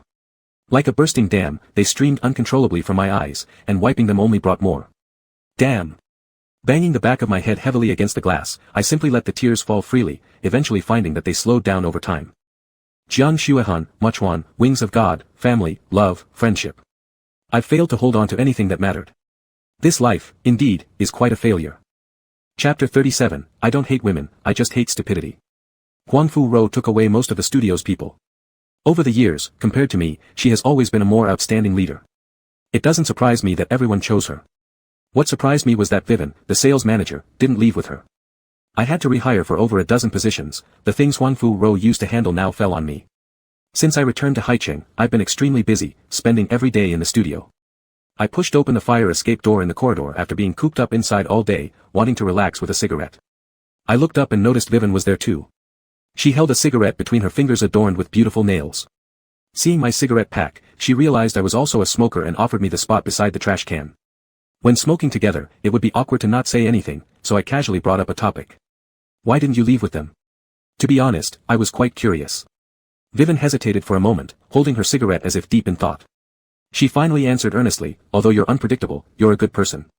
Huangfu is capable, but I'm afraid one day she'll sell me out while I'm still counting her money. It was truly a complex compliment. She quickly finished her cigarette, greeted me, and was about to leave. I called her back, letting out a puff of white smoke, and asked another question. What's your Chinese name? Vivian rolled her eyes. Boss, 3 years later, you're just now thinking to ask me this. Lin Vivian. And with that, she pushed the door and left. I scratched my cheek with my fingertips, feeling somewhat embarrassed. At the start of the studio, I provided the money and Huangfu Rou did the work. We split shares 70-30, with her owning 30%. Now, since we're parting ways, she intends to exit her shareholding, meaning I'll need to use my own money to repurchase it. Thankfully, she wasn't excessively greedy, the buyout price agreed upon by the lawyers was reasonable. Still, the matter came unexpectedly.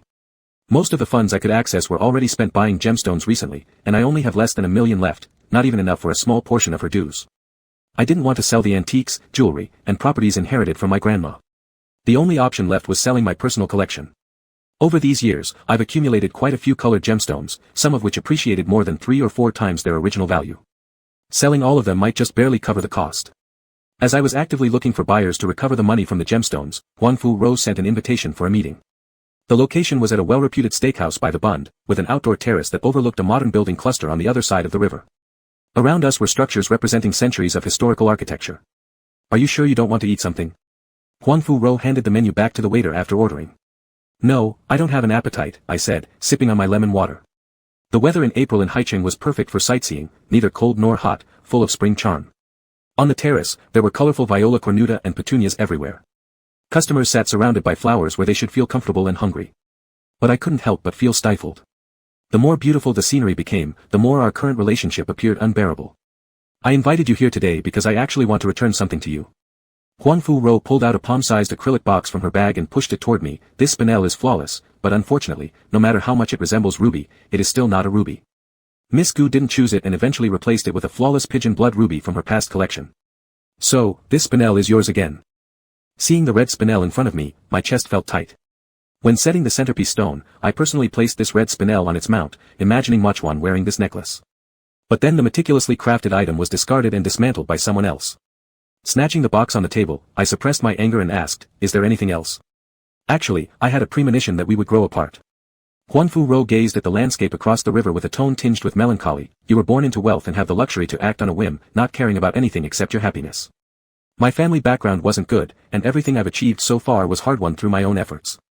I struggled to climb higher, simply to obtain what you were naturally born with. Our starting points are different, and so are our destinations. Eventually, our paths diverged. Clutching the box tightly in my hand, I looked down at the tourists passing below and said, look at those people down there. Their starting points may differ, their destinations may be different, and they will never walk on the same path throughout their lives. But they would walk their own paths honestly and peacefully instead of destroying others' roads for selfish desires, leaving others with no way forward and justifying it under the guise of good intentions. Huangfu Rou chuckled upon hearing this, probably realizing how bad and unrealistic the excuse was, and decided not to pretend anymore. Miss Gu appreciates me and is willing to invest in my own company. Finally, I can expand my business empire in the way I prefer. How great is that? So, my feather of the god was nothing more than her declaration of loyalty. If it wasn't broad daylight, unsuitable for drinking, I would have asked the waiter to bring me a bottle of whiskey. You only see that I was born into wealth, but you don't see that my father abandoned me and my mother passed away when I was young, leaving me without parental care. You say your family background isn't good and everything is achieved by your own efforts, but I envy you for having both parents who care about you. If I really didn't care about anything except my own happiness, why would I bother to part ways amicably with you? I stared at Huangfu Rou, sneering as I said this. Huangfu Rou's expression turned faint, left speechless for a moment. After a while, she lowered her eyelashes and avoided my gaze. I didn't expect my few words could make her repent and come around instantly, so I directly pushed back my chair and stood up, saying, if I wanted to make a fuss and cause trouble with you until we're deadlocked, I wouldn't be short of ways to do so. If you still respect our friendship even a little, then tell me clearly what happened with Pine Forest Stream. Afterward, we will stick to our respective paths and never interfere in each other's affairs again. With that, I left in big strides with the gemstone box. The next day, Huangfu Rou's personal statement was posted online. In the statement, she detailed how she had colluded with Heng Jiafei and the editor-in-chief of Mima magazine to trickily borrow the Pine Forest Stream. Heng Jiafei had been determined to wear Pine Forest Stream for a photo shoot. Upon realizing that the Mima editor-in-chief and Huangfu Rou were longtime friends, she urged them to convince Huangfu Rou to play along in a game of deception like a plot from Rashomon. Just tell him the contract hasn't been signed yet. Once she's wearing it and the magazine photo shoot is done, what can he possibly do? Jiafei is just going to wear it for a photo session, it won't get damaged. Why is he acting all high and mighty? Even if there's a backlash, we'll show him how terrifying fans can be. Huangfu Rou also included a screenshot of her chat with the Mima editor-in-chief and Heng Jiafei's agent to prove that the conversation hadn't been fabricated. She even uploaded a high-definition GIF in the comments section to ensure authenticity, making it irrefutable evidence. At last, she sincerely apologized to me, explaining she had resigned from my studio out of accountability and chose to speak up because her conscience wouldn't allow her to stay silent. The tide on the internet shifted faster than the prevailing westerlies. People who cursed you one day might praise you the next. This declaration shook the public opinion once released. My reputation had just begun to improve a few days ago, but with this revelation, instead of being seen as an abuser, I suddenly became the victim, gaining many supporters. To those who previously insulted BY and questioned his sexual orientation, go ahead and apologize now. Why are you suddenly so quiet? Who is truly anti-women here? Those who use the banner of protecting women's rights to stir up disputes are actually the stumbling blocks on the path to feminism. What have these quarrelsome haters done for the female community besides throwing insults around? At least the man does charity work, and the girls in impoverished areas benefit from it. Have any of these critics donated even $100? Making friends for interests today and betraying them for greater interests tomorrow, I finally saw through Huangfu Rou today. Perhaps Bo Chiefeng might fancy her, they are indeed quite similar. Boss, should our official Weibo account forward this? Lin Vivian was multitasking due to insufficient manpower and was currently managing the studio's official Weibo account. Standing behind her, arms crossed, I answered upon hearing her question, of course, go ahead and forward it. What should the forwarding content be? Just plain retweet? I responded with a cold smirk, forward it in my name and say. Boss, I don't hate women, I just hate stupidity. Sun Man Man had already earned enough credits and needed to attend school less than half a week. To avoid hitting the travel rush during the Labor Day holiday, she proposed to set off 3 days earlier to Koyan Song. Choked by work, I agreed immediately to grab a breather. From boarding the plane to disembarking, and then enduring a bumpy car ride to Koyan Song, perhaps excited about her first trip far away, Sun Man Man chatted incessantly with her friend all the way. Speak less or you'll run out of oxygen, I glanced back from the front seat of the SUV, reminding her.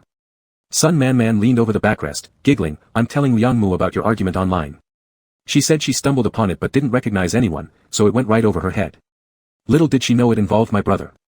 I felt somewhat amused and exasperated, why bother spreading word about an argument? They accused you of being misogynistic, bro, isn't it hilarious when people call you that? Frankly, I found it funny too. Honestly, I wasn't fazed, but had it become laughable to this extent? Why are you laughing? Because.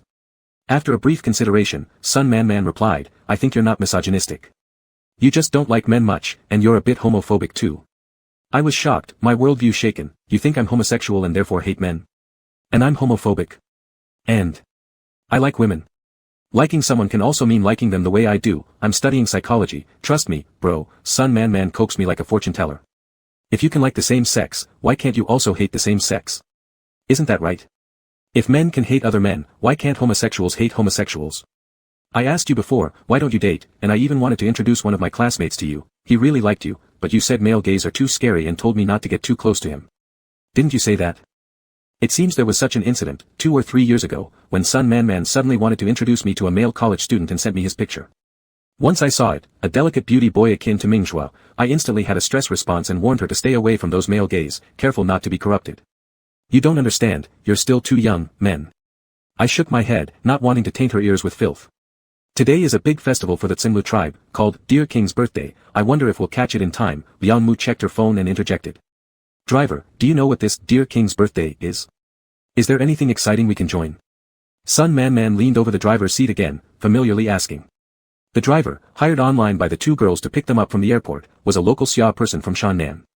He'd previously introduced many interesting sites around Koyan Song and was always willing to answer their questions, being quite. The dear king's birthday is their New Year celebration. You might not catch it though. It started yesterday, you should have come then. But our route here holds some hope, we might be lucky.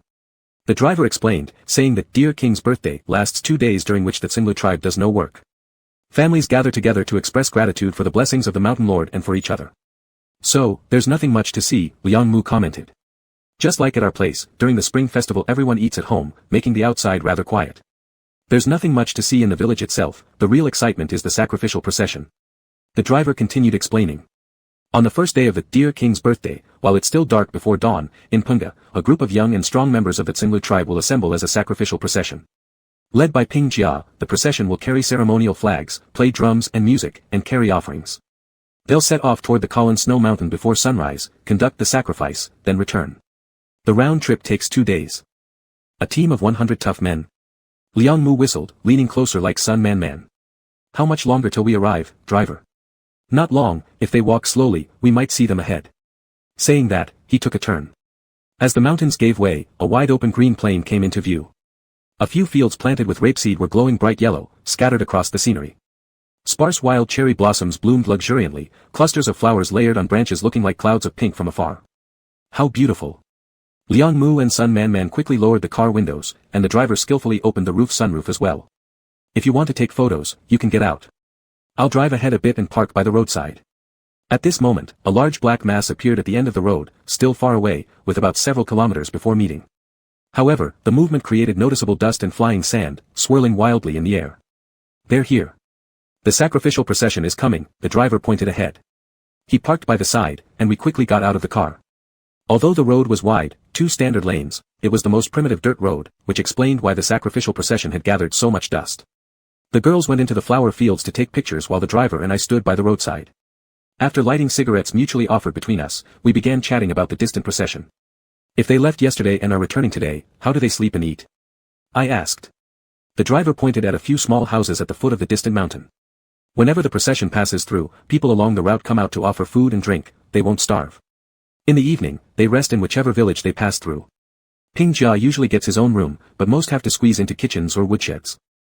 The small dots gradually grew larger, and after about 4 or 5 minutes, the front people of the procession became faintly visible.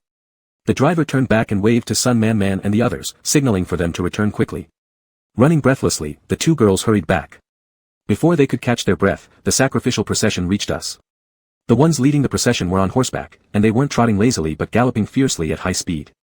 A single white horse led the way, ringing melodious bells as it passed us, decorated with festive red ribbons and golden ornaments.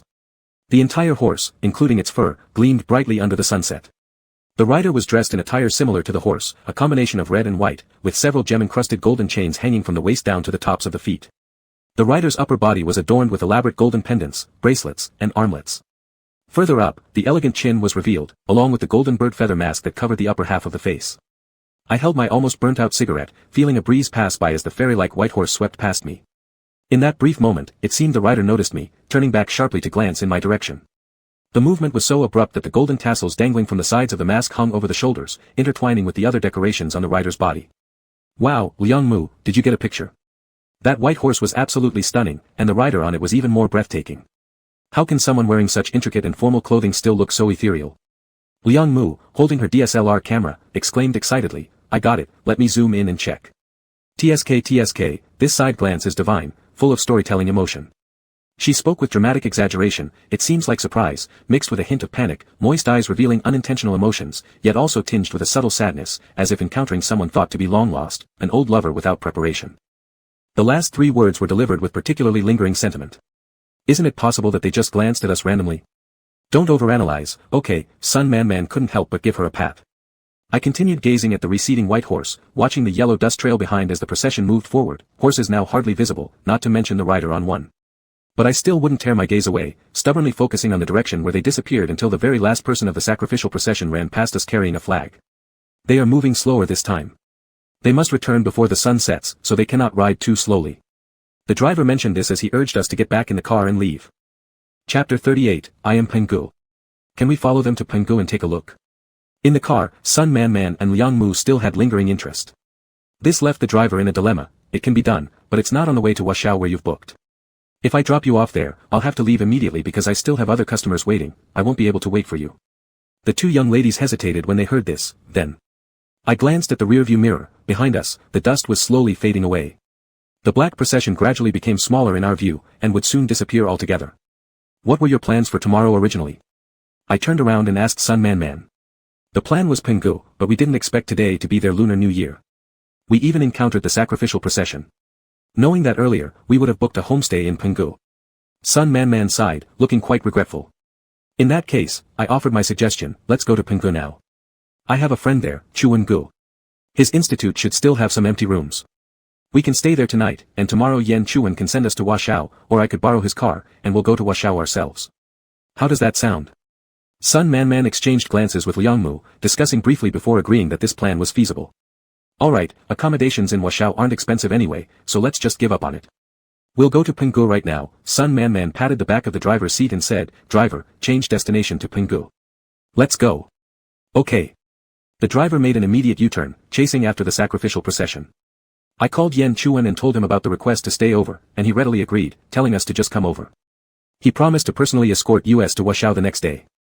After hanging up the phone, the car had already caught up with the end of the sacrificial procession. At the tail end was the group carrying the ceremonial flag. The flag had a black background with red edges, depicting an abstract 9-colored deer. Though it was cool in Koyan Song in April, the members of the procession sweating heavily from the long march, many of them had taken off their shirts and tied the sleeves around their waists, exposing strong, tanned upper bodies.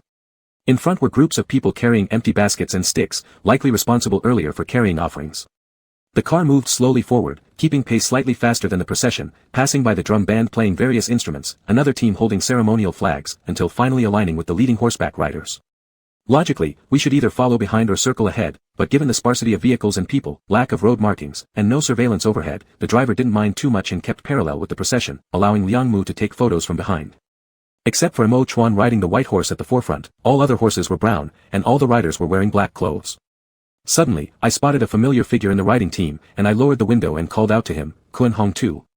The young man on the horse looked back upon hearing the voice, his face breaking into a radiant smile, Brother Bain. Are you here to visit Teacher Yen again? It's not this time. This time I'm accompanying my sister for fun. I pointed behind me. He greeted the two girls in the back warmly, have a good time. Liang Mu pressed her camera shutter like it might spark flames, happy. Very happy, absolutely worth it. Just then, a car approached from ahead. The driver greeted the other driver, then sped up a bit and moved to the front of the procession. As we passed by the magnificent white horse, its rider held the reins firmly, his gaze fixed ahead without even a glance sideways. Are the ladies done taking pictures? Once you're done, we're leaving directly, the driver asked. To capture photos from the front, Liang Mu leaned half her body out of the sunroof, completely absorbed in photographing. If Sun Man Man hadn't pulled her back forcefully, she would have continued. Alright, let's go, we're heading to Penggu, said Sun Man Man. Behaving like a professional photographer, Liang Mu sat down and started reviewing her shots one by one. The person on the white horse, his expression changed, she noted curiously, his initial glance was so gentle, yet within moments it turned cold. They probably just gave a random glance, Sun Man Man laughed, shaking her head. Inside the research institute, it was still just Guoshu and Yan Chuan. The little dog Er Qian at the gate still recognized me, licking and jumping as soon as he saw me. The two girls stayed downstairs while I remained upstairs in the same room as before. After everyone placed their luggage and rested briefly, Yan Chuan and his colleagues finished preparing a welcome feast. Welcome to Koyan Song. Happy New Year. 5 differently colored cups clinked together, filled with alcohol and drinks. Below was a table full of steaming, delicious food. Happy New Year. Happy New Year. Sated from the meal, the group tidied the table together, then sat down to chat and snack on sunflower seeds. Without warning, the light above suddenly went out. In the darkness came a cry of alarm from either Sun Man Man or Liang Mu. Yan Chuan hurried to comfort them, don't panic, don't panic. The overall electricity in Koyan Song has been unstable recently, and power outages at night are quite frequent. It's nothing serious, usually, the power comes back on by midnight. Perfect. Don't you think this is more atmospheric? Let's tell ghost stories.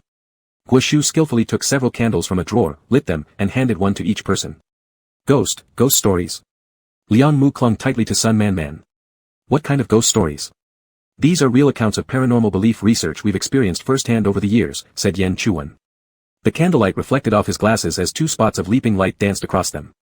At this, even Sun Man felt somewhat tense, swallowing before she spoke. It's Lunar New Year, can we talk about something more festive? Guoshu and Yan Chuan laughed simultaneously. Guoshu replied, alright, sister feels scared so we won't talk about these things then. We'll talk about whatever you'd like to hear. Sun Man relaxed immediately, her smile returning, then I'd like to hear about today's sacrificial ceremony. We saw a white horse with someone wearing a golden mask on it, was that person Pinky of the Senglet tribe? He looked so young, probably only around 20 years old. Yes, that's Pinky. Guoshu and Yan Chuan gave a detailed explanation of the meaning and origins of the title, Pinky. Listening attentively, the two young ladies asked questions whenever they didn't understand something. The atmosphere of their discussion was quite engaging. As they were talking, I sat aside shelling peanuts one after another, eating until my stomach started feeling bloated by the time they had finished. The conversation continued until 9 o'clock when everyone returned to their rooms to rest. I wanted to sleep but, once I lay down, I couldn't stop tossing and turning, unable to fall asleep. Images of Mo Chuan glancing back from his horse kept flooding my mind. We met just over 2 months ago, yet for some reason, this reunion felt as though years had passed, as if much longer than 7 years. Just one glance, just one quick look. With that thought, I got up from bed, threw on some clothes, and went downstairs. Using a flashlight, I climbed the steps all the way to the top, reaching the long-missed entrance of the Deer King Temple. By now, not only was my body heated up, but so was my head, every breath I exhaled burning hot.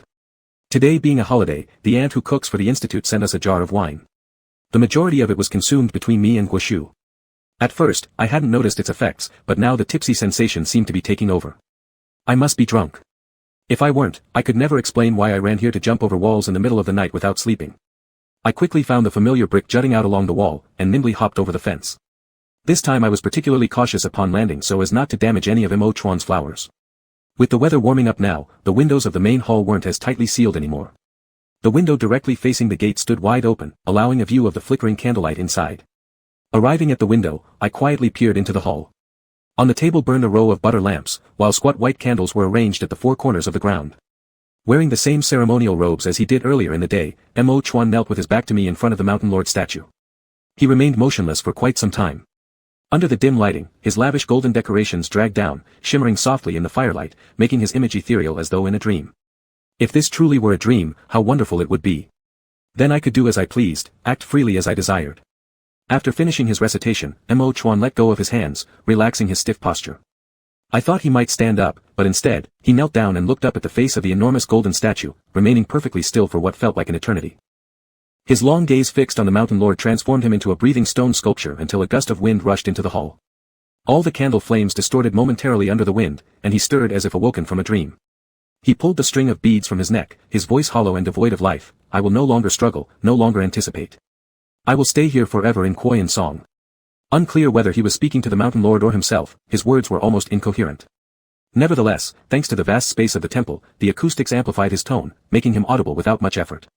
He yanked off the bracelet tied around his sleeve, along with the bracelets connected by fine chains. Suddenly overcome by rage, he fiercely hurled these ornaments against the wall. Why are you testing me again? Still seething with resentment, he tore at the elaborate jewelry on his body, throwing them violently one by one to vent his frustration. Why must you bring him back? I was stunned for a moment, realizing almost instantly that the Mo Chuan referred to was me. What else do you want from me? His voice deepened and trembled, barely controlled. He had come so far, why torment him further? He didn't comprehend, asking both the Mountain Lord and questioning the deity he had forsaken everything to faithfully serve. He didn't want to see me. My appearance made him suffer deeply. It felt as though a knife had been suddenly plunged into my chest, the pain accompanied by an inability to breathe, causing my body to go cold in an instant. The hall quieted down. After his outburst, it was as if all strength had drained from his body. Mo Chuan slowly bent over, kneeling down on the ground, clutching tightly onto another bracelet in his hand. I am Pinky, I am Pinky, I am Pinky. He repeated these 4 words like a hypnotic chant, an unbreakable sound that bound him and engulfed me as well. I retreated slowly, panic-stricken. Without any regard for concealing my presence, I turned around and climbed back over the wall the way I came, fleeing from this place. Chapter 39, I'm fine too. Brother. Brother. I snapped out of my daze, looked up at Sun Man walking ahead of me, and instinctively curled the corner of my lips. What's wrong?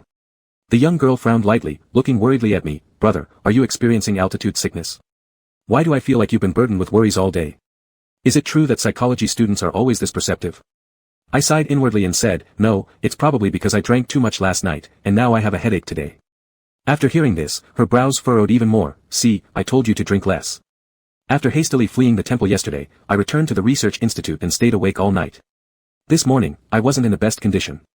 In just one short night, the joy of returning to Koyan Song had completely dissipated, leaving only endless regret and shame. I selfishly thought that taking a look wouldn't matter, but it has only added to the pain and torment for both Mo Chuan and myself. I shouldn't have come, I shouldn't have appeared before him again. Brother, this morning you didn't go to Lurong Temple. Guwen led us there and mentioned that Ping Jia used to be in the same school as you.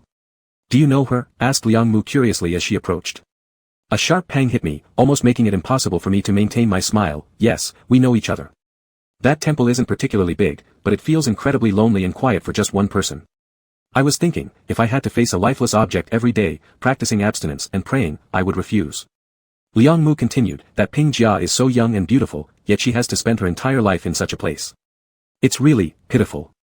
In the past, I might have smirked and told Liang Mu that this was something Mo Chuan chose himself and thus he should bear it, but now. Every word she spoke seemed to spread the pain in my heart faster, until by the time she finished speaking, my entire body hurt, from head to toe. If this were some martial arts or immortal novel, I'd likely vomit blood right on the spot. Yes, it's indeed pitiful, my voice dropped low as I agreed. Right, seeing someone agreeing with her thoughts, Liang Mu became more enthusiastic, and Guwen also said that the censor, before becoming a censor, was the adopted son of the previous censor. And in their Cenlu tribe, the mountain lord is both the husband and wife of the censor. So, it's interesting, they can be father and mother, as well as husband and wife. The gender of the mountain lord can change freely. From a side perspective, this ancient religion actually started with a pretty broad scope. I blinked, surprised by this unexpected analysis. Before I could express any opinion, our destination arrived. Sun Man Man and Liang Mu said they wanted to see something different. Instead of beautiful scenery, they preferred encountering new cultures. So Guishu brought us to a Hope Middle School located in Penggu. We were greeted by a female teacher surnamed Zhou. She was around 40 or 50 years old, of average height, with remarkable eloquence and an elegant demeanor.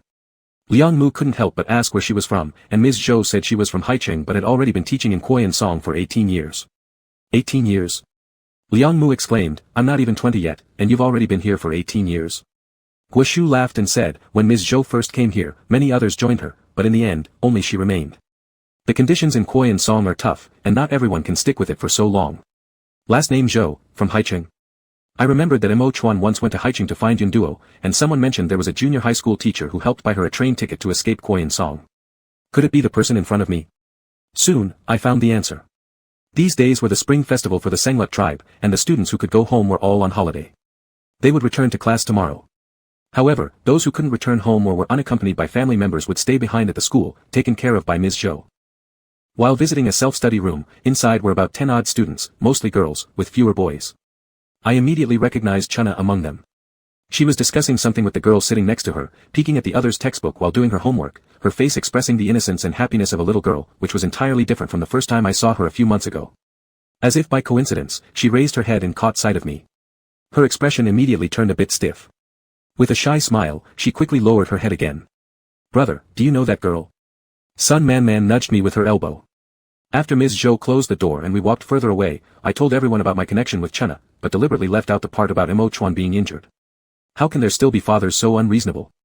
Sun Man Man had grown up spoiled, with by chiefing bullying people outside but fearfully respectful toward his wife at home, making it hard for her to imagine a father forcing his daughter into marriage. A lot, Ms. Zhou said with a tone of helplessness mixed with detachment. Education in these remote mountain areas isn't primarily about preparing them to pass exams and leave for universities anymore. It's good if they can see the outside world, but more importantly, we teach them the principles of being decent human beings. Having no boys isn't the woman's fault, close relatives cannot marry, couples who no longer love each other can divorce, everyone has the right to choose their own marriage, wives aren't private property of men and shouldn't be beaten arbitrarily, girls' futures are not limited to getting married and having children, widows can remarry and don't need to cling to chastity memorials for the rest of their lives. They may choose to stay or leave, but these principles must be understood. To us, these seemed like the most basic truths, yet Ms. Zhou had tirelessly taught these lessons over more than a decade. When she first arrived at Koyan Song, she was probably around my age now. 18 years later, her face was etched with weariness, and the radiance of her youth long gone. Her former companions had all left, leaving only her still holding steadfast, supported by some unwavering belief that I couldn't fathom. An instructor in knowledge is easily met, but an instructor in morality is rare to encounter. While teachers who impart knowledge and skills might be encountered often, those who cultivate virtue and nurture others truly are scarce. In Buddhist scriptures, someone who enlightens others is called the teacher of devas and humans, another term for such moral instructors, underscoring how rare they are. I had always thought such exemplary individuals were hard to find among mortals, but it turns out they do exist. A gentleman wishing to reform people and change customs must rely on education, Sun Man mused as we left the school. Changing the folkways of a place requires starting from education. But, Ms. Zhou endures so much hardship. Guoshu smiled, stepping forward to pat her head, saying, one person carrying firewood warms a home, 100 people carry it to protect a city, 10,000 make an entire nation. This world must have people like Ms. Zhou to function properly. We spent 2 days in Penghu before heading to Washao on the day before May Day, where we immediately met up with the fellow travelers Sun Man and the others had contacted online. I had assumed our group, including us, would consist of only 6 or 7 people, but it turned out to be a massive group of over 20. The leader went by the nickname Heifeng, Black Wind, a man in his 30s and an experienced hiking enthusiast who had organized numerous excursions along the southern slope route of the Kanglan Snow Mountain. With so many of us this time, please be careful and listen carefully to the arrangements. Do not wander off, alright? Black Wind held a group meeting the night before departure, emphasizing several safety points. Because of well-known religious beliefs, the main peak Luwang Ridge of Kanglan Snow Mountain is forbidden to ascend, and there's no permission granted to climb it. However, the 4 subsidiary peaks on the south side are open. The round trip takes 2 days. There will be no fires allowed on the mountain, so bring enough dry food and water. The highest altitude reaches 4,800 meters, so feel free to bring a few oxygen cans. If you find yourself unable to continue, remember to inform me immediately. We will hire 2 local Qinglut guides, who will escort any members unable to proceed back down. Is there anything else anyone wants to ask now? At dawn the next day, everyone packed their backpacks, put on their hiking jackets, and set off from the guest house towards the first peak of the southern slope. It's worth mentioning that the inn's black and white dog also joined us. The owner said it loved accompanying guests on hikes and served as a guide dog familiar with the trails. The highest point of the first peak was just over 4,000 meters, making it relatively easy. The most physically demanding part was a kilometer-long uphill stretch. At the start, everyone was full of energy, and almost no one fell behind, even newcomers like Sun Man and Liang Mu closely followed the group. By the second peak, after hiking for 4 hours, the cold intensified, and there was loose sand-covered slopes where snow mixed with sand made the trail extremely treacherous. The group gradually spread out. At the third peak, the altitude rose higher, the rocky terrain becoming increasingly difficult to navigate, and even vivacious Sun Man remained silent. Everyone trudged ahead silently. Starting in the morning, we reached the campsite at the third peak at 5 o'clock in the afternoon, having hiked for over 12 hours straight. After setting up tents for Sun Man and the others, I hastily ate some compressed biscuits. That night, there were no activities, and we simply rested early. On the second day, we continued our journey early in the morning. The fourth peak was the tallest in the southern slope and also presented the greatest climbing challenge. We 3 stayed near the rear of the group. Halfway through the ascent, there was a sudden commotion up ahead. Soon, we saw a Cenlu guide carrying a man on his back, with a worried-looking girl following closely behind, heading back towards the third peak campsite. It seems he felt unwell and slightly oxygen-deprived. They'll have to return via the same path, news came from the front team members. Originally, one of the guides was staying behind at the end of the group. Now, with him needing to lead up front, our rear guard became just me, Sun Man and Liang Mu. The fourth peak was incredibly steep, surrounded by endless black rocks, with occasional small rockfalls occurring here and there. Leaning on my trekking pole while walking last with the little dog, I momentarily looked down. Suddenly, Liang Mu's foot slipped in front of me. She lost balance and fell heavily to the ground. I was startled and quickly approached her. Are you all right? Did you injure yourself? Liang Mu struggled to get up, her elbow had a big tear in the windbreaker, and worse yet, her ankle was swelling rapidly, clearly injured. Sun Man's face was filled with anxiety. Move your toes, is it broken? Liang Mu removed her shoes and wiggled her toes, they moved fine, which meant it was just a sprain. At this point, Heifeng from the front of the group arrived upon hearing the news. He squatted down and checked Liang Mu's ankle, coming to almost the same conclusion as I did. Then he said, we only have one guide, and we can't send you back the way we came. Can you endure for a few more hours until we descend? Sun Man furrowed her brow. How can she endure? Her foot is like this. I'll carry her, I offered, for the remaining journey, I'll carry her. How many hours? How can you carry her alone? Liang Mu put on her shoes, supported herself with a hiking pole trying to stand. Never mind, I'll endure, I'll walk slowly. Heifeng stopped her hastily. Alright, you try carrying her for a bit, and later I'll let some of the men take turns. What do you say? Given how difficult walking on flat ground was for Liang Mu, let alone climbing steep mountains, this seemed to be the best option now. Steadily, I carried Liang Mu on my back, who whispered her thanks uncomfortably. Thank you, brother. If you're tired, just set me down. My foot might still manage a few steps. No worries. I replied casually, you're so light, I could carry you all the way down if you believe me. Our pace was slowest even when we were already last in line. With Liang Mu hurt, my walking speed slowed further, and before long, we could no longer see the group ahead. Suddenly, without warning, the sky turned overcast and mist began to gather thickly. Snow started to fall shortly after. The mountain was cold already, but with windbreakers, we managed to endure. But as the snow fell, the surrounding temperature seemed to drop dozens of degrees within seconds, freezing us to our bones. Brother, why is the weather changing so drastically? I'm sure today's forecast said it would be sunny. Sun Man shivered near me fearfully, people in front seemed to have disappeared. Are we lost? It was too cold, even making my tongue stiff. Spotting an indentation in the rocks beside us that could shield us from the wind and snow, I hurried to carry Liangmu there. Ducking inside, I placed Liangmu on the ground, noticing her lips turning purple. A sinking feeling rose in my chest. Man, bring out your thermal blanket. Before leaving, I insisted they pack all essential survival tools, ropes, whistles, thermal blankets. We never expected these to be necessary but always prepared for the worst-case scenarios. Sun Man rummaged through her bag and draped the thermal blanket around Liangmu. She then took out her phone. Brother, there's no signal. She waved her phone everywhere searching for any service but found none. Do you think the main group will come find us? Liangmu huddled under the thermal blanket, still trembling. The little black and white dog who had followed us all along lay down at our feet as if trying to keep us warm with its body heat. I stroked its coat and said, let's wait, perhaps the weather will clear up soon, and we can find our way back. However, over the next few hours, not only did no one come to find us, the weather didn't improve either. The wind whipped the snow onto our faces mercilessly. Sun Man pulled out every piece of clothing she had to stay warm but still couldn't stop shaking. Earlier, Hei Feng had taken away Liangmu's and my backpacks to distribute among other male members, so now we only had Sun Man supplies left. Worse still, Liangmu began showing symptoms of difficulty breathing, whether due to altitude sickness or stress-induced anxiety. We can't stay waiting like this. Noticing the snowfall slightly diminishing outside, I borrowed a raincoat from Sun Man and a half-piece of compressed biscuit. After instructing them not to move and to blow the whistle every 2 minutes, I ventured out to seek help. Brother, don't go. Sun Man clung to my sleeve unwillingly letting me leave, tears brimming in her voice. I'm scared. I glanced at Liangmu whose consciousness was fading, steeling my heart to break free from her grip. Don't worry, I'll return as soon as I find help. As if understanding what I had said, the droopy-eared little dog suddenly stood upright, barking once and then darted out. Remembering the innkeeper mentioning this dog knew the path well. Absolutely don't wander aimlessly, look after Liangmu. Having delivered my final instruction to Sun Man, I followed the dog. In the dense white fog, the little dog walked and paused frequently, maintaining a distance of about 3 to 4 meters ahead, seemingly leading the way. Initially, I hesitated a bit but eventually followed it directly. Wind roared past my ears, the raincoat shielding me from part of the chill. However, running at such a high altitude drained significant stamina, causing me to pant heavily soon. The metallic taste of blood surged in my throat. Wait a moment. I stopped, resting my hands on my knees as I caught my breath. The little dog looked at me from afar. Suddenly, its ears perked up, and it began barking wildly before rushing toward me in panic. I sensed danger and looked up to see a large black rock falling straight down. Acting purely on survival instinct, I threw myself to the side just in time to avoid being crushed by the falling stone, but then I tumbled uncontrollably down the hillside, spinning and rolling past countless jagged rocks until I came to rest at a mountain valley pass. The blurry outline of the black and white dog high above started to bark anxiously at me and let out a few pitiful whimpers before running off. Every part of my body was in excruciating pain. I tried to move, failing multiple times, and finally had to give up, lying there helplessly. Gazing at the overcast snowy sky, perhaps because too many events had happened recently, I didn't feel particularly devastated, my emotions were relatively stable.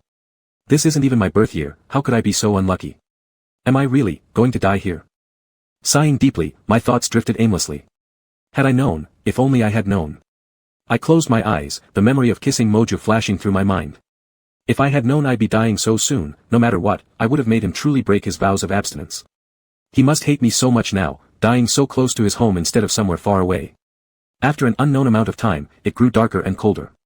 The severe hypothermia made it increasingly hard for me to focus. Then, unexpectedly, the spotted dog returned and lay on top of me, warming me with its body heat. The pressure on my chest caused me sharp pain, yet I couldn't help but smile faintly. Having you with me in the end is actually quite nice. The night passed this way. With the dog's help, though I escaped freezing to death, my body became more and more weakened. When the snow stopped, the fog cleared, and the dawn's first light shone into the pass, the little dog that had been quietly lying on my chest suddenly let out a loud bark towards the sky. I strained my eyes to open them wider and saw a shadow rushing quickly down the slope, almost stumbling and using all 4 limbs to hurry to my side. Bain. Despite his obvious urgency, every action he took upon reaching me was delicate, tender, as if afraid to shatter me. Even his fingers touching my cheek were feather-light, fearful of breaking me. It was the first time I'd ever seen such an expression on his face. It seemed like if I shattered, he would shatter right along with me. Am I already in the Western Paradise? Or, why do I see an immortal? I smiled faintly, attempting to raise my hand, but halfway through, I lost my strength. Swiftly, Bain caught my hand. It's alright now, it's alright. He gently rubbed my hand while removing his outer robe to cover me, then leaned down, pressing his forehead against mine. You're safe now, I found you. Man and the others. Feeling much warmer, I asked about what mattered most to me. They're fine, he murmured against my cheeks with his nose. The consciousness I had been struggling to maintain finally relaxed, and I closed my eyes, letting myself drift into unconsciousness. Before fading away completely, I heard Bayin whisper softly. And I'm fine too. Chapter 40, One day it will all be mine. During our sophomore year, Mr. Lu from our wilderness survival class took us to camp in the mountains more than once for practical activities. His teaming list seemed fixed since the first activity, which forced me and Mo Chuan into the same group, even sharing the same tent. I remember it was already close to winter break by that time, and it was almost the last wilderness practice session. In December of Northern City, heating was already on indoors while outdoors could dip as low as -5 degrees Celsius. At night, everyone gathered around the campfire, listening with great interest to Mr. Lu's stories from his days in the military. Conditions in the mountains can change rapidly, especially in high-altitude snow regions. Weather forecasts aren't always accurate. Then, Mr. Lu began sharing his survival tips. If we encounter extreme weather in the mountains, wind, rain, snow, or fog, and get lost or are unable to proceed, don't panic first, stay calm, find a nearby shelter that protects against wind and rain, use all available resources to maintain body temperature, and keep dry. Next, analyze whether your physical condition allows you to wait for better weather before returning. If not, and if you have a mobile phone, use it, or a satellite phone, then wait on site for rescue. Finally, to help the rescue team find you faster, blow your whistle or burn branches to create thick smoke to signal them. A male student raised his hand after listening, asking, what if there's no communication equipment at all, a teammate is severely injured and nearly dead, it's extremely cold, visibility is low due to heavy fog, and the rescue isn't expected anytime soon. How would one deal with such a situation? Some laughed, you're just throwing out the toughest challenges now. Your stats are stacked. The boy laughed too, if you can hit extreme weather, extreme situations are certainly possible. That's right. Not only did Mr. Lu not think the boy was challenging him, but he praised him instead. It's good to have this kind of thinking skill, expanding on what has been learned. Yes, encountering such extreme conditions is not impossible either. If your companion is critically endangered, your priority should be to treat their wound and try to keep their body temperature as stable as possible, then improvise depending on the situation. Mr. Lu's words were somewhat ambiguous. Resting my hands behind me, I couldn't help but ask further, what exactly does improvise mean? Mr. Lu paused briefly, then replied, it's about judging the current situation and your own abilities. You need to determine whether you can find help and whether they can endure until rescue arrives. At times like these, human nature is often revealed. On Mount Everest, many people witness their companions die right before their eyes.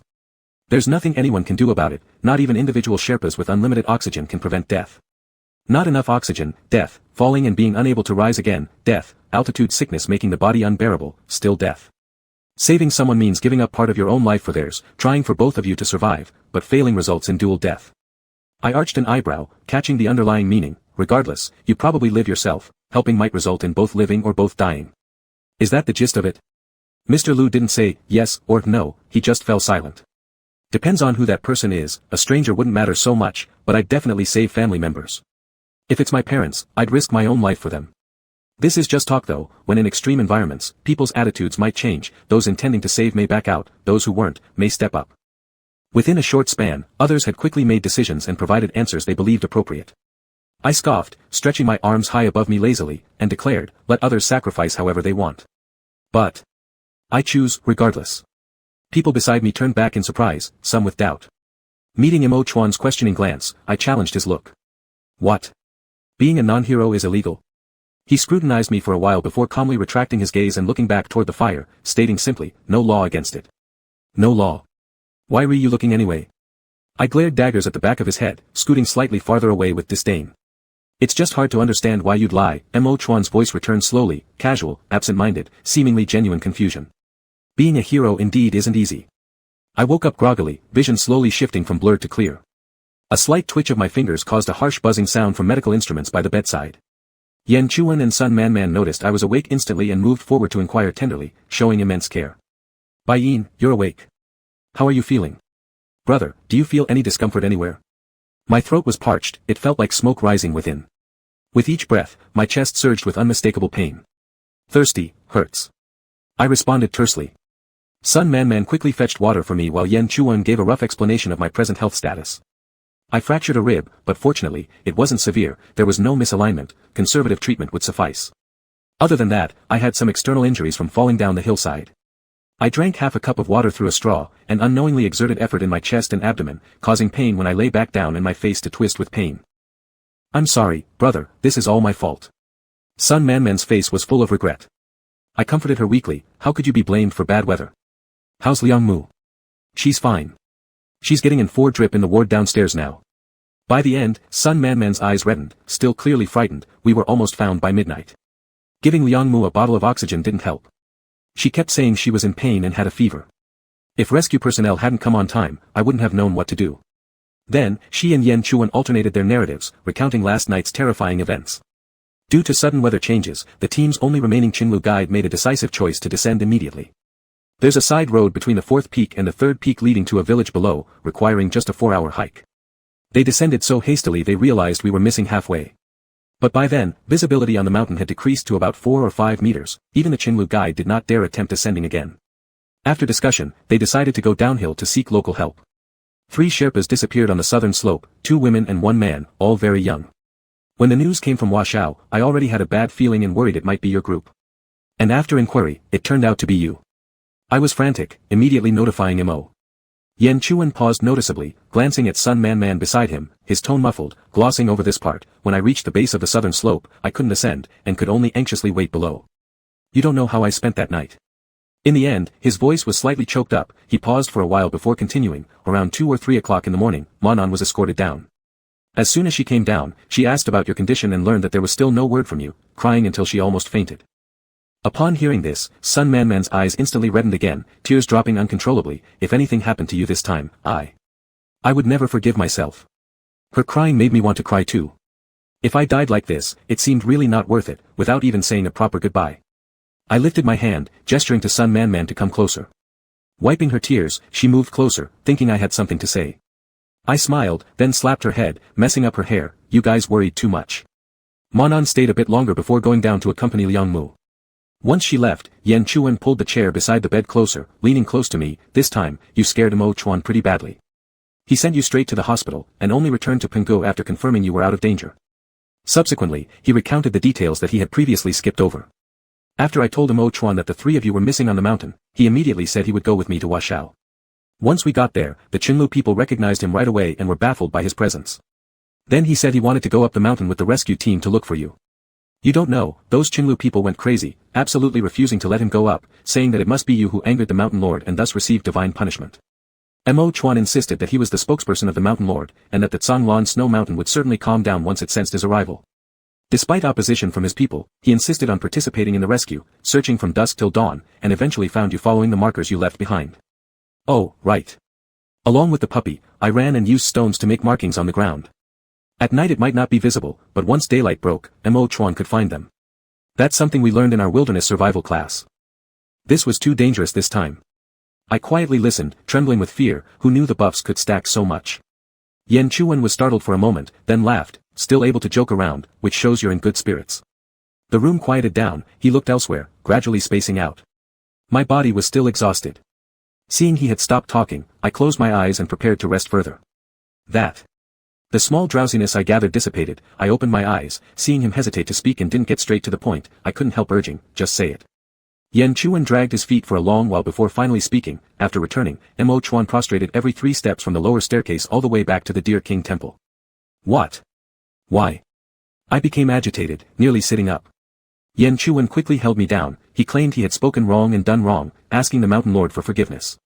That staircase has thousands of steps. Prostrating every 3 steps probably meant hundreds of blows. Wasn't he pretty tough earlier, even losing his temper with the Mountain Lord?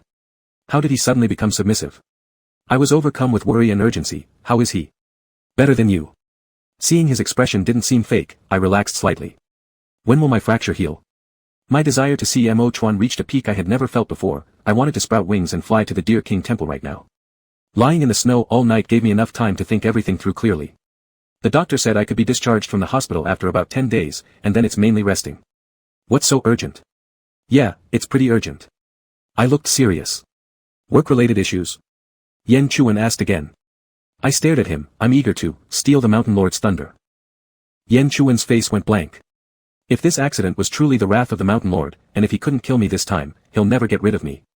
I used the weakest tone I could muster to say the harshest words. His wife and children will one day all belong to me. Yan Chuan suddenly gasped and put his hands over his ears. I'll pretend to erase all memories within the last minute. Just pretend I didn't hear anything. Chapter 41, I'm afraid of the dark. Perhaps fearing we might cause him trouble, Black Wind hasn't shown up since I was hospitalized. Sun Man said he even blocked her contact information, which really infuriated her. By the 5th day in the hospital, Labor Day ended and Liang Mu was discharged too. The two young girls initially refused to leave, saying they would wait for me to be discharged so we could return to Haicheng together. I told them I wasn't going back. After discharge, I planned to recuperate at Yan Chuan's place, possibly staying for 1 or 2 months. Reluctantly, they left. Lying on the hospital bed for another 5 days felt like my body was rusting. By the 10th day, I could finally get out of bed and walk again. I couldn't wait to complete my discharge procedures. Isn't this too much for you? On our way back to Panga, the bumpy road made my ribs ache, forcing Yan Chuan's to slow down, eventually proceeding at a snail's pace. You're turning pale. With one hand on my ribs and the other gripping the handle above, I endured the discomfort and said firmly, it's fine, speed up, I can take it. Yan Chuan's, who knows me well, shook his head upon hearing this. Mo Chuan won't run away just because I drive slowly. Let's take it easy. As soon as I got out of the car, Berqian, with his usual enthusiasm, threw himself at me, licking fervently. Seeing him reminded me of the little black and white dog that saved my life on the snowy mountain. After regaining consciousness, I specially asked Yan Chuan's to prepare more than 10 red envelopes as gratitude gifts for those involved in the rescue operation and the guesthouse owner, but none accepted them, claiming it was their duty. Unable to do otherwise, I asked Yan Chuan's to create 2 banners, one sent to the rescue team and the other to the guesthouse, and additionally bought a box of canned food as rewards for the little dog. That's enough already, stop jumping. Guoshu pulled Urchin away by the collar and then concernedly asked me, are you okay? I smiled faintly, I'm not that fragile. The news of my return to the institute spread quickly, and by the afternoon, Niepeng and Kuan Hongtu had separately come to visit me. You have quite a bit of luck, little brother. After hearing about my perilous night on the snowy mountain, Niepeng gave me a thumbs up. Don't you have a saying, those who survive great disasters will receive good fortune afterwards. You're going to be a very fortunate person from now on. Inevitably, we talked about Mo Chuan coming to look for me on the mountain. As a simple ethnic minority man, Niepeng naturally didn't overthink it, merely assuming that Mo Chuan and I shared a deep friendship. Prostrating every 3 steps, some people may never use such a method of prayer in their entire lives. It must be something extraordinary to them. Once you recover, make sure to sincerely thank Ping Jiao. Not long after he left, Kuan Hongtu came, bringing me a bag of peanuts. I recounted the same story to him, and he listened attentively, refusing to leave even after sitting for 2 hours. The night Ping Jiao went to find you, no one here knew. The next morning, when we woke up, we found the temple gates closed and Ping Jia missing, causing a great deal of worry among us. Kuan Hongtu said while peeling peanuts. It wasn't until later that the village chief assured everyone that Ping Jia was fine, only visiting Wazaiao, before everyone dispersed. Afterward, once everyone learned that he went to save someone, all were impressed, saying it was truly typical of Ping Jia. Immediately upon arriving, the wind and snow stopped. At this point, pride shone through his face, as if he were sharing in the glory. But soon, his expression fell. Everyone was actually happy, but upon returning, Ping Jia immediately started apologizing to Shan Jun, prostrating from the bottom of the temple all the way to the entrance, doing hundreds of bows. His head even bled. My mother came back telling me this, with eyes reddened by sorrow. Actually, I think that since Shan Jun was willing to stop the wind and snow for Ping Jia, there mustn't be any blame. Why does he need to demand so much from himself? He suddenly stopped, realizing his misstep and slapped himself, annoyed. Oops, what am I saying? Forget it, forget it. I played with a few peanuts Kuan Hongtu had given me, feeling as though all kinds of emotions, sourness, sweetness, bitterness, spiciness, were mixed inside, marinating my heart thoroughly. Every cell, every ounce of blood and flesh, bore the mark of Mo Chuan. After Kuan Hongtu left, I stared at the almost empty peanut bag, called Yan Chuan's, and asked him to help me prepare some fruit. Fruit? He looked puzzled. Do you want to eat it yourself? I smiled at him. Mo Chuan saved me and suffered punishment on my behalf. Now that I'm just a few hundred meters away from him, I should personally go thank him. Understanding my intent, Yan Chuan's left without another word. Half an hour later, he returned with a bag of apples and a bag of loquats. After dinner, I grabbed the 2 bags of fruit and was ready to leave when Guoshu noticed, expressing concern to Yan Chuan's, Brother Yan, Baiyin isn't fully recovered yet, climbing such a long staircase might be difficult. Would you accompany him? Yan Chuan's continued tidying the table, not even glancing at me, saying casually, he'll be fine, a grown man shouldn't be so delicate. Ouch! With a pained hiss, I set the fruit down carefully, standing on the steps and waiting patiently for the pain to subside. Walking was already so difficult, and Mo Chuan's prostration every 3 steps would surely take an unimaginable amount of time. My heart and body both endured torment as if all the suffering of these years had converged upon me. After walking 2 minutes and resting for 1, it took me more than half an hour to painfully reach the temple entrance. Once again standing before the towering and solemn main hall, my mindset was vastly different. All the hesitation and confusion seemed to have dissipated in the vast snowy mountains after that brush with life and death. Taking a deep breath, I stepped inside. Mo Chuan, sitting behind a low table copying scriptures, looked up at the sound of my entrance and clearly froze at the sight of me. I raised the bag in my hand as a sign, "I've come to thank you in person. Are you fully recovered?" He lowered his head and continued copying, neither dismissing me nor inviting me to sit. "No, not yet." I placed the 2 bags of fruit aside, dragged over a mat, and sat cross-legged in front of him. A few steps of walking nearly killed me. His pen wavered slightly on the paper, leaving an unsightly ink blotch. He frowned, skipped it, and continued writing. "If it hurts, go back and rest early. I went through such difficulty to come here, and you're sending me away just a few minutes later." I examined his face, noticing his smooth forehead without any scars left from his injuries. That made me feel somewhat better. Such a handsome face, scars would have been a real pity. "Well, then do as you please." Mo Chuan finished speaking and ignored me, focusing entirely on his scripture copying. I rested my chin on my hand and stared at him, his eyes, nose, lips, chin, and even the hand holding the pen, whose knuckles stood out clearly. I watched for a few minutes, not feeling bored at all. It felt like I could watch him forever. For no reason, I thought of a book. My light, my fire, my sin, my soul. The first time I read this sentence, I found the old man in the book disgusting. Now rereading it, I couldn't help but admire the author's skill in describing hopeless infatuation so vividly. If loving Lolita is Humbert's sin, then lusting after a priest in a grand, dignified temple is my sin. Time passed quietly. Inside the hall, it was silent except for the soft sounds of his pen moving across the paper and the occasional turning of pages in the scripture. As he was about to turn the page, I beat him to it, flipping it for him. At the inadvertent touch of his fingertip on mine, he withdrew quickly, as if burned, and glared at me, saying, "I can flip the pages myself." I smiled, looking at the fruit next aside. "Would you like some loquats? I'll wash them for you." "No." Ignoring his reply, I stood up directly. "All right then, apples it is. Have you heard a saying? An apple a day keeps the doctor away." Without waiting for his response, I picked up the apples and headed for the kitchen.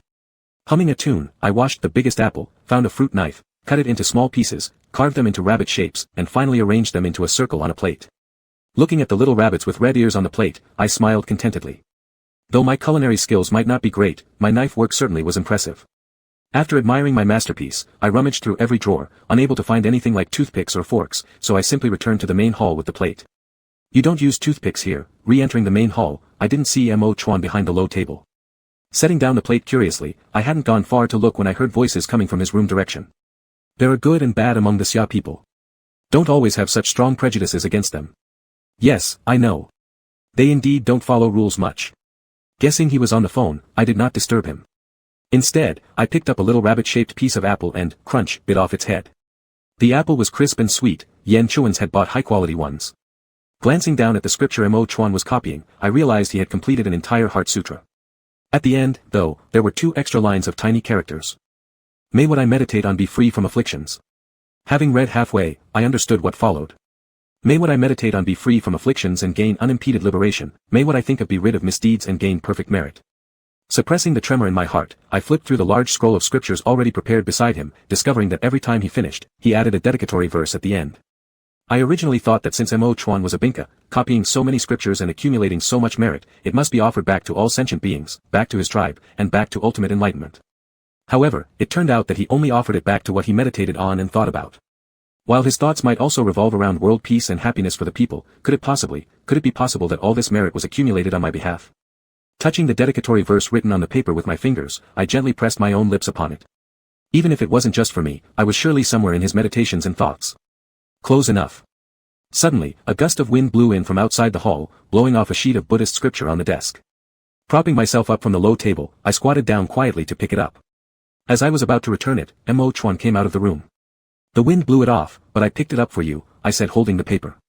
"Don't touch my things recklessly," he snapped, pulling the paper out of my hand and looking somewhat irritated. I had intended not to pry further, but his manner only fueled my rebelliousness. The more he forbade, the more I wanted to do it. Pointing my fingertip lightly on the paper, I asked, "This dedicatory verse is very unique. Did you think it up yourself?" He tightened his fingers, holding the script-filled paper closer and stepping aside to avoid me before retreating back behind the low table. "I'm going to rest. You should go back." No sooner had he finished speaking when the surroundings grew dark, with only the row of butter lamps on the altar remaining lit. Peng Ji's power had gone out again. Without hesitation, I lunged at Mo Chuan, wrapping my arms around his waist from behind. "Ah! It's so dark, so scary. I feigned exaggerated terror, pressing my whole face against his shoulder. Mo Chuan instinctively tried to break free. What are you doing? I held him tighter. I'm afraid of the dark. You're afraid of the dark? He sounded as if he'd heard some outrageous fairy tale. I really am afraid of the dark. Ever since we returned from the snowy mountain, this fear began. I spent an entire night on that snow-capped peak, so dark, so cold. My lips grazed his earlobe, exhaling softly upon his neck. Not entirely a lie, after all. If you hadn't found me, I would have died. Mo Chuan jolted violently, turning his head sharply, both hands tightly gripping my wrists as if about to push me away. In terms of sheer strength, there was no way I could compete, still recovering from serious injuries, but all I had going for me was cunning. Ouch! You're hurting my wound. I cried loudly in pain. All struggles immediately ceased, and the grip on my wrist softened significantly the next second. Mo Chuan seemed startled by me. Success in faking injury, I tightened my arms again. It's so dark, Mo Chuan. I'm scared. I used a contrived voice, one that even made me shiver at its overacting. My light, my fire, my sin, my soul. Lolita. Chapter 42, He Doesn't Trust Me. No wonder justice is always bright, and darkness forever symbolizes evil. In a dim environment, it truly becomes easier for people to lower their moral standards and easily discard some aspects of modern civilization. Just like now. Forget 7 years ago, even 7 days ago, I never imagined I could do something like this. Muchwan dared not move anymore. Bo-in, let me go first. Me, but I'm afraid. The scene was stuck in a deadlock for a while, with neither of us speaking. After a moment, Muchwan couldn't help but speak up. Then don't hug my waist, it's hard for me to walk like this. Though reluctant, I deeply knew that this isn't something that can be accomplished all at once. Knowing when to stop, I loosened my hold on him. Muchwan adjusted his disheveled shirt, turned around, and looked at me with irritation after being violated. I'll wait here, I'll go get the flashlight, he said and started to leave but was quickly pulled back by me grabbing his arm. Wait. My hand slid down, clutching the edge of his sleeve. I put on an anxious look. I'll go with you. It's too dark here, don't leave me alone. He paused silently, neither pulling back his sleeve nor saying anything. And just like that, he led me towards his room. Flipping through the drawer, Muchwan took out a powerful flashlight. Once he switched it on, the whole room lit up instantly. This thing is pretty impressive. Such flashlights are rarely used in the city, I praised it. As I was about to take it for closer inspection, I suddenly remembered my persona and quickly retreated behind Muchwan. The next second, the flashlight was handed directly in front of me. I looked at the flashlight, then at Muchwan, cautiously refraining from accepting it. Why are you giving it to me? With this, it won't be dark anymore. You can use it to go back by yourself, Muchwan said, pushing the flashlight towards me again. I immediately pressed against my ribcage, emitting various strange sounds of pain. Ouch, you might have injured me just now. Hiss. I can't straighten my waist due to the pain, I can't walk by myself. I slightly bent over, keeping one hand still holding onto the sleeve of Muchwan. He retrieved the flashlight, looked at me for a while, and said, then wait here, I'll call someone to take you to the hospital. As I watched him head towards the phone, I gritted my teeth and, through the fabric, gripped his wrist, pulling him back. It's not that serious, just support me. Accompany me back is enough. Take you back. His gaze fell on the hand gripping his, though the sentence was phrased as a question, there were no signs of rejection in his body language. Else. I licked my palate and suggested softly, not going back home is also fine. His glare was sharp, dangerous, clearly suggesting that if I made any more nonsensical statements, he would drive me out of the temple with sticks. I quickly grinned, I was just joking. Locking the palace doors, in the end, Muchwan still decided to personally escort me back to the research institute. In the evening, the Penggu area doesn't have much lighting anyway, plus the power outage made it even darker. Fortunately, Muchwan's strong flashlight was akin to a small searchlight. Just one shine, the entire long staircase lit up, able to illuminate hundreds of meters ahead. Under such strong lighting, I really couldn't say I was scared of the dark, so I had to change the subject. You said before you would give me the god's feather, aren't you curious why I said I wouldn't send it? Glancing at the string of beads on his chest, it was the same jade green one. He seemed to like it, seeing him wear it quite a few times already. If the god's feather were still there, it should be hanging on Muchwan's body right now. That belongs to you. You have the right to give it to anyone, or not to give it at all. Muchwan kept his eyes on the ground below, showing little reaction to this topic. When favored, one acts without reservation. In the past, I thought he didn't like me anymore, or wasn't as fond of me. Therefore, he didn't care about what I gave. Now, I'm certain that he cares about me so much that he can even temporarily forget his identity as a Yen official. The only explanation for this incident must be, he doesn't think that God's feather was specifically designed for him, but rather assumes it's just a small trinket I gave casually. I didn't intend to give it to others, I only wanted to give it to you. It was privately sold by my former agent to the daughter of a wealthy businessman. Because of this matter, I quarreled bitterly with her. We parted ways unhappily. She took away half of the studio staff, and forced me to pay a large sum of money to repurchase shares. After pausing briefly, I somewhat played the victim card. Now I have nothing left. The royal blue sapphire is gone, the Jedi warrior spinel is gone, the Alexandrite cat's eye is gone, my gemstone cabinet is now empty, cleaner than the bowl air Chien uses for eating. Oh, no, not entirely true, there's still the leftover, that 50-carat red spinel, which I eventually couldn't bear to sell. The flashlight quietly illuminated the way ahead. Mochwan spoke in a disdainful tone, you summer people actually cheat your own kind. Although he had been immersed in Xia culture for many years, it was all within the ivory tower, he had never stepped into society. After becoming Binkia, the darkness he witnessed mostly stemmed from ignorance brought by backwardness. The true baseness and cold indifference in human nature were beyond his reach due to his status. This place didn't expose him to such things. Isn't that right? Specializing in stabbing their own people in the back. I continued my lament. I knew her when we were overseas, and after so many years of friendship, I regarded her as a friend while she treated me like an idiot. He seemed lost in thought for a moment before saying, you summer folks are still young, you can always earn money back. But God's feather is gone, and there's no getting it back. Even if I did retrieve it, it wouldn't befit you anymore. What was meant for him was one of a kind, no one else could touch it.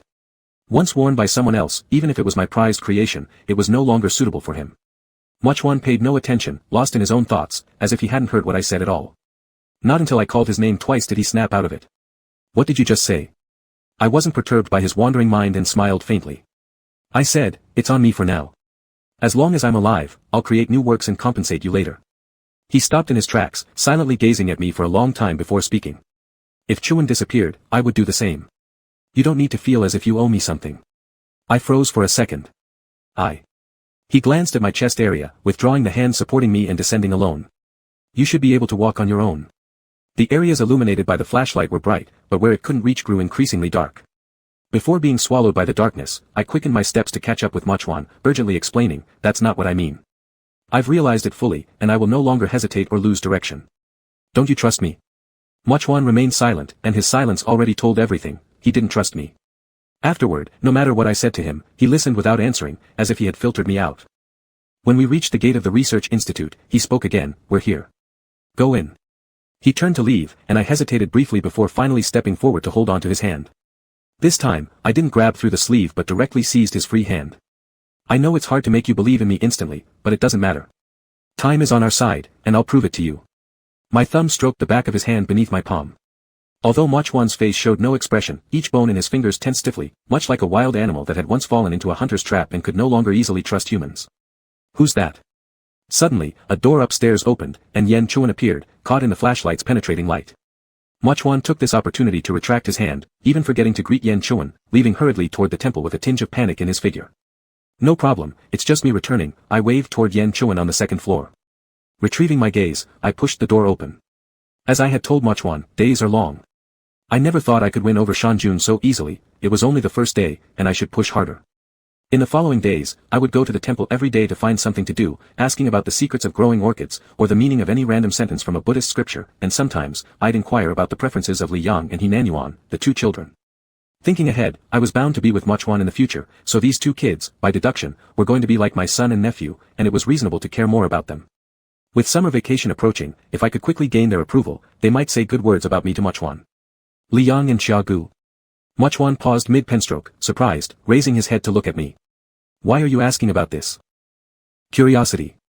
I visited daily, and although he never gave me a pleasant expression, he also never tried to send me away.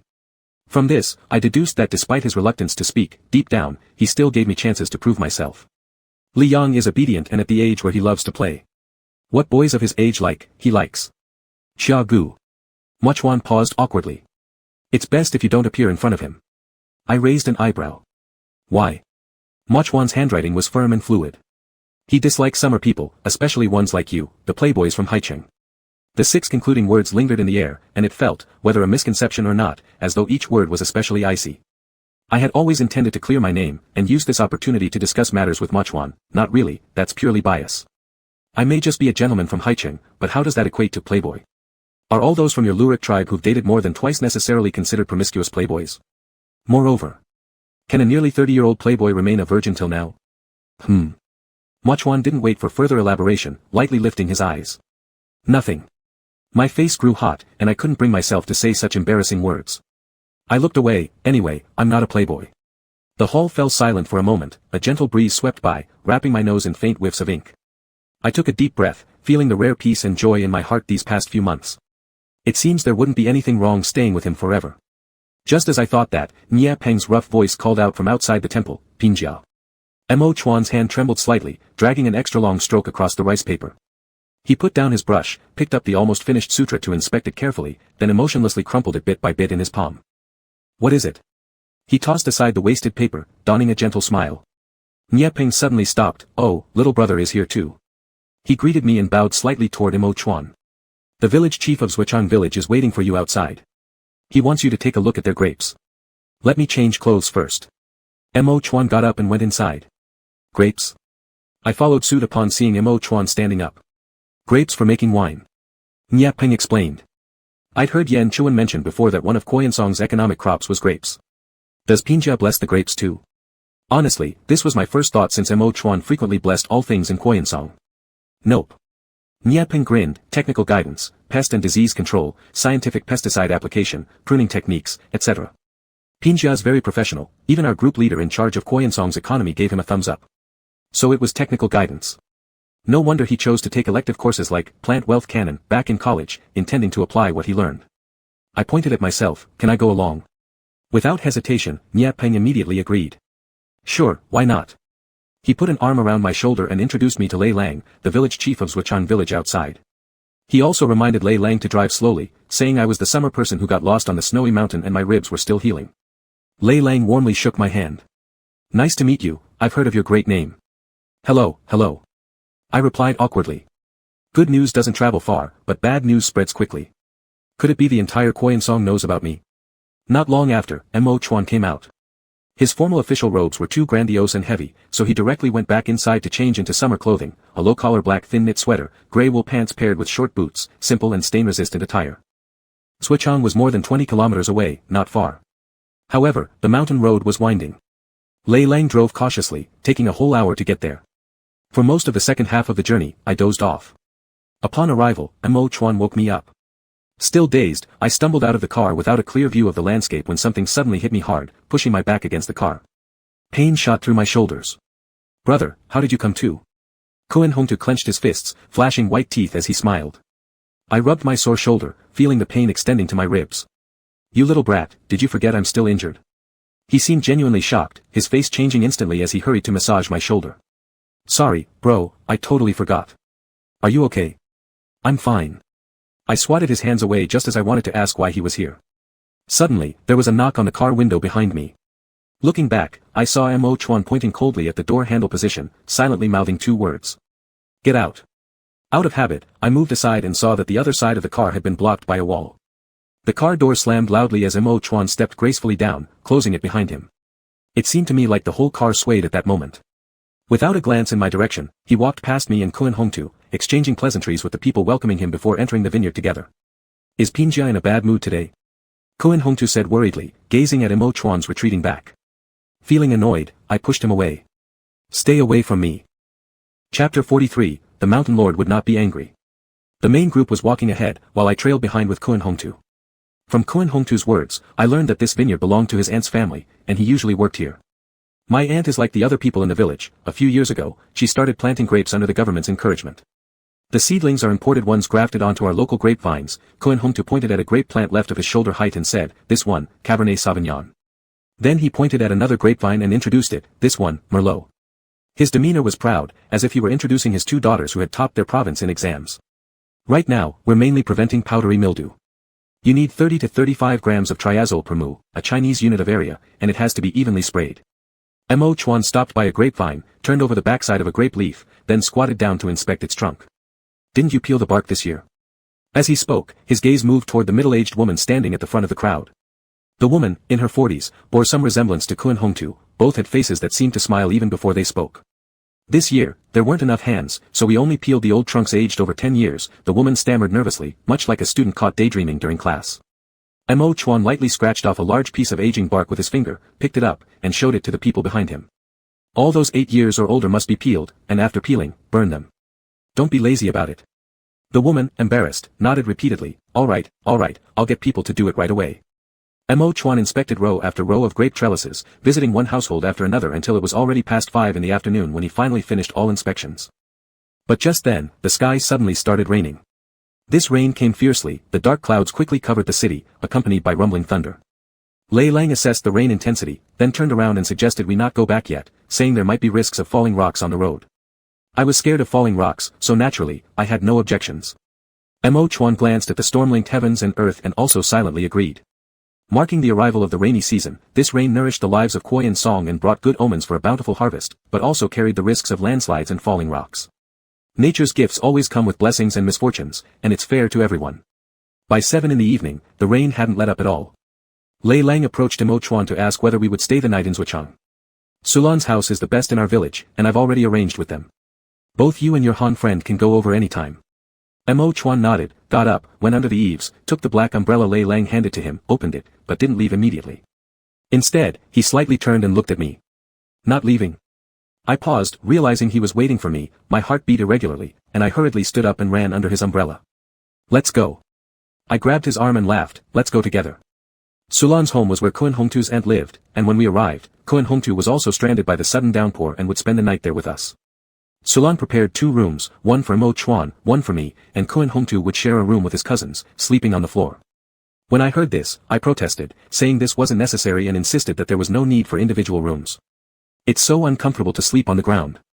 It's better to have 2 people in one room, so each of us has a bed, I reasoned, looking at Mo Chuan. Isn't that right, Pingjia? My argument was reasonable, making it difficult for him to counter, regardless of what he thought inside, he ultimately outwardly agreed with my suggestion. I'll stay with Bai Yin, he replied, maintaining eye contact with me for a moment before modestly suggesting. The room only had simple furniture. The mistress of the house, Sulan, brought us an extra set of bedding which she laid out neatly. She also considerately placed a pot of buckwheat tea on the table for our evening use. In May, the daytime sun in Kuai and Song still felt warm, but at night, it could get quite chilly, especially since it was raining, increasing the diurnal temperature difference even more. I patted the soft bed and asked Mo Chuan, who was sitting beside the table sipping tea, do you want to sleep on the outside or inside? I wasn't sure if the same rule against lying on high, spacious beds applied here, but Senglek people were tall while the bed was small, about 120 centimeters or 130 centimeters wide, similar to single beds in hotels. It might still be manageable for a man and a woman, but for 2 men, particularly Mo Chuan and me, both adult males with above-average heights, lying side by side would be somewhat cramped. Whatever, Mo Chuan said lightly after taking a sip of tea. Sulan had provided 2 sets of new towels and toothbrushes for basic washing, along with 2 sets of her son's pajamas so we could change into them before sleeping. In that case, I'll take the outside. Facing away from Mo Chuan, I gradually undressed layer by layer. When I reached my pants, I vaguely felt a searing gaze like a physical presence landing on my waist, slowly descending to my buttocks, and then my legs. But when I finished changing and turned around, Mo Chuan was looking at the half-open window as if observing the rain, showing no signs of anything unusual. Doesn't this rain remind you of the one last year? We were also blocked by heavy rain and had to spend the night at a farmer's house. I sat on the bed, my hands propped up behind me, lost in memories not so distant. That night, it seemed as though the earth would be swallowed by the storm, and we huddled in our broken Noah's Ark, discussing whether salvation was possible in an apocalypse. Indeed, it does look similar. Mo Chuan gazed at the rain. The rain is beginning to ease off, it should stop tomorrow. I no longer need a Noah's Ark, I said suddenly for no apparent reason. Mo Chuan paused momentarily, his expression perplexed as he looked at me. I held his gaze firmly, let me drown, let the world end. I no longer wish to escape, nor will I run away. In the past, when faced with danger, I always thought about running to ensure my safety. The misfortunes of my first 2 romances stemmed not only from starting them too carelessly but also because I had sensed early on that they weren't people who could truly commit their hearts. If unsafe, don't give your heart. If dangerous, flee quickly.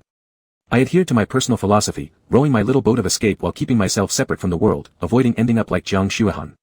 Then Bai Yin appeared.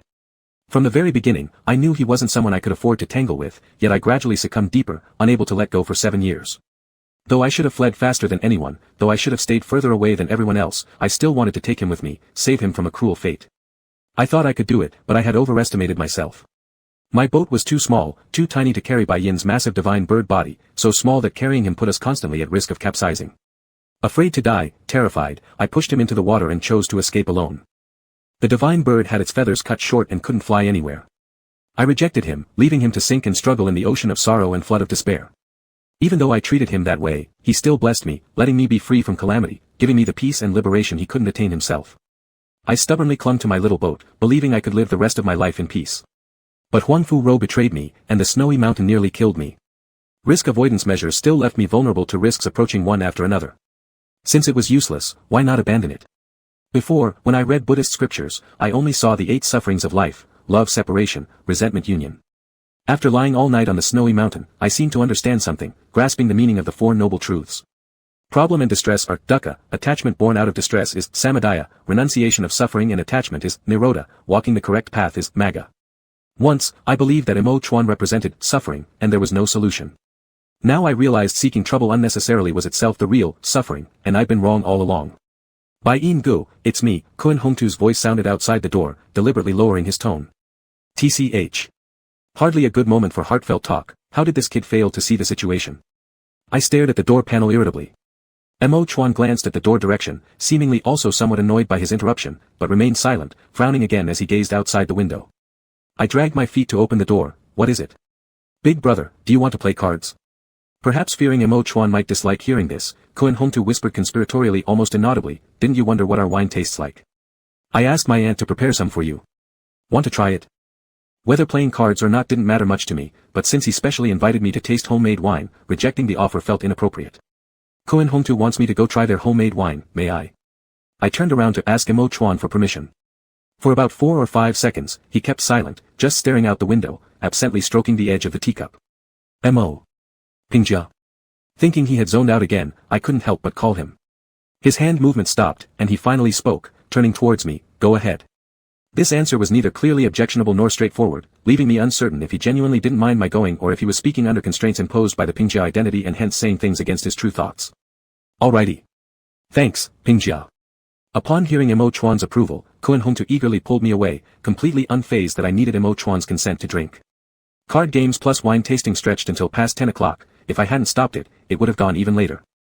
The wine was excellent, especially a blend of Cabernet Sauvignon and Merlot Dry Red, which tasted even better than some I tried at foreign wineries.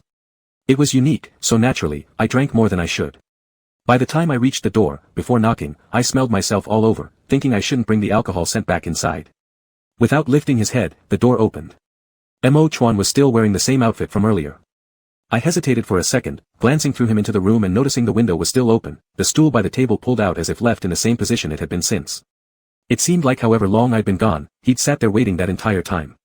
So late and you're still not asleep. Aren't you tired? He moved aside to let me in, and with heavy steps, I climbed onto the bed, feeling that closing my eyes would mean falling asleep within seconds. I've been thinking about what you said. After locking the door, Mo Chuan approached me. Something I said. The Noah's Ark stuff. I closed my eyes, my head feeling dizzy and muddled. This time, I was genuinely drunk. No, everything. The bed dipped slightly as he sat down beside me. I went over all our conversation since we reunited. What conclusion did you come to? You're an idiot. I chuckled, opening my eyes to look at Mo Chuan's expression, but found no trace of amusement on his face. The smile slowly faded from the corner of my lips. Naturally, I really was an idiot. No arguments, no excuses. I'm sorry. I pulled his hand, pressing it against my cheek, gently rubbing against it. I'm sorry. Sorry, it's all my fault. I'm an idiot. Don't be mad at me. I was just too scared. Scared of what? Of losing you. Like how I lost my mother. My thoughts became increasingly jumbled, unable to explain why this matter was related to Jiang Xuehan, scared. Afraid I can't compete. At first, his hand was passive under my random caresses, doing nothing. Then, as I began uncontrollably kissing his fingertips, even licking his palm like a cat sniffing catnip, unable to stop, he struggled to pull away. Losing my comfort toy, I started to panic, trying to sit up, but he pushed me back down on the bed. Losing what? Losing you to the Mountain Lord. I was afraid, terrified of being dragged into the sea. Using the nearly paralyzed parts of my brain, I desperately tried to organize the logic here, but now I'm no longer afraid. I'll stay in the sea with you. Reaching out, I grabbed his collar, gradually pulling him closer to me. He didn't resist, leaning down with his hand supporting himself on either side of my body. Our breaths mingled, the aroma of alcohol permeating around us. I tilted my head, wanting to kiss the lips so close to mine. However, just as I was about to touch him, Mo Chuan retreated slightly. Are we done being friends? This person was truly. We're done being friends. I tightened my grip, pulling him even closer. Let me kiss you once. I'm drunk, so it's my fault for forcing you. The Mountain Lord won't blame you. This time, he didn't move back again and simply let me kiss him. My tongue explored the moist warmth of his mouth while my brain felt numb, my limbs were heavy, and even my tongue tingled. I barely felt anything. It was mainly satisfying a psychological desire. After briefly tasting, I tried to pull away, but as soon as our lips parted, he lunged forward again, fiercely biting down on my extended tongue. With a sharp cry of pain, I almost thought my tongue was going to break off. Blood quickly filled my mouth, and the wound stung painfully, waking me somewhat from the effects of the alcohol. And yet, without any explanation, his face holding a tinge of anger, he kissed me again. Suffering, origin, cessation, path, also known as the Four Noble Truths. Sacred means correctness, truth refers to reason, signifying 4 stages of truth. Derived from the Heart Sutra, they represent the 4 stages to transcend life's troubles and attain eternal happiness. Chapter 44, Forget Again. That ethnic minority acts as if he's so great, just looking at him makes me annoyed. I was about to push open the door of the toilet cubicle when I heard a commotion outside and froze completely. You're probably upset because Wu Yen likes him and praised him for being handsome. Ha! But I heard he is going to be some kind of censor in the future, so he can't get married or have children. Wu Yen shouldn't have any hope, you should be relieved. Whoosh! The sound of rushing water rang out as someone turned on the faucet outside. The world is full of people who deceive others for fame.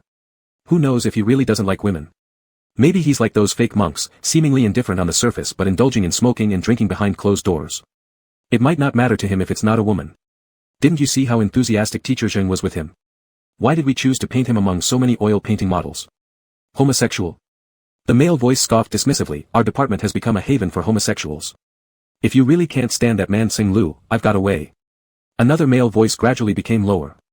I strained my ears to try to hear clearly, but their conversation was drowned out by the water, making it difficult to piece together completely. Wow, you bastard, that's pretty malicious. After a while, the water stopped and their voices became clear again. It won't kill anyone. The voices faded away as they moved further from the restroom, leaving silence behind. Click, I pulled out the latch and pushed the door open. In front of the long sink were 2 faucets still dripping water. I turned one on and washed my hands with soap. The dirty water, mixed with various colors, was flushed down the drain by the soapy water. In an instant, the sink was clean, leaving nothing behind. By then, I already knew that Mo Chuan was my long thought of MK. Although I could say I deeply detested that online romance from the past and wished I would never see him again in my life, if I disliked someone, I would express it clearly, I would dislike them straightforwardly and not resort to backhanded tactics. Most artists consider themselves unique and clear-minded beyond compare, the good ones excel greatly, and the repulsive ones are truly repulsive. I guessed the 2 people in the restroom were probably classmates of mine from the oil painting elective course. Not knowing what they were planning to do, I sent a message to Yan Chuan, asking him to remind Mo Chuan to be cautious lately. What happened? I just overheard accidentally in the restroom that someone is plotting against him. Ah. As a righteous bystander, I had already fulfilled my obligation. How Mo Chuan handled it and the outcome afterward were not within my power to interfere, nor did I want to meddle in this trivial matter. A week passed quietly, the oil painting class remained calm, and Yan Chuan hadn't mentioned anything about Mo Chuan getting attacked in a dark alley with a sack over his head.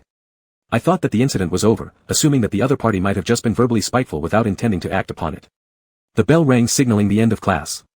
Teacher Zheng told everyone to take a break and left the classroom with his large teacup.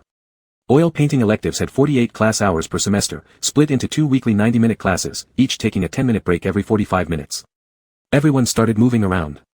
Even Mo Chuan, who was reading a book on the model stand, put it down, rubbed the back of his neck, and stretched his neck. Bai Yin, come on, let's go smoke, an acquaintance indicated with a pair of fingers in the shape of holding a cigarette. I set down my brush and stood up, glancing at Mo Chuan once more. He picked up his thermos from the ground, unscrewed the cap, and brought it to his lips. He suddenly paused, moved it slightly away, staring at the cup for a long moment before setting it down. Let's go. I shifted my gaze and went outside with several classmates from my class. We only headed back as the bell rang, slowly ambling towards the classroom. When we reached the back door, we saw Mo Chuan rush out. The oil painting classroom was on the first floor, with railings facing the green belt outside. He leaned against the railing, clawing his throat and collarbone with his 5 fingers, vomiting and coughing, appearing both painful and disheveled. I involuntarily took a step toward him. At that moment, Teacher Zheng and several students rushed out of the classroom, gathering around him with concern. What happened? Mo Chuan, are you okay? Did you choke? I saw him drink some water and immediately react like this. Water? Thinking of a possibility, I turned and walked into the classroom, seeing the overturned thermos on the ground. Picking it up, I glanced inside, my expression stiffening as I poured its contents onto the floor. Ah, what is this? A girl exclaimed. Along with the water, a piece of meat, a bloody piece of raw beef, fell out. Perhaps soaked in hot water for too long, its surface had already turned slightly white, but as it lay there undisturbed, fresh red blood trickled out of the meat. Mo Chuan, as the successor of a censor, has abstained from eating meat since childhood. Even when dining with us, he always only eats vegetables and eggs. It's obvious to anyone that this piece of meat in his thermos couldn't have been placed there by himself. Who did this? I said grimly, my gaze sweeping over each face in the classroom. The students exchanged uneasy glances. The atmosphere became heavy, but no one came forward. No one is going to admit it, right? I took my water bottle, grabbed a few more paper towels, wrapped the piece of meat on the floor, then turned and walked out. The vomiting caused by the shock had stopped, but Mo Chuan still looked pale. His eyes were red at the corners, and his lips had lost all color. Teacher, someone put this in Mo Chuan's water cup. I opened my palm for Jing teacher to see. This. Jing teacher frowned deeply. Do you still feel like walking? Let me take you to the doctor. I handed Mo Chuan the bottled water so he could rinse his mouth. After we see the doctor, we'll file a police report. This kind of incident could escalate or remain minor, but schools usually don't want things to get blown out of proportion. When Jing teacher heard about reporting it to the police, he immediately tried to dissuade me. Yin, calm down first. It's just a prank among classmates, it's not this serious. Hand it over to the teacher and let the teacher handle it for Mo Chuan. You can rest assured. Prank? If they dare throw meat now, tomorrow they might dare poison him. Teacher, if someone dies, do you think you can bear the responsibility? I questioned harshly. Jing teacher, a prestigious professor in the art department of the capital university, was usually respected wherever he went. Suddenly confronted so directly, his face turned pale, then red, and his tone became sharp too. What does this have to do with you? Why are you interfering? Mo Chuan, follow the teacher to the office, we will slowly discuss this matter. All attention focused on Mo Chuan. He stared at the water bottle in his hand, slowly drinking half a bottle of water, lowering his head in thought for a long time without saying anything. My impatience rose as I watched his silence grip the room. I gripped the paper towel tightly and urged him. Will you go or not? If not, I'll leave. At that moment, I thought I was helping him stand up for himself against such injustice, yet he hesitated at such a simple choice. Anger flared inside me, why didn't he come with me? If I left my class, where should I even go? I made as if to leave, turning around. But before I could fully turn away, a hand firmly grabbed my wrist from behind. I looked back and saw Mo Chuan make his decision in front of everyone, I'm coming with you. Saying this, he increased the pressure in his grip. The gloominess that had settled over me disappeared instantly. I turned back, held his hand firmly, and pulled him out of the classroom. On the way out, I defiantly told the teacher, Teacher, please report this to the higher-ups right away. Don't try to sweep it under the rug. We're not playing by those rules. Even after all these years, Jing teacher's expression remains vivid in my mind. Later, this incident stirred quite a commotion. Due to Mo Chuan's special identity, the situation could indeed escalate significantly. In the end, the two perpetrators didn't wait for the police, they couldn't bear the stress and confessed voluntarily. They both received reprimands, and one of them felt so ashamed that he soon withdrew from school and returned home. Back then, I didn't dwell much on it, but after we parted ways, sometimes recalling the past, I couldn't help wondering. Did he truly fail to notice the unusual thing in his cup? Did he really need my protection? Perhaps, as those contemptible individuals speculated, the real Mo Chuan isn't as devoid of desires or detached as he appears on the surface. He also harbors the desires of an ordinary person, just hidden much deeper. I woke up from a deep sleep, feeling momentarily disoriented in this unfamiliar place. A minute later, memory returned. I remembered I was at Kuan Hong Auntie's house in Zhuachang village, propping myself up in bed while holding my aching forehead. The window was slightly open, allowing fresh air, tinged with the dampness of the morning after rain, to flow in. Mo Chuan wasn't inside. I moved to the edge of the bed, putting on my shoes to stand up, but my legs gave out and I slumped back down. Lowering my head to look at myself, more memories flooded back, and I groaned. My headache worsened. Fucking, my tongue hurt too. On this very bed yesterday, Mo Chuan and I kissed passionately, unwilling to part until it ended. Once we finished, we'd start again. This cycle repeated until I got drunk and impulsively guided his hand downward. Mo Chuan resisted, but I kept rubbing against his hand, coaxing him repeatedly, telling him it would be fine, it was all because I forced him and no one would blame him. In truth, drunk as I was, I didn't feel much, but watching his slender hand slip into my waistband was an immense stimulation to my brain. That hand usually handled sacred objects and transcribed scriptures. How could I deserve having the son of the layered luck tribe perform such an act for me? Mo Chuan. Mo Chuan. I sat there, foolishly calling his name, unbearable to keep rubbing my head against his shoulder and neck. Suddenly, my mouth was covered. Mo Chuan's palm was warm and moist, and his eyes looked especially profound under the dim yellow light. You're too noisy. I breathed out and stretched out my tongue to lick his palm, and his expression changed instantly. This lewdness of yours, who did you learn it from? He then pinched my cheeks.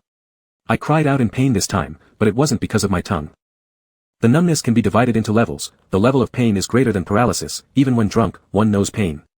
Unable to speak, I could only flatteringly touch the hand inside my pants, kneading his arm, until he slowly released his grip.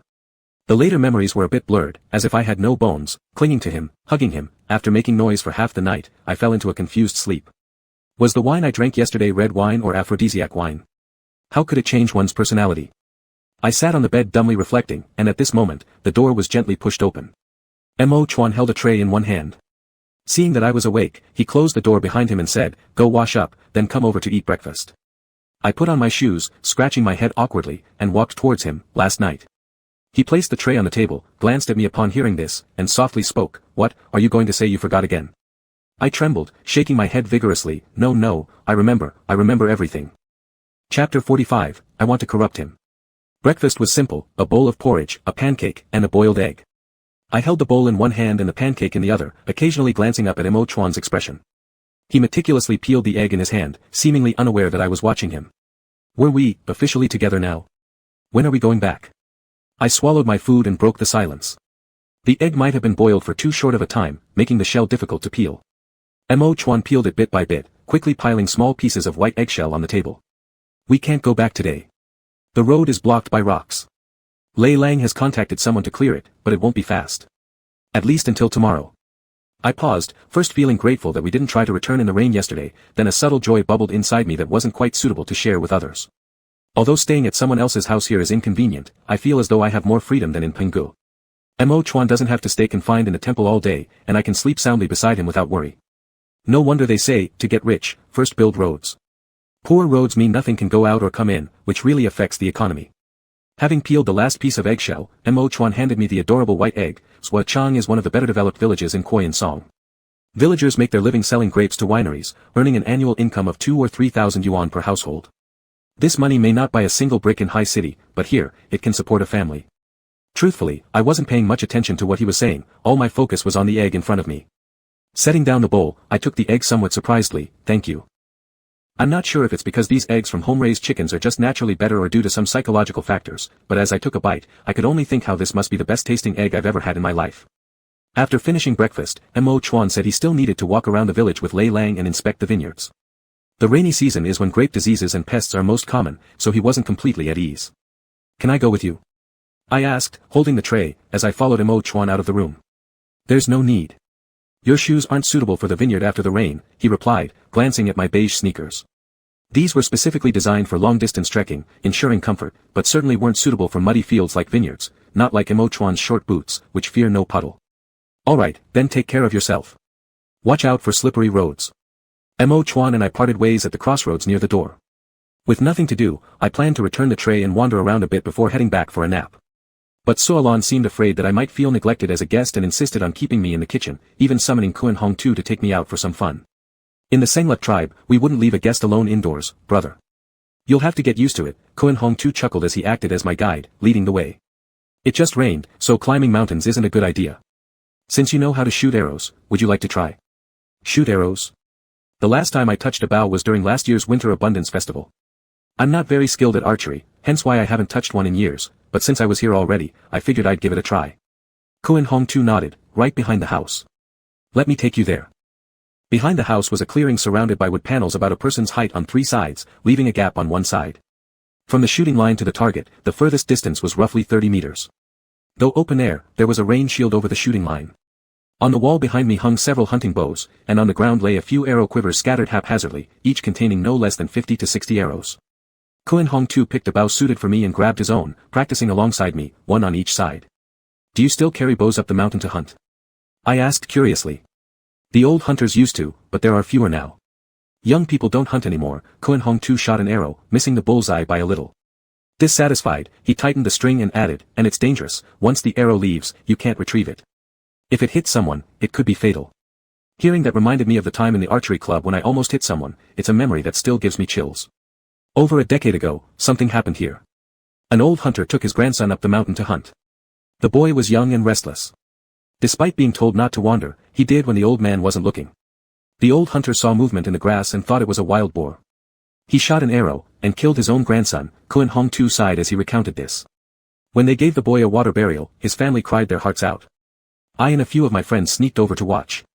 It was Pinya who assisted old Yen for the first time. Her face was as pale as snow, and she got scolded by old Yen. The old hunter himself jumped into Baz High Sea not long after. I had forgotten to adjust my stance, and when I released the arrow, the bowstring struck my forearm, burning with pain. I quickly held the sore spot, scrunching up my face. Are you alright, brother? Koen Hong Tu put down his bow, concerned. I waved my hand dismissively. It's fine, it's fine. Just, got startled. No wonder Mochuan was so upset back then.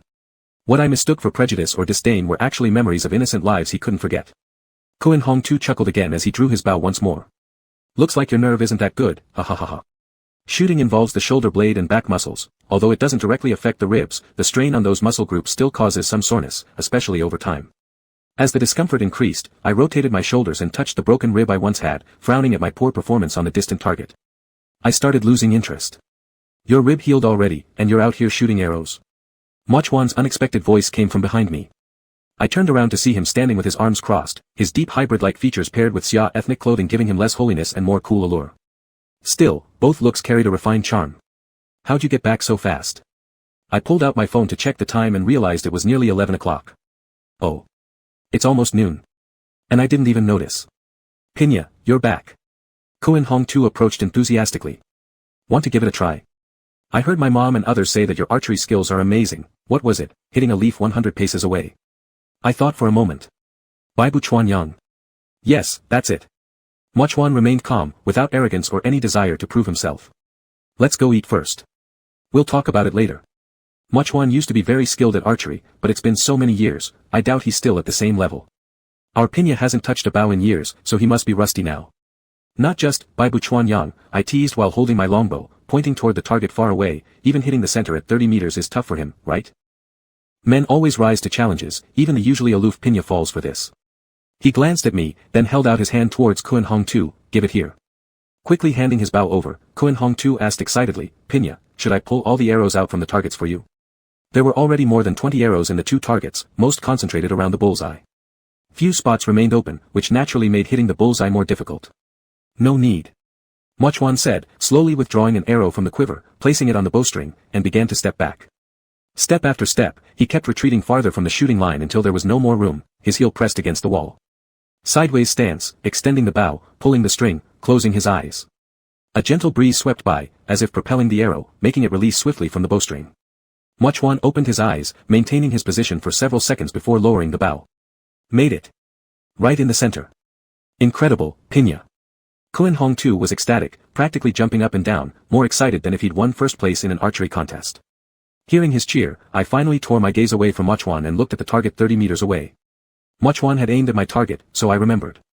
The arrow dead center on the bullseye certainly wasn't mine. Can we eat now? Casually hanging the bow back on the wall, Mochuan's lips curled upward in a mischievous smile, a rare grin that defied years of refinement, completely unlike Pinya. It hit me then, since our reunion, his self-restraint and politeness, his maturity and composure often made me forget that he was actually my age, just another young man in his 20s. Back in High City, countless young men in their 20s binge-watch dramas overnight, team up daily with friends to play games, and relax on weekends by shopping and watching movies. But Mochuan, in his 20s, cared about rural revitalization, whether kids dropped out of school, and if the grapes would have a bountiful harvest. It was as if he had been forced to grow up from the moment he was born, compelled to become a sensible adult. He couldn't act on the capriciousness of childhood, nor could he indulge in the youthful pleasures most young people take for granted. All he could be was Pinya, the obedient messenger bird by the mountain lord's side. But he was undeniably Mochuan, a real person named Mochuan. A person who struggles, suffers, gets angry, and can even develop feelings for someone. I had originally planned to go out with Mochuan in the afternoon, but after lunch, a large number of elderly people suddenly arrived, filling the main room completely. The rest of us stepped out. Koen Hong Tu explained that these elders all had mobility issues, so they rarely went to Penggu. They couldn't see Pinya or convey their prayers in person. This rare visit by Pinya to Swachang village had them brimming with words they needed to share, taking up the entire afternoon. Finding myself with nothing to do, I headed alone to the small hill near the village entrance to check on the fallen rock cleanup work. From afar, I saw a yellow stone crusher slowly breaking the boulders obstructing the road into smaller pieces, while others shoveled them bit by bit to the roadside. At this pace, the road should be cleared by tomorrow. When I returned to Suo Lan's house, sure enough, there were still quite a few people left around Mochuan, and it seemed like they wouldn't finish before dinner. I took a nap, waking up just as evening fell. The smell of food lured me into the kitchen, where only 2 people remained in the hall. Alright, go back already. We're about to eat. An entire afternoon hasn't been long enough. That's good enough. Even the mountain lord is tired of listening. Suo Lan called out loudly, urging them to leave. The two elderly individuals shot her a glare but reluctantly stood up, not forgetting to bow respectfully to Mochuan as they left. Soalan's family was a big one. During dinner, 7 or 8 of them gathered around the table, the dishes simple but filled with laughter and conversation, making the atmosphere cozy and warm. Soalan was an industrious and capable woman. Speaking about her decision to plant grapes despite her husband's objections, she said in halting Mandarin, "At the time, I thought, if he won't let me plant, then I'll divorce him and do it myself. Losses or profits are all mine." In the end, you planted them anyway, her husband admitted with embarrassment. Everyone burst into laughter. When I glanced at Mochuan, he was quietly picking mushrooms off his plate, his lips lightly closed, but his expression relaxed and faintly amused. After finishing dinner, I suggested playing cards, to which Kuan Hong Tu responded enthusiastically. Other cousins also agreed there was no problem. Mochuan was heading back indoors when I pulled him back. "You don't have to gamble, come along anyway." I looked up at him and said. Not only Mochuan but everyone else looked surprised at my suggestion. Kuan Hong Tu's expression was even tinged with horror, as if saying, "Are you crazy? This is Pinya, the noble word officer untainted by worldly affairs, how dare you corrupt him?" And yet, that was exactly what I wanted to do. Seeing that he hesitated to respond, I subtly rubbed his palm with my thumb, hidden from others' view, and smiled. "If you don't know how to play, I'll teach you. Sound good?" This confrontation didn't last long. His eyelashes fluttered once, and then he retracted his hand, sitting next to me under the bewildered gazes of those present. "We'll stop at 10 o'clock, he announced after glancing at the clock on the wall. Chapter 46, Buddha and Devil are the same, created solely by the mind. Soalan has 2 sons, both around 24 or 25 years old, who grew up together with Kuan Hong Tu since they were young, and the 3 of them have a good relationship. However, this strong bond led to some differences when they teamed up to play landlord. Facing a pair of 4s on the table, elder brother said, "Can't top it." Kuan Hong Tu gave his upwind teammate an incomprehensible glare before hastily picking out a pair of 8s from his hand. Younger brother knitted his brows, drew 2 cards then returned them, switched 2 more and placed them back again, and finally cautiously played a pair of 10s. I was sitting by Moju, silently observing the cards in his hand, letting him decide on his own. He scanned the cards on the table, thoughtfully pondered for a moment, and then played his only bomb. I slightly arched an eyebrow, using 4ks to blow away the pair of 10s, that was a high move. The 3 peasants were obviously intimidated by this maneuver. They all looked at the 4ks, each one declaring, "Can't top it," allowing Moju to play next. Moju then dropped a 6, the smallest card in his hand. That was truly impressive. It was hard for elder brother to try to let this go. After careful consideration, he finally played a 7. A single 7. "Do you even know how to play?" Kuan Hong Tu forcefully threw down an A. Younger brother quickly capped it with the big joker, squashing Kuan Hong Tu, who turned blue trying to hold his breath. "That's not right, whose side are you on? Why did you cap me?" He couldn't understand, he couldn't comprehend. Younger brother gave him a look as if he were addressing a fool, "Because I want to." At this point, Moju only had some fragmented small cards left in his hand, there was nothing bigger than the big joker. He shook his head and declared, "Pass." Elder brother and Kuan Hong Tu also passed. Younger brother smirked and revealed, a 3. "You." Kuan Hong Tu got so angry he cursed, but halfway through remembered Moju was present, and immediately clamped his mouth shut. Soalan sat beside us doing needlework while watching us play, amused to tears and eyes nearly closed with laughter at the sight. Moju was entirely focused on this 1 versus 3 card battle, as though it wasn't a leisurely poker game but a serious examination concerning the honor of the censors. With the few remaining cards in his possession, he became much more cautious this time, his fingers repeatedly landing on different cards until finally selecting a 2, glancing over at my reaction. I lifted my chin, "Play this one." With these 2 brothers betraying their team and siding with the landlord, no matter how Kuan Hong Tu struggled alone, it was all for naught. In just a short time, he lost this round of cards. As for the subsequent games, whoever was the landlord, as long as Moju was on their side, they almost certainly had a chance to win. The only loss was when Kuan Hong Tu was the landlord, as his hand was too good. Even acting as Moju's strategist throughout, I still couldn't help him overcome this. The loser had to do 3 deep squats while hugging someone. Being the shortest among us, Kuan Hong Tu received consistent favoritism from his 2 cousins, who would always carry him during the squats. But when it was his turn, none of those in the field could he lift, so he had to ask Aunt Soalan for help from outside the match. Initially hesitant, Soalan gradually gained confidence. She stood up without prompting, laughing uncontrollably as her nephew hoisted her off the ground by the waist. Moju only lost once, but he also followed the rules and accepted punishment. Rolling up the sleeves of both arms, he rose from his seat and headed toward an open area. Kuan Hong Tu had already risen, ready to volunteer himself as the counterweight, but Moju didn't even look at him. With palms facing upward, he motioned to me with his fingers. "Bai Yin, come over." I froze momentarily. "You're going to squat while holding me?" "I weigh 140 jin, you know." Moju flexed his limbs slightly and repeated his words, "Come over." With Bingjia speaking, who else dared to disobey? I walked towards him with a smile. Since you've invited me to be held, don't regret it. In an instant, with one arm around Moju's neck, my body was effortlessly carried by his powerful arms. Moju showed no sign of strain on his face, as if lifting me were as easy as picking up a pot. Did serving as Bingjia require any physical labor, or how else did he get such strength? Could it be he was secretly doing push-ups alone in his room at night? Before I could fully contemplate the answer to these questions, he smoothly completed the 3 deep squats amidst the enthusiastic applause of Solan's family and gently placed me back down. Hold steady. His hands lingered on my waist, ensuring both my feet were firmly planted on the ground before letting go. The card game ended precisely at 10 o'clock, not a second more, not a second less. After tidying up the table intending to return to sleep, Solan quietly approached Bayin and me with her little basket of sewing supplies hidden by her side. In a low voice, she said, "We've put clean pants in your rooms. They're newly made and haven't been worn." When we arrived in Zhuchang yesterday, she still only held reverence for Muchuan, and acted with great caution. However, in just one day, her fear had diminished, though respect remained. When she looked at Muchuan, it was like a kind elder looking at a promising young member of the family, filled with satisfaction and affection. "Oh, all right, thank you, Aunt." I wasn't sure what pants she was referring to, but since they were specially prepared for us, expressing gratitude was certainly appropriate. I picked up the neatly folded piece of white cloth on the bed, squinted my eyes, and consulted Muchuan. "Is this yours?" Sitting by the table, he poured himself a glass of water. Hearing my question, he glanced over and said, "It's called the dubiku, or what you call underwear."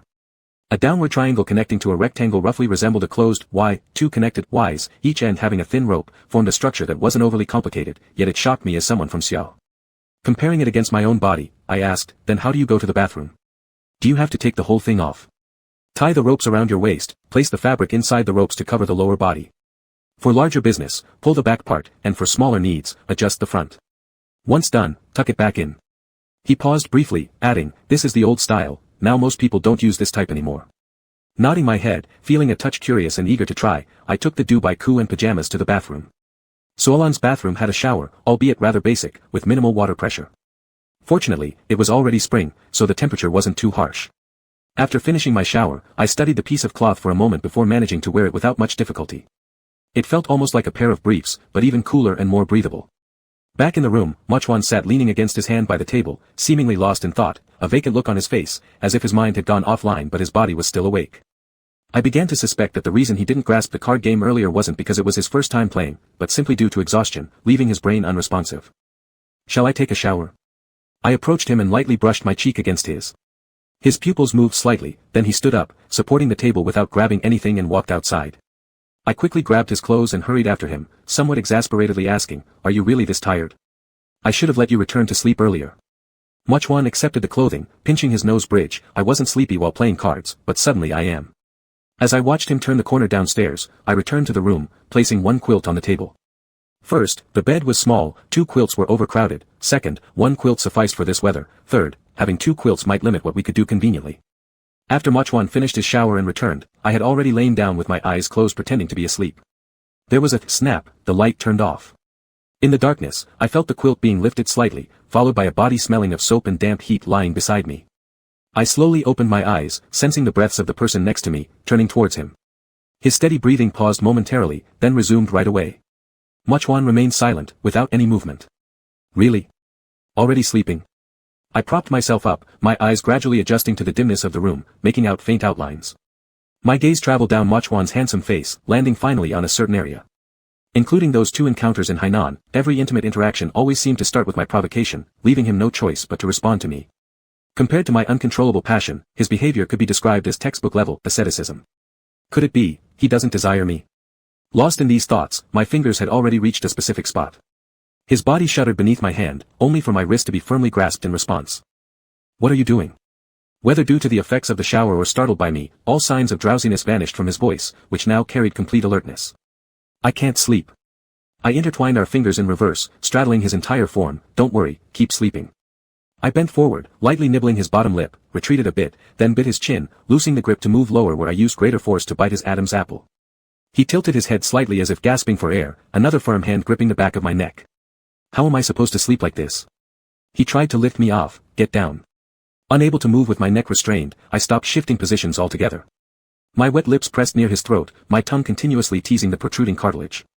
Desiring to rip and suck hard enough to leave bloody marks, branding an exclusive impression of mine, yet a flicker of rationality restrained me, realizing I couldn't do such things. I mustn't leave any traces on him. We shared a relationship that couldn't be articulated, since I'd painstakingly acquired him from Shanjun. No one knew he already belonged to me. By Een. Gripping the back of my collar tightly, his voice inadvertently became husky. Ignoring his protest, I continued trailing my lips along his neck, shifting my weight onto my knees like a match being scraped against the striker to ignite. His throat rippled in response, emitting a stifled groan before his fingers abruptly clutched mine, so tight it felt as though he sought to snap them. At the same moment, I sensed something beneath me stirring, rising irresistibly as if a figurine from a music box unfurling from its confinement. Ah! I feigned surprise. I thought your cultivation had rendered you anatomically different from ordinary men. Isn't this quite lively? By Een. His voice brimmed with restraint. You should be quieter, we're still at someone else's house. The hand on the back of my neck ceased tugging at my collar but remained there, massaging the searing flesh forcefully. I licked my lips and leaned in to kiss him again. Exploring past his lips, I plundered savagely, mimicking a primal act. In sync, the little man within the music box fully materialized, sword raised, striking wildly. Get off, let me help you. He turned his face away, breathing heavily, words jumbled, I cannot. Haven't you ever done such a thing? I kissed his cheek, one hand probing between us. It's fine. Confucius himself said, the great desires of humans are food and sex. Showing that neither is so easily discarded. I cajoled him, twisting logic into persuasion, aren't scriptures full of lines about entering righteousness through impurity? His tightly clasped hands glistened with sweat as my breaths grew increasingly uneven. Mochuan closed his eyes, saying nothing further, seemingly devoting all his concentration to resisting the unfamiliar yet tantalizing sensations coursing through him. Consider me your heretical master then. As I licked upward from his earlobe, every word transformed into seductive, heated breath sinking deep inside his ear, whatever this master falls into, you fall with him. Clashing swords seemed poised to spark flames. In the dim room, apart from my voice, only the soft rustle of clothing filled the silence. My scalp tingling, I rubbed against Mochuan, my body trembling, my voice quivering. Buddha and Mara are not two, they exist only as creations of the heart. You ferry me, Binky. Mochuan. A damp palm slid from my neck down my back, not to push me away this time. Shut up. His tone was fierce, but his actions wholly contrary. With all his might, he pulled me closer, trembling violently, biting into my shoulder. Wincing in pain, I exhaled weakly, unwilling to yield, collapsing limply onto him. Mochuan hugged me fiercely, as though trying to fuse me into his very bloodstream. After some time, the disordered panting on the bed slowly calmed, and he loosened his grip slightly but kept one arm securely around me. What kind of master are you? His words carried a hint of dissatisfaction but revealed mostly a satisfied languor from deep within his bones. It didn't matter which title fit, what mattered was that, in the end, you couldn't resist and broke your vows for me. Repressing my joy, I freed a hand, sitting upright to ask, once broken is broken, why not again? Are you willing? Your lustful fire burns too fiercely, your depraved thoughts run rampant. Saying this, he nonetheless yanked my collar, pulling me toward him once more. I lowered my head, muttering unclearly, then, become my acharya, teach me to expel these depravities, guide me to ultimate bliss.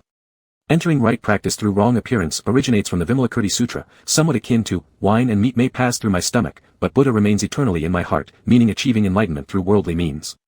Falling where the teacher has fallen, from the Vimalakirti Sutra, roughly indicating that to redeem an evil spirit, one must approach it, taking it as a teacher, cultivating the same wickedness, thus better aiding its redemption. Buddha and Mara, no two, solely created by the mind, literal translation from the Vimalakirti Sutra. Acharya, a model mentor in Buddhism. Wrong view, incorrect and obstinate viewpoints. Those interested in the Dubiku can look up the ethnic groups Dubiku. Chapter 47, Not Coming Over Tonight. Mo Chuan and I were walking one after another, and when we reached the car, I opened the rear door and turned around to take the backpack from his hand. He glanced at me, then changed direction and sat in the front passenger seat. I awkwardly retracted my hand, scratched my neck, and humorlessly slid into the back seat. Yesterday was so joyful, yet this morning, looking at the traces on both of our pants made it so embarrassing. Even though they had already dried, any person with a bit of intelligence could tell what those white stains were. I don't know how Mo Chuan explained it to So Alan, but he got the bags and backpacks, putting 2 sets of pajamas back inside them.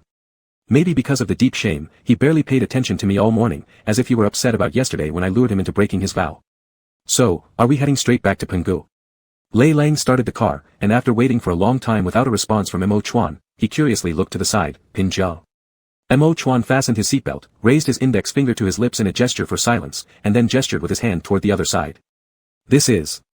Lei Lang was surprised, why the sudden vow of silence?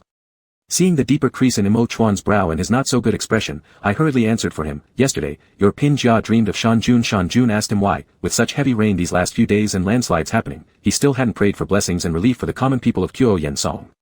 And so, Pinjia decided this morning to take up silence.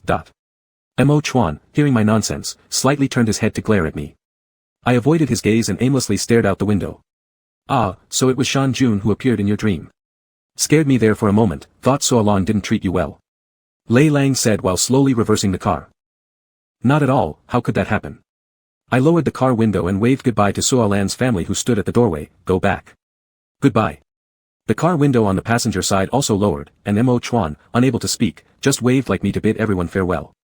The morning mountain air was humid and cool, and Lei Lang drove very slowly, making sure the wind wasn't too strong even with fully lowered windows.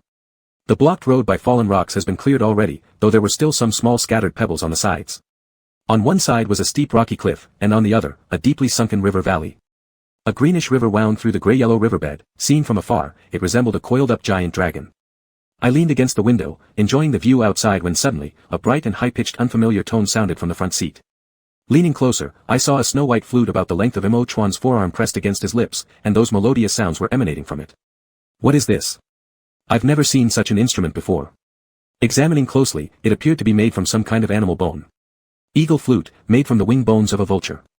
It can imitate the sound of an eagle and is one of our tribe's traditional instruments. Lei Lang explained for me. Yesterday, when Pin Jia and I visited a great farmer's house, the old man insisted on giving this to Pin Jia. The man is one of the few artisans left in our area who can make eagle flutes, probably using this as a way to thank Pin Jia. Eagle flute. No wonder it sounds as if it belongs to the heaven and earth since ancient times, carrying a peculiar natural force. After playing for a while, Mo Chuan stopped and handed it to me at the back. Curiously, I took it, examining it carefully, touching here and there, and even tried placing it against my lips to blow. However, the sound produced was bizarre, like blowing an empty bamboo stick, only producing airy notes. I know that with instruments like flutes or shao, Chinese vertical flutes, just producing a sound takes a long time of practice, and recognizing my limited talent, I returned the eagle flute to Mo Chuan after checking it out.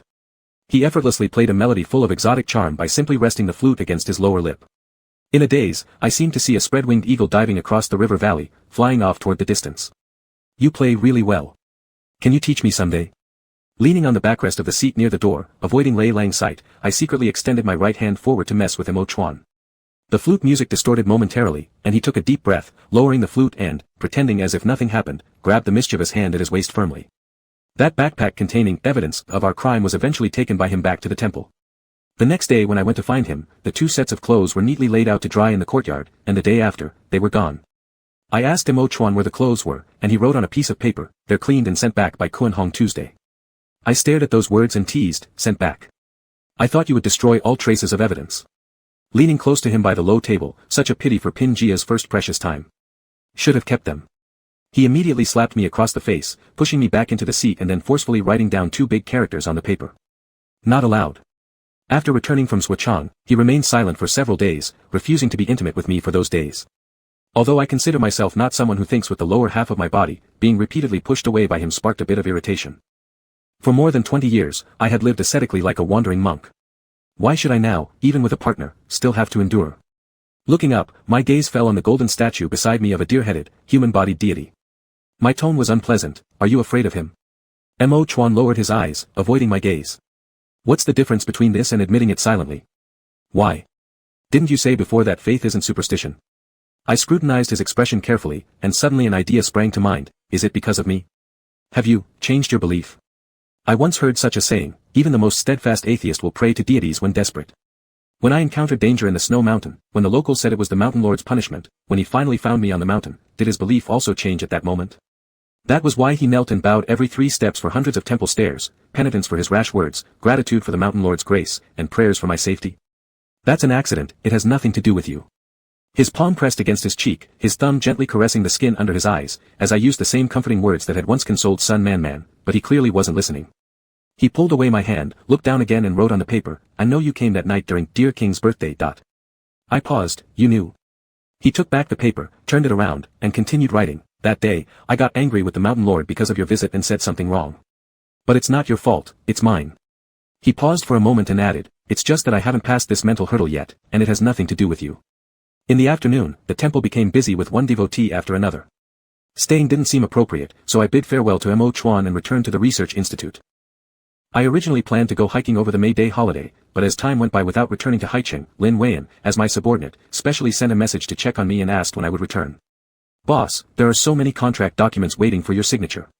Also, regarding those applicants, I've conducted a preliminary screening, but the final decision rests with you. If you don't return, we can't confirm the hires. Sighing, I realized staying away too long wouldn't work. I still had a career in Haicheng. I'll be back these few days. Thank you for your hard work during this period.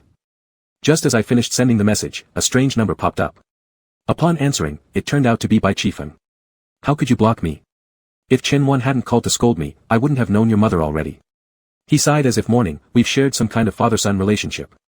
As blood relatives, is it necessary for you to hate me so much? Aunt Wan eventually couldn't resist telling Bai Chifeng about my mom's passing. I understood she hoped Bai Chifeng would feel guilty and troubled by his conscience, but she still underestimated this man. He won't reflect on himself.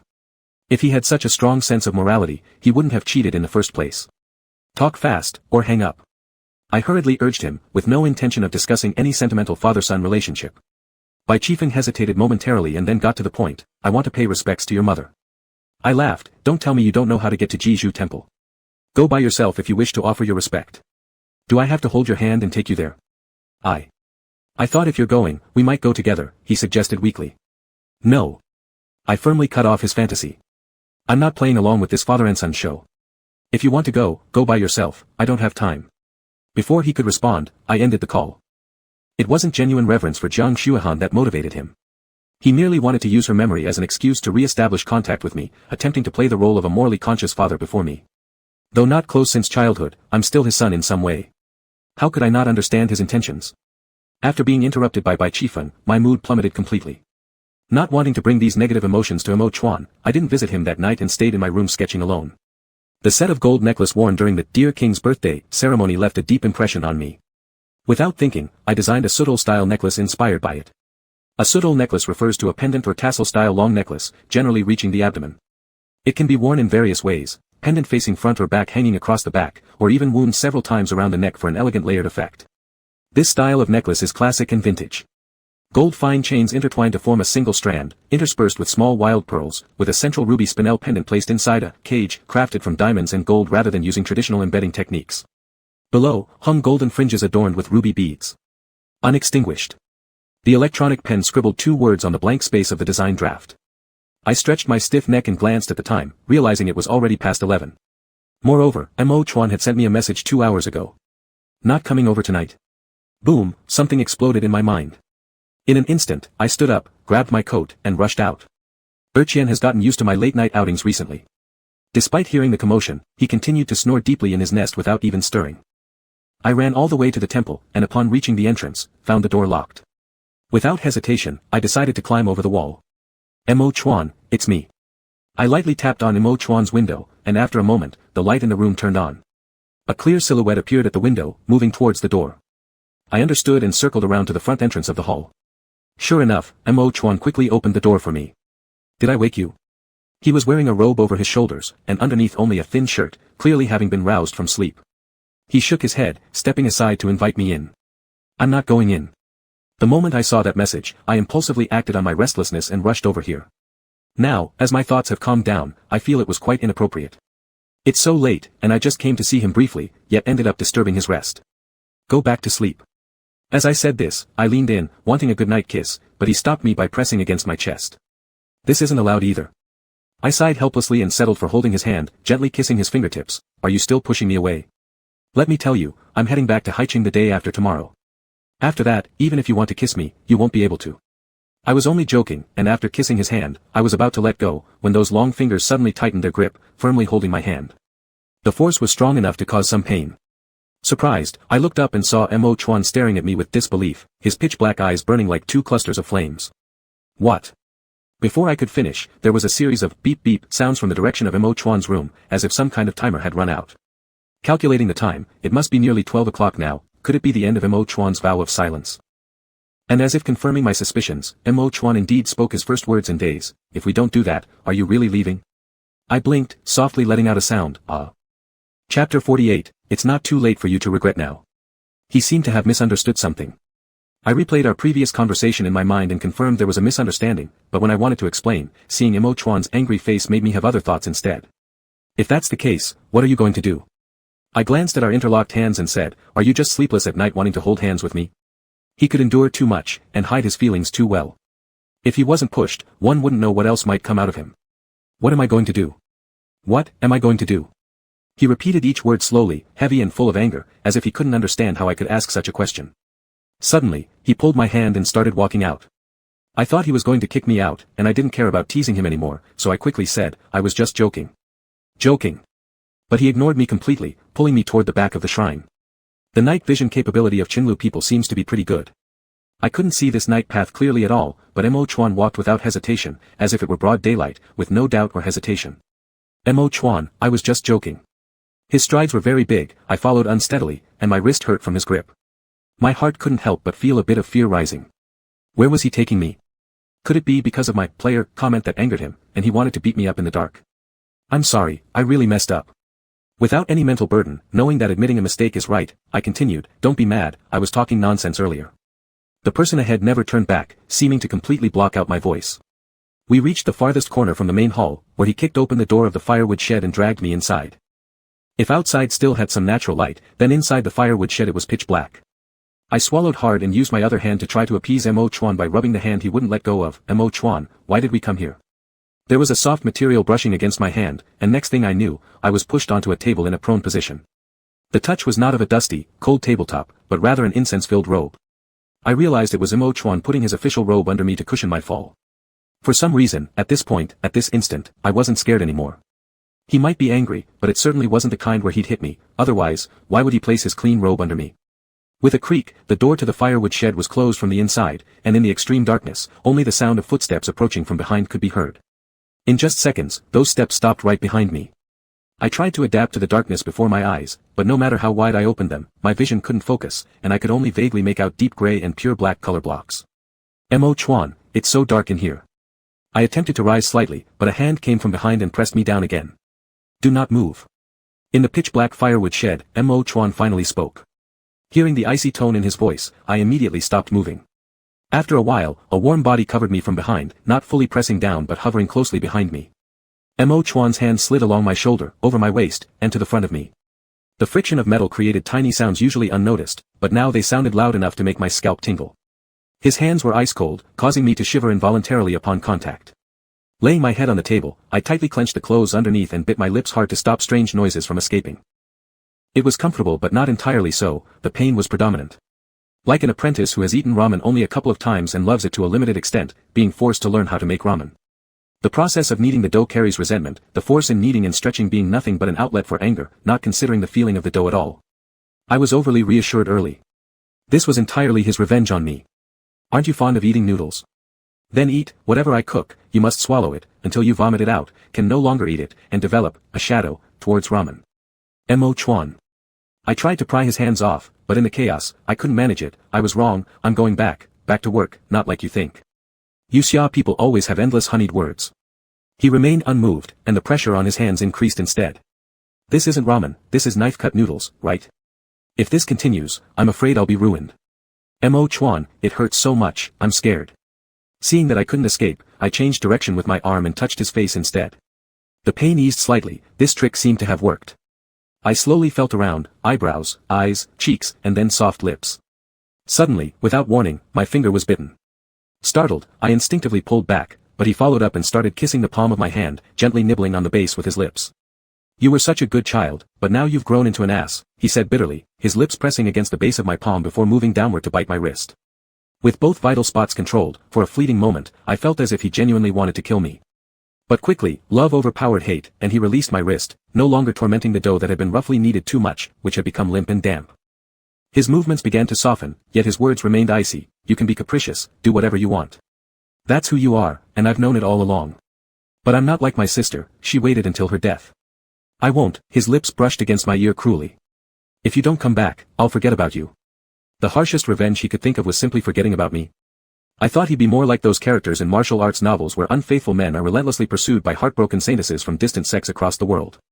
How could I bear not coming back to someone like him? I'll come back, I promise I will. No matter what. Whatever I promised you, I won't go back on my word.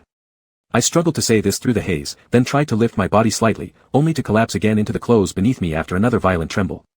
At my nose, I could smell Mo Chuan's unique scent, at my back, I could feel his warmth. As I rubbed myself against the fabric underneath, my body felt like it had submerged into a warm hot spring, making me feel soft and languid all over.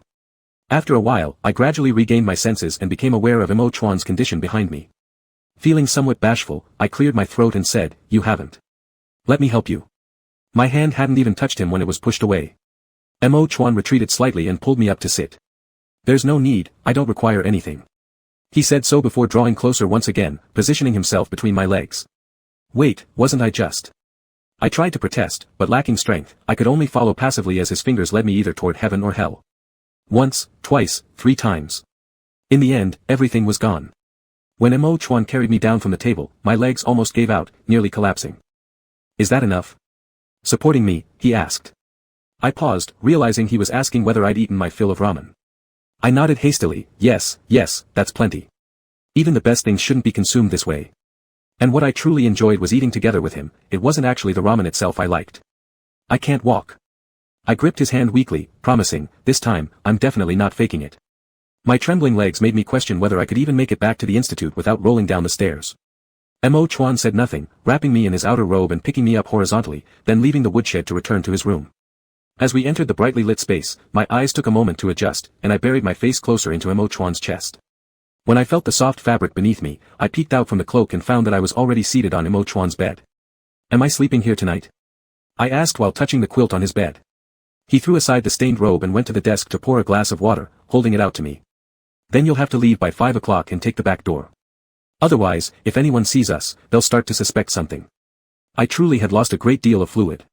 Taking the cup, I gulped down half of it and said, "This is too troublesome." "All right, I'll rest for a bit and then head back." "Being with me is naturally a very troublesome thing," he stated blandly, opening the wardrobe with his back turned to me. "You still have time to regret your decision. If your grip on the cabinet door wasn't so tight, I might believe you're giving me a real chance to reconsider." Gathering strength from the bed, I stood up after some recovery. My legs finally stopped feeling as though they were made of jelly. Walking behind Mo Chuan, I hugged his waist and said, "Liking me is equally troublesome. Do you regret it?" The muscles in his body tensed for a second, then relaxed rapidly. "I never regret any of my decisions." He then reached into a drawer in the closet and handed me a green card. Confused, I loosened my embrace and glanced at the card. It was a bank card. "Why are you giving me this?" Mo Chuan turned around, gazing at the card. "It's my salary card." Stunned, I couldn't contain my shock. "You earn a salary. Not to mention, why are you giving it to me? Didn't you lose all your money?" He looked at a rack of colorful beads on the side. "These items have been passed down through generations of officials, and strictly speaking, they're not mine, I merely guard them temporarily. So, I can't give them to you. However, this," he gestured toward the card, "doesn't amount to much, probably only a few 100,000 yuan, but for you, it might barely cover expenses. It's all I have." Mo Chuan explained that in the past, the temples were always supported by the offerings of believers. Even if people were poor and endured hardships, they would still dedicate their limited wealth to the Mountain Lord. By the time he inherited the position, after generations of accumulation, that wealth had become quite substantial. Unlike the old minister, Mo Chuan had seen the outside world and understood the backwardness of Kuoyin Song. So, despite objections, he collaborated with the government to establish a special fund. All past and future offerings would be deposited into this fund for the development of Kuoyin Song. And the salary on his bank card was the remuneration for being the head of this foundation. "What will you do if you give all the money to me?" I hugged him again, resting my chin on his shoulder as my thumb kept tracing the surface of the bank card, feeling sweet yet sorrowful inside. He truly gave me everything he could. I don't really need much money anyway. He raised his hand and slowly wrapped his arms around me. "I'll take it then, and pay you back with interest later." I hugged him tighter, kissing his earlobe gently. I had already made up my mind, everything I earned in the future would belong to him. Not just money, but cars, houses, gold, and jewels, all things that could be given would be handed over to him.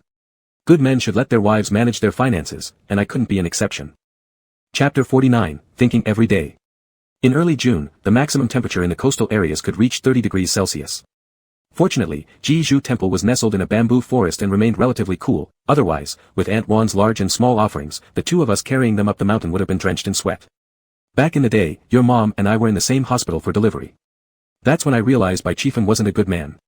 My old yen would be right by my side as soon as he got off work. In the days leading up to my labor, I practically lived at the hospital. What about Bai Chifen? He was nowhere to be seen. Your grandparents on your mother's side were the ones taking care of her. When you were born, who knows where he even was? Although Aunt Wan was over 50 years old, she still moved with brisk steps. Fanning herself with a sandalwood fan, she stopped at a rest platform and waited for me. Everyone knew he wasn't a good guy, but my mom liked him. What do you call it? After eating all sorts of delicacies, she suddenly wanted to eat some poop to balance out her intestines. As we reached the rest platform, I put down the bags in both hands and drank several gulps of mineral water that Aunt One handed to me. Aunt One folded her fan and tapped my head lightly, saying, "Sigh, it's not proper to say this about your own mom." Regardless, though Bai Chiefeng may be trash, he did contribute something. I returned the bottle, confused and asked, "What contribution?" She zipped up her backpack and started walking again. "You silly. Without him, where would you come from?" She gently pinched my cheek, then quickly pulled ahead of me. I stared after her silhouette, stunned and helplessly chuckled. The last time I saw Jiang Xuehan was so long ago that I couldn't remember when. I thought life was long enough, even if we didn't meet, we'd each live well and see out our lives peacefully. But unexpectedly, life is fragile. Just like that, she left, and within moments turned into a cold, hard wooden plaque. I hope she truly went to the blissful place in her heart, free from the tribulations of this world. Once, I harbored resentment, hatred, and blame towards her. However, spending a night on the snowy mountain brought much peace to my mind. There are too many things in this world worth my attention. Let go of what's useless. I inserted the long incense stick into the incense burner and stepped aside. Aunt One held the incense, standing before the memorial tablet in place of me, unlike me who silently paid respects. She had plenty to talk to Jiang Xuehan about. During your lifetime, you didn't care about your son for 20 years. Now that you've passed, I consider you to have attained Buddhahood. Protect him more, grant him smooth sailing in his career and help him find someone to love and spend his life with. I'll count to 3, if you don't speak up, I'll take it as an agreement. 1, 2, 3. Good. We're agreed upon. Finishing, she happily placed the incense into the burner. I felt amused yet deeply touched. Seeing Jiang Xuehan's little plaque hadn't provoked much reaction earlier, but now, my nose inexplicably stung. To prevent worry among the two elders, once safe, I didn't tell Mr. and Mrs. Yen about almost dying on the snowy mountain. It turned out to be the right decision.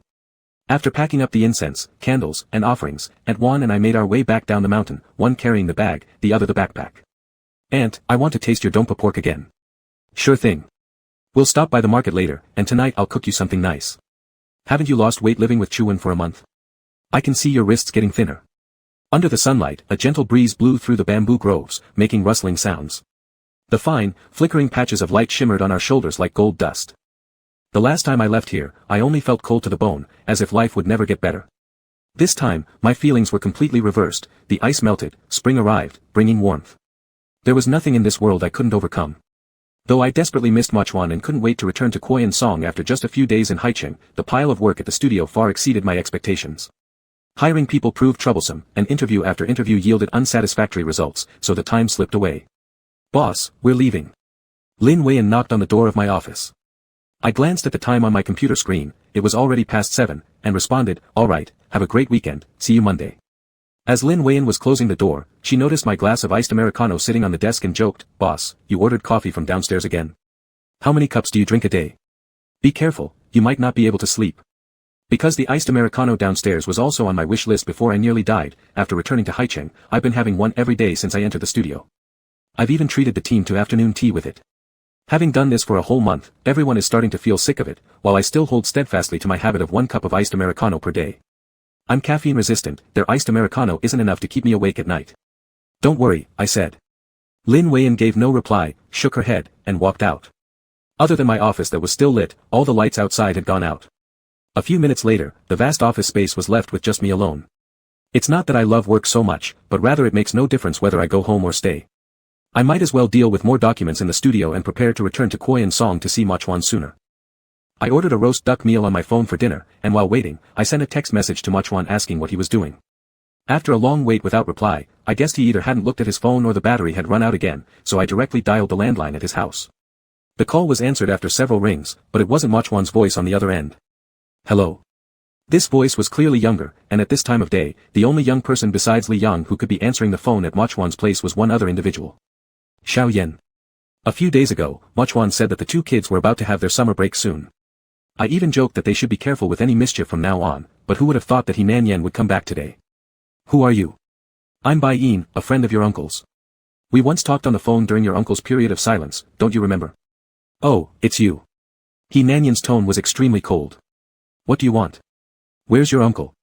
"He's taking a shower." "Shower? Then I'll call back later. I can pass on whatever you want to tell him." I paused for a moment, then said, "It's better if I tell him myself." "Troublesome." He muttered under his breath and switched back to Xia language, "That's all, goodbye." And without giving me more chance to bond with him, he hung up directly. I took a look at my phone and couldn't help but chuckle. Kid, I heard all that.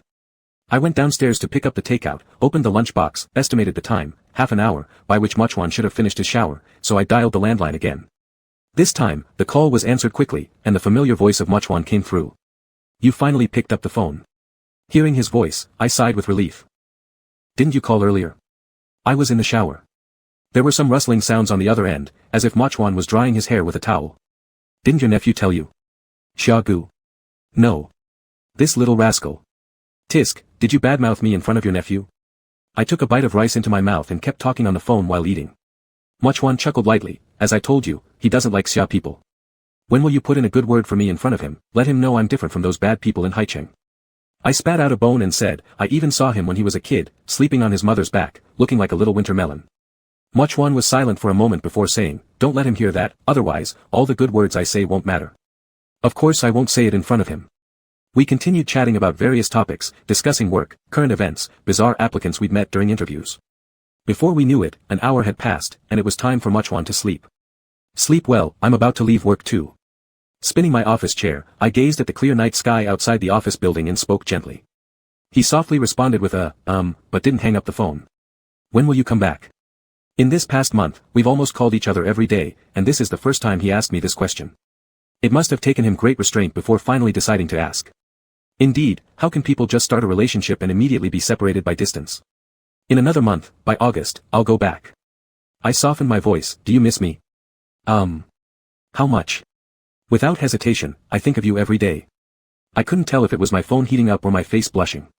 Never before had I so deeply understood the pain and difficulty of a long-distance relationship. I miss him so much. Ever since the day I left, I've been dreaming of returning, going back to him. Missing his embrace, missing his kisses, missing his warmth. My body is in Haicheng, but my heart seems to have been lost in Kuoyan Song, constantly calling for my soulless shell to reunite with it as soon as possible. I turned off my computer and got up to leave. I'll return on August 1st, I'll buy the plane ticket right after. Really? Really? After a moment of thought, I added, if I lie, I'll punish myself, by abstinence for a month. Dear passenger Baiyin, we regret to inform you that due to the influence of typhoon weather, your reserved MU-6957 flight from Haicheng to Shannan on August 1st has been cancelled. You can solve the issue through the following channels. Unexpectedly, on the night before the flight, I received the notice of flight changes. I had heard a couple of days ago that the typhoon was coming, yet I remained optimistic thinking everything would still be fine. However, I was proven wrong. Annoyed, I searched for flights from Haicheng to other cities, trying to transit to Shannan, only to unfortunately find out that almost all flights had been cancelled. If I can't return to Kuoyan Song as scheduled, a month of abstinence is a small matter, but losing Bai Yin's trust would be serious. He looks forward to my return day by day. How could I let him down on the last day? I considered many options. Fortunately, although flights were cancelled due to the typhoon, trains were still running. I immediately bought a ticket to Xianxia and planned to set out right away so I could fly to Shannon early the next morning. Calculating the timeline, it was going to be a bit late, but I should still arrive on the 1st. My flight was cancelled because of the typhoon, and I may not be able to return on the 1st. After sending Bai Yin this message, I left with my luggage. There were no high-speed trains from Haicheng to Xianxia after 6 p.m., only slower greenskin trains which required a 14-hour journey. Spend one night on the train, arriving at Xianxia at 9 a.m. the next morning, catch a 12:45 p.m. flight to Shannon with a 2-hour layover, reaching Shannon at 8 p.m. that evening. Finally, take a car to Punga where I should arrive by 10 p.m. My home wasn't far from the train station, but I underestimated the congestion during rain and rush hour. Looking at the Red Sea ahead, realizing the situation was not ideal, I quickly got out of the taxi and ran into the nearest metro station, making it through security just minutes before departure. Once aboard the train, I relaxed slightly but remained seated on my suitcase, panting heavily without heading straight for my seat. Suddenly, my phone vibrated in my pocket. It was Bai Yin calling. Hey. I stood up, dragging my suitcase to find my seat. If you're not coming back on the 1st, when will you return? He asked me gently. I'll wait until the typhoon passes. Walking through the long corridor, I didn't care if others heard me speak and had no intention of lowering my voice. I've already been abstinent for 2 months, I don't want to do it for another month. If I told him directly that I was taking a train and then transferring to a flight, requiring over 20 hours to reach Shannon, he would definitely tell me to come back after the typhoon passed. But I didn't want him waiting, so I decided to keep it from him and give him a surprise later. All you think about is lewdness. Bai Yin's tone was slightly cold yet permissive. I laughed. Hey. You try asking any normal young man in his 20s who hasn't even used his hand for 2 months. Sir Bai, ordinary people are much more depraved than you think. By the way, I prepared some gifts for you this time. Thinking about the treasures in my suitcase, I couldn't help licking my lips. I think you'll like them. Chapter 50, Yours, all yours. The dream of becoming a jewelry designer started with my grandmother. My grandmother had a jewelry box filled with her beloved jewels. There were emerald earrings in deep green, ruby brooches, sapphire rings. She said that they were all gifts from my grandfather. Because he loved her, he went to great lengths to buy these jewels to make her happy. When a man loves someone, he will buy her jewelry. The old lady sat on her dressing stool wearing an elegant embroidered cheongsam. As she spoke to me, she put on a rich purple jade necklace while looking into the mirror. A man like your father, who didn't even buy your mother a sesame-sized diamond ring, I could tell at first glance that he simply doesn't care for your mother. Your grandfather, when he was almost gone lying in the hospital bed, still held my hand and asked me to buy the necklace I liked, saying how beautiful I looked wearing it. I sat on the bed, swinging my legs and asked, did my mom like jewelry too? My grandmother's face immediately brightened as she smiled at me through the mirror. Who wouldn't like something this beautiful? Let's not delve too much into whether the old lady's criteria for judging men was simplistic or harsh, but her words did have a profound impact on the young me. 1. Jewelry is something that brings happiness. Seeing something beautiful, grandma would like it, and so would mom. 2. When a man loves someone, he should give that person jewelry. With the vibrations upon landing, I slowly woke up from a light sleep. Sean Nan had arrived. After retrieving my luggage, I anxiously waited outside the airport for a ride, but after waiting for a long time, there was no indication my order had been picked up. I never expected finding a car late at night from Sean Nan to Khoi An Som would be so difficult. In the end, I resorted to the old method of high reward attracts brave men, spending 3 times the usual amount to find a driver willing to take me. Finding a car took too much time, resulting in me arriving at Pengge close to 11 o'clock. Yen Chuan hadn't slept yet, leaving the door open for me. Unfortunately, we've lost power today. It's been hours without electricity. Yen Chuan walked ahead with a flashlight, pushing the door of the room open. Why are you still holding a pot of grass? It hasn't bloomed yet. I've brought it for Moju to check. This orchid I've carried all the way from Hai Cheng has certainly seen better days. Under the flashlight, I opened the suitcase and gathered all the things I needed into my backpack. After slinging it over my shoulder, I gave Yen Chuan a quick goodbye before rushing straight towards the temple without turning back. Maybe because I'd adapted to the high altitude in Khoi An Som, climbing the stairs initially left me panting a bit, but now it feels like walking on flat ground. As I climbed, I kept checking the time. Approaching the temple gate, realizing it was still several minutes until midnight, I wasn't as hurried anymore. I stopped briefly to catch my breath, adjusted my jacket collar, tidied my hair, and checked if I smelled odd. Alright, I changed clothes in the airport restroom. I don't smell bad, only the scent of laundry detergent lingers. Having climbed walls countless times, I subconsciously headed toward the familiar wall, then stepped back, realizing the gates were slightly ajar just as I'd noticed out of the corner of my eye. Holding the orchid in my arms, puzzled, I pushed the door open. Soon, I discovered the second thing that surprised me. On a summer night, the windows of the grand hall were half opened, letting out a dim candlelight. Just like on the Dear King birthday day, Moju was quietly kneeling in front of the tall golden statue, awake this late at night. This wasn't his usual schedule. Gazing at his silhouette, I felt a flutter in my heart, pulling out my phone to confirm the time, 11:51. Could he have been waiting for me? With that thought in mind, I gently pushed the door of the hall open, which yielded effortlessly just like the main gate. The man, who had appeared to be deep in meditation the previous moment, suddenly turned around. His face showed an unmasked shock, revealing disbelief and joy as if finally fulfilled after a long wait. Staying up so late, waiting for me. I placed my backpack and the pot down on the ground. As I stood upright, I was enveloped in a tight embrace. He fully pulled me into his arms, wrapping his long arms tightly around my waist, squeezing so hard that it felt like my bones were melding into my body. You're back. He sighed with relief, not questioning why I suddenly appeared despite having said I couldn't come back. He had been waiting for me. At that moment, I was sure he'd waited for me. Even knowing I couldn't return on the first day, he stubbornly waited until the last moment, hoping for a miracle. And I rushed through the night, both honoring our agreement and completing his miracle. Seated in the flickering candlelight within the grand hall, I took out the treasures I brought back from Moju piece by piece. The first one. That very pot of orchids. Do you still remember it? I held up the flower pot with one hand and introduced solemnly with the other. This is the orchid you left in the dormitory years ago, which I rescued from Yen Chuan. Take a look. Is it sick? It used to bloom when Grandma was taking care of it a few years ago, but recently it hasn't bloomed and has hardly grown at all. Mochwan took the flower pot, looked at the leaves, then leaned closer to smell the soil and quickly diagnosed, did you water it with tea? I smiled awkwardly. I kept it in the studio. It might have been accidentally watered by my colleagues there. Orchids need well-ventilated, loose soil and a moist environment. They don't grow well in extreme temperatures. Haiching actually isn't suitable for their growth. As he said this, he set the flower pot aside. I'll change its soil tomorrow, let it recover for a few months, and it should bloom next year. Right. I thought it must be due to the environment. Opening my backpack, I pulled out the most conspicuous item as the second gift for Mochwan. This is. Mochwan stared bewilderedly at the golden plush Western dragon toy and immediately recognized it, calling out its name accurately, Orange. Wasn't Zhao Qinyuan's company planning to restart Answer Island? Though the game isn't online yet, knowing how much I like it, he specially got me an official game peripheral, giving it to me during our last dinner. According to Zhao Qinyuan himself, during the test phase, to highlight its rarity, only one dragon egg was made, and not even he had it, but somehow I managed to get it, leaving him with a strong impression. I flicked the dragon horn on the plush toy's head, sighing, for 8 years, our family of 3 is finally reunited.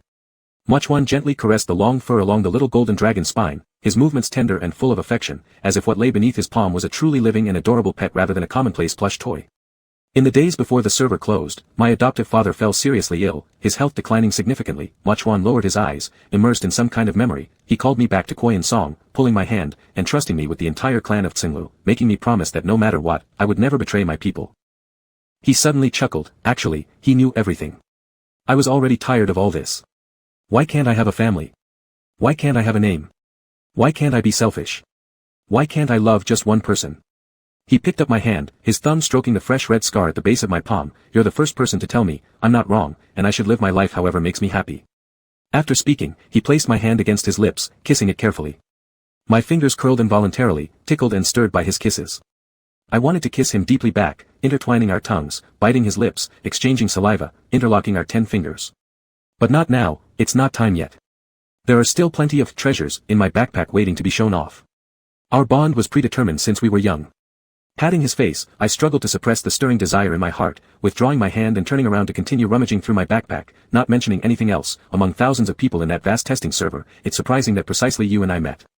If you hadn't accepted my friend request that day, we wouldn't have what we have today. As I said this, I carefully took out the third gift from my backpack, a jewelry box wrapped layer by layer in foam paper. I've known it was you right from the start. I tore open the foam paper violently after hearing Muchuan's words, stunned as I raised my head. You knew. Muchuan remained completely calm. I saw it accidentally. He continued, during that camping trip, the one where Ming Zhuo was present, your phone kept playing game music, which was very loud, so I tried to turn it off and accidentally saw it. I was still trying to process this. It was that early. You've known all along that hard-to-pronounce name was me, and you still added me as a friend, married me? Weren't we on bad terms back then? As I uttered these last 3 words, I felt unsure for the first time. Wasn't that right? Sure, wasn't it? We even quarreled over Ming Zhuo that night during the camping trip. Think about it this way, if I had known from the start that MK was him, I probably wouldn't have just avoided adding him as a friend, I'd likely have deleted the game altogether. Muchuan paused for a moment, saying, anyway, you didn't know it was me. There was nothing special about the tone of his voice, and his expression remained indifferent, yet something in his words pierced my heart. If I hadn't found out from Yan Chuan that you are MK, would you have kept me in the dark about this forever? He didn't answer directly, instead touching the edge of the box in my hands with his fingertip and changing the subject. What is this? I glanced down at the box, slowly opening it, a necklace I made for you. Inside the jewelry box was the third necklace I designed inspired by Muchuan, glittering in gold and red. Its name was Immortal Flame, symbolizing my undying love for him. This stone. He touched the necklace, as if recognizing the red spinel. Is this the one you showed me before? Yes, it's the same one that was previously set in Feather of the God. Carefully taking out the necklace, I stood up to put it on him. In the final piece, I added a short golden chain with a pendant of a 3-carat ruby at the back of the necklace so that no matter whether it is worn frontward or backward, the view would never be too plain from any angle. The lady thought this red spinel didn't match her status, but she doesn't know that the Feather of the God wasn't originally designed for her. For the first time wearing Immortal Flame, I chose to wear it backward for Muchuan, looping the golden chain around his neck an extra time, placing the pendant down to hang over his waist. After putting it on, I stepped back a few paces and watched him intently, holding my breath. The third time is the charm. My necklace has finally found its true owner. With unblinking eyes, I gazed at Muchuan who seemed exceptionally surreal and sanctified under the candlelight, my eye sockets gradually warming and swelling. This is the third necklace I've designed inspired by you. The first one was called Pine Forest Stream, which won an international award, and many people wanted to buy it. But I refused to sell it and wouldn't let anyone else wear it. They secretly wore it anyway, and when I found out, I smashed it in anger. None of them understood me, but I don't need their understanding. I said hoarsely, I know what I'm doing. Muchuan looked down, touching the back of the necklace resting against his neck. Was the second one Feather of the God? What's this one called? Immortal Flame. He savored the 2 words repeatedly, Immortal Flame. I knelt beside him, letting my fingers softly trace the patterns on the necklace like feathers. Do you like it? I like it very much. He looked down with the firelight making his gaze dark and indiscernible. This necklace belongs to me, not Pingjia's, just mine alone. After my death, it will sink into Lake Baz with me, and no one else can ever possess it or take it away from me. He paused briefly as if thinking of something even more significant, glancing at me. You're the same, you're mine, no one can take you away from me. Why do I find his cold and dominating words so adorable? Thinking about it, if I were a fickleman, not only would he have no way of dealing with me, he'd only silently mourn by himself. And the worst punishment he could think of for me would be forgetting me, which makes my heart go soft. Yours, all yours. I couldn't help myself anymore, leaning in for a kiss. Just a little peck first. There's still a long night ahead. We'll look at the rest of the gifts after kissing. Chapter 51, I want what others don't have. The warm fragrant air, the ambiguous lighting, and the person I like, this kind of atmosphere is really perfect for doing something. However, just as I passionately pushed my tongue into Mochwan's lips, he suddenly seemed to snap out of his daze, his head retreating backwards while he placed a hand on my shoulder to stop me from continuing. Not here.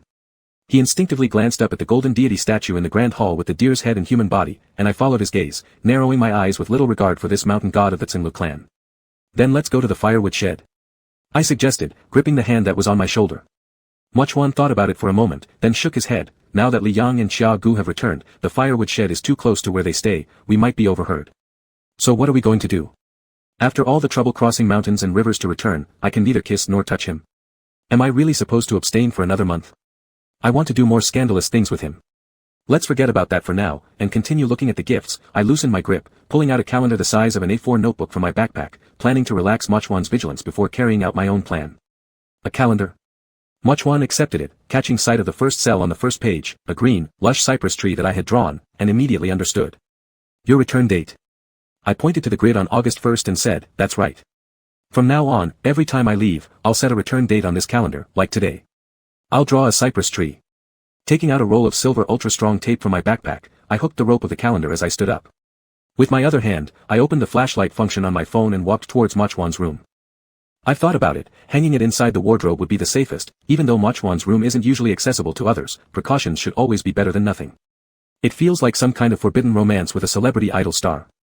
Strangely, such a funny idea popped into my mind. Opening the wardrobe door, I handed my phone to Mochwan, who had followed me, asking him to shine the light for me. He leaned against the cabinet door, facing me, and suddenly asked, how did you manage to come back this time? Since earlier he didn't say a word, I assumed he was pondering something, but he was actually asking this. First by train, then by plane, I carefully tore off a small piece of tape, securing the rope of the calendar onto the wardrobe door, then poked it with my fingers. Very firm, definitely the ultra-strong version. How much time did it take? Mochwan asked again. Don't worry about it, I'm back anyway. Grabbing his hand, I led him outside. I promised to return when I said I would, and I will certainly return. Mochwan did not respond right away, instead waiting until we were back in the grand hall and sitting down on the mat again before speaking, as if after deep deliberation, if there really is an issue causing delays, you can return a few days later. And then let you wait anxiously for me until late night every day. Why do you pretend not to care when you clearly don't want me to leave? I teased, pointing my index finger at his chest. Give the mask of Pingsha back, and let Mochwan out. He glared at my finger, unsure if he was truly showing his nature or just playing along with me, even changing his tone to sound indifferent, just being polite. I couldn't help but laugh, withdrawing my finger. That's more like it. Once again, I rummaged through my backpack, this time pulling out a thick envelope. After opening it, I took out all the documents one by one and placed them in front of Mochwan. This is my household registration book, the property deed under my name, and my bank card, the password of which is my birthday. Taking out a bunch of keys, I spread them in Mochwan's palm, placing them in his hands. This is the key to the bank safe deposit box where my grandma's jewelry is kept. The old lady loved jade all her life, and when she was younger, her husband once entrusted someone to buy a piece of Burmese jade. The result was an excellent glass-type emerald green jade, made into a set of jewelry. Now, even taking out a single ring fetches 7 digits. The entire set of necklace, bracelet, earrings, and ring together is worth at least 10 million. And that's just the value of one set of jewelry. This is the salary card you gave me earlier. Holding the corner of the green bank card, I waved it in front of Mochwan, saying, I said I'd return it all, principal plus interest. And now, here's the principal, and the interest as well. He has given me everything he could, so how can I hold anything back from him? Even knowing that his identity determines our relationship can never be disclosed, that doesn't matter. Since I've decided to be with him, I will no longer hesitate. Koyan Song is 1,000 miles away from Haicheng, separated by rolling mountains, vast rushing rivers, and fierce typhoons. Despite these numerous obstacles, I still managed to return. It's like Mochwan and me. Just imagining it, it feels difficult, but when we really put it into practice, it turns out to be not that bad. Mochwan was flipping through my household registration book and property deed when he suddenly furrowed his brows and looked up at me. Didn't you say before that you had nothing left? Oh no, busted. I quickly averted my gaze guiltily, the things I owned were indeed sold for money, but these are what my grandmother left me, my wife's dowry so to speak. Strictly speaking, they don't count as mine. Sigh, there's one last thing. Let's finish looking at this first before talking about anything else. I cleverly shifted the topic, pulling out the last and most substantial gift from my backpack, 2 boxes of black 0.01 condoms. Mochuan was completely unfamiliar with them, picking them up to take a look. Are these cigarettes? The sound of the word smoke quickly disappeared as his night vision revealed the small print on the packaging underneath. I took one box, opened the outer shell, and pulled out the smaller package inside to show him. Do you know what this is? Did they teach you how to use it in your biology class? He put down the box in his hand and said, I know what it is, but we didn't learn about these. This suits me perfectly. I tried my best to keep my grin under control. Then today, Teacher Bai will teach you how to use it. I tore open the packaging and took out the transparent sheath, demonstrating on my hand. Just like this, pinch the tip to squeeze out the air, then slowly roll it down until you reach the base. I gestured with 2 fingers, very simple, right? Mochuan looked at the sheath on my hand, then looked at me, confused. Why do we need to learn this? Hearing such an innocent question from him, I truly felt like the big bad wolf corrupting the little rabbit. As I peeled the sheath off my fingers bit by bit, I tossed it back into the box. Do you know what it's used for even though you know what it is? To prevent unwanted pregnancies. Mochuan gave a textbook-level standard answer. I restrained my laughter. That's correct. But actually, men can also use them with other men. Compared to the untainted divine bird from the snowy mountain, the wealthy young masters of Haicheng have more access to such knowledge. I leaned in and whispered some basic homosexual knowledge into his ear. In Mochuan's understanding, helping each other out might be the limit of intimacy between 2 men. Hearing that they could be even closer startled him a bit. He picked up a small square from the open box and asked quietly, have you used this before? I have. At first, it was out of curiosity, later it became convenient and clean, so I would wear it to avoid making a mess everywhere. Mochuan's nails grazed over the packaging, leaving a faint mark. You said that in homosexual relationships, generally there's a top and a bottom. What about you and your ex-boyfriends? Well, I'm definitely the top. Ever since I realized my sexual orientation, I never thought of myself as being the bottom. As for the others, their tendencies were even clearer, they wouldn't even want to be on top with me. So, do you want me to be the bottom? My face heated up, but fortunately, the lighting was warm enough that he probably couldn't tell, if you don't mind. No. He flatly refused. I was taken aback, frowned, and instinctively blurted out, then what do you want? Mochuan lifted his eyes, fixing me with a steady gaze. I want what others don't have. What others don't have? I scrutinized his expression, suddenly realizing why he had been acting strangely since earlier. He had misunderstood me, thinking that I had already reached the final step with others, becoming quite adept at it. Although it didn't align with what I imagined, perhaps using his jealousy wasn't such a bad way to force him into submission. TSK, am I beyond saving? At this point, I actually felt a sense of relief thinking, good thing I can still give him what he wants. Taking a deep breath, I stood up, undid my buttons, and kicked off my pants in front of Mochuan. His dark eyes watched me silently, without stopping me. Since summer clothing prioritizes comfort, I only wore a loose white t-shirt on top, which now conveniently concealed my private areas, creating an effect akin to half-covered beauty. I sat back on the mat and lifted the hem of my t-shirt to show him, do you remember this nose pant? Pulling his hand, I let each finger into my mouth, while with the other hand, I pulled aside the cloth in front, mumbled, at the time, I thought it was pretty convenient. His breathing grew heavier, with a struggle visible in his expression, his fingers almost convulsing. Ajari, if you want something, come and take it yourself. I took his fingers into my mouth. He tightly pressed his lips together, seemingly hating my enticement, yet also seemingly having no control over me. Closing his eyes briefly, his stiff fingers suddenly clamped down on my tongue, applying slight pressure. Did they also see you like this? I parted my lips, letting the saliva slide over the corners of my mouth, unable to answer. They have. He withdrew his fingers and leaned in, replacing them with his lips and tongue, invading my mouth. I wrapped my arms around him, passionately responding, excitedly arching my waist to rub against his body. He was an excellent student, just oral instruction allowed him to grasp the essence and know precisely how to proceed correctly. It was like when he taught me archery in the past, now, he executed every move I'd shown him. In a daze, I recalled a recent conversation during dinner with Zhao Qinyuan and his wife. I had shared Sun Manon's analysis of me as an amusing anecdote with the two of them, but unexpectedly Xinjing found it very reasonable. Maybe your sister is right, you're actually not into men. I've always had this feeling. Now it's crystal clear. Sometimes you really don't seem like someone who likes men. Are you a one? Have you ever thought that maybe you only like men because you want to see them being conquered and violated by you? Her question left me dumbfounded. Aren't all ones like that? Otherwise, why be a one?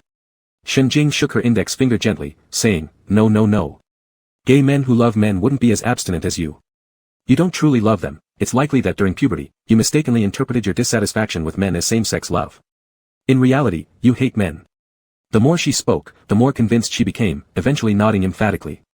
I remained silent for a long time before replying, is it possible that I've been abstinent because I like someone? Zhao Qinyuan and Shen Jing both froze in unison, exclaiming in perfect harmony, what? If my nature was to detest the same sex, then my willingness now to let Machuan conquer and violate me, was it because I loved him? We embraced and kissed in the candlelit shrine. Every time Machuan seemed to regain his sanity, I used all my allure to seduce him, making him forget his identity and our surroundings. Once again, he placed his formal official attire under me, tracing down my waistline with his fingers. Wait. He kissed my neck, muttering, wait, yet made no move to get off me. No, the Mountain Lord will be angry. Lying back on the ground, I locked eyes with the golden statue atop the lotus pedestal, holding Machuan close and shakily whispering in his ear, I've never done this kind of thing with anyone else. He suddenly stopped, looking up at me in confusion, as if unsure of what I meant. My face burned with heat as I steeled myself, I've never been a playboy. You've met my 2 former boyfriends, aside from talking, we didn't even help each other in such ways. And in the years we've been apart, I've never had anyone else. I bent my knees, using words to stimulate his senses and erode his willpower. Machuan, whether it's this heart or this body, they belong solely to you. I panted, asking him, don't you want it? His response was another fervent kiss, as if trying to devour me entirely. Chapter 52, Because. It's you that I like. It hurt a lot at first, reminding me of the sensation when the bowstring strikes my arm while archery. That initial strike can contort your features with pain, but soon it fades, leaving only a burning sensation without lingering discomfort. The red spinel pendant slid to my shoulder and swung violently with Machuan's movements. Even in August, under the covered stands, it wouldn't get too hot during summer, but I still broke out in a thin layer of sweat from head to toe, covering every inch of my skin. As a beginner, Machuan could truly be called a prodigy. While others were still fumbling around trying to figure out how to hold the bow, string it, and shoot precisely at the center of the target, he put on his guard gear without needing much correction and mastered the basics in just the first round. The strength, angle, and speed of each arrow were breathtaking, and I found myself struggling to handle such an aggressive assault. Machuan. I wanted him to slow down, to be gentler, but instead, he bent down, cupped my face, and silenced my words right in my throat. Moments later, as I felt all the blood rushing to my head like my brain was about to explode, he released my lips and rubbed his nose against my cheek. No one has ever seen you like this, only me. Bain, only me. You belong to me alone. I have personally summarized 2 ways of shooting arrows. One is the fierce and sudden type, regardless of form, the goal is for speed, shooting all the arrows in the quiver as fast as possible, practicing that split-second reaction.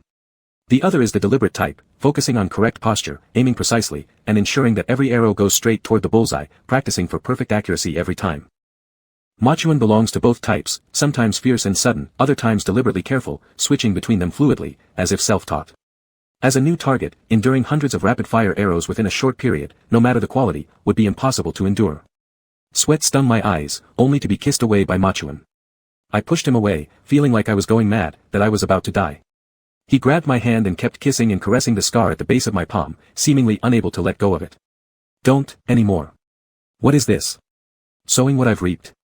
Deliberately waking up a starved giant beast, and now I'm about to be eaten till there's nothing left. In the past, I always hated those targets riddled with holes from repeated use. The paper gets torn apart, the rice straw used to stuff inside becomes loose, making it difficult for the target to grip the arrows properly. Now, all I want to do is apologize to them. Truly, I'm falling apart. My other hand rested helplessly on Machuan's abdomen, and through the thin fabric, I could feel his rock-hard abs. Why does he remain impeccably composed while I am already reduced to a pair of shorts? Before I could think it through, Machuan pulled me by my arms so I sat on top of him. After every round of shooting, there are usually some arrows that penetrate especially deep, so deeply that the arrow seems fused with the target, unable to be removed. That's exactly how I feel right now. Who would have thought that one day I'd empathize with a target? I bit into Machuan's shoulder, through the cloth, biting hard. His shoulder muscles tensed for a moment, then relaxed quickly. He held the back of my neck gently, as if comforting or teasing. Do you not like it? He stopped everything, softly asking by my ear. I suspect he's fully turned on the Machuan switch, temporarily setting aside any shame or loyalty to divinity associated with his identity as Pinjiao. It was as if he completely forgot where we were, his eyes seeing only me, and there was no longer anyone else. 2. This was too deep, it feels like the target's about to be shot through. Without warning, he sent another arrow, hitting the bullseye again and asked me once more, do you not like it? What could a target do? A target cannot move. Aside from passively enduring, there's no way out. You're doing this intentionally. I trembled as I hugged him, my lips pressing against his shoulder, mumbling indistinctly. Asking if I like it, yet in reality, giving me no choice. He fumbled with the thin knots on my waist. Without waiting for my answer, he leaned over and kissed my earlobe, continuing on his own, you like it. With my earlobe being nibbled and licked, I clung onto him even tighter, unable to refute. Though it was tough, it was indeed something I also liked. Thinking this, my ears became flushed and unbearably hot. Once again, I confirmed there was no saving myself. For over a decade, I never imagined myself being a bot. Calling Machuan wife repeatedly, I ended up becoming the one beneath him, and I actually liked it. Because I like it because it's you. If any other person dared make such disrespectful demands, whether Mingzhuo or Jiangbushu, I could beat them until their own mothers wouldn't recognize them. Only Moju is different. He's unlike anyone else, and I am willing to stay with him in the sea, whether it's the ocean of suffering in life or the sea of desire. The tip of my ear hurt, and in the next second, my waist was tightly clutched. Then came endless repetitions of pain and pleasure. In the morning, I woke up in Moju's bed, feeling a sense of laziness and relaxation all over after an intense workout. Of course, the soreness of muscles is inevitable, but after some rest, it won't be a big problem. The door was closed tight, and Moju was nowhere to be seen. I glanced at the clock on the wall. It was 6 o'clock, and breakfast should be delivered soon. I got up, put on my pants, and looked down at the newly changed underwear around my waist, which reminded me uncontrollably of the wet and crumpled-nose shorts from yesterday. When Moju finally wrapped me up in his robe and carried me to the bathroom, everything seemed to have ended. However, when the robe slipped off and revealed that pair of shorts, the sheet was pulled back, and the urge rose again. Since it wasn't expected, we didn't use 001. I pulled the elastic band around my waist. Moju was just a few centimeters taller than me, so why did his pants feel like they were a size too large for me? I quietly opened the door, and the hall was quiet with no one around. Observing the surroundings, I walked out. Seeing Moju sitting by the low table having breakfast, I also sat opposite him and stuffed a bun into my mouth. Why didn't you wake me up earlier? Weren't we supposed to leave before 5? He picked up his bowl, looked at me, lowered his eyes, drank a sip of porridge, and said nothing. I raised an eyebrow. Are you silent again? He nodded, dignified and elegant in his mannerisms, showing none of last night's madness. I know, Moju has gone back to rest, and now, Pinjia is taking the lead. After finishing breakfast, Moju placed the food container outside, where someone would come to collect it shortly. I didn't leave immediately. Sitting there, the two of us communicated through my speaking and his writing without any hindrance. You've already stopped talking. How about continuing tonight? Actually, my body might not handle continuing tonight, but I'd just like to provoke him. His hand copying the scripture paused, the pen tip rising and moved to the paper we used to communicate. I have several scriptures here. If you're free, take them back and have a look. By now, I've developed the skill to read what he writes backwards, and I couldn't help but smirk before he finished writing the last word. Leaning back with both hands supporting me behind, stretching my legs out from the cross-legged position, I took off one shoe, slid under the low table, and started rubbing his leg. You weren't like this yesterday. My toes slowly shifted toward the center, my head tilted with a carefree smile as I said, after a night, how can Pinjia deny who he is? The pen tip trembled on the paper, leaving a large blotch of ink on the rice paper. Moju closed his eyes for a moment, grabbed my ankle, but didn't let go right away. The slightly cool fingertips massaged the skin of my ankle, causing a hard-to-ignore itch. My breath hitched, trying to pull back my leg, but Moju not only refused to let me go, but even increased the strength of his grip. What are you doing in broad daylight? I decided to stop struggling, letting him hold onto my foot. He looked at me, silently spitting out 2 words. I couldn't tell, but judging by the lip movement, it sounded like, not possible. Not possible what? Before I could figure it out, he released me. I quickly retracted my leg just as footsteps sounded outside the hall. I've never put on shoes so fast in my entire life. In a rush, I slipped on my shoes just as someone entered. Uncle.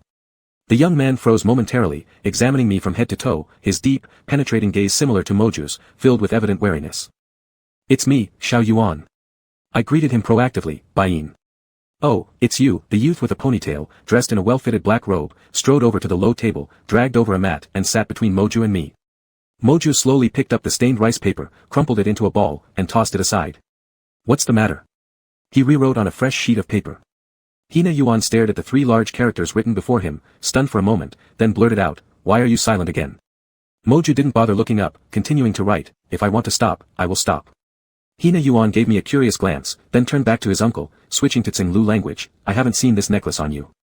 Where did you get it from? Moju touched the immortal pendant around his neck and wrote, a friend gave it to me. Hina Yuan frowned and asked bluntly, did this Xia person give it to you? Moju subconsciously glanced at me and didn't deny it.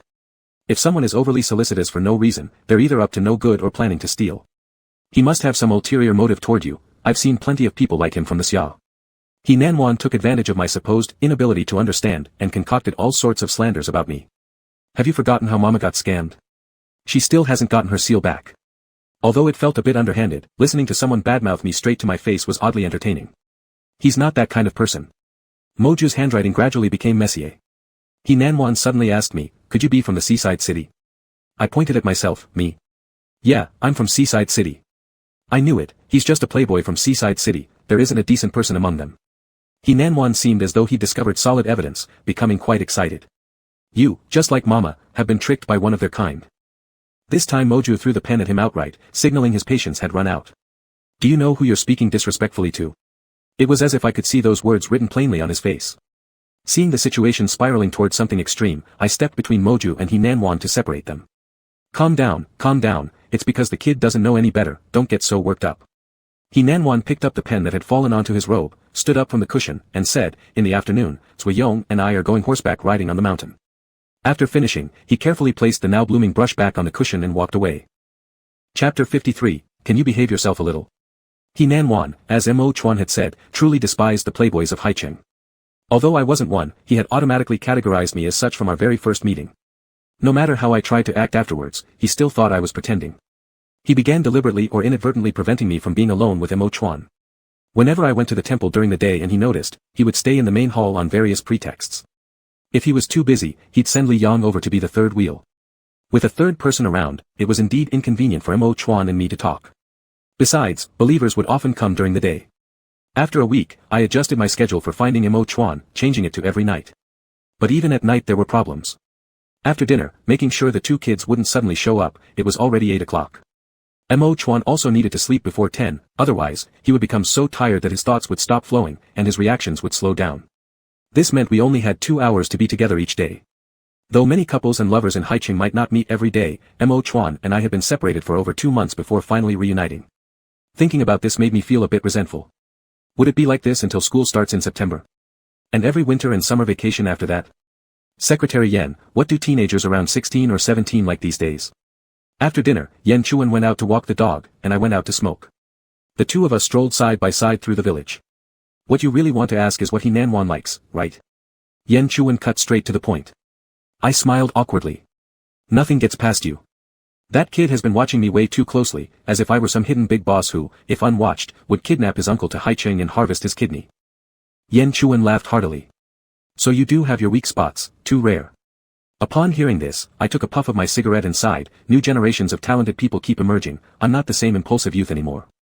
If I were the same age as He Nanwan, without hesitation, regardless of whose nephew he is, we would simply fight. Unfortunately, I'm an adult now, and most importantly, he's Mo Chuan's nephew, his only living family member, so it's complicated. Little Yuff actually understands things quite well, Yen Chuan said while cleaning up after his dog Er Chien finished defecating. He skillfully wrapped the waste in tissue and placed it in a small bag he carried. When I first came, he also harbored significant animosity towards me. But as time passed, he realized that you didn't have bad intentions toward him, that you genuinely wanted what's best for them, so he accepted you. It's impossible for him to act all cheerful around you, since his personality just isn't like that. But, you can look forward to him treating you with normal respect. Anyway, as the saying goes, sincerity melts the hardest rock. Sincerity melts the hardest rock. I kept pondering this phrase. At 8 o'clock in the evening, I set off from the research institute to the temple. Looking at my phone all the way inside the main hall, I looked up and saw Mo Chuan frowning deeply, flipping through an English workbook. What are you looking at? I dragged a cushion and sat next to him, leaning closer. The handwriting was naive, it belonged to Li Yang's workbook. Mo Chuan flipped page by page until the latest one, staring at the series of glaring red crosses in the multiple-choice questions and fell into a strange silence. Li Yang is still young, isn't he just in the first grade? Learning both Xia language and English simultaneously, it's normal for him not to handle both at once. I cautiously removed the workbook from his hands and placed it aside. His English can barely pass, and his Chinese and math scores are hovering in the middle range. With the tone of a weary father, Mo Chuan massaged his nose bridge and sighed, if this is how it is in first grade, what will second and third grade be like? Being barely able to pass English tests is indeed unacceptable. In Haicheng, the English foundation is generally good. Even as an art student, I've never experienced hovering near the passing line in any subject. Not having been a father myself, and not having interacted much with children Li Yang's age, I couldn't fully empathize. All I could do was console, you're someone who officially got admitted to Capital University, surely you aren't afraid of not being able to tutor a future college student. It was better not to mention it. Speaking of it only made him angrier, and his face started turning cold. He probably hasn't even thought about going to college. Do you know what he told me today? He said he didn't understand why public officials should study Xia people's books because he wouldn't need them anyway. He doesn't realize how much effort was put into letting them read these useless books. I patted his chest to calm him. All right, don't get mad, children sometimes speak without thinking. Would you please take a look at the gift I've picked for your nephew? Mo Chuan took my phone. You bought him a present? Didn't you say he wants to take the entrance exam for our school in the future? I thought that would require an extraordinary amount of effort. Even though his grades are good, we should have him practice on a wide range of test papers just to be safe. I showed Mo Chuan the achievements from my 2 hours of online shopping. This set and this other one, both have excellent reputations, they will surely keep him busy. I emphasized the last 4 words. Mo Chuan glanced at me and gave a brief approval, not bad.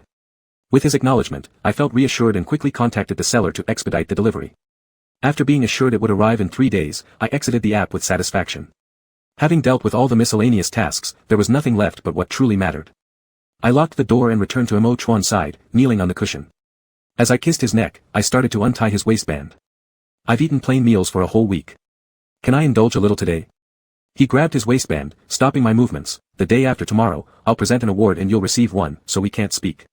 Our Lux Sun series seals had performed well in sales, and the first charity payment for this month had been transferred to Kyo Yen Song's charity foundation. It was an 8-digit amount.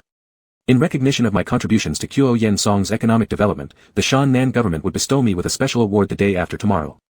Mo Chuan was invited to present it alongside the leaders. Considering that he wouldn't be able to speak during the event, it was indeed inconvenient. I irritably bit his earlobe, letting go soon after, then lend me some scripture books. I'll study them carefully back home. Mo Chuan has practiced celibacy since childhood, which might make this seem ordinary to him. However, making someone who has tasted pleasure suddenly abstain is a highly inhumane thing. Feasting on the plain dishes only made me yearn more for that hard-earned delicacy. Mo Chuan always says I'm too sensual, but it's really because he is too disciplined. I walked toward the bookshelf in the corner. Suddenly, Mo Chuan seemed to misunderstand my intentions as leaving. He grabbed my hand abruptly. Wait. His expression was evidently conflicted, yet he eventually gave in. Let's go to my room. Entering his room at this moment. My heart leapt as I understood his implication, grabbing his hand to lead him inside. He pushed me onto the bed, inserting himself between my legs. Picking up the hem of my t-shirt, he offered it to my lips. Bite down. My heartbeat quickened, my breathing became erratic. Opening my mouth, I obediently complied, my eyes fixed on him unwaveringly. I know it's difficult for you to hold back. He traced a path down my chest with his long index finger until it reached the bulge in my pants, but I've been practicing silence recently. Chagu has already started to suspect. Restricted and uncomfortable, I focused entirely on his hands, while he effortlessly teased around, as if intentionally playing with me. Suddenly, he halted his motions, raising his head to ask, if I satisfy you, will you behave yourself a bit? His deep, seductive voice sent waves of blood rushing down my body. I couldn't care less about saying no. I eagerly nodded, and finally, he mercifully unzipped my jeans. Relief surged through me upon being released, but in the next instant, Mo Chuan removed his immortal amulet hanging around his neck and draped it over my aroused state. The cold metal pressed against my skin made me shiver involuntarily, and when I tried to ask what he intended, the fabric gagged my mouth completely. Mo Chuan glanced at the clock on the wall and said, we still have time, let's take our time. That night, Mo Chuan almost drained me dry. For the full 2 hours, he relentlessly fed me by hand non-stop. When the front part wore out, he switched to using the back. By the end, I was nearly sobbing and pleading him to stop before he finally did. Afterward, I dozed off on his bed and slept soundly through the night. I woke up around 5 the next morning and stumbled back to the institute, weak-kneed. I wasn't satisfied, I was close to being force-fed until I vomited. After just this one session, I would likely maintain abstinence for half a month. The day came to travel to Shannan to receive the award. Early in the morning, Xiong Mingjie, the comprehensive director of Koyansong Rural Revitalization Bureau, who I'd been in constant contact with, arrived to pick up Mo Chuan and me. Living up to his name, he was tall and imposing, in his 40s, slightly overweight, and when he smiled, he reminded me of Disney characters I watched as a child, affectionate and warm-hearted. So this is your nephew? I've never had the chance to meet him before. People told me he looks a lot like you, and sure enough, now that I see it, it's true. Xiong Mingjie observed the young man in the rear seat via the rearview mirror. Initially, it was just going to be Mo Chuan and me heading to Shannan, but He Nanwan insisted on joining us. The nephew does resemble his uncle. I looked toward He Nanwan seated in the back with Mo Chuan, his face expressionless. He noticed me watching him and shot a glance my way. I flashed him a smile, but he ignored it, turning his gaze away. I sat back and took out my phone to check the status of the more than 10 sets of practice papers I ordered. Seeing that they would arrive tomorrow, my mood immediately brightened. In the end, he still resembles his mother more. Mo Chuan said gently. The child is studying in Shannan now, right? Xiong Mingjie asked again. Yes, in Gan County of Shannan. He will be starting as a second-year high school student this fall. As for university, what does he plan on studying? This time, He Nanyuan didn't wait for Mo Chuan to answer for him. With a firm tone, he declared, "The capital university, I want to attend my uncle's alma mater." Xiong Mingjie chuckled upon hearing this. "Oh. So ambitious. Have you decided which major to choose, or what you want to do after graduation?" He Nanyuan didn't hesitate before answering, "I want to return here and help Binky develop Koyansong together so that no one can look down on me anymore. And so that the people of Cenlu will never be looked down upon by others either." It was as if this answer had been circling in his heart countless times. He would not waver, nor would he change. Chapter 54, What's Wrong with Loving Beauty? Xiong Mingjie had asked me to prepare a speech of a few hundred words. I originally thought it was just for show, something I'd mutter casually to the media and leaders in attendance during the award ceremony. But things turned out completely different. The grand stage, with its designated speaking spot, had an intimidating audience, rows upon rows of people from city leaders to regional leaders who all spoke about the economic development of the past 2 years and discussed the future direction of Koyansong. When it was my turn to step up, I had already edited the entire speech on my phone, transforming what was once lackadaisical into something meticulously refined. Walking firmly to the podium, I smiled lightly at the audience, allowing my eyes to linger longer than necessary on the face of Mochuan seated in the first row. The first time I came to Koyansong was when I was 11. As a young child, I was completely captivated by its stunning natural scenery and pure, simple local customs. After returning to Haicheng, I still couldn't stop thinking about that place. To this day, I'm often grateful for my mischief back then. If I hadn't secretly wandered off from the group, perhaps I would have missed crossing paths with Mochuan entirely. My second trip to Koyansong happened when I was in my 20s. The scenery there remained unchanged, the simplicity persisted, but it was no longer remote and isolated, it became more modern and in tune with the times. Each household had internet access and televisions, could receive packages from all over the country, and stayed informed about global information. I know that this transformation is due to the efforts of countless individuals. They are like the foundations of this world, building our shared future piece by piece. Zhou Laoshi, Niepeng, Mochuan, it is precisely because of the continued efforts of these people that Koyansong has transformed so significantly. Though a single stone's strength may be insignificant, together they form an unbreakable skyscraper. These stones protect us from the storms, guide us through life's difficulties, and offer ordinary people a refuge. One person gathers firewood for home, 100 gather firewood for a city, and 10,000 create a nation. I wish to become one of those cornerstones, so that every child in Koyansong has access to education, textbooks, and nutritious meals. Guoshu said that the world always needs people like Zhou Laoshi to truly function well. I don't have Zhou Laoshi's extraordinary teaching talent, nor do I possess Mochuan's self-sacrificing courage or Niepeng's tireless commitment, but I can contribute financially. I cannot be exactly like Zhou Laoshi, but that does not stop me from aspiring to be someone like them. This is my first year doing charity work, but it will not be my last. As long as Koyansong exists, my path of philanthropy will always continue. Thank you all.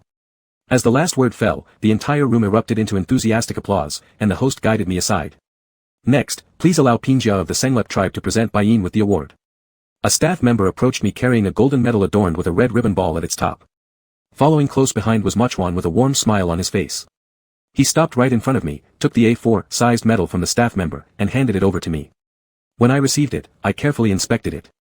At the top were the words, Moved Koyansong Award, below which were smaller red letters reading, Thank you for making the world full of love. Below that was a brief letter of gratitude acknowledging my donations and selflessness. The very bottom bore the mayor's signature. Thank you for everything you've done for Koyansong. Before stepping away, Mochuan thanked me very formally as Pingjia. I paused for a moment, responding with a smile, compared to what you've done, my contribution is negligible. A glimmer of laughter emerged in his eyes as he looked deeply at me before moving aside. The two of us stood side by side on the stage, holding the plaque together amidst a barrage of flashing cameras until we both froze our smiles in discomfort, signaling the photographer's satisfaction with an okay. It's unclear if my speech moved anyone or if it was the several sets of exercise books that brought about the change, but after returning from Shannon, He Nanyuan, although still showing little warmth toward me, at least refrained from lashing out like a porcupine all the time. Thus, I readjusted my meeting time with Mochuan back to the daytime. However, I recently discovered a new haunt, the traditional jewelry shop owned by the Senglep tribe specializing in crafting tribal accessories. This means I no longer spent entire days cooped up inside the temple.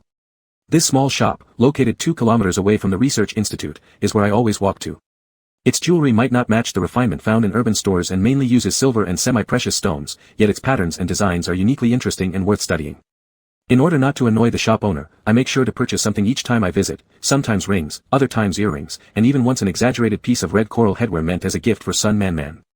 Thanks to these purchases, the owner tolerates my extended visits without complaint. On my way back from the jewelry shop to the temple, just as I was about to reach the steps, I suddenly saw a little lamb standing in front of a house. The lamb was completely white, with curly wool, big eyes, and long lashes. Even someone like me who doesn't keep pets felt instantly struck by its beauty. It's just like Mochuan. With this thought in mind, I approached the lamb and tentatively touched its body. It turned and looked at me without retreating, even rubbing its head against my pants. In the yard, an old grandmother with wrinkles all over her face was feeding chickens. I picked up the lamb and asked, "Grandma, does this little lamb belong to you?" She looked at me and replied in heavily accented Shannon dialect, "Yes, it's mine." "Okay, Grandma, can I borrow this lamb for a moment? I'll show it to my friend and bring it right back." I gestured while pointing toward the temple direction. "Are you from the Research Institute?" The old grandma seemed to recognize me. "Yes, I'm from the Research Institute. I won't cheat you out of your lamb. If I don't return it, you can come and settle accounts with me there," I said, pulling out 200 yuan bills and handing them to her. "Here, Grandma, take this as a deposit." The old grandma refused repeatedly, "No. I can't take that." I stuffed the money directly into her apron pocket and ran up the mountain holding the lamb. As soon as I stepped into Luwan Temple, I felt something was off. The main hall doors were locked tight, and the front courtyard was eerily quiet, with not a single soul in sight. Where could they have gone? I held the lamb and walked hesitantly backward, noticing two people crouching outside the window of the small building, one tall and one short, He Nanyuan and Li Yang. Cautiously approaching, I heard voices inside the room, so I quietly asked, "What are you guys doing?" They both jumped, their actions perfectly synchronized as they widened their eyes and looked at me. Recognizing me, He Nanyuan glared at me with a look that clearly wanted to scold me but couldn't. She quickly turned back to eavesdropping. Li Yang, meanwhile, patted his chest and made a gesture for silence before motioning me to lean closer. "Pinja is having a meeting with the tribal elders inside," he whispered softly, pointing toward the room. I nodded and silently joined their ranks for eavesdropping. "You're over 70 years old and have seen 3 Pinjas, but you're the worst of them." The open window showed only a narrow gap at the bottom. Both Li Yang and I had to squat halfway to see inside clearly. Inside, 7 or 8 elderly men sat around the sofa in a circle, with Mochwan sitting alone, facing the window. Despite being harshly criticized, he remained calm-faced. "Every tree and blade of grass on the mountain belongs to the Mountain Lord, and the hot spring is also a gift from the Mountain Lord to us. We absolutely will not agree if you try to make money out of it," said an elder smoking a tobacco pipe. "Uncle Shui, we've already explained, we're not doing this for our own profit, it's for better development of Koyansong." Nyepeng unexpectedly appeared, sitting on a chair on the side. Facing the elder's stubborn resistance, he wasn't as composed as Mochwan, displaying a look of frustration mixed with annoyance. Then a toothless old man with 2 golden teeth said, "I told you before when we let that brat stay in the temple, this would set a bad precedent, causing trouble in the future." Mochwan frowned slightly, placing the porcelain teacup in his hand forcefully onto the coffee table. Some milk tea even splashed onto the table. "Elder Jean, speaking too much negativity affects your lifespan. I've heard your health isn't good recently, so maybe speak politely to survive this year." "You." Elder Jean was about to reply, but whether due to psychological reasons or because Mochwan hit a nerve, after spitting out a word, he began coughing severely, gasping painfully until everyone's expressions turned awkward. The tobacco pipe old man put down his pipe. "Everyone, please control your temper," Nyepeng tried awkwardly to mediate. "At least I watched you grow up, look at what you've become now, associating with Shannon people day and night." "Are you Senglek's spokesman or Shannon's?" a goateed old man asked with full vigor. Others immediately agreed. "Yes, you mustn't forget who you are. Look at what you just said. And that short hair, how many times did we tell you to change it? Why not contact Inanyuan's father? After all, the mess was made by the Shannon people. As a spokesperson, why do you care so much about appearance? Where did that necklace come from? I've never seen it before." I stood up emotionlessly and said, "Follow me, and we'll rush in together." The 2 children on either side of me maintained their listening postures, turning back in surprise. Then they exchanged confused looks, seemingly trying to understand my intentions from each other's eyes.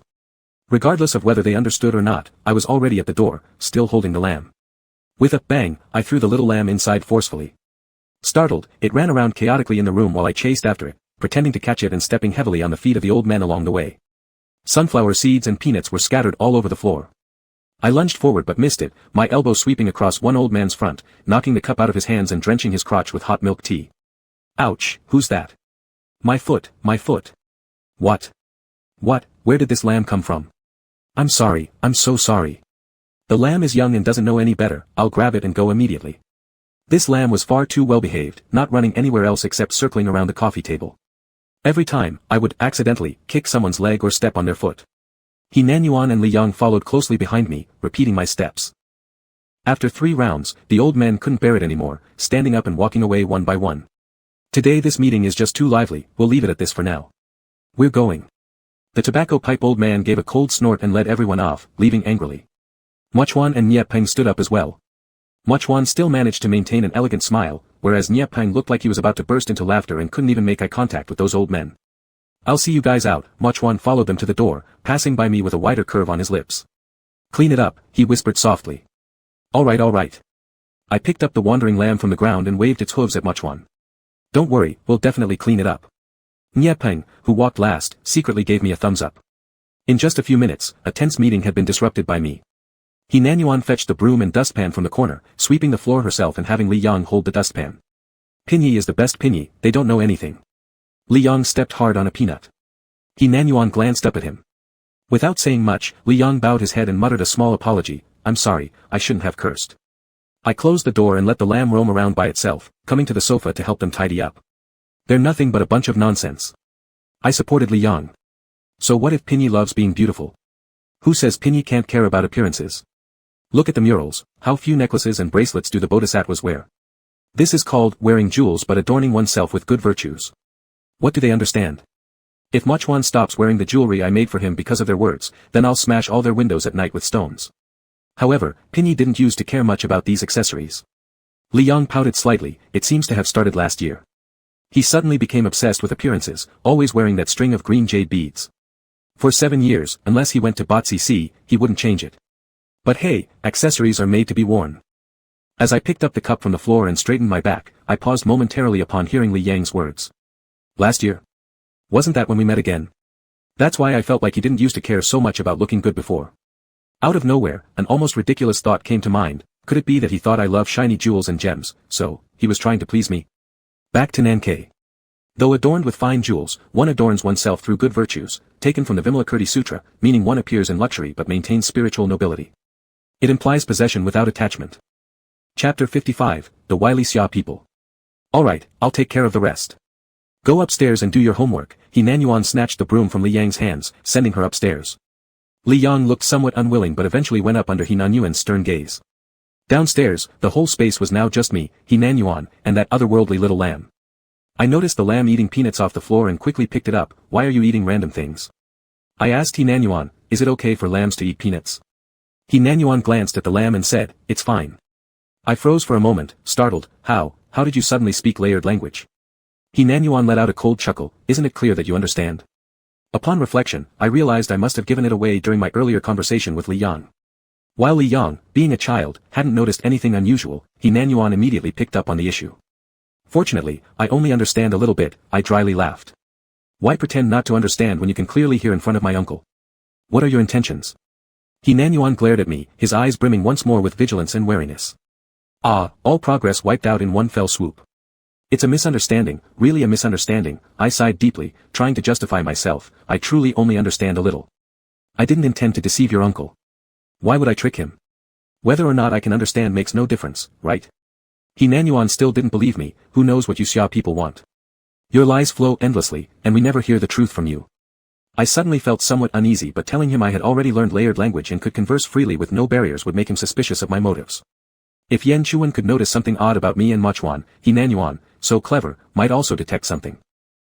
I'm different from your father, I repressed my smile and said seriously. He Nanyuan's eyebrows knitted together as he spat out, he's not my father.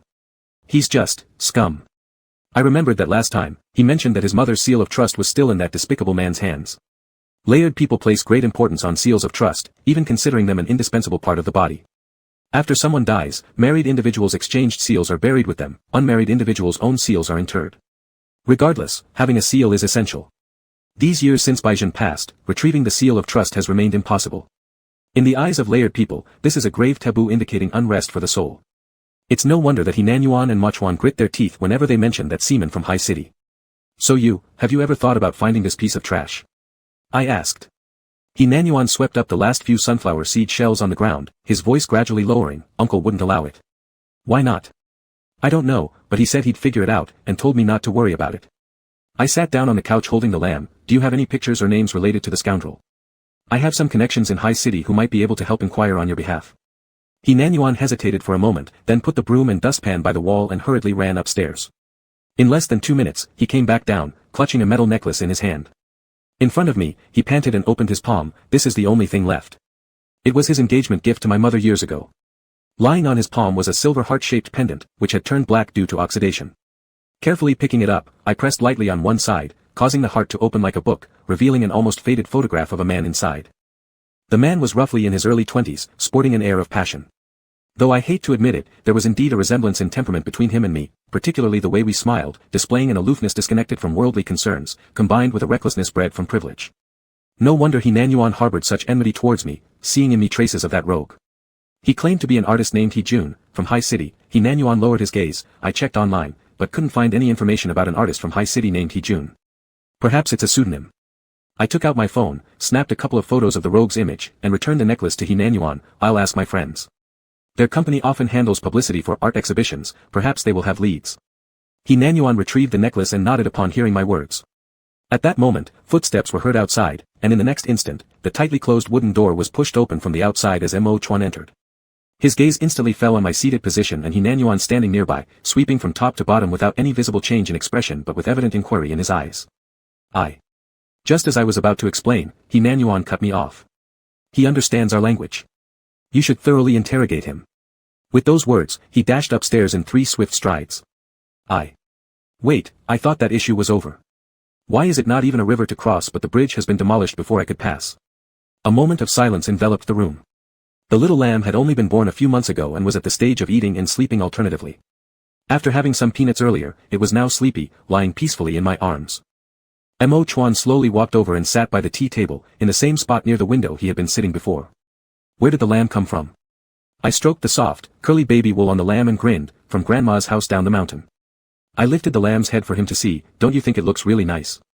Mo Chuan paused for a couple of seconds, puzzled. Aren't all sheep like this? This was like when I was abroad and those foreigners always said, all Asians look the same, making one feel instinctively compelled to argue with them on principle. How can they all be the same? Look carefully, these big eyes, long lashes, the pink mouth and nose. It looks so much like you, how can you say it looks the same as other sheep? Mo Chuan remained silent for an even longer stretch this time. So, because it looks like me, you brought it here? I asked Grandma first. I handed the lamb in my arms to Mo Chuan. Try holding it, it's very well behaved. Mo Chuan stared at the lamb for quite a while before hesitantly taking it in his arms. I told him not to move, to keep this pose, and then pulled out my phone to take dozens of photos. After finishing taking the photos, Mo Chuan held the lamb, walking alongside me towards the grand hall. Why did the meeting suddenly happen today? I asked.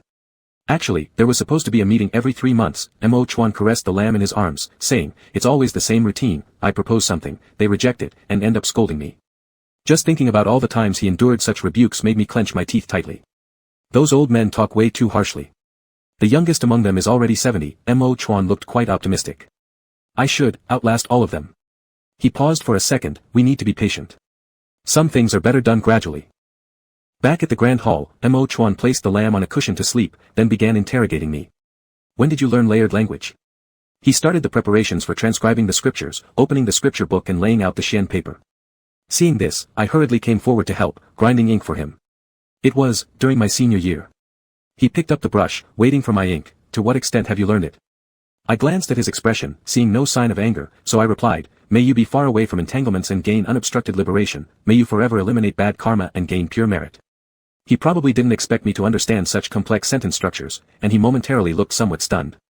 His hand still maintained the correct posture of holding the brush as he turned his head to look at me, his expression akin to, you kid have been hiding something deep. Feeling uneasy under his gaze, I hastily tried to mend fences. Actually, it's not that good. I can understand when listening, but speaking isn't as fluent. His eyelashes fluttered slightly as he lowered his eyes, lost in thought. Although I'm not a worm inside his stomach, judging by my understanding of him, he must be pondering how much he might have revealed in front of me that he shouldn't have. He remained silent for a long time. After I finished grinding the ink, he tilted the tip of his brush and licked the ink, letting the brush hover above the paper.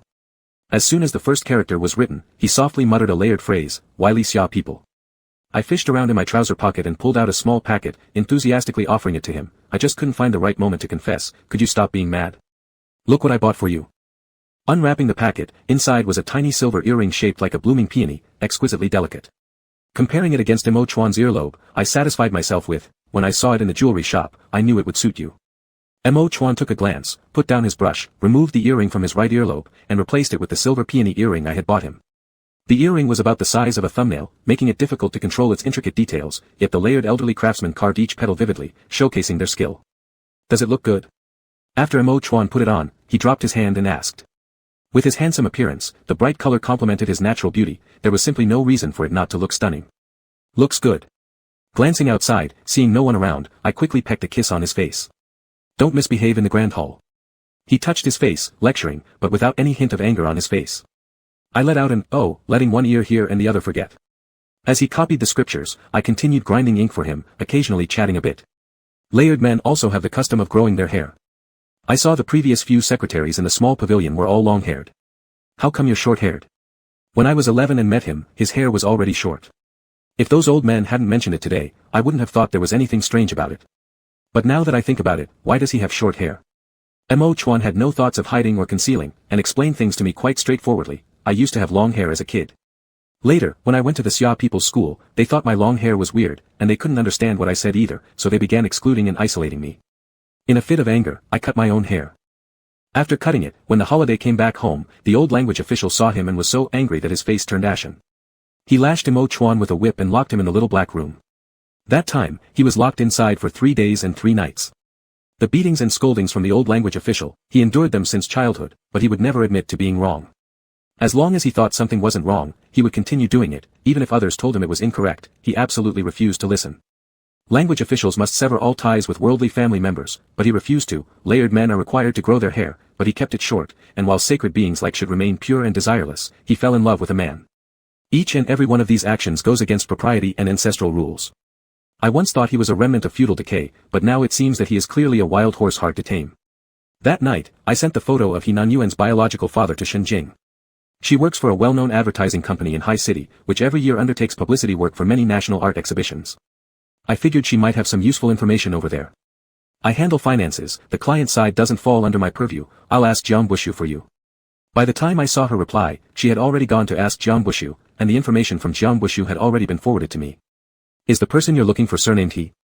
As soon as I saw this lead, I directly called him. I assumed that finding the jerk would be a great thing, not only relieving the troubles in Mo Chuan's heart, but also those of He Nanyuan's. Unexpectedly, it instead caused the first conflict after Mo Chuan and I were together. Chapter 56, Aren't You Going to Feed Me? Jiang Bushu said that the person in the photo looked very much like an artist surnamed He whom he knew. His name was He Mingbo, a native of Haicheng. Their company had been responsible for the advertising part of his exhibitions before, and he had briefly met the man, though he couldn't be 100% sure that He Mingbo was the person I was looking for. While we were talking, I opened my browser and searched for He Mingbo's name.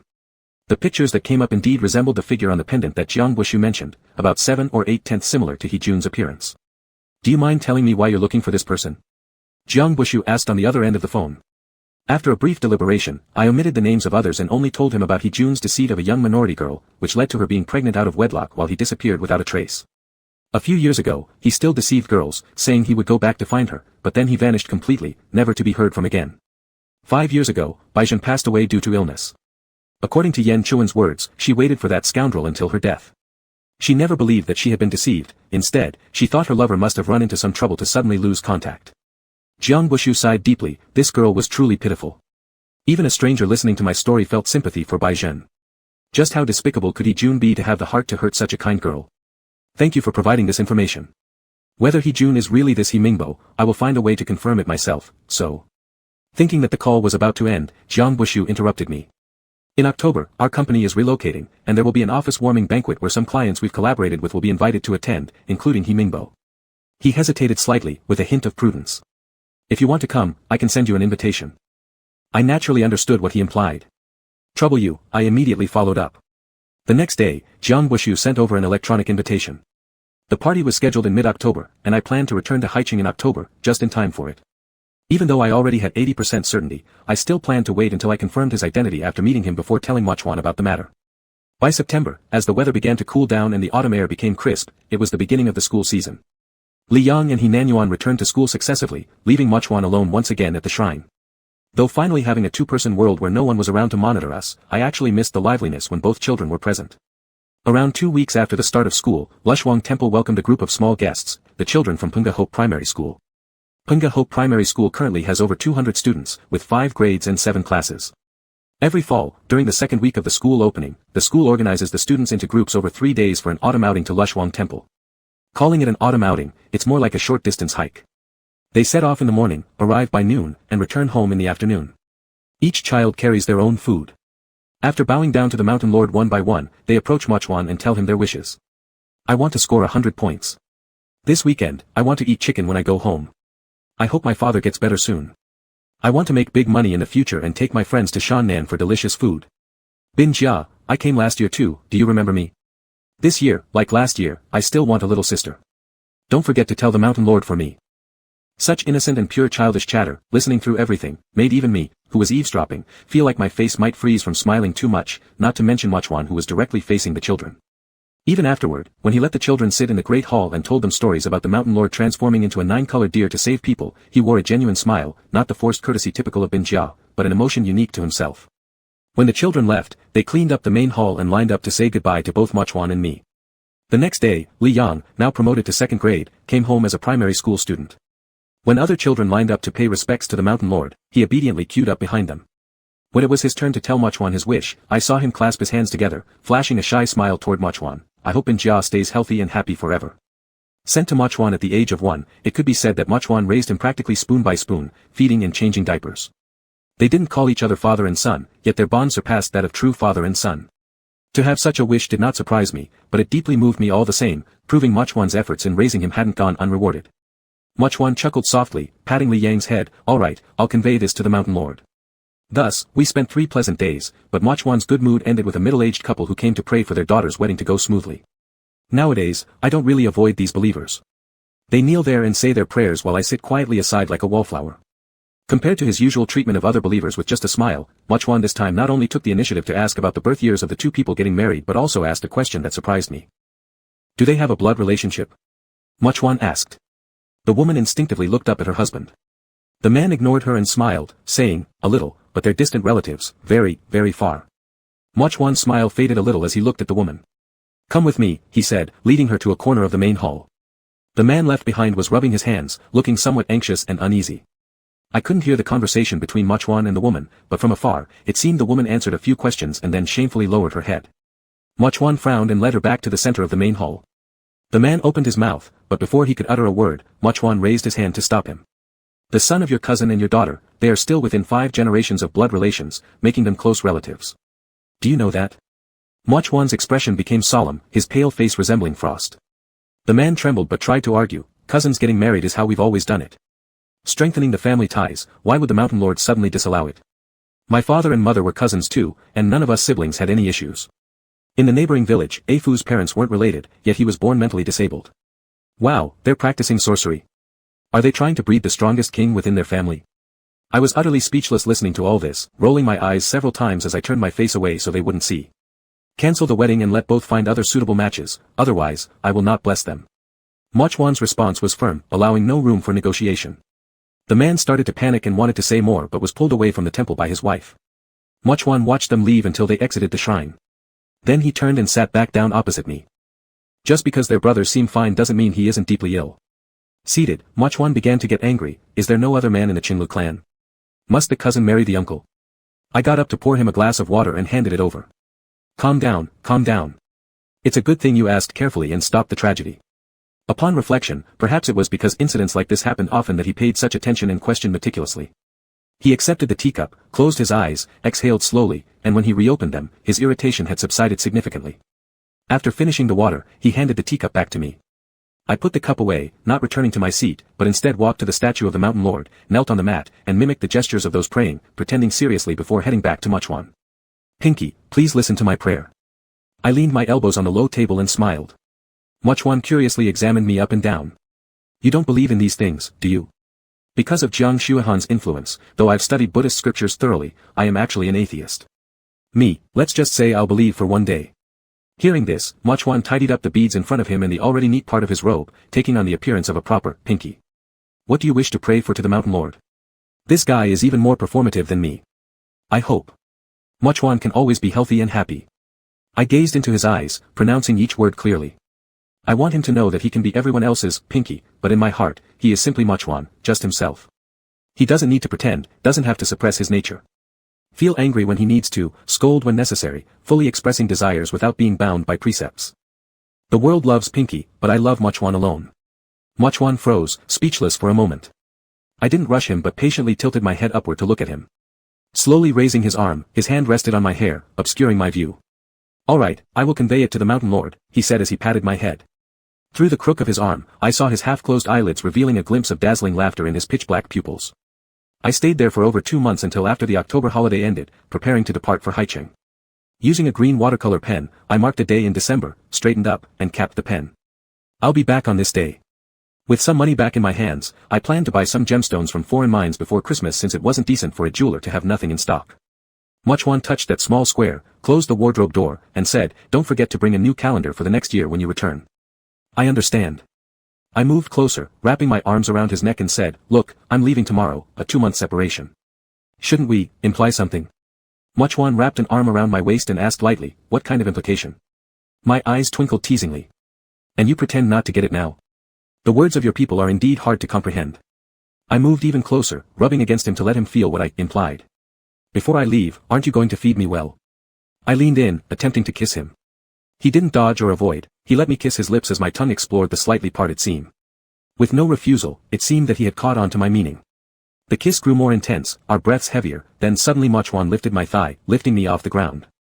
I gasped and tightened my arms around his neck, glancing at the wooden bed behind me, and asked in a hoarse voice, "We're not heading to the firewood room, huh?" Laying me on the bed, he hovered over me, unfastened his sash, and tossed it aside. "Not anymore. It's too cold there for people from Haicheng." With that, he kissed me again. I realized that, just like undergoing desensitization, his limits were growing broader bit by bit. At first, he was reluctant to even use his hands, then we went to the firewood room, then I tempted him into doing more inside the main hall, and now, we've reached the bedroom. Perhaps one day, once he crosses a certain threshold in his mind, he wouldn't need to practice silence or follow the Mountain Lord's rules anymore. Chapter 57, Fire Xiao Yan.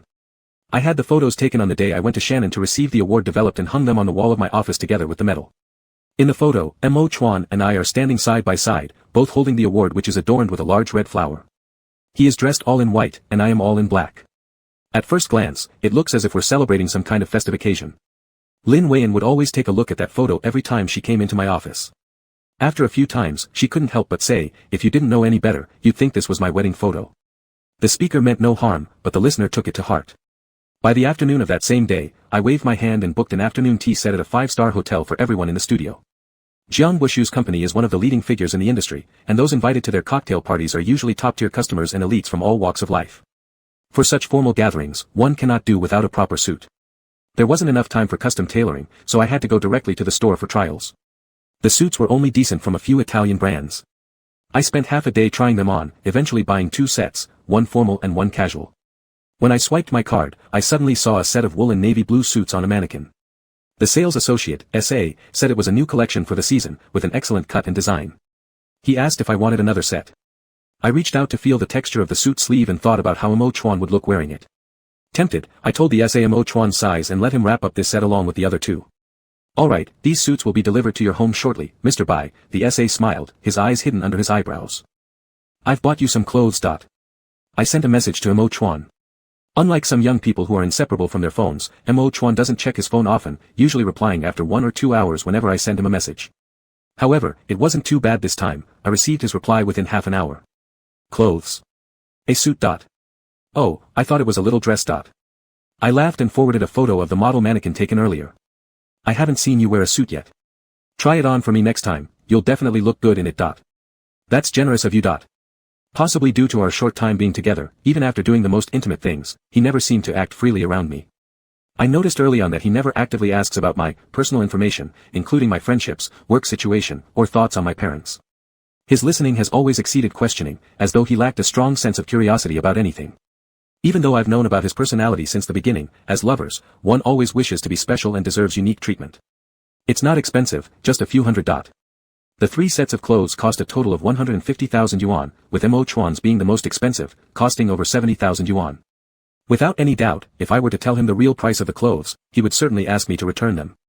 On the day of the cocktail party, Shen Jing and I headed there together, walking hand in hand through the heavy door pulled open by waiters, giving it quite a red carpet feel like in the entertainment industry. The cocktail party followed a cold buffet format. Shen Jing's company rented a huge banquet hall, and there was a female singer performing on stage. Everyone was formally dressed, raising glasses and exchanging pleasantries, while the air was filled with a sophisticated chill scent. "Isn't that him?" Shen Jing grabbed 2 cups of orange juice from a tray and handed them to me, gesturing towards a direction with a nod of her head. Earlier in the car, I recounted the story of Bai Zhen and her son. Empathy runs stronger among women, and not only did she criticize the faithless man for his betrayal, but also express sympathy for Bai Zhen, deeply sympathizing with Henan Yen who lost both parents at such a young age. If only that man didn't exist, the world would finally have peace. Eventually, she summed up her feelings on the entire matter.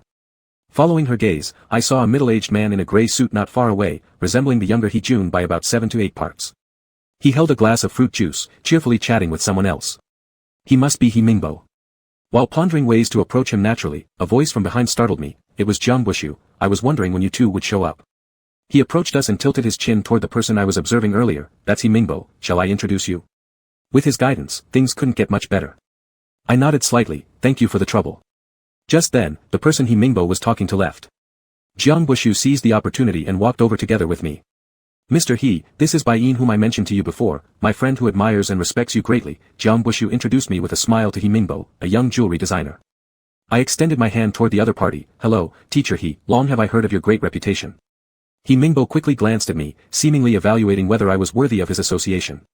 After reaching a positive conclusion, he leisurely shook hands with me. Hello. It wouldn't be appropriate to ask him about Baijin straight away. Most of the subsequent chat was Jiang Bushu flattering and complimenting He Mingbo. Jiang surely knows how to please clients. Within just a few sentences, he made He Mingbo beam with happiness. Even my address changed to Brother Bai. Bai Yin, have you been tanning recently? Jiang Bushu suddenly threw me a question. Yes, I've spent the past 2 months in Shannon. I observed He Mingbo's expression. Kyo Yen Song, you've heard of it? A friend of mine conducts folklore research on the Cenlu tribe. I went to visit him. He Mingbo looked surprised. Kyo Yen Song. Mr. He, have you heard of it? Jiang Bushu asked casually. He Mingbo nodded, maintaining a smile. I've been there, long ago, probably, close to 20 years ago. The scenery there was beautiful, and so were the people. If my family hadn't urged me back to get married, I would have liked to stay longer. At this point, he sighed, what a pity. It was him, it had to be him. I tightened my grip on the cup, struggling to suppress the surge of anger. Teacher He, why do you seem so regretful? Did you encounter some kind of romantic experience there? There was indeed one. A girl from a minority group, with a unique charm. He Mingbo appeared polite and well-spoken, looking like the kind of person who can easily earn someone's favor. But when he spoke, his demeanor took on a somewhat lewd quality. In an instant, images flashed through my mind, Baijin raising her young child alone in a dilapidated house, Mo Chuan being whipped by the old censor, and the young Henan Yen losing his mother and having nowhere to belong. All these clashed with the smug grin on He Mingbo's face. I clenched my lips tightly, expending great effort not to throw the drink in my hand onto He Mingbo's face. Excuse me, I need to use the restroom. Without waiting for He Mingbo's reaction, I turned and left quickly. There was no intention of going to the restroom. I directly pushed open the terrace door, lit a cigarette by the railing, took a deep puff, then exhaled slowly. A white mist clouded my vision, casting a hazy filter over the distant neon lights. Beast, I muttered, leaning against the rail. He Mingbo was too repulsive, making me feel nauseous, as if I'd swallowed a slug that wouldn't settle. Chewing on the cigarette, I dialed Mo Chuan's number to seek comfort. He doesn't prefer his phone to make noise, only setting it to vibrate mode. Sometimes, when he's out of the room, calls go unanswered, and I have to dial the landline instead. Luckily, the call connected after 2 rings this time. What are you doing? With the cigarette dangling from my fingers, my elbow resting on the railing, I greeted him under the night breeze of Haiqing City. I've just finished helping Li Yang with his homework. His voice carried a hint of weariness. I chuckled. Next time, let me handle it. I'll teach him. After all, we're from the same school, I'm sure I can teach him effectively. In the recent entrance exam, his scores hovered near the passing line across all subjects, all of them. His tone revealed concern, frustration, and helplessness. Although I didn't say it, I actually enjoyed listening to his complaints about teaching the kid. It gave me a sense that we really were part of the same family. The family of my dreams, perfect, something I've dreamt of endlessly. Haiqing's temperature in October was just right, not too cold, not too hot. As we chatted for about half an hour, enjoying the evening breeze carrying the earthy smell from the riverbank, my phone started to heat up, yet I didn't want to end the conversation. Bai Yin. On the other end of the call, Mo Chuan's voice suddenly stopped, catching me off guard. I turned around and saw Jiang Bushu walking towards me. Assuming he wanted to tell me something about He Mingbo, I hurriedly said to Mo Chuan, I have something here, let me hang up. It took a while for him to respond, all right. After hanging up, Jiang Bushu arrived just before me. When I saw you staying away for so long, I came to find you. Jiang Bushu continued, is He Mingbo the person you're looking for? I nodded, yeah, it's him. Jiang Bushu didn't appear surprised. After you left, I had another brief chat with him. He'll be heading overseas for an exhibition next week and won't return until early next year. My brows furrowed slightly. Early next year. After the spring festival. That would fall during winter break. Timing-wise, it wasn't much of an issue. Once I returned to Penghu in December and discussed this with Mo Chuan, Henan Yen could come to Haiqing for the winter break without any problem. Thanks again for your help. I once more expressed gratitude to Jiang Bushu. Jiang Bushu looked at me, hesitated for a moment, and finally asked, "Are you still single now?" I shook my head. A hint of understanding flashed in his eyes, "So it's true." What exactly was true? He didn't elaborate. "I wish you both happiness." After saying this, he left the terrace without another word. Thinking about how I would be frequently traveling between Shannon and Haicheng from now on, to more promptly deal with work here in Haicheng, I had HR hire an assistant for me. The new hire was about Sun Manman's age, a newly graduated college boy named Zhao Leidong. Though lacking much work experience and not overly familiar with the jewelry business, he made up for it with hard-working stability and a solid temperament. After the gala, I immediately took little Zhao abroad to several mines to purchase gems. Only by November did I finally return to Haicheng again. Then came the design, sampling, revisions, and resampling, basically completing the pieces destined for next year's spring auction. This marked the start of December. With gifts for Mo Chuan bundled in large and small packages, I climbed up the mountain. As I ascended, I couldn't help but recall that around this time last year, I had just reunited with Mo Chuan and said goodbye, mentioning I likely wouldn't come back. And now, how many times had I returned this year? Even though it was evening, knowing I'd come, Mo Chuan kept the door open for me. Did he hit someone? So your current intention is, to expel him? As my right foot crossed into the main hall, I hadn't yet spoken when I saw Mo Chuan sitting stiffly behind a low table, one hand holding the phone, the other resting impatiently on the wooden surface, drumming lightly with his fingers. Who were they going to expel? Lightening my steps, I approached him quietly, leaning closer to catch what the voice on the other end of the call was saying. "I see, all right, I'll come over immediately." Mo Chuan split some attention toward me. The hand on the table stretched out, his thumb pressing at the corner of my jaw, while the other 4 fingers hooked around my neck, giving a firm squeeze. He was always so cold-tempered, yet as I shivered at the chill, I hesitated to pull away from this rare intimate contact after 2 months of absence. By the time Mo Chuan hung up, his hand had warmed slightly from my body heat. What happened? I caught vague mention of Henan Yen. Mo Chuan tossed his phone aside. Cha Gu was involved in a fight off campus. They got pretty serious. Withdrawing the hand that had been gripping my neck, he rubbed his temple, adding, "The opposition sustained serious injuries, resulting in a fuss at the school. Now the school plans to expel the 2 leaders responsible, one of whom is Cha Gu." I startled inside. Expel Xiao Yan? He doesn't seem like the type who hits people arbitrarily. Maybe there's some misunderstanding here. "I plan to personally visit Gan County tomorrow." Before he could finish, I immediately responded, "I'll go with you, drive you there." After contemplating for a moment, he nodded, "Thank you for the trouble." Chapter 58, Low Profile. On Monday morning, I borrowed Yan Chuan's car and drove with Muchuan towards Gan County. Penggu is over 200 kilometers away from Gan County, and it takes more than 3 hours by car.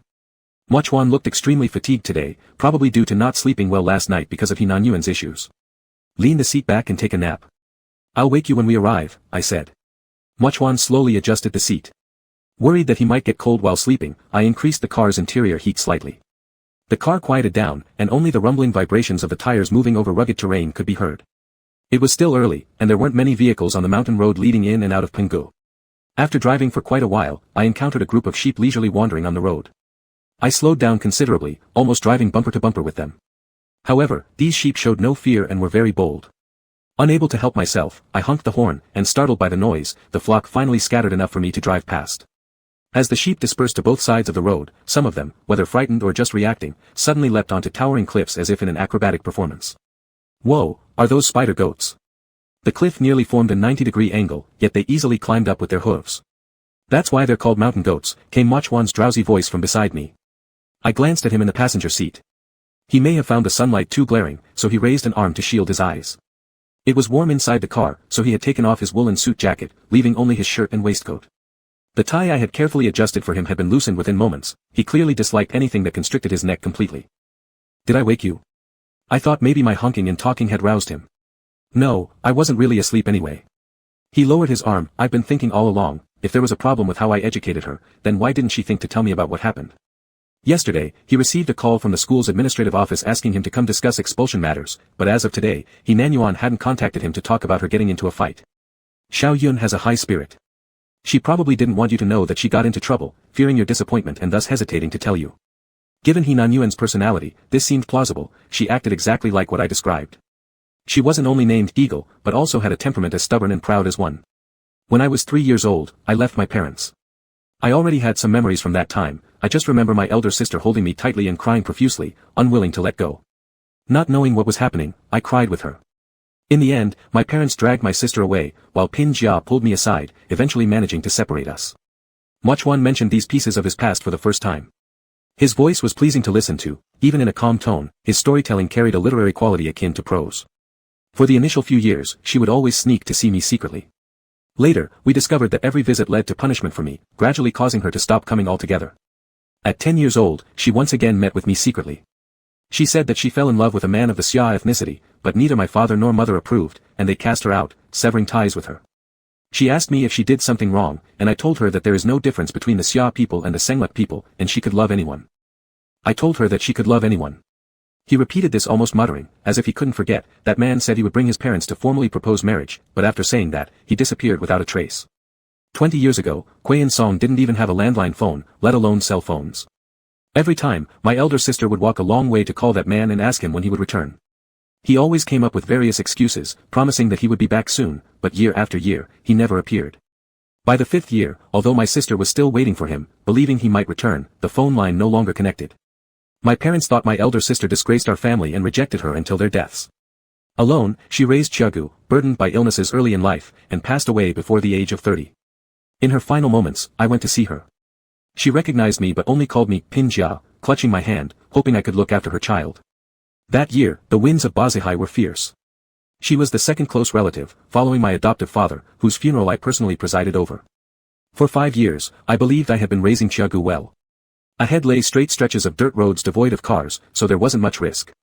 Seeing that he had started questioning himself and appeared deeply hurt, I quickly grabbed his hand and gripped it tightly. It's fine, it's definitely not Xiaoyuan's fault. Xiaoyuan and Liang have been raised so well by you, they are intelligent, adorable, and very well behaved. I racked my brain to comfort him. I'm here. I'll go negotiate with the school. We will make sure that Xiaogu won't be expelled. I'm telling you, you've never dealt with truly mischievous children. When I was a kid, there was a time when my dad wanted to repair our father-son relationship, so he invited me to eat at his house. I took the chance to sneak out and scratched all the cars in their yard, only to be caught red-handed. Those people asked which family I was from, so I led them to my dad. You should have seen my dad's face, it looked like he had swallowed a turd. Muchwan chuckled softly as he intertwined his fingers with mine. Then what happened? So I ran away, didn't I? Why would I stay there to get beaten up? Later on, Bai Chifeng came over to teach me a lesson, but instead, he got drenched in washing water poured by my grandma. That was extremely satisfying. By the time we reached Gan County, it was already noon. However, due to the urgency of the situation, we couldn't stop for food. We parked the car at the school gate, and Muchuan immediately dialed the phone number of Henan Yuan's homeroom teacher. Make sure your tie is properly fastened. While waiting for the person to meet us, I retied Muchuan's loosened tie and adjusted his shirt collar neatly. Not long after, a middle-aged woman hurriedly walked out of the school. Are you Henan Yuan's uncle? Cenlu people are easily recognizable because of their high nose bridges and deep-set eyes.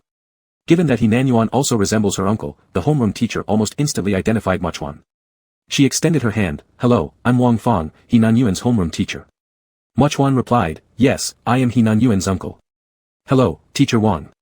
After shaking hands with Muchuan, Wang Fang turned to me uncertainly, and who are you? I am Henan Yuan's uncle. I smiled and extended my hand. Wang Fang hesitated for a moment but eventually shook hands with me. Under her guidance, she led us into the campus. Along the way, she roughly explained the matter. It was different from the phone call Muchuan received. Wang Fang's narrative leaned more toward Henan Yuan and included richer details. Last Saturday, 2 Cenlu girls went out to buy stationery and were harassed by a few thugs. Seeing how pretty the 2 girls were, these hooligans wanted their phone numbers. When the girls refused, they kept pestering them until reaching the school gate. One of the girls named Su Duo accidentally lost her emblem in the process, which was picked up by those ruffians. Su Duo was scared enough by the harassment. After losing her emblem, she became even more panic-stricken, crying to her brother Suiyong about the incident. Telling her wasn't a good idea as her brother was bad-tempered. He directly gathered a group of Cenlu people to settle scores with the ruffians to vent his sister's frustration. Henan Yuan tried to stop Suiyong but failed. Fearing something might happen, she followed along, and in the end, she fought the hardest among them. It was only after the police used a high-pressure water gun from a roadside car wash that they managed to separate them. If they were adults rather than minors, they would have been arrested a long time ago. Although Wang Fang favored Henan Yuan, she still sounded furious at this event. Muchuan remained silent without offering any opinions. I noticed that this homeroom teacher appeared quite kind-hearted and thoughtful towards students, so I cautiously asked, we received a call saying the school plans to expel Xiaoyuan. Do you think this decision can still be negotiated? Wang Fang paused for a moment before replying, mainly because those thugs were severely injured, and their parents are locals. They caused a commotion at the school. The principal feared the situation getting out of hand and planned to sacrifice Henan Yuan and Suiyong. I understood, seeing some room to maneuver, then asked again, if proper compensation is provided, and their parents stop causing trouble, would the principal then decide not to expel them? It depends on the principal's intentions. Wang Fang didn't commit definitively. The principal of the number 1 middle school was an overweight, balding old man in his 50s. Since the moment Machuan and I entered his office, his bottom hadn't left the chair. Teacher Wang, go call those 2 students from your class. He gestured with his chin, giving commands to Wang Fang. Alright, I'll go right now. Without even sitting down, Wang Fang left again. Besides the old principal, there was also a middle-aged man in his 40s inside the office, wearing black-framed glasses, with a pointed face and a sharp look. He introduced himself as the principal assistant of the number 1 middle school. Which one of you is the parent of Suiyong, and which is the parent of Henan Yuan? The principal assistant asked. We are both Henan Yuan's parents, I said. There were 6 sofas in front of the desk, arranged in 2 rows. Machuan and I sat next to each other, facing the principal assistant. Why hasn't Suiyong's family come? Hearing that only one family had shown up, the principal assistant frowned. Machuan slowly replied, I can fully represent them.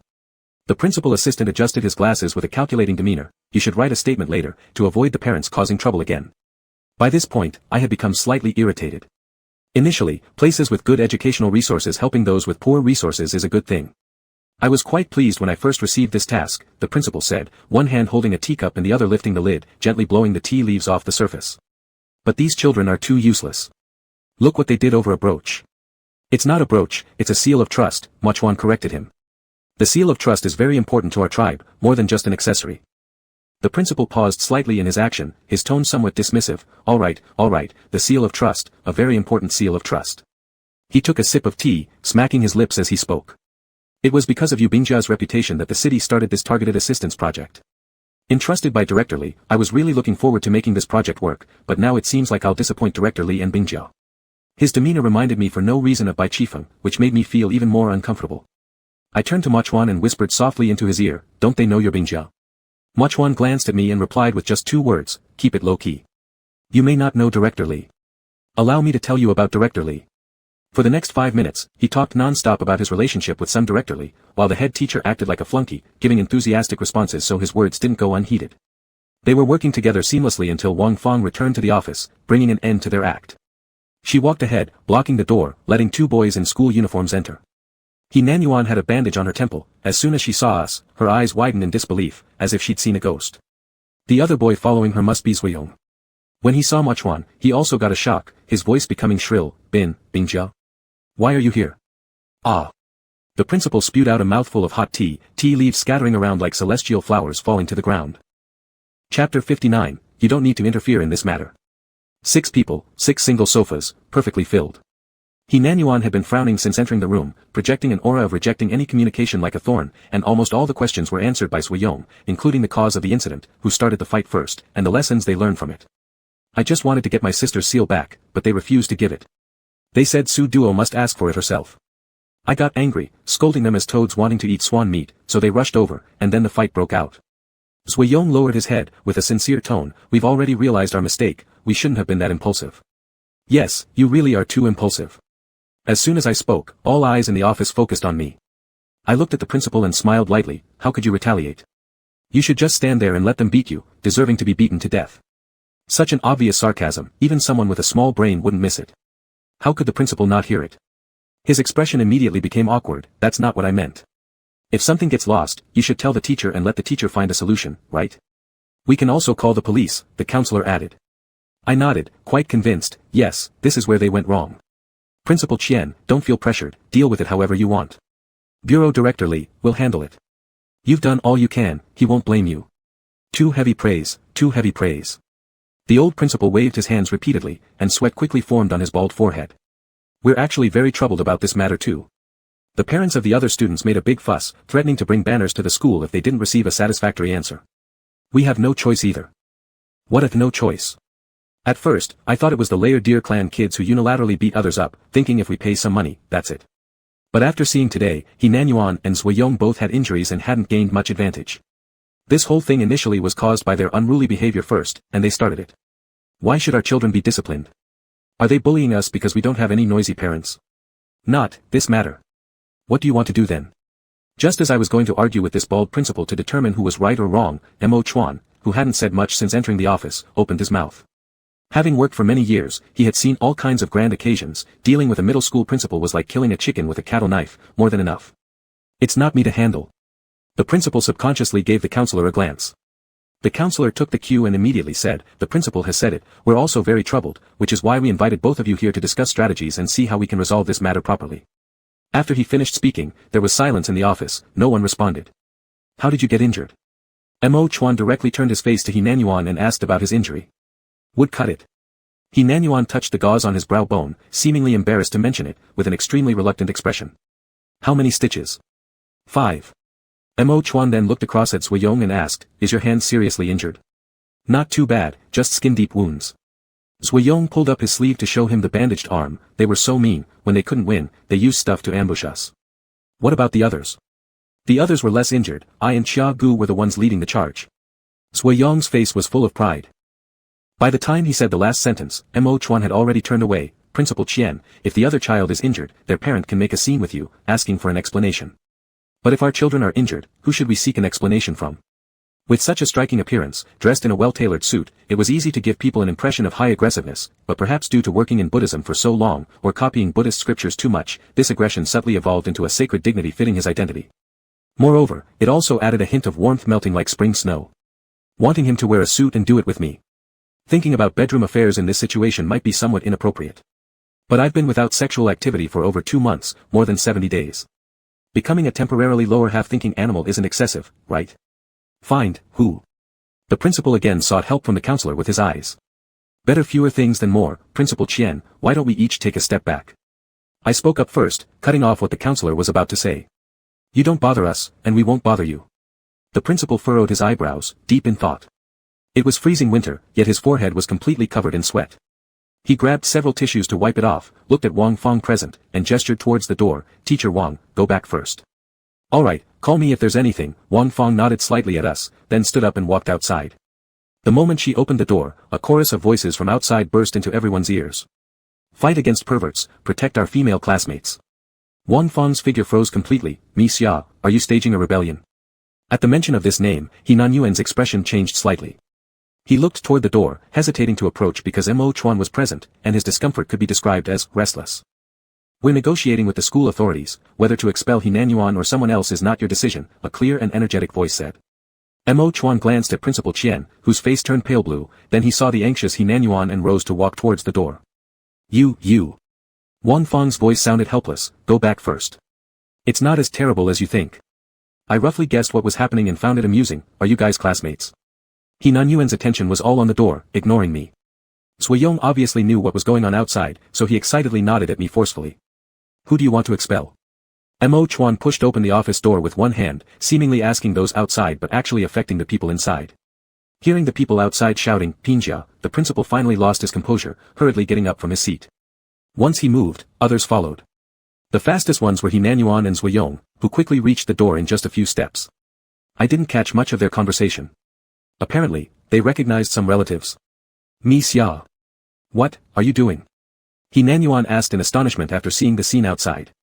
I grew more curious and leaned behind He Nanyuan to take a look. The previously empty hallway was now packed with students, stretching out as far as the eye could see. This kind of situation. I like it. Wow, so many people. I rested my hand on He Nanyuan's shoulder, laughing mischievously, such a lively occasion. "You just asked, who do you want to expel?" Seeing everyone gathered, Mo Chuan asked again.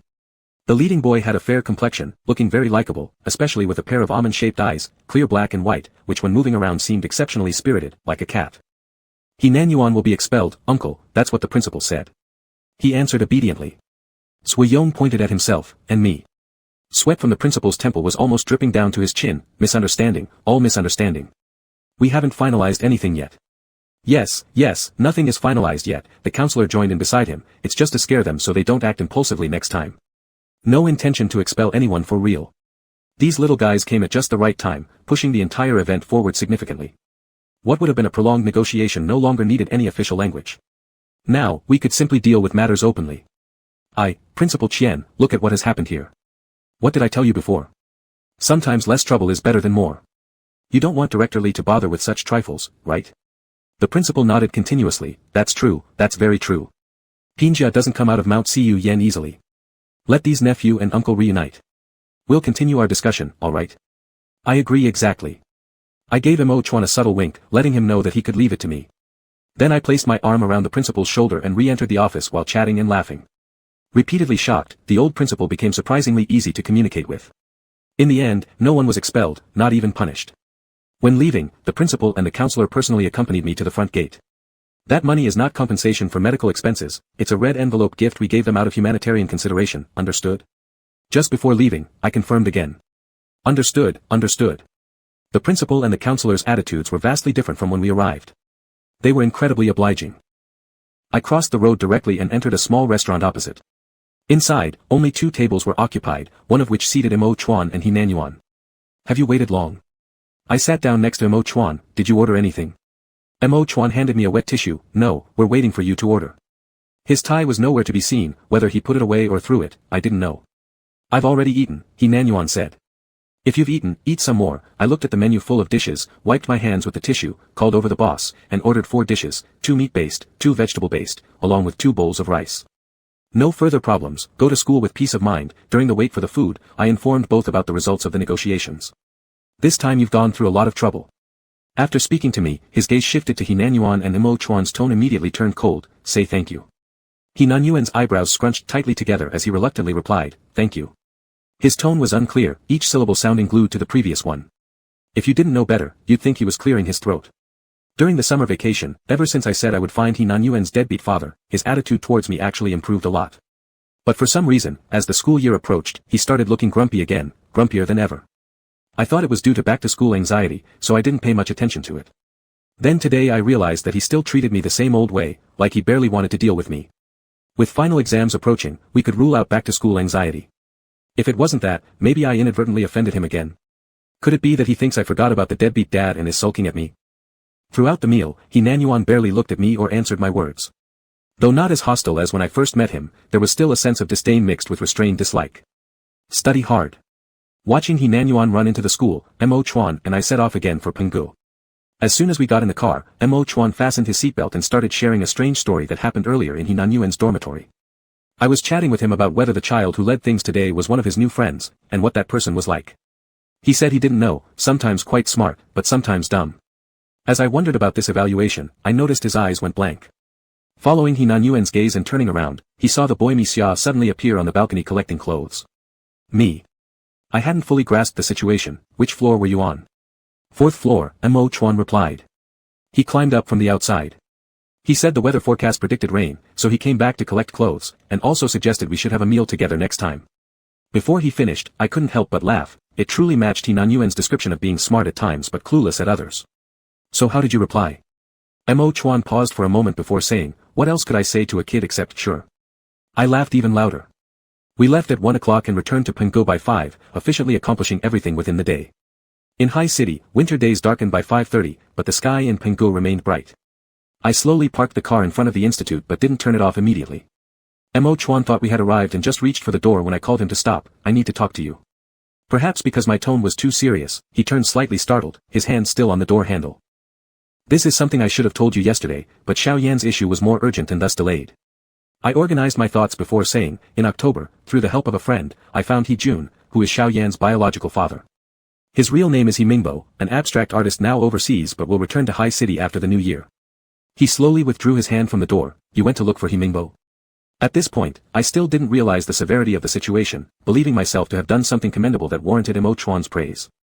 I saw that Xiao Yan really wanted to get his mother's seal back, so I thought, if I could offer a bit of help. He listened quietly and then asked, through whose help did you manage to find him? I could have lied, made up a friend's name, given that he wouldn't know which friends I have. Yet, I had a premonition that if I deceived him and he uncovered the truth, it would lead to trouble. It was like some instinctual behavior engraved in my bones to avoid anything that might irritate Mo Chuan. Jiang Bushu. I quickly explained how I thought of contacting Shinjing's company to find someone, how Shinjing forwarded my inquiry to Jiang Bushu, and eventually, through him, I connected with He Mingbo. I believed that by honestly disclosing this information, Mo Chuan wouldn't be upset. How naive of me. He never interrupted me, maintaining a calmness similar to usual. However, when he finally spoke, his tone was completely different. From October until now, no, from August until now, 4 months. He looked at me, confused. For 4 months, you only decided now to discuss this matter with me? I was taken aback by his question, even feeling somewhat guilty. I wanted to wait until I confirmed that person's identity. He cut me off. So what do you expect me to do now? I want you to decide whether to tell Xiao Yan these pieces of information. I responded cautiously. His face darkened as he stared at me for a long time before speaking. You're not asking me to decide, you're forcing me to decide. Since you obtained photos from Xia Gu, didn't he already tell you that I forbid him from finding that man? I froze, entirely unprepared for the turn of events. He Nanyuan did mention it, but I thought it was simply because finding a man with an unknown name in High City was too difficult, so he didn't want his nephew to waste energy. But clearly, things weren't as I imagined. I just wanted to help. I hurried to grab his hand. He immediately pulled his hand back, seemingly unwilling to have any more physical contact with me. You don't need to interfere in this matter. With that, he forcefully opened the car door and got out without looking back. I watched through the car window as his figure continued to move further up the hill, wanting to chase after him. However, seeing others also walking uphill and already engaging Mo Chuan in conversation, I had no choice but to stay in the car. Unnecessary. For a moment, I felt inexplicably annoyed and somewhat wronged by being misunderstood. Was he implying that I wasn't qualified enough? Chapter 60, Can't You Stand Me? I didn't think I was wrong, so that night, and even the next day, I didn't go to find Moju. I wanted us all to calm down. This unusual behavior of mine didn't just catch Yan Chuan's attention but also Guoshu's. You didn't go to the shrine today. Guoshu glanced at the color of the sky outside. The sun is rising in the west. Urchin was circling around my feet, while I was shelling peanuts on the table, occasionally throwing one to his direction. He always found it accurately, swallowing them as quickly as Zhu Beiji gulping the ginseng fruit. I wonder if he could taste it. I need some personal space sometimes too. I pointed at the pad beside me, indicating I would go sketching later. Guoshu nodded. That's true, I don't know why you two love playing chess so much. You're not old but have quite a big chess habit. When I went to the shrine, I usually gave the excuse of wanting to play chess. So in Guoshu's eyes, I am simply an enthusiast for Go games. Fortunately, Yan Chuan often played chess with Moju before, which made my behavior not seem too strange. After chatting idly for a while, Guoshu left the house. After a while, Yan Chuan passed by me with a cup of water, looking at the dog and then at me. Did you guys argue? I quietly responded with a You two have been arguing since you were little. Now that we are all adults, clarify things as soon as possible. Don't play Cold War tricks. Yan Chuan blew into the hot water in her cup, left behind a guiding statement, and then returned inside to fight with her thesis. Who wants a Cold War? Isn't he the one trying to avoid me? I didn't even know why he was mad. What kind-heartedness doesn't deserve repayment? With a pa-da sound, I crushed a peanut and threw the kernel to Urchin waiting obediently beside the chair. On the third day, in order to make myself appear less anxious, I specially ate lunch before heading to the shrine. However, I got turned away. On the dark red door of Luwan Temple, there was a notice written with a writing brush. Pinga has gone out, no visitors allowed today. Moju went out. I stepped back a few steps, tiptoeing constantly looking inside. The yard was quiet, indeed no one seemed to be around. At this moment, a hunched elderly grandmother carrying a basket passed by. Seeing me standing in front of the temple dumbfounded, she kindly informed me, Pinga, Bazihai. Her words were extremely unclear, with heavy accents. At first, I didn't understand, but after she repeated these two words and pointed at the announcement on the door, I finally understood. Pinga went to Bazihai. She smiled and nodded continuously. I pressed my hands together and thanked her earnestly. There was nothing else I could do but retraced my steps down the mountain. Moju went to Bazihai. Did someone pass away? Since he wasn't home during the day, he should return at night. Afraid of coming up empty again, I especially waited until 8 in the evening before going to the temple again. I pushed the door. It was locked from the inside. Pouting slightly, I could only take the old route, climbing over the wall. Landing softly on the ground, I've become more proficient after doing it many times. Now, it can be said that I land silently. From afar, I saw a white figure walking out of the bathroom towards the main hall. I hurriedly followed, catching his hand from behind the moment he was about to step inside the main hall. Moju. The smell of sandalwood in the air was stronger than usual. Even when standing outside the door, one could clearly smell it. Moju had no guard up at all, and upon being grabbed, he instinctively tried to break free, but when he looked at me, he immediately stopped all his actions. His hair was not fully dried, still dripping water onto his pale skin, flowing down into his neck. The top 2 buttons of his clothes weren't buttoned, exposing collarbones with a slight shimmer of water. Careful inspection revealed that the remaining buttons were fastened incorrectly. The white undershirt he wore was something he put on to sleep. There was nothing strange about that.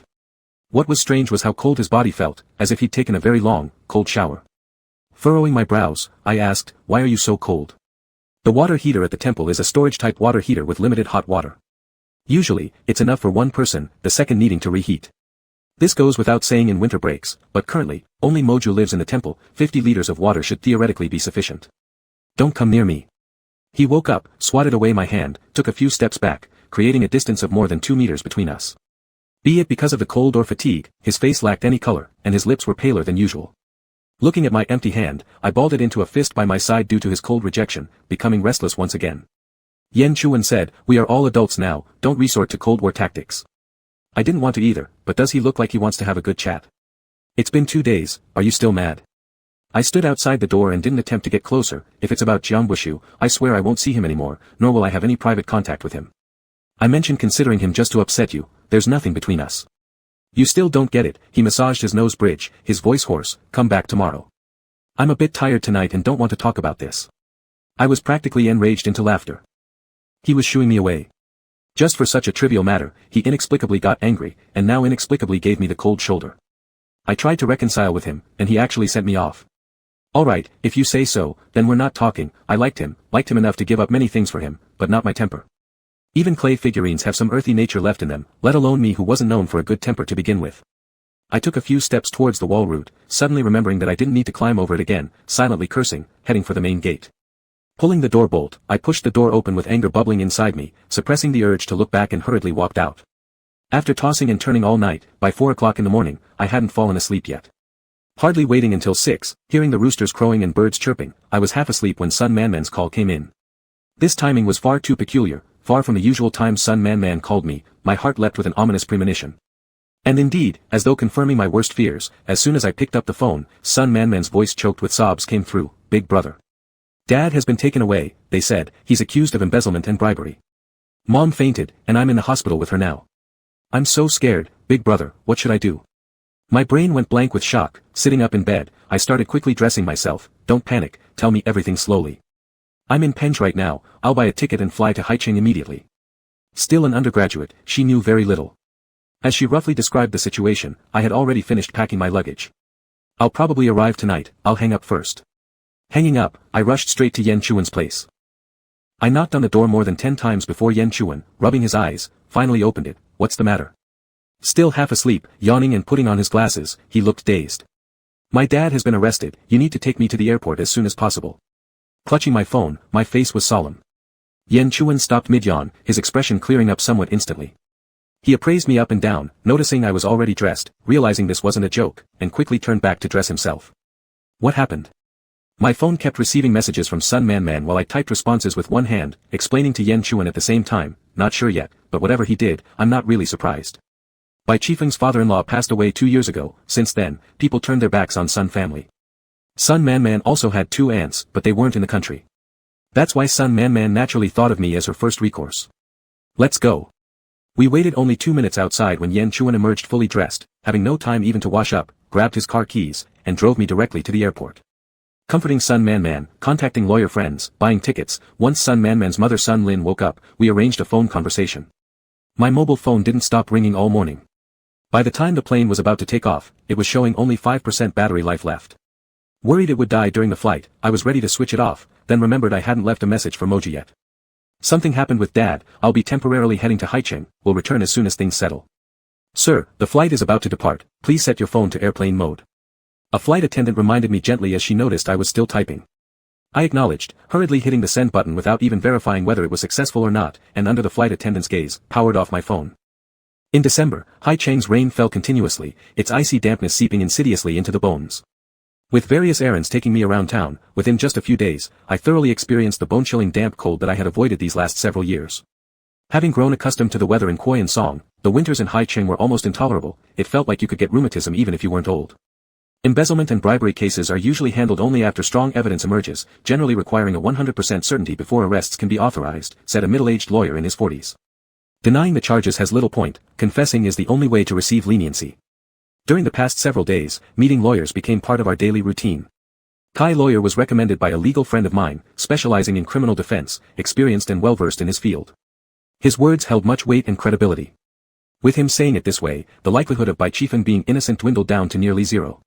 Quickly reaching a consensus with both Sun's sisters, we decided, we needed to convince Bai Chifeng to plead guilty. Then we'll leave first. Once we determined the theme for the next meeting with Bai Chifeng, it was already getting late. Both Kai Lawyer and I prepared to leave the Sun residence. Kai Lawyer left first, and I followed behind. Seeing Sun Man Man and her mother send us off at the door, I waved for them to go back inside. It's cold outside, close the door. This has been so much trouble for you, Xiaoyin. Thank you so much. Sun Lin grasped my hand tightly for a long while before letting go. Back then, she didn't know Bai Chifan was already married. By the time she did find out, Sun Man Man was already on the way. Thinking about it, both she and my mom were victims, so I harbored no ill feelings toward her. Over the years, she seemed burdened by guilt. While she didn't oppose Bai Chifan bringing me home or Sun Man Man interacting with me, she was never overly warm to me. This was the first time she called me Xiaoyin. By the time I got home, it was already past 11. As soon as the elevator doors opened, I heard some muffled coughing sounds.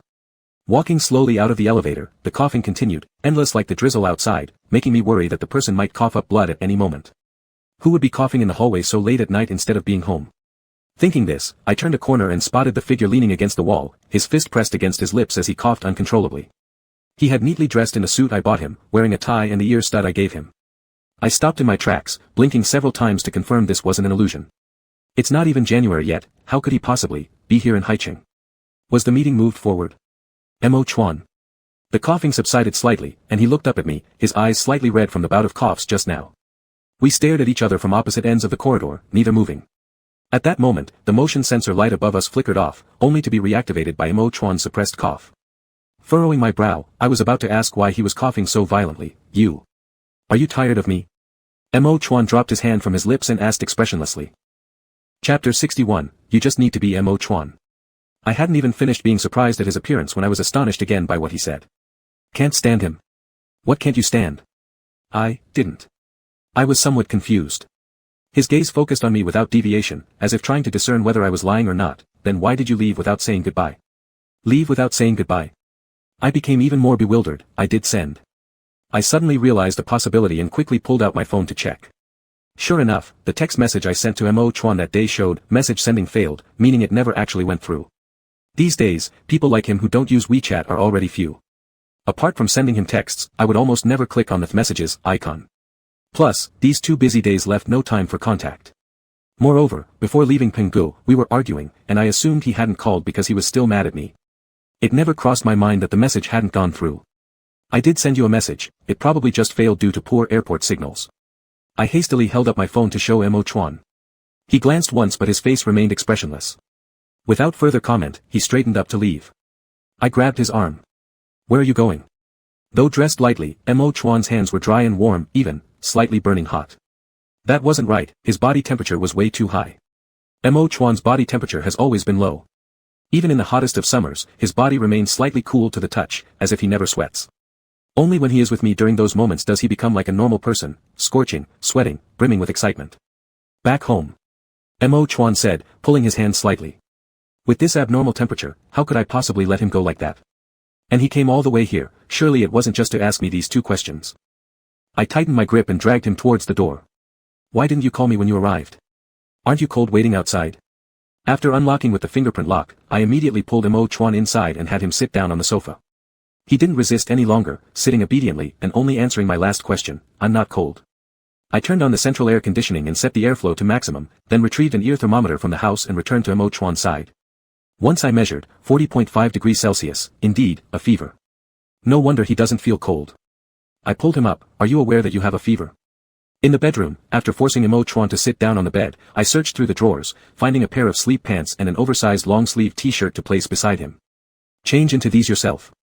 As I said this, I went to the living room to look for medicine. The last time I caught a cold, where did I store the medication? Is there even anything available for fevers? Crouching in front of the cabinet, flipping through each instruction manual, I finally found the appropriate medicine for fever, when my phone rang. I looked, it was Yen Chuan calling. Hello. You don't reply to my WeChat, did you see Mo Chuan? There was a trace of anxiety in his voice. I saw him. I just got home, I was in a meeting with my sister's lawyer before that. Standing up, I walked while speaking on the phone toward the kitchen. He exhaled deeply in relief, it's good you saw him. Subsequently, he told me the entire story of how Mo Chuan ended up at my doorstep. Today, Mo Chuan suddenly called me, saying he was sick and asking me to send him to the hospital. Yen Chuan thought it strange from the beginning, given Mo Chuan's character. If possible, he would go to a clinic instead of the hospital, and prefer Ningpeng over troubling him. But once he picked up Mo Chuan, things became stranger still. Mo Chuan wore a suit and tie, appearing as though ready to attend a banquet. Had it not been for the constant coughing and poor complexion, one would never imagine he was heading to the hospital. When I noticed his strangeness, he seemed equally perplexed seeing me. He held out halfway into the ride before asking, "Where's Bai-yin?" Yan Chuan recounted this with a mix of laughter and bewilderment. I was completely stunned. I said, "Isn't Bai-yin back in Haicheng?" He froze in surprise, sighing heavily. You wouldn't believe his expression, it was just a little better than hearing you're trapped on a snowy mountain. Afterward, they rode silently. Yan Chuan continued driving, but his heart was heavy wondering why I hadn't told Mo Chuan about returning to Haicheng. It's not that I didn't say, I thought my message had gone through, but it didn't. I poured a little warm water into the cup and explained. I knew there must be some misunderstanding. You're not someone who would leave without saying goodbye after an argument. Yan Chuan remarked. At first, Yan Chuan was meant to take Mo Chuan to the hospital, but as soon as they hit the expressway and Mo Chuan saw the sign for the airport, he unexpectedly changed their destination and asked Yan Chuan to drive him to the airport instead. I knew he was definitely coming to find you. I asked several times if he was sure, and he just replied with a with no other choice. I drove him to the airport. As soon as Mo Chuan passed through security, he immediately sent me a message to let me know. However, by the time he returned to Pinggu, I still hadn't replied to him, which worried him a lot. Ping Jia has avoided seeing people before due to illness, but it can't last too long, probably no more than 4 or 5 days at most. Otherwise, I'm afraid it might cause some commotion, Yan Chuan said in the end. Understood, I sighed and replied. He's quite sick right now. When he gets better, I'll try to persuade him to go back. After hanging up, I took the cup of water and that box of ibuprofen back to the bedroom, Mo, but after just one syllable, I immediately fell silent. The suit, shirt, tie. Mo Chuan's clothes were scattered messily on the ground. He had changed into the ones I gave him and curled up under the quilt, already deeply asleep. I gently placed down the cup, stroking his cheek with the back of my hand, then patted his shoulder, trying to wake him up. After patting for a while, he woke up, though it took him a good while to focus his gaze. I held the cup to his lips. Take your medicine and sleep again. Abnormally obedient, Mo Chuan swallowed the ibuprofen using my hand and then laid back down to continue sleeping. That day, I wasn't angry enough to send you away. Placing the cup on the bedside table, I was startled when I heard Mo Chuan's voice. His eyes closed, his tone muffled, carrying an aura of illness and weakness. I just got back from Bazhaisi. I took a very long shower, but the smell was still bad. I didn't want you to notice. I will tell Chia Gu about Himingbo, please don't be mad. As he went on, his voice grew increasingly indistinct until his breathing became soft. In just 2 sentences, he had fallen back to sleep. It must have been because of a cold shower that he caught a chill. Recalling his icy body temperature from that day, I suddenly realized now. This man really, who said that if I didn't come back, he would forget me. And who thought I left without a word, couldn't even take a moment to call and confirm, yet traveled thousands of miles just to confront me. Tweaking his forehead hair, a feeling of soreness welled up inside me. It seemed like he was annoyed by me waking him, as his brows slightly creased, burying his face deeper into the covers.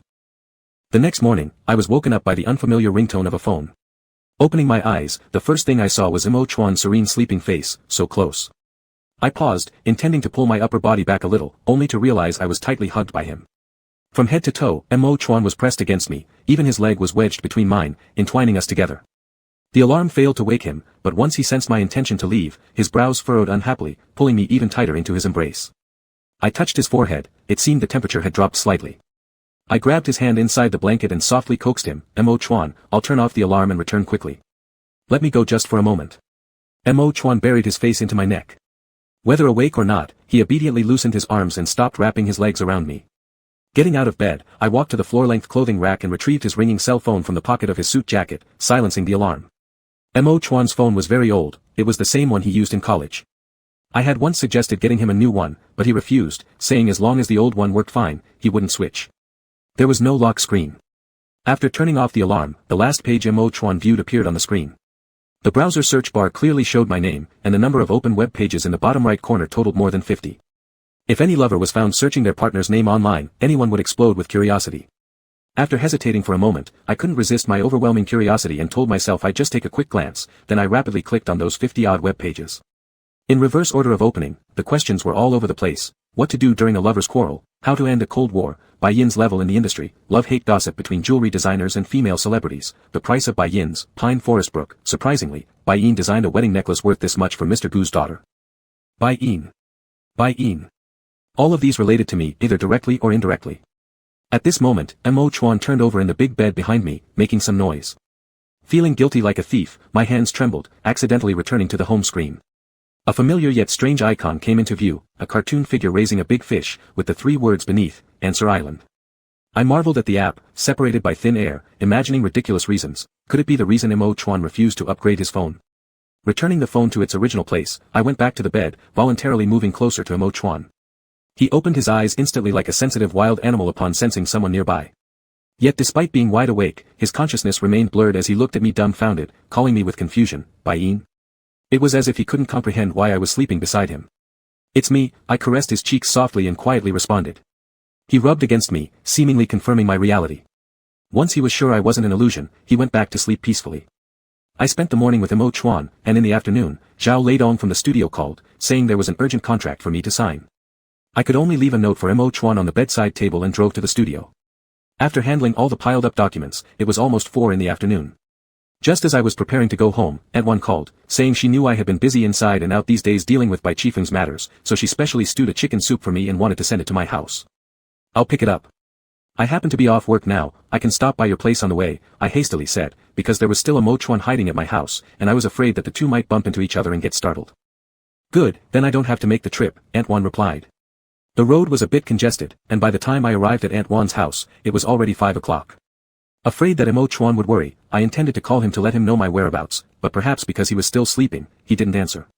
Unable to call, I sent him a message, telling him I'd be back later. You have to wait a bit longer.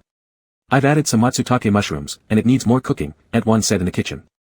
Not a problem, take your time. I smiled at her and put away my phone.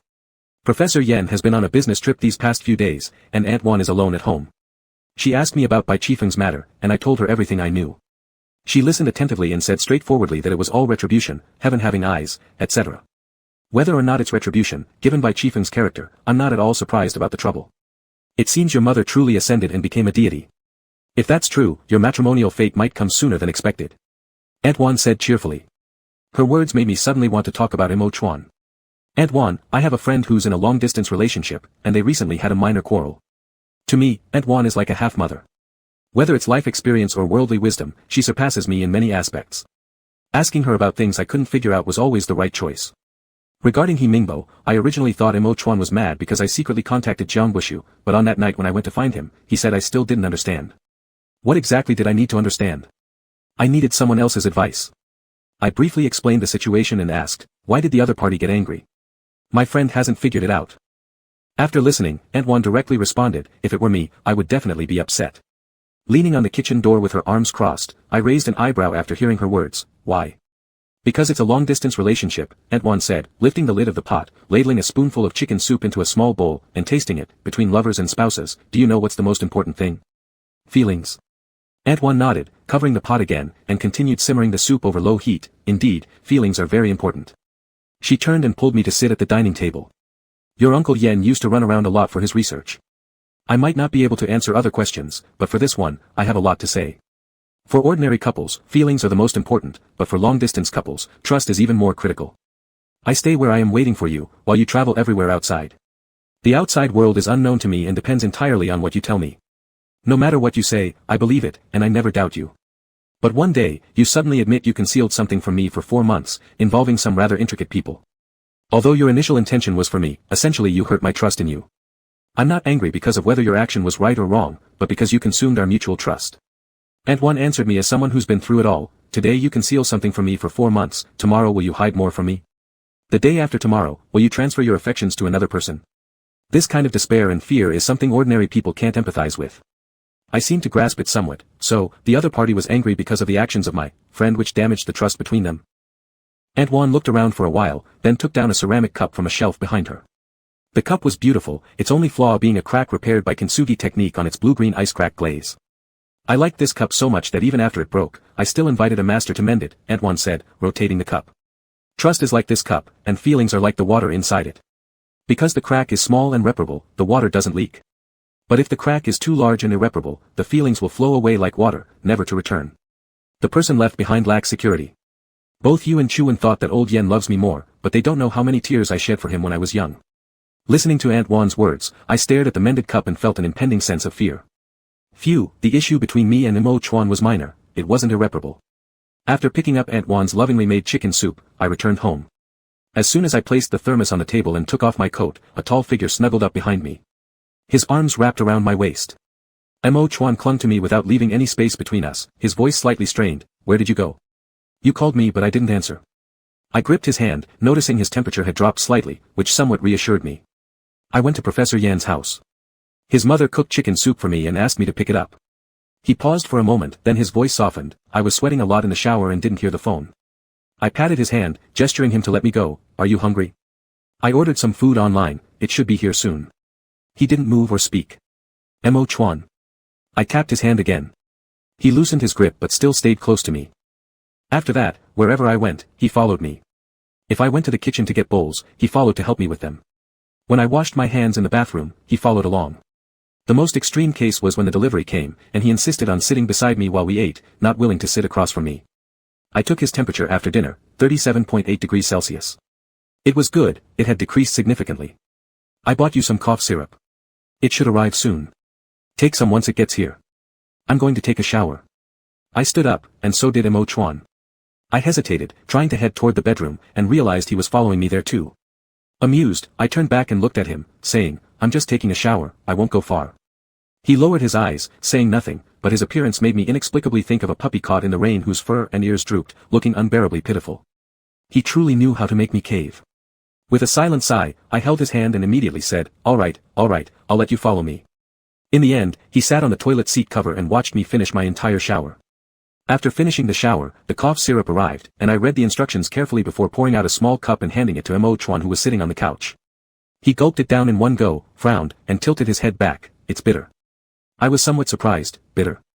I used to drink this syrup often during colds and coughs. It was sweet beyond measure, so where was the bitterness? It's bitter. He scrunched his eyebrows even tighter, and because I didn't believe him, there was even a trace of annoyance in his eyes. Perhaps the taste buds of a sick person are different.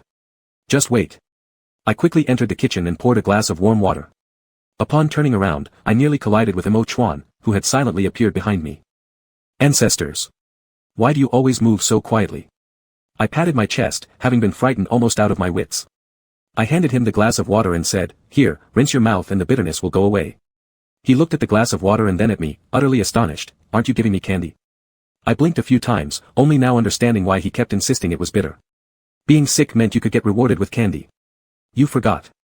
In an instant, he was no longer a dog soaked by the rain but rather a puppy whose food bowl had been flattened.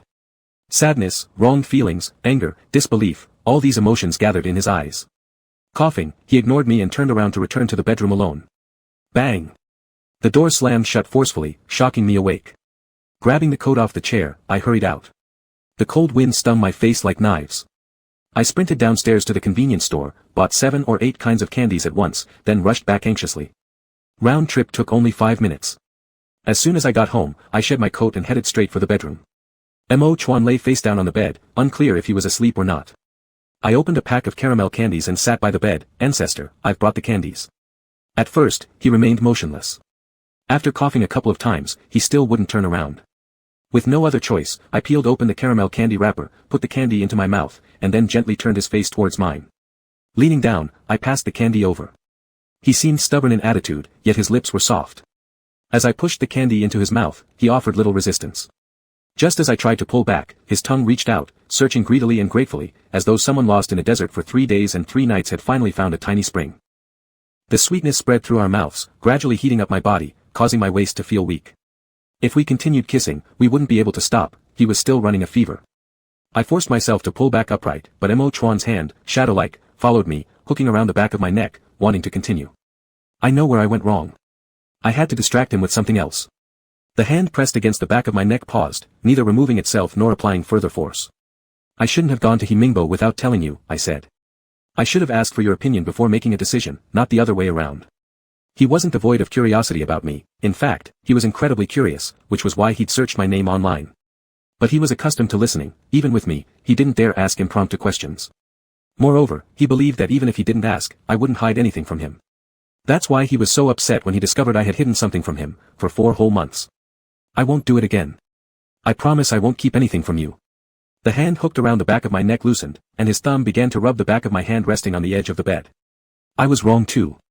I shouldn't have thrown a tantrum. His mouth still held the candy, so his words were a little muffled. I won't anymore. Please don't be mad at me. If he had been stubborn, I could have stood up to him.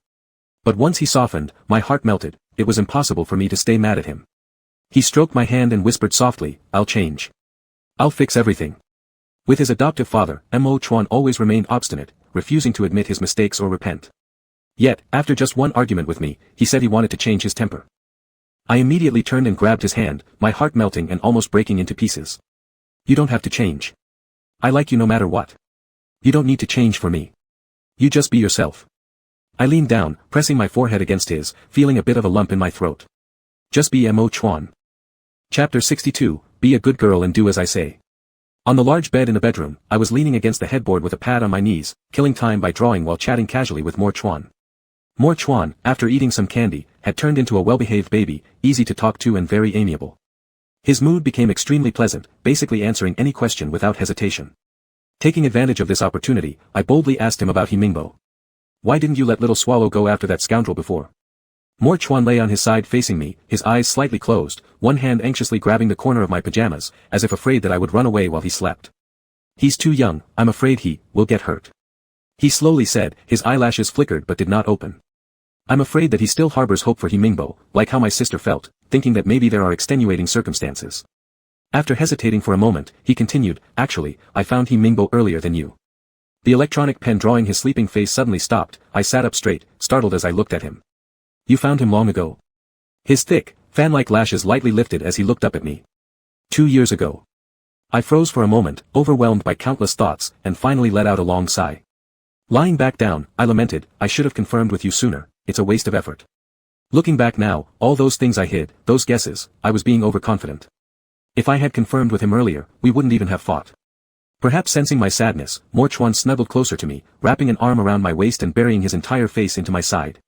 From now on, if you want to know anything, just ask me, and I'll tell you. Such clinginess. Staring at the lump clinging to my waist, I lightly patted his arm, helplessly saying, how am I supposed to draw you like this? He remained unmoved, not only refusing to loosen but tightening his arms instead. The next day, when I woke up, I was still in Mo Chuan's arms. The king-sized bed that should have comfortably fit 2 people somehow made us both feel squeezed as if we were sleeping on a single-meter-wide bed. Feeling his forehead, it seemed his fever had completely subsided. I wanted to get up, but no sooner had I propped myself up than I was pulled back by his arm. The top button of my sleepwear collar wasn't fastened, exposing a large part of my collarbone. I don't know if Mo Chuan was doing it on purpose or accidentally, but his head was nestled in my neck, his mouth and nose close to my collarbone, and with each breath, his hair brushed against my skin, making it unbearably itchy. With such a big bed, isn't it uncomfortable for you to be so close to me? Playing with his hair, I teased him. Initially, I thought he hadn't fully woken up yet and might ignore me, but surprisingly, he was awake and replied. Your bed is too big, I don't like it. His dry lips continuously brushed against my collarbone as he spoke, accompanied by hot breath that sent involuntary shivers down my spine. The temple's bed wasn't very big, lying on it meant our arms would always brush against each other, our feet would always touch, there was simply no way to keep distance from each other. A big bed has its advantages too, I said. You'll understand once you experience it. With his sickness gone and our argument settled, my mind started wandering again. It would be too bad if he left without leaving some trace behind, especially since it was rare for him to visit my home. The bed does feel softer. Mo Chuan then had no idea what I was thinking, purely assuming I was talking about the bed. After waking up, I took Mo Chuan's temperature. Apart from a slight cough, his temperature had returned to normal. In the morning, I stayed with him as usual, but in the afternoon, I separately went to the studio and met with Sun Man Man. At the studio, I mainly cooperated with the publicity team to shoot videos, then went to Sun Man Man's school to find her. It was nearly 4 o'clock. The two of us sat on the bench at school, watching passers-by while holding ice cream cones in our hands. So cold. Sun Man Man shivered. You weren't the one who said you could handle it. With leather gloves on, I greedily bit into the sweet cone in my hand, unafraid of the cold. Sun Man Man glanced at me, gritted her teeth, and seemed to start an unwritten competition, quickly devouring the ice cream she held. Once finished, she put on her hooded jacket and zipped it all the way up, exposing only half of her face. Brother, it feels like my world just collapsed, she suddenly said while looking at the crowds moving about in the campus. She had been feeling terrible recently. Our WeChat chats revealed her negative state, and I feared that keeping these feelings bottled up would lead to something worse, which was why I decided to meet her alone for a chat. In the past, I didn't need to think about anything else besides whether I liked or was interested in something. Do you know? Last month, I was still dreaming of going to Penggu to volunteer as a teacher, to do something for the children there, to become a woman like Miss Zhou. But now, I have to consider Mom's feelings. Dad is already the way he is, and I can't make her worry more. She seemed to have grown up overnight, transforming from a carefree little girl into an understanding adult. But in reality, I hoped more that she could remain a little girl forever. Even if you can't go teach in rural areas, you can still do the things you like. Don't worry about money, I've got it, I said as I patted her hooded head. She shook her head. Your money is your money. How old am I? Why should I ask for money from you? If I need money, I'll earn it myself. You don't have to worry about me. I felt both reassured and heartbroken. Our father may not be much, but our siblings are all extraordinary and nothing like him. It must be because Mom's great, she finished by laughing first. Seeing her smile, I laughed along with her. After consoling my sister, the sky in Haicheng had completely darkened. I ordered a few dishes at a small restaurant across from Hai University to take out. When I returned home, Mo Chuan was facing away from me, gazing at the night view outside the floor-to-ceiling window while on a phone call. I'm feeling much better. I'll be back the day after tomorrow. I paused as I removed my coat. The day after tomorrow? Is he leaving so soon? If so, the remaining time has to be carefully planned and not wasted. When Mo Chuan finished his call, I took out the food from the bag and laid it all over the table. Without needing to be invited, Mo Chuan sat down opposite me. With his fever gone, he seemed to have reverted to his usual self. Do you have any places you want to go tomorrow? I asked him while we ate. He looked surprised, the tip of his chopstick fell on the rice as he glanced up at me. Tomorrow? Yep, if you don't, I'll make the arrangements. It was rare for him to come to Haicheng, and I wanted us to do things that ordinary couples would do. Where? He lowered his eyes and picked up a small ball of rice with his chopsticks. How about watching a movie? Afterward, we can have dinner and then we'll return. I paused meaningfully, to do something else. His lashes flickered slightly, all right. He didn't object in the slightest. Although I like Mo Chuan regardless of his demeanor, it's a bit unfortunate that this limited edition clingy puppy only appears when he's sick. Now he's already gone back to normal. Do you want to come watch me brush my teeth? I teased him before heading to the bathroom. He gave me a sideways glance while coughing, answering seriously, no need. Not looking, huh? I scoffed and entered the bathroom. When it came time for his shower, I stared at the bathroom door, listening to the water inside. Suddenly, without announcing myself, I pushed open the door and walked in. As if expecting me, he kept rinsing under the water while watching me piece by piece remove my clothes, showing no surprise or words. You just got better, tonight we'll skip the main course. I grinned, acting considerate. Using hands too much can get boring, instead, let me teach you something different. Saying this, I stepped into the shower stall and pressed him against the wall. Mo Chuan's hair was completely soaked, some strands covering his eyes, making them look especially cryptic. Teach me what? I ran my fingers down his taut muscle texture, crouched halfway and looked up at him. Teaching you, how many ways humans actually can find joy. After saying that, I smiled mischievously and moved closer toward his focused gaze. His fingers plunged into my hair, his breathing became instantly heavier. I held his leg, the thigh muscles tightening like rock-hard stones. Where did you learn these things?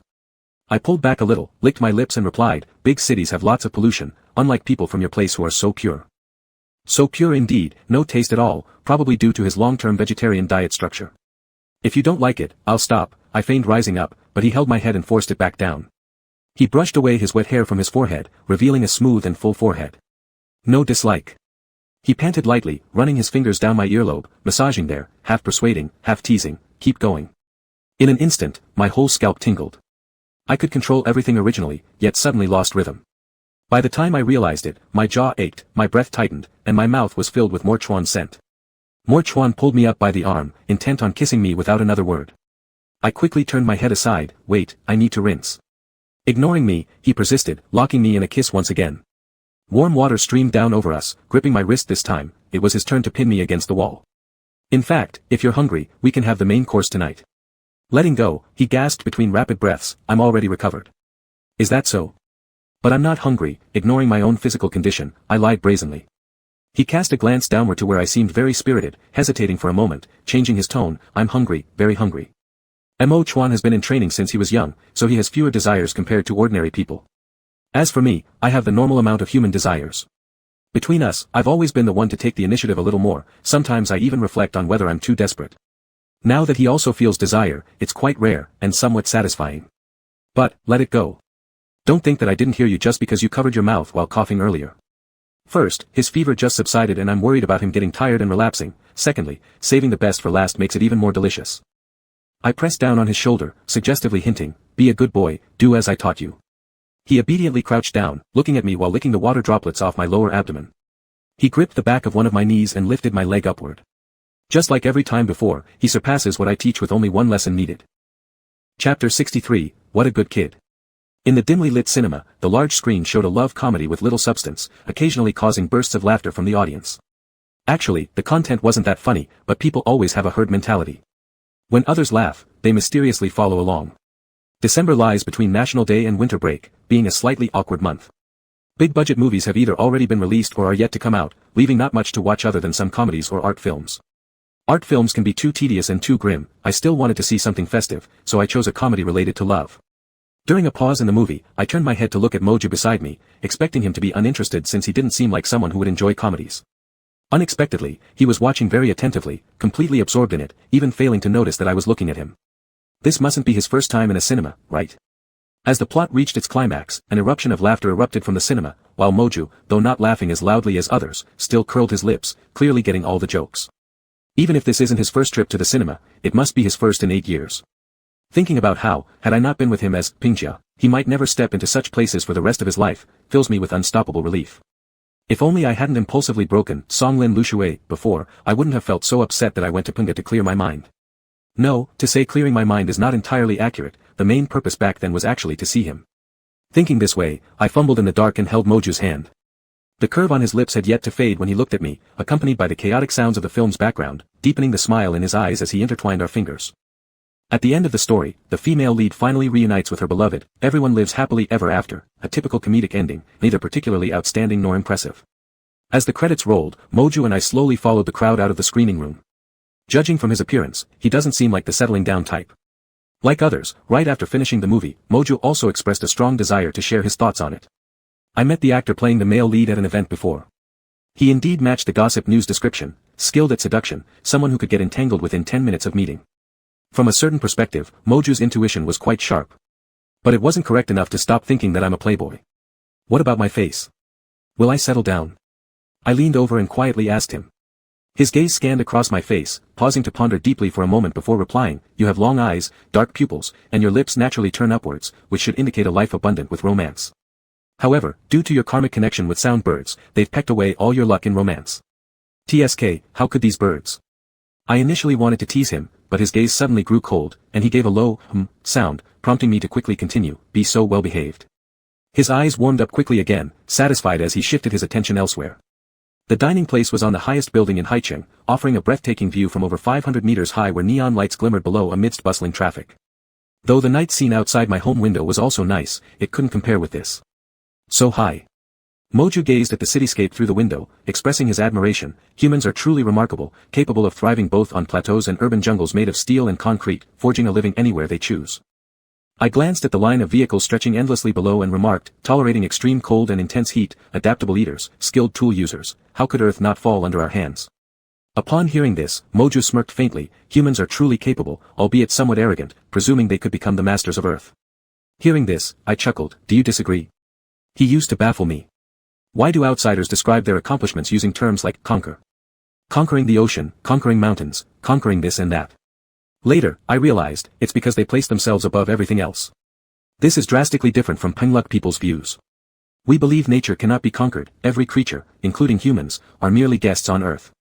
It allows us to stay, we stay, it denies, a tsunami, earthquake, volcanic eruption, any disaster can annihilate us. Therefore, we must revere nature and remain humble. Put this way, it makes sense. Once, dinosaurs were the dominant species here, and still, they became extinct when their time came. Passers-by come and go, but the Earth remains. Many emperors believed they could achieve immortality, but after a century, they are reduced to just a few lines in history books. And even more ordinary people leave no trace on this world at all. You're right, let's toast to nature. I raised the lemonade on the table and toasted towards him. He smiled lightly and raised his glass as well, to nature.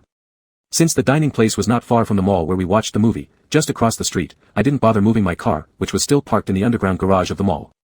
I let Moju wait by the roadside while I went alone to fetch the car from the opposite side of the road. As I passed by a flower shop inside the mall, I stopped for a moment, hesitated, and finally bought a bouquet of bright red roses. It was our first date, how could there not be flowers?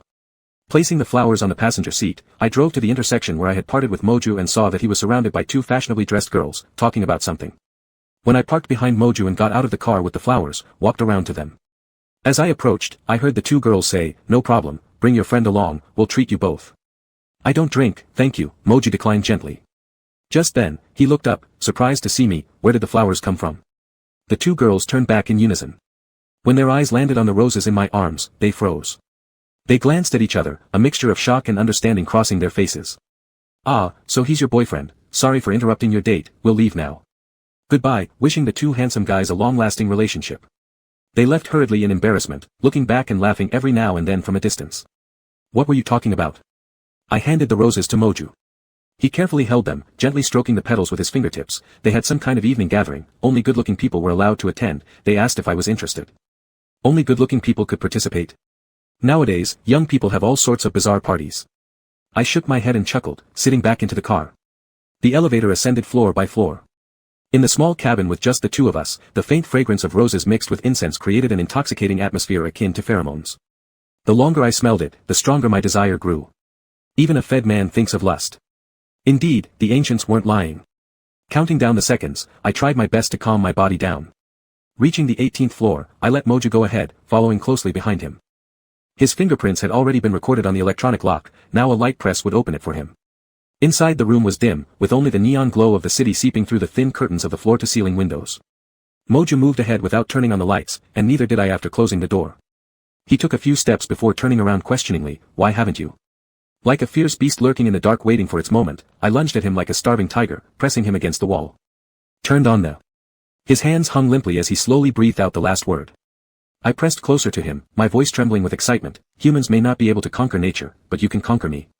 Our kisses began in the entrance hall, desperately craving each other, stumbling clumsily through the living room until we reached the sofa. The leather sofa was incredibly soft. Lying on my back, my eyes gradually adjusted to the indoor light, allowing me to make out Moju's features clearly. Who knows where the flowers disappeared to, or when his suit jacket had been discarded. His tie now hung loosely on his chest, and his shirt was rumpled. Together with his slightly disheveled breathing, he exuded a somewhat rakish air. Kneeling on one knee on the sofa, he reached to unbutton his waistcoat, but I stopped him. "Don't take it off." My fingers tangled in his tie, pulling him down as I gasped, "Let's do it like this." Bai Chifeng's situation was unresolved. New Year's was coming soon, and after the holiday he Nanyuan might visit Haicheng again. After discussing with Moju, I wouldn't return to Punga until at least January. After abstaining for several months, it was time to indulge fully. Whoever stops at a mere taste is a fool. On the sofa, by the sliding doors, and finally on the large bed in the bedroom, we indulged in wild passion throughout the night, leaving marks all over the house. In the end, I was truly spent, sweat covering my body, soaking through my hair, even my eyelashes damp. It felt as if every bit of fluid within me had evaporated, yet I couldn't let go of Moju. He favored having me straddle him, similar to the position of a tantric figure, which was extremely intimate but also excruciatingly uncomfortable. "No." Instinctively rejecting, my hands gripped Moju tightly, digging my nails into his back. He halted, his fingers weaving into my sweaty hair, unusually accommodating. "Shall we finish then, okay?" I opened my mouth, panting heavily. "No." It was still those two words, but with a different meaning. He wrapped his arms around me and glanced out of the window. "It's almost dawn." I clung to him even tighter, pressing my nose against his shoulder and repeating for the third time in a shaky voice, "Don't." Mo Chuan nibbled on my earlobe, muttering, "Then let's keep going." When I came to, it was already afternoon the next day. The living room was bright, and all signs of last night's intimacy had vanished. On the dining table lay a vibrant rose, its fragrance bringing flashes of last night's frenzy to mind. My ears turned hot as I sat up straighter and looked at him. The fried rice was covered with cling wrap, and beneath the chopsticks was a sticky note, "I've gone. Rest well, remember to eat." I picked up the note and placed a kiss on the signature, Mo Chuan. Soon, winter break arrived. Mo Chuan told He Nanyuan about He Mingbo and let him decide whether or not he wanted to meet the man now. He Nanyuan chose to meet. It was thousands of kilometers from Shannan to Haicheng, and I was originally planning to buy He Nanyuan an air ticket, even for a business class seat, but Mo Chuan wouldn't allow it. He said that buying him such luxury would spoil the kid. "You don't need to worry. Let him take the train himself." I used to think he's too young to handle these things, but now I realize it's overthinking it. He's nearly an adult, it's time we started treating him like one. Since he put it this way, I didn't press further. On the day He Nanyuan came to Haicheng, I calculated the time and went to the train station to pick him up. Many passengers were waiting by the roadside for their rides, but He Nanyuan stood out conspicuously. Dressed in layered clothing with a ponytail, his towering height made him stand out like a crane among chickens.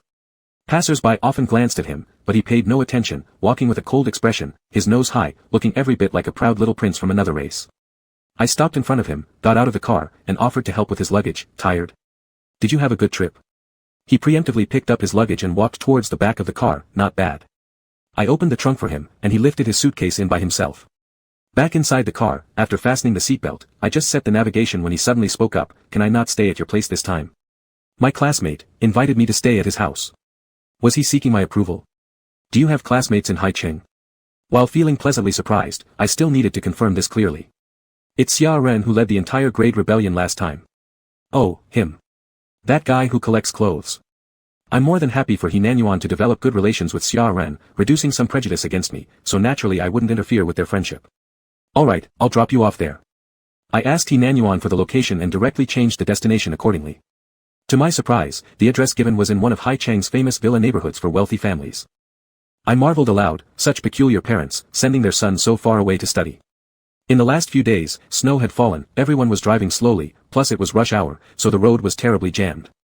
A journey that should have taken an hour stretched to nearly 2. When we finally reached the entrance of the residential complex, we could see from afar a small figure squatting by the main gate on the phone.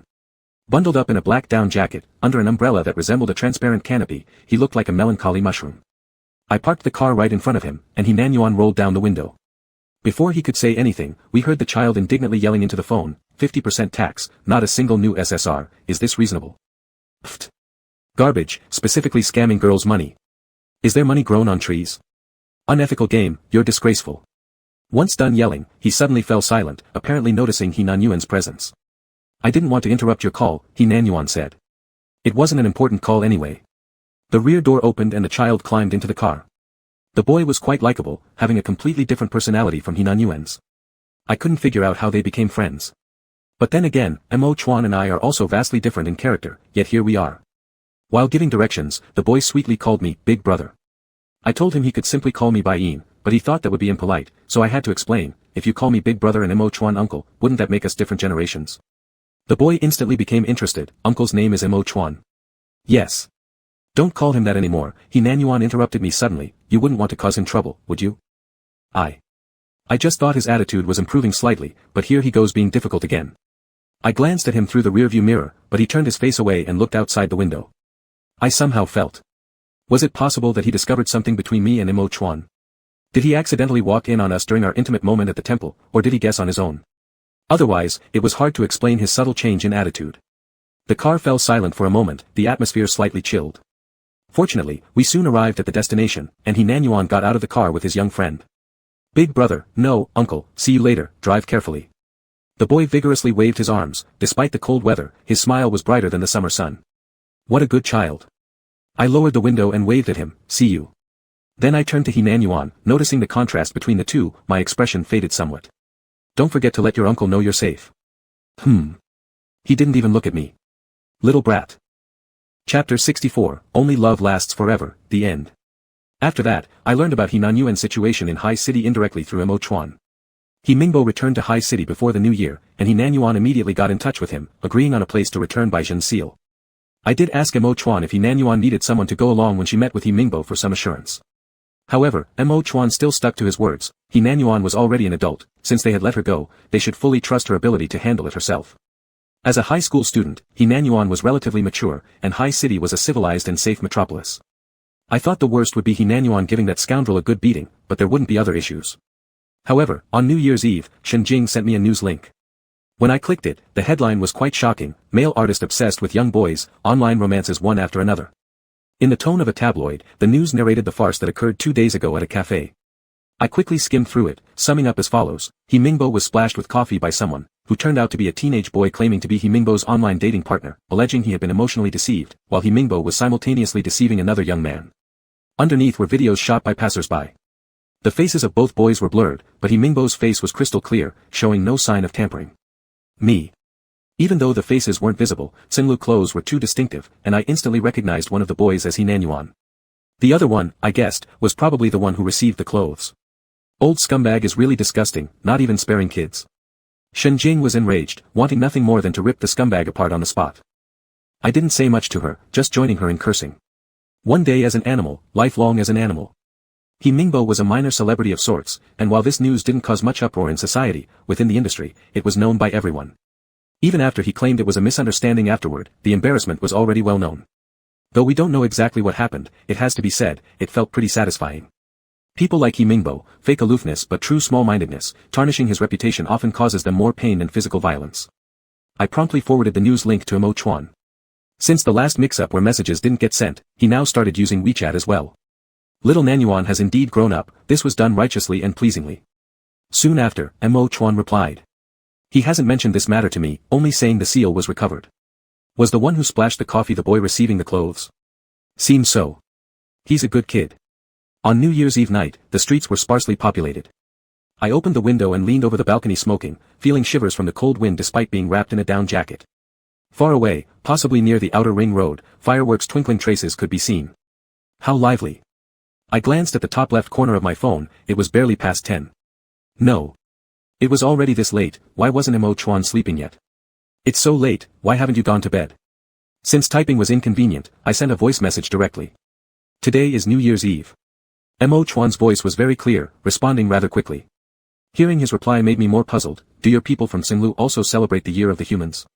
Never heard of that before. We don't, he paused briefly, but you do. My heart skipped a beat. The distant, indistinct fireworks seemed to explode within my chest. Even in such piercing cold, the warmth in my heart couldn't dissipate. I initiated a voice call immediately. It rang once, then he picked up. Are you staying up with me? I asked between puffs of smoke, laughing. Not sleepy. He paused slightly, saying, I drank a lot of strong tea this afternoon. I laughed even harder. Truly admirable of him. After finishing a cigarette, I turned back into the room. Speaking of which, did you stop talking this time when you came back? You slept in my bed and engaged in intimate acts beyond celibacy with me. According to logic, you definitely should have stopped talking, yet this time, you didn't seem to. Quite curious. Mo Chuan showed no intention of covering up, openly admitting, Winter Abundance Festival can't stop my speaking anyway, plus. I'm far from Shanjun, so never mind. I was momentarily taken aback. Far from Shanjun, does that mean? His excuses are getting more numerous these days, which amused me. Breaking the precepts becomes familiar after each instance, first, second, third time, and eventually, it feels insignificant. Victory is in sight. I sense that in another year or so, he won't need to care about that 9-colored deer anymore. There were still some noises outside, but indoors, everything grew completely quiet. I could faintly hear the sound of pages flipping, so I asked what he was doing. He said he was reading a mystery novel found on Henan Yuan's bookshelf. I was somewhat surprised. Why read that? I want something stimulating to avoid dozing off. As soon as he finished speaking, he yawned. I took off my coat and lay down on the bed. Seems like it's not stimulating enough. The writing is not great. Then how about I stimulate you instead? Mo Chuan remained silent for quite a while. I got up from the bed, entered the walk-in closet, opened the built-in safe, and took out a waist chain made of rubies, sapphires, and emeralds. I made you a waist chain. Next time, wear it with immortal when you're with me. Fearing he might not fully understand my meaning, I added, the kind you don't wear clothes under. Green leaves, red berries, blue flowers, woven into a colorful fruit basket, with a cornflower blue sapphire as the main stone. When worn naked around the waist, it would naturally fall in an alluring area below the abdomen. Of course, wearing it with clothes was equally beautiful, but I still liked Mo Chuan wearing the jewelry I made just for him, exquisite and sacred, solemn yet decadent, in a state only I could see. The thought alone was exciting. What's this one called? I took a picture and sent it to Mo Chuan. A little later, he asked. Eden. A beautiful divine garden filled with allure, tempting forbidden fruits, heaven and desire, innocence and seduction. No name could be more fitting for this waist chain than Eden, suitable even for Mo Chuan himself. Eden. Mo Chuan repeated softly. His voice seemed more spirited than before. Can't you wear it with clothes? I put the waist chain back in the safe, suppressing a laugh as I replied, you can, but the effect isn't as good. By the way, after the new year when you come to High City for the conference, don't stay at the school dorms. Stay at my place, and I'll drive you to High University every day. Thinking about meeting again in High City soon, and in a rare world for two people, I felt jubilant, joyful enough to hum a tune. However, Mo Chuan quickly shattered my fantasy. Probably can't come this year. I had already lain down in bed, but hearing his words, I sat up straight, face falling. Why? Xie Gu will return tomorrow, bringing his young friend along. Since others are visiting, I cannot be absent. Mo Chuan explained. Will they leave tomorrow? Aha. In that case, I'll join them. If you're not coming, why should I stay here? I'm leaving too. I quickly decided, dragging out the suitcase from the walk-in closet, spreading it on the floor, and starting to pack clothes. How are they going back? By plane. By high-speed train and then by train. That's how long? Dozens of hours. Too tiring. Tell Xiao Yan that all three of us will take a flight back together. Afraid Mo Chuan wouldn't agree and think I spoiled the children, I continued, it's fine for Xie Nanyuan alone, but it's unreasonable to subject guests to such endurance training. Training He Nanyuan is acceptable, but exercising restraint on both her and their guest was excessive. Mo Chuan pondered it over, agreeing with this logic. All right, I'll call him. Just tell him it was your idea. Otherwise, I feared He Nanyuan, that brat, would refuse to accept the ticket I bought. Understood. After hanging up, I continued stuffing clothes into the suitcase, my own things for Mo Chuan, and also the items Aunt Yuan wanted me to bring to Yan Chuan. This year, Guoshu stayed in Punga for work and didn't return home for the new year. Yan Chuan couldn't leave her, the only female researcher there, so he didn't go back to High City either. During dinner on New Year's Eve, I thought Aunt Yuan might criticize Yan Chuan, but instead, she smiled and cheerfully inquired about Guoshu's situation. All at once, every previously illogical aspect suddenly seemed explainable. Enlightened as if a sudden realization dawned on me, I instantly understood Yan Chuan's feelings when he found out about something between Mo Chuan and me. Yan Chuan. Guoshu. Them. Since when? Since Aunt Yuan knew I had to visit Punga every 2 months, she simply entrusted the items she intended to send Yan Chuan to me. They were all seafood delicacies not available in Khoyan Song, sea cucumbers, birds' nests, and 2 boxes of ajiao. Anyone could guess who these things were truly meant for. My phone gently vibrated. Mo Chuan had sent over He Nanyuan's and her young friend's identity information. Turned out the young friend's name was Mi Xia, a name rather suited to his lively summer-like personality. I quickly booked 3 business-class seats for tomorrow morning, sending Mo Chuan a screenshot of the flight details. A few minutes later, he called back, saying he had forwarded the screenshot to He Nanyuan. I thought he would say some polite nonsense about being trouble, but he didn't this time. Why didn't you say it was troublesome for me? Since he annoyed me by saying it, his silence now intrigued me. Because I've realized that whenever I mention it, you get upset. He spoke slowly, I don't want you to be upset. He actually noticed, I thought he hadn't. It's not that I'm upset, it's just that I don't like you being so polite with me. I cleared my throat lightly, we're family, there's no need to talk about troubles or anything. This is something Aunt Wan used to say. It was the first time I said it, and it made me feel somewhat embarrassed. I quickly shifted the topic, winter clothes are thick, and my suitcase is almost full. Is Punga cold these days? Wear more clothes then, don't cough again. I have to tell you something about Xiao Yan today. Time passed unconsciously as we chatted. Suddenly, a bang sound came from the other end of the phone, it sounded like someone was setting off fireworks. It's in the direction of the research institute. Mo Chuan went outside to check the situation and took a photo of the fireworks from the mountaintop for me. Checking the time, it had just passed midnight, the new year had arrived. Young Yan Chuan certainly knows how to be romantic. Happy New Year. Mo Chuan's voice flowed into my ears along with a faint wind. Happy New Year. I gently rubbed the phone against my cheek, see you tomorrow. See you tomorrow. After hanging up, I stared thoughtfully at my massive suitcase, pondering whether there was anything I had forgotten to pack. Indeed, I realized there was something. Opening the bedside drawer, I stuffed all the 001 pills inside, dozens of boxes, into the already overstuffed luggage. I found it amusing and sent him a picture. He didn't respond for a long while, probably asleep. On New Year's Day morning, WeChat became a huge greeting platform. All sorts of people contacted me at the stroke of midnight to send group New Year messages. I briefly replied, Happy New Year, to a few, pausing when I got to Sun Man Man. Her message clearly wasn't generic, it was full of sincerity. Big brother, Happy New Year. Wishing you good health and a smooth career in the coming year, staying away from bad influences. My mom and I welcome you home anytime. Under Dr. Kai's persuasion, Bai Chifeng had confessed. Without any surprises, he would likely be sentenced this year. Due to his cooperative attitude and Sun Lin's willingness to return the stolen funds, Dr. Kai said that there was a high chance of a lighter sentence. Therefore, these few days, Sun Man seemed to have let go of her burdens, recovering her cheerful self. Happy New Year. In the new year, may you and your aunt live peacefully, joyfully, healthy, and smoothly. Your brother will always be your solid support, so do whatever you wish without hesitation. As long as you're happy, I'll support all your decisions. The plane was scheduled for around 10, but I woke early and was at the airport by 7, eating breakfast while waiting for He Nanyuan. At this moment, Mo Chuan's reply finally came. There are guests, you should exercise restraint.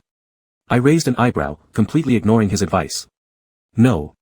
Around 9 o'clock, the 2 youngsters also arrived at the waiting room. Uncle. Mi Xia, as lively as ever, Uncle, you're so early. What time did you come? An hour ago, I said. He Nanlian, as usual, totally ignored me, treating me like air. Given that he could be friends with Mi Xia, he couldn't dislike me solely because of my Haiqing identity. Once again, I confirmed that he must have discovered something. It took 5 hours to fly from Haiqing to Shannan, and another 2 to 3 hours by car to reach Punga. By the time we reached Luhuang Temple, it was already past 5 in the afternoon. Because we had luggage, I directly instructed the driver to take a detour through the back mountain, parking right at the temple entrance. Mo Chuan had waited outside since early morning. Seeing us out of the car, he told He Nanyuan to take Mi Xia to their rooms. Seeing Mi Xia go inside, I acted as if I wanted to follow, but Mo Chuan stopped me. I didn't tell you to enter, his eyes carried a warning. Leaning on the handle of my suitcase, I acted as though I hadn't seen. Why not? You once said the temple didn't accommodate Haiching people and that I should stay somewhere else. But now, isn't me Xia allowed inside? Of course, I didn't really want to go in, there were only 2 rooms. If they let me in, I wouldn't even know where to squeeze. I just, liked teasing him, enjoyed seeing his helplessness towards me.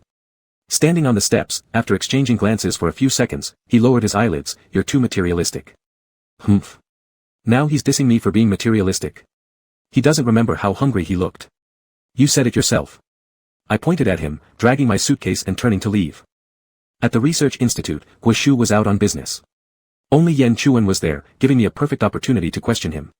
Xiao Yan comrade, I didn't expect this from you, quietly doing big things.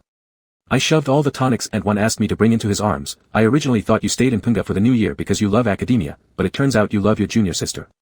Yan Chuan blushed slightly as he smiled. Both. The 2 of us stood on the balcony in the cold wind. I smoked, and he talked about his feelings for Guoshu. During our conversation, he Nanyuan and Mi Xia were spotted wandering outside. We exchanged greetings and chatted for a couple of minutes. Guoshu returned before dinner and, upon seeing all the things I brought for her, initially refused to accept them. I told her that if she didn't take them, I'd absolutely refuse to carry them back, and instructed her to speak with Ant-One herself. With no other choice, she thanked me and accepted them. I thought, since I wasn't going, Mo Chuan would definitely send a message to ask about it later that evening. But this time, he actually restrained himself, and by 11, there was still no news from him. Was he really asleep? I threw my backpack over my shoulder and followed the familiar path up the mountain. Faced with the tightly shut doors of the shrine, I didn't lose heart and turned to climb the tall wall instead. There's a window in the hall that Mo Chuan always leaves a crack open for ventilation, and I've always felt that this habit is not a good one. Slipping my fingers into the bottom gap of the window, I easily disengaged the catch. After opening the window, I deftly climbed inside and closed it again behind me. I've always thought this habit is rather dangerous because it gives people too much opportunity to sneak in. I tried the handle of Mo Chuan's bedroom door and found that it could be opened. Sighing inwardly, this was another bad habit of his. When the outer door was locked, he often wouldn't lock the inner ones. In winter, he'd keep the doors and windows shut. In summer, he'd frequently sleep with the doors open and the windows ventilating. True, Punga had decent security, low crime rate, and no one would risk breaking into a shrine of a lurid person. But preventive awareness is necessary, better safe than sorry. Pushing aside the curtain at the entrance, I walked in with some noise, immediately catching Mo Chuan's attention. Who's there? His voice cut through the dark, calm but without excessive hostility, sitting on the edge of his bed. And who do you think? I dropped both my backpack and coat right where I entered. Straddling his lap, I leaned forward to kiss him but was stopped as he placed his hands on my chest. The kids are. They're sleeping in the back rooms. They won't come here. Still, his head was bowed. What if they wake up during the night? The bathroom is far from here. How could they possibly find out? I grasped his hand, lightly scratching his palm with my fingertips while whispering into his ear, I already took care of everything, you can just come in directly. His fingers tensed abruptly, turning from a gesture of pushing me away to a firm grip. Yet, no further action came. Looks like I'll need stronger bait. Pingjia, past mind cannot be attained, present mind cannot be attained, future mind cannot be attained. If none can be attained, why not enjoy the present moment? I teased him using a quote from the Diamond Sutra. His hand clenched harder, clearly wavering. If you truly don't want to, I won't force you. I held his wrist and moved off his lap. I know that, from beginning to end, it's been just my own unilateral infatuation. Bai Yin. His voice deepened as he finally spoke. I ignored him and bent down to pick up the coat on the ground. He caught up, grabbing my hand in the dark. I pretended to struggle, and he immediately scooped me up, throwing me onto the bed. We rolled around once, not having enough of the act yet. As I got up to leave the bed, Mo Chuan pressed down hard, sealing my lips firmly with a kiss. The kiss carried an undertone of irritation, rougher than usual, with biting becoming fiercer. My plan worked, and I embraced him fully satisfied, offering my neck. Didn't you say I'm too consumed by worldly desires? So what are you doing right now? My tone was unreserved, and he could easily detect the triumph in my voice, implying that everything I did before was to push him into submission. He bit into the side of my neck, and his hand slid along the curve of my waist, pulling off my pants. Shut up. The pain made me gasp sharply, yet I refused to behave, even escalating further. Pingjia, does it feel good to betray Mountain Lord? It feels great to me. Exactly, it should be like this. Lost in the sea of desire, forsaking faith, taking refuge in me. As though incited by revengeful intentions, he launched his attack without giving me any time to adjust. I couldn't catch my breath in time, cursing, shit, go easy on me. With furrowed brows, I struggled a little, but hugged him tighter nonetheless. Pajun, he finally said, uttering 2 words. Pajun, the king of demons, who often transforms into various forms to disturb the cultivation of Buddha and his disciples. Since Pajun presides over the realm of desire, he enjoys seeing others indulge in love and lust. Once someone leaves his domain, he will use any means necessary to lure them back. Indeed, there's no refuting it, quite accurate. I hooked my arms around his neck, my lips brushing against his earlobe, trembling faintly as I whispered breathlessly, "I am Pajun, disturbing your practice." The next moment, he transformed into a ferocious man-eating bird, his tongue probing into my mouth with no room for refusal, as if it wished to devour me inside out. When passion reached its peak, I nibbled at his cheek like a sob, leaving a broken, "I love you," in his ear. He suddenly froze for a few seconds, then went wild, regardless of what the mountain lord or any guests might think. He just gripped my waist hard, making me repeat those words over and over. "I love you. I love you." My fingers ran down his sweaty back. I wanted to scream but had to keep the volume down. Unable to bear it, I bit his shoulder. His body stiffened, then lifted me up, holding me tightly with his arms wrapped around me. There was not a single gap between our two bodies. "Bayin, you will forever belong to me," he said, then gently kissed the wet corner of my eye. This night was nothing short of debauchery, probably too much to be smoothed over under the nose of Shan Junzi. Mo Chuan reverted to being silent the next day. But that's all right. By now, I've grown increasingly accustomed to his silence. Sometimes, he doesn't even need to write things down, I can already understand him by merely looking at his eyes and expressions. In the following days, I would go to the temple every day. This time, since He Nanyuan was busy entertaining Miss Xia, she didn't come around to interfere every couple of days. Moreover, due to Mo Chuan's silence, the task of tutoring Li Yang in English also fell to He Nanyuan. So, despite it being winter break, the daytime was actually quite peaceful. "Going to Paz High Lake this afternoon?" I looked at the message on the paper and asked, "Can I go along?" Mo Chuan frowned, and I immediately knew he didn't want me to go. "Tell Lei Lang not to pick you up. I'll take you there. You don't have to worry, I won't get close and will stay far away." Since Sui Chang's elder passed away, according to custom, Lei Lang, as the village chief, had to be responsible for taking Binky back and forth from Paz High Lake. "So, if I win you in a chess game, will you let me go?" "All right." Seeing that Mo Chuan still hesitated, I urged on. He didn't write a word, but I already read an unspoken line on his face. "Do you really think you can beat me?" I shrugged. "Not go then, how about 5 in a row?" At the mention of 5 in a row, he paused. I quickly used the taunting strategy. "What? Afraid?" He glared at me and sharply wrote down a "good" on the paper. He's skilled at Go, while I'm a beginner, so I definitely couldn't match him. But with 5 in a row, it's different. Here, the tables are turned, I'm an expert, and he's a novice. He can't beat me.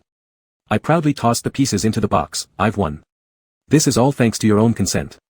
He learns everything quickly, except 5 in a row where it seems like he lacks talent and keeps losing. Annoyed, he stared at the chessboard and, as he lifted his head, froze momentarily when seeing something behind me.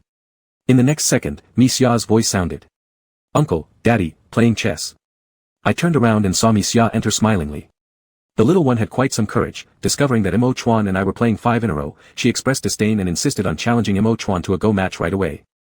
If Mo Chuan were to test his ranking, I'd estimate that even I could go professional. For Miss Xia to expect to win against Mo Chuan alone was like a fantasy. "You need to play this way. Trust me and go here." "How could you do this to a kid, uncle?" One Miss Xia couldn't make it, so we teamed up, demanding Mo Chuan to give some points. With 2 against 1, getting a tie wasn't difficult. As the game progressed, Miss Xia gained interest and became more determined, willing to continue endlessly had I not reminded Mo Chuan that it was time to leave. "If you enjoy it so much, take it home and ask Xiao Yuan to accompany you." Seeing that Miss Xia was still reluctant to stop, I suggested letting her bring the Go set back to the small house. Upon hearing this, she first didn't move, her face filled with anticipation as she looked toward Mo Chuan. Only after Mo Chuan approved did she gleefully hug the board and leave. Winter's Paz High Lake remained just as desolate and barren as the first time I had seen it, with no sign of human life within several hundred meters.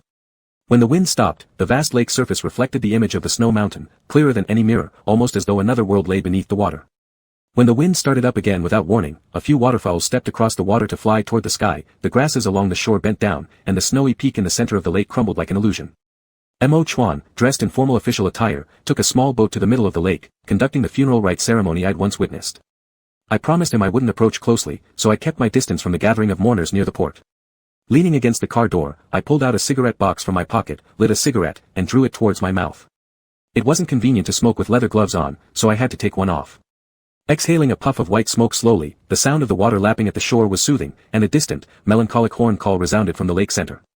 When the horn call ended, the silhouette in the middle of the lake moved slightly and looked over toward my direction.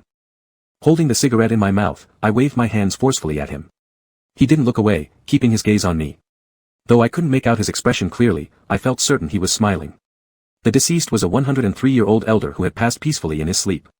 At such an age, it was considered a joyful end wherever one might be, so the family didn't dwell too much in sorrow and dispersed shortly after the ceremony concluded. I waited in place for what felt like ages before finally spotting Mo Chuan walking slowly toward me. I rubbed my numb fingers together. When he was still about 10 meters away, I couldn't help myself and quickened my pace to quietly grasp his hand, leading us both back to the car. With the bulk of our winter clothes and the large sleeves hiding most gestures, as long as we weren't too close, no one could tell we were holding hands. Still, I held on to just the tips of his fingers, careful not to draw attention.